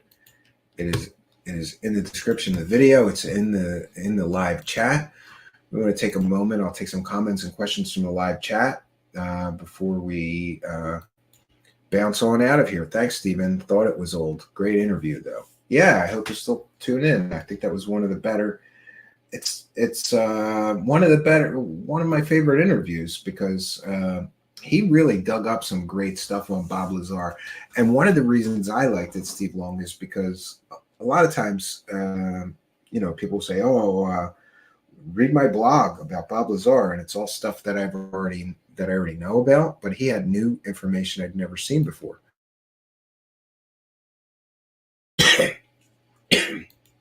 Chris Brings a Sword says, in 1977, I saw a UFO that was silent over Garden Grove, California. It was high definition, like a Ferris wheel sideways with spokes and light up with yellow and green and white. And I watched it in silence. Well, that's a weird thing. Garden Grove, California, near any military bases or? Yes. Stormcrow says, I'm sure Linda Moulton Howe will lend Steve her shovel. I don't think she'd lend me it. No. Stiff Richard says, dig an about house. You mean an outhouse? I'm going to try to avoid an outhouse at the new cabin. We might have a composting toilet, though. Those are a lot less stinky and gross. Trust me. Steve Long says, yeah, I highly recommend people tune in for Victor's interview, even if they've seen it. Tons of information. Yes, that's one of those very dense information. And is it Stiff Richard, like Richard Doty? I think so. William Runner says, Special Agent Stephen Cambion. Yes, I am. That's right. I'm Special Agent Stephen Cambion, right? Stiff Richard asking for the link. We did pop it in the description of the video. It's in the live chat as well. William Kane says, great show. Yeah. Christ Brings a Sword. Greetings from a far-flung planet, California. I come in peace. I wish you Merry Christmas and a Happy New Year. Now bring forth the figgy pudding. Okay. You can summon UFOs? Great. Show us some. Get a camera. Show us. Just do it every night for the next week and then send me the results. A lot of people have made claims like that to me. I'm sorry, I'm not a real believer in the people that can claim to summon UFOs. I did investigate a guy who, it turns out, was using people who were releasing balloons, and he would claim that he was summoning alien spaceships. It turned out to be balloons, and we're all aware of Stephen Greer. But yeah, Mark Tirana says, afternoon, everyone. Must be, yeah, you're in a whole different time zone. Aren't you in Australia, is it, Mark? I always forget. I apologize. Too many friends from around the world, right? Dig an outhouse on wheels. That's kind of gross. Yeah. Yeah.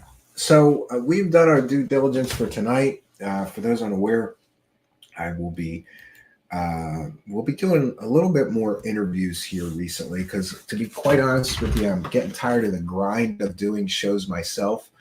And I always enjoy, especially with great guests like Erica Lukes or Victor Caliero or Steve Long is a good guest. Maybe we'll have him come back. I always enjoy these, it's not really an interview. It's more like just a good conversation, but I get to take all of you guys with me and pick the brains of other people that are similarly afflicted with this UFO and paranormal obsession like me. And I really enjoy some of these conversations. Like I really enjoyed tonight's conversation. And some of those, I know you guys like those shows where I'm just like hammering grifters for 2 hours straight, but those are they get to be taxing after a while. Especially try doing that for 3 or 4 times in 1 week. But don't worry, we'll be hammering some grifters this week because boy, did I uncover some great stuff. For those unaware, we've been covering David Wilcock's hovercar scam. That's right, I'm calling it a scam. And there's some new developments in the whole Stavati drama.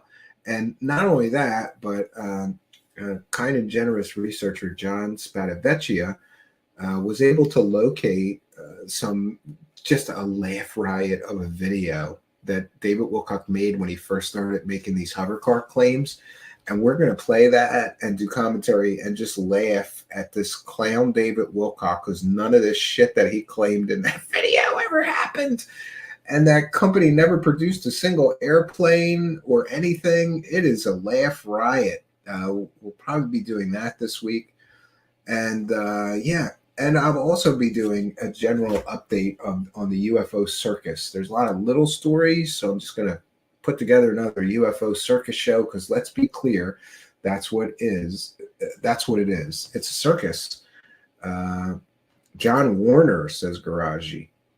Yeah, he's another guest I'd like to have come back. And John's interesting in that I would have thought, to be honest with you, Garaji, that I would be like, John, come on. You're listening to this? This is nonsense. But I still like and respect John because John will he digests everything, including all the secret space nonsense. And it's kind of good because he digests it all, so I don't have to.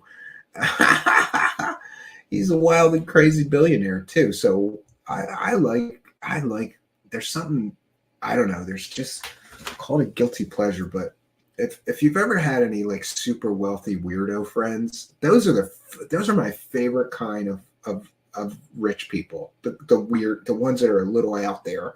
And John's certainly a little out there. I call him the wild man of ufology because he's just wild, man. And then I catch him and he's on like a stream talking about reptilian aliens, and then I catch him and he's on these other streams talking to super soldiers, and he's a wild man of UFOs.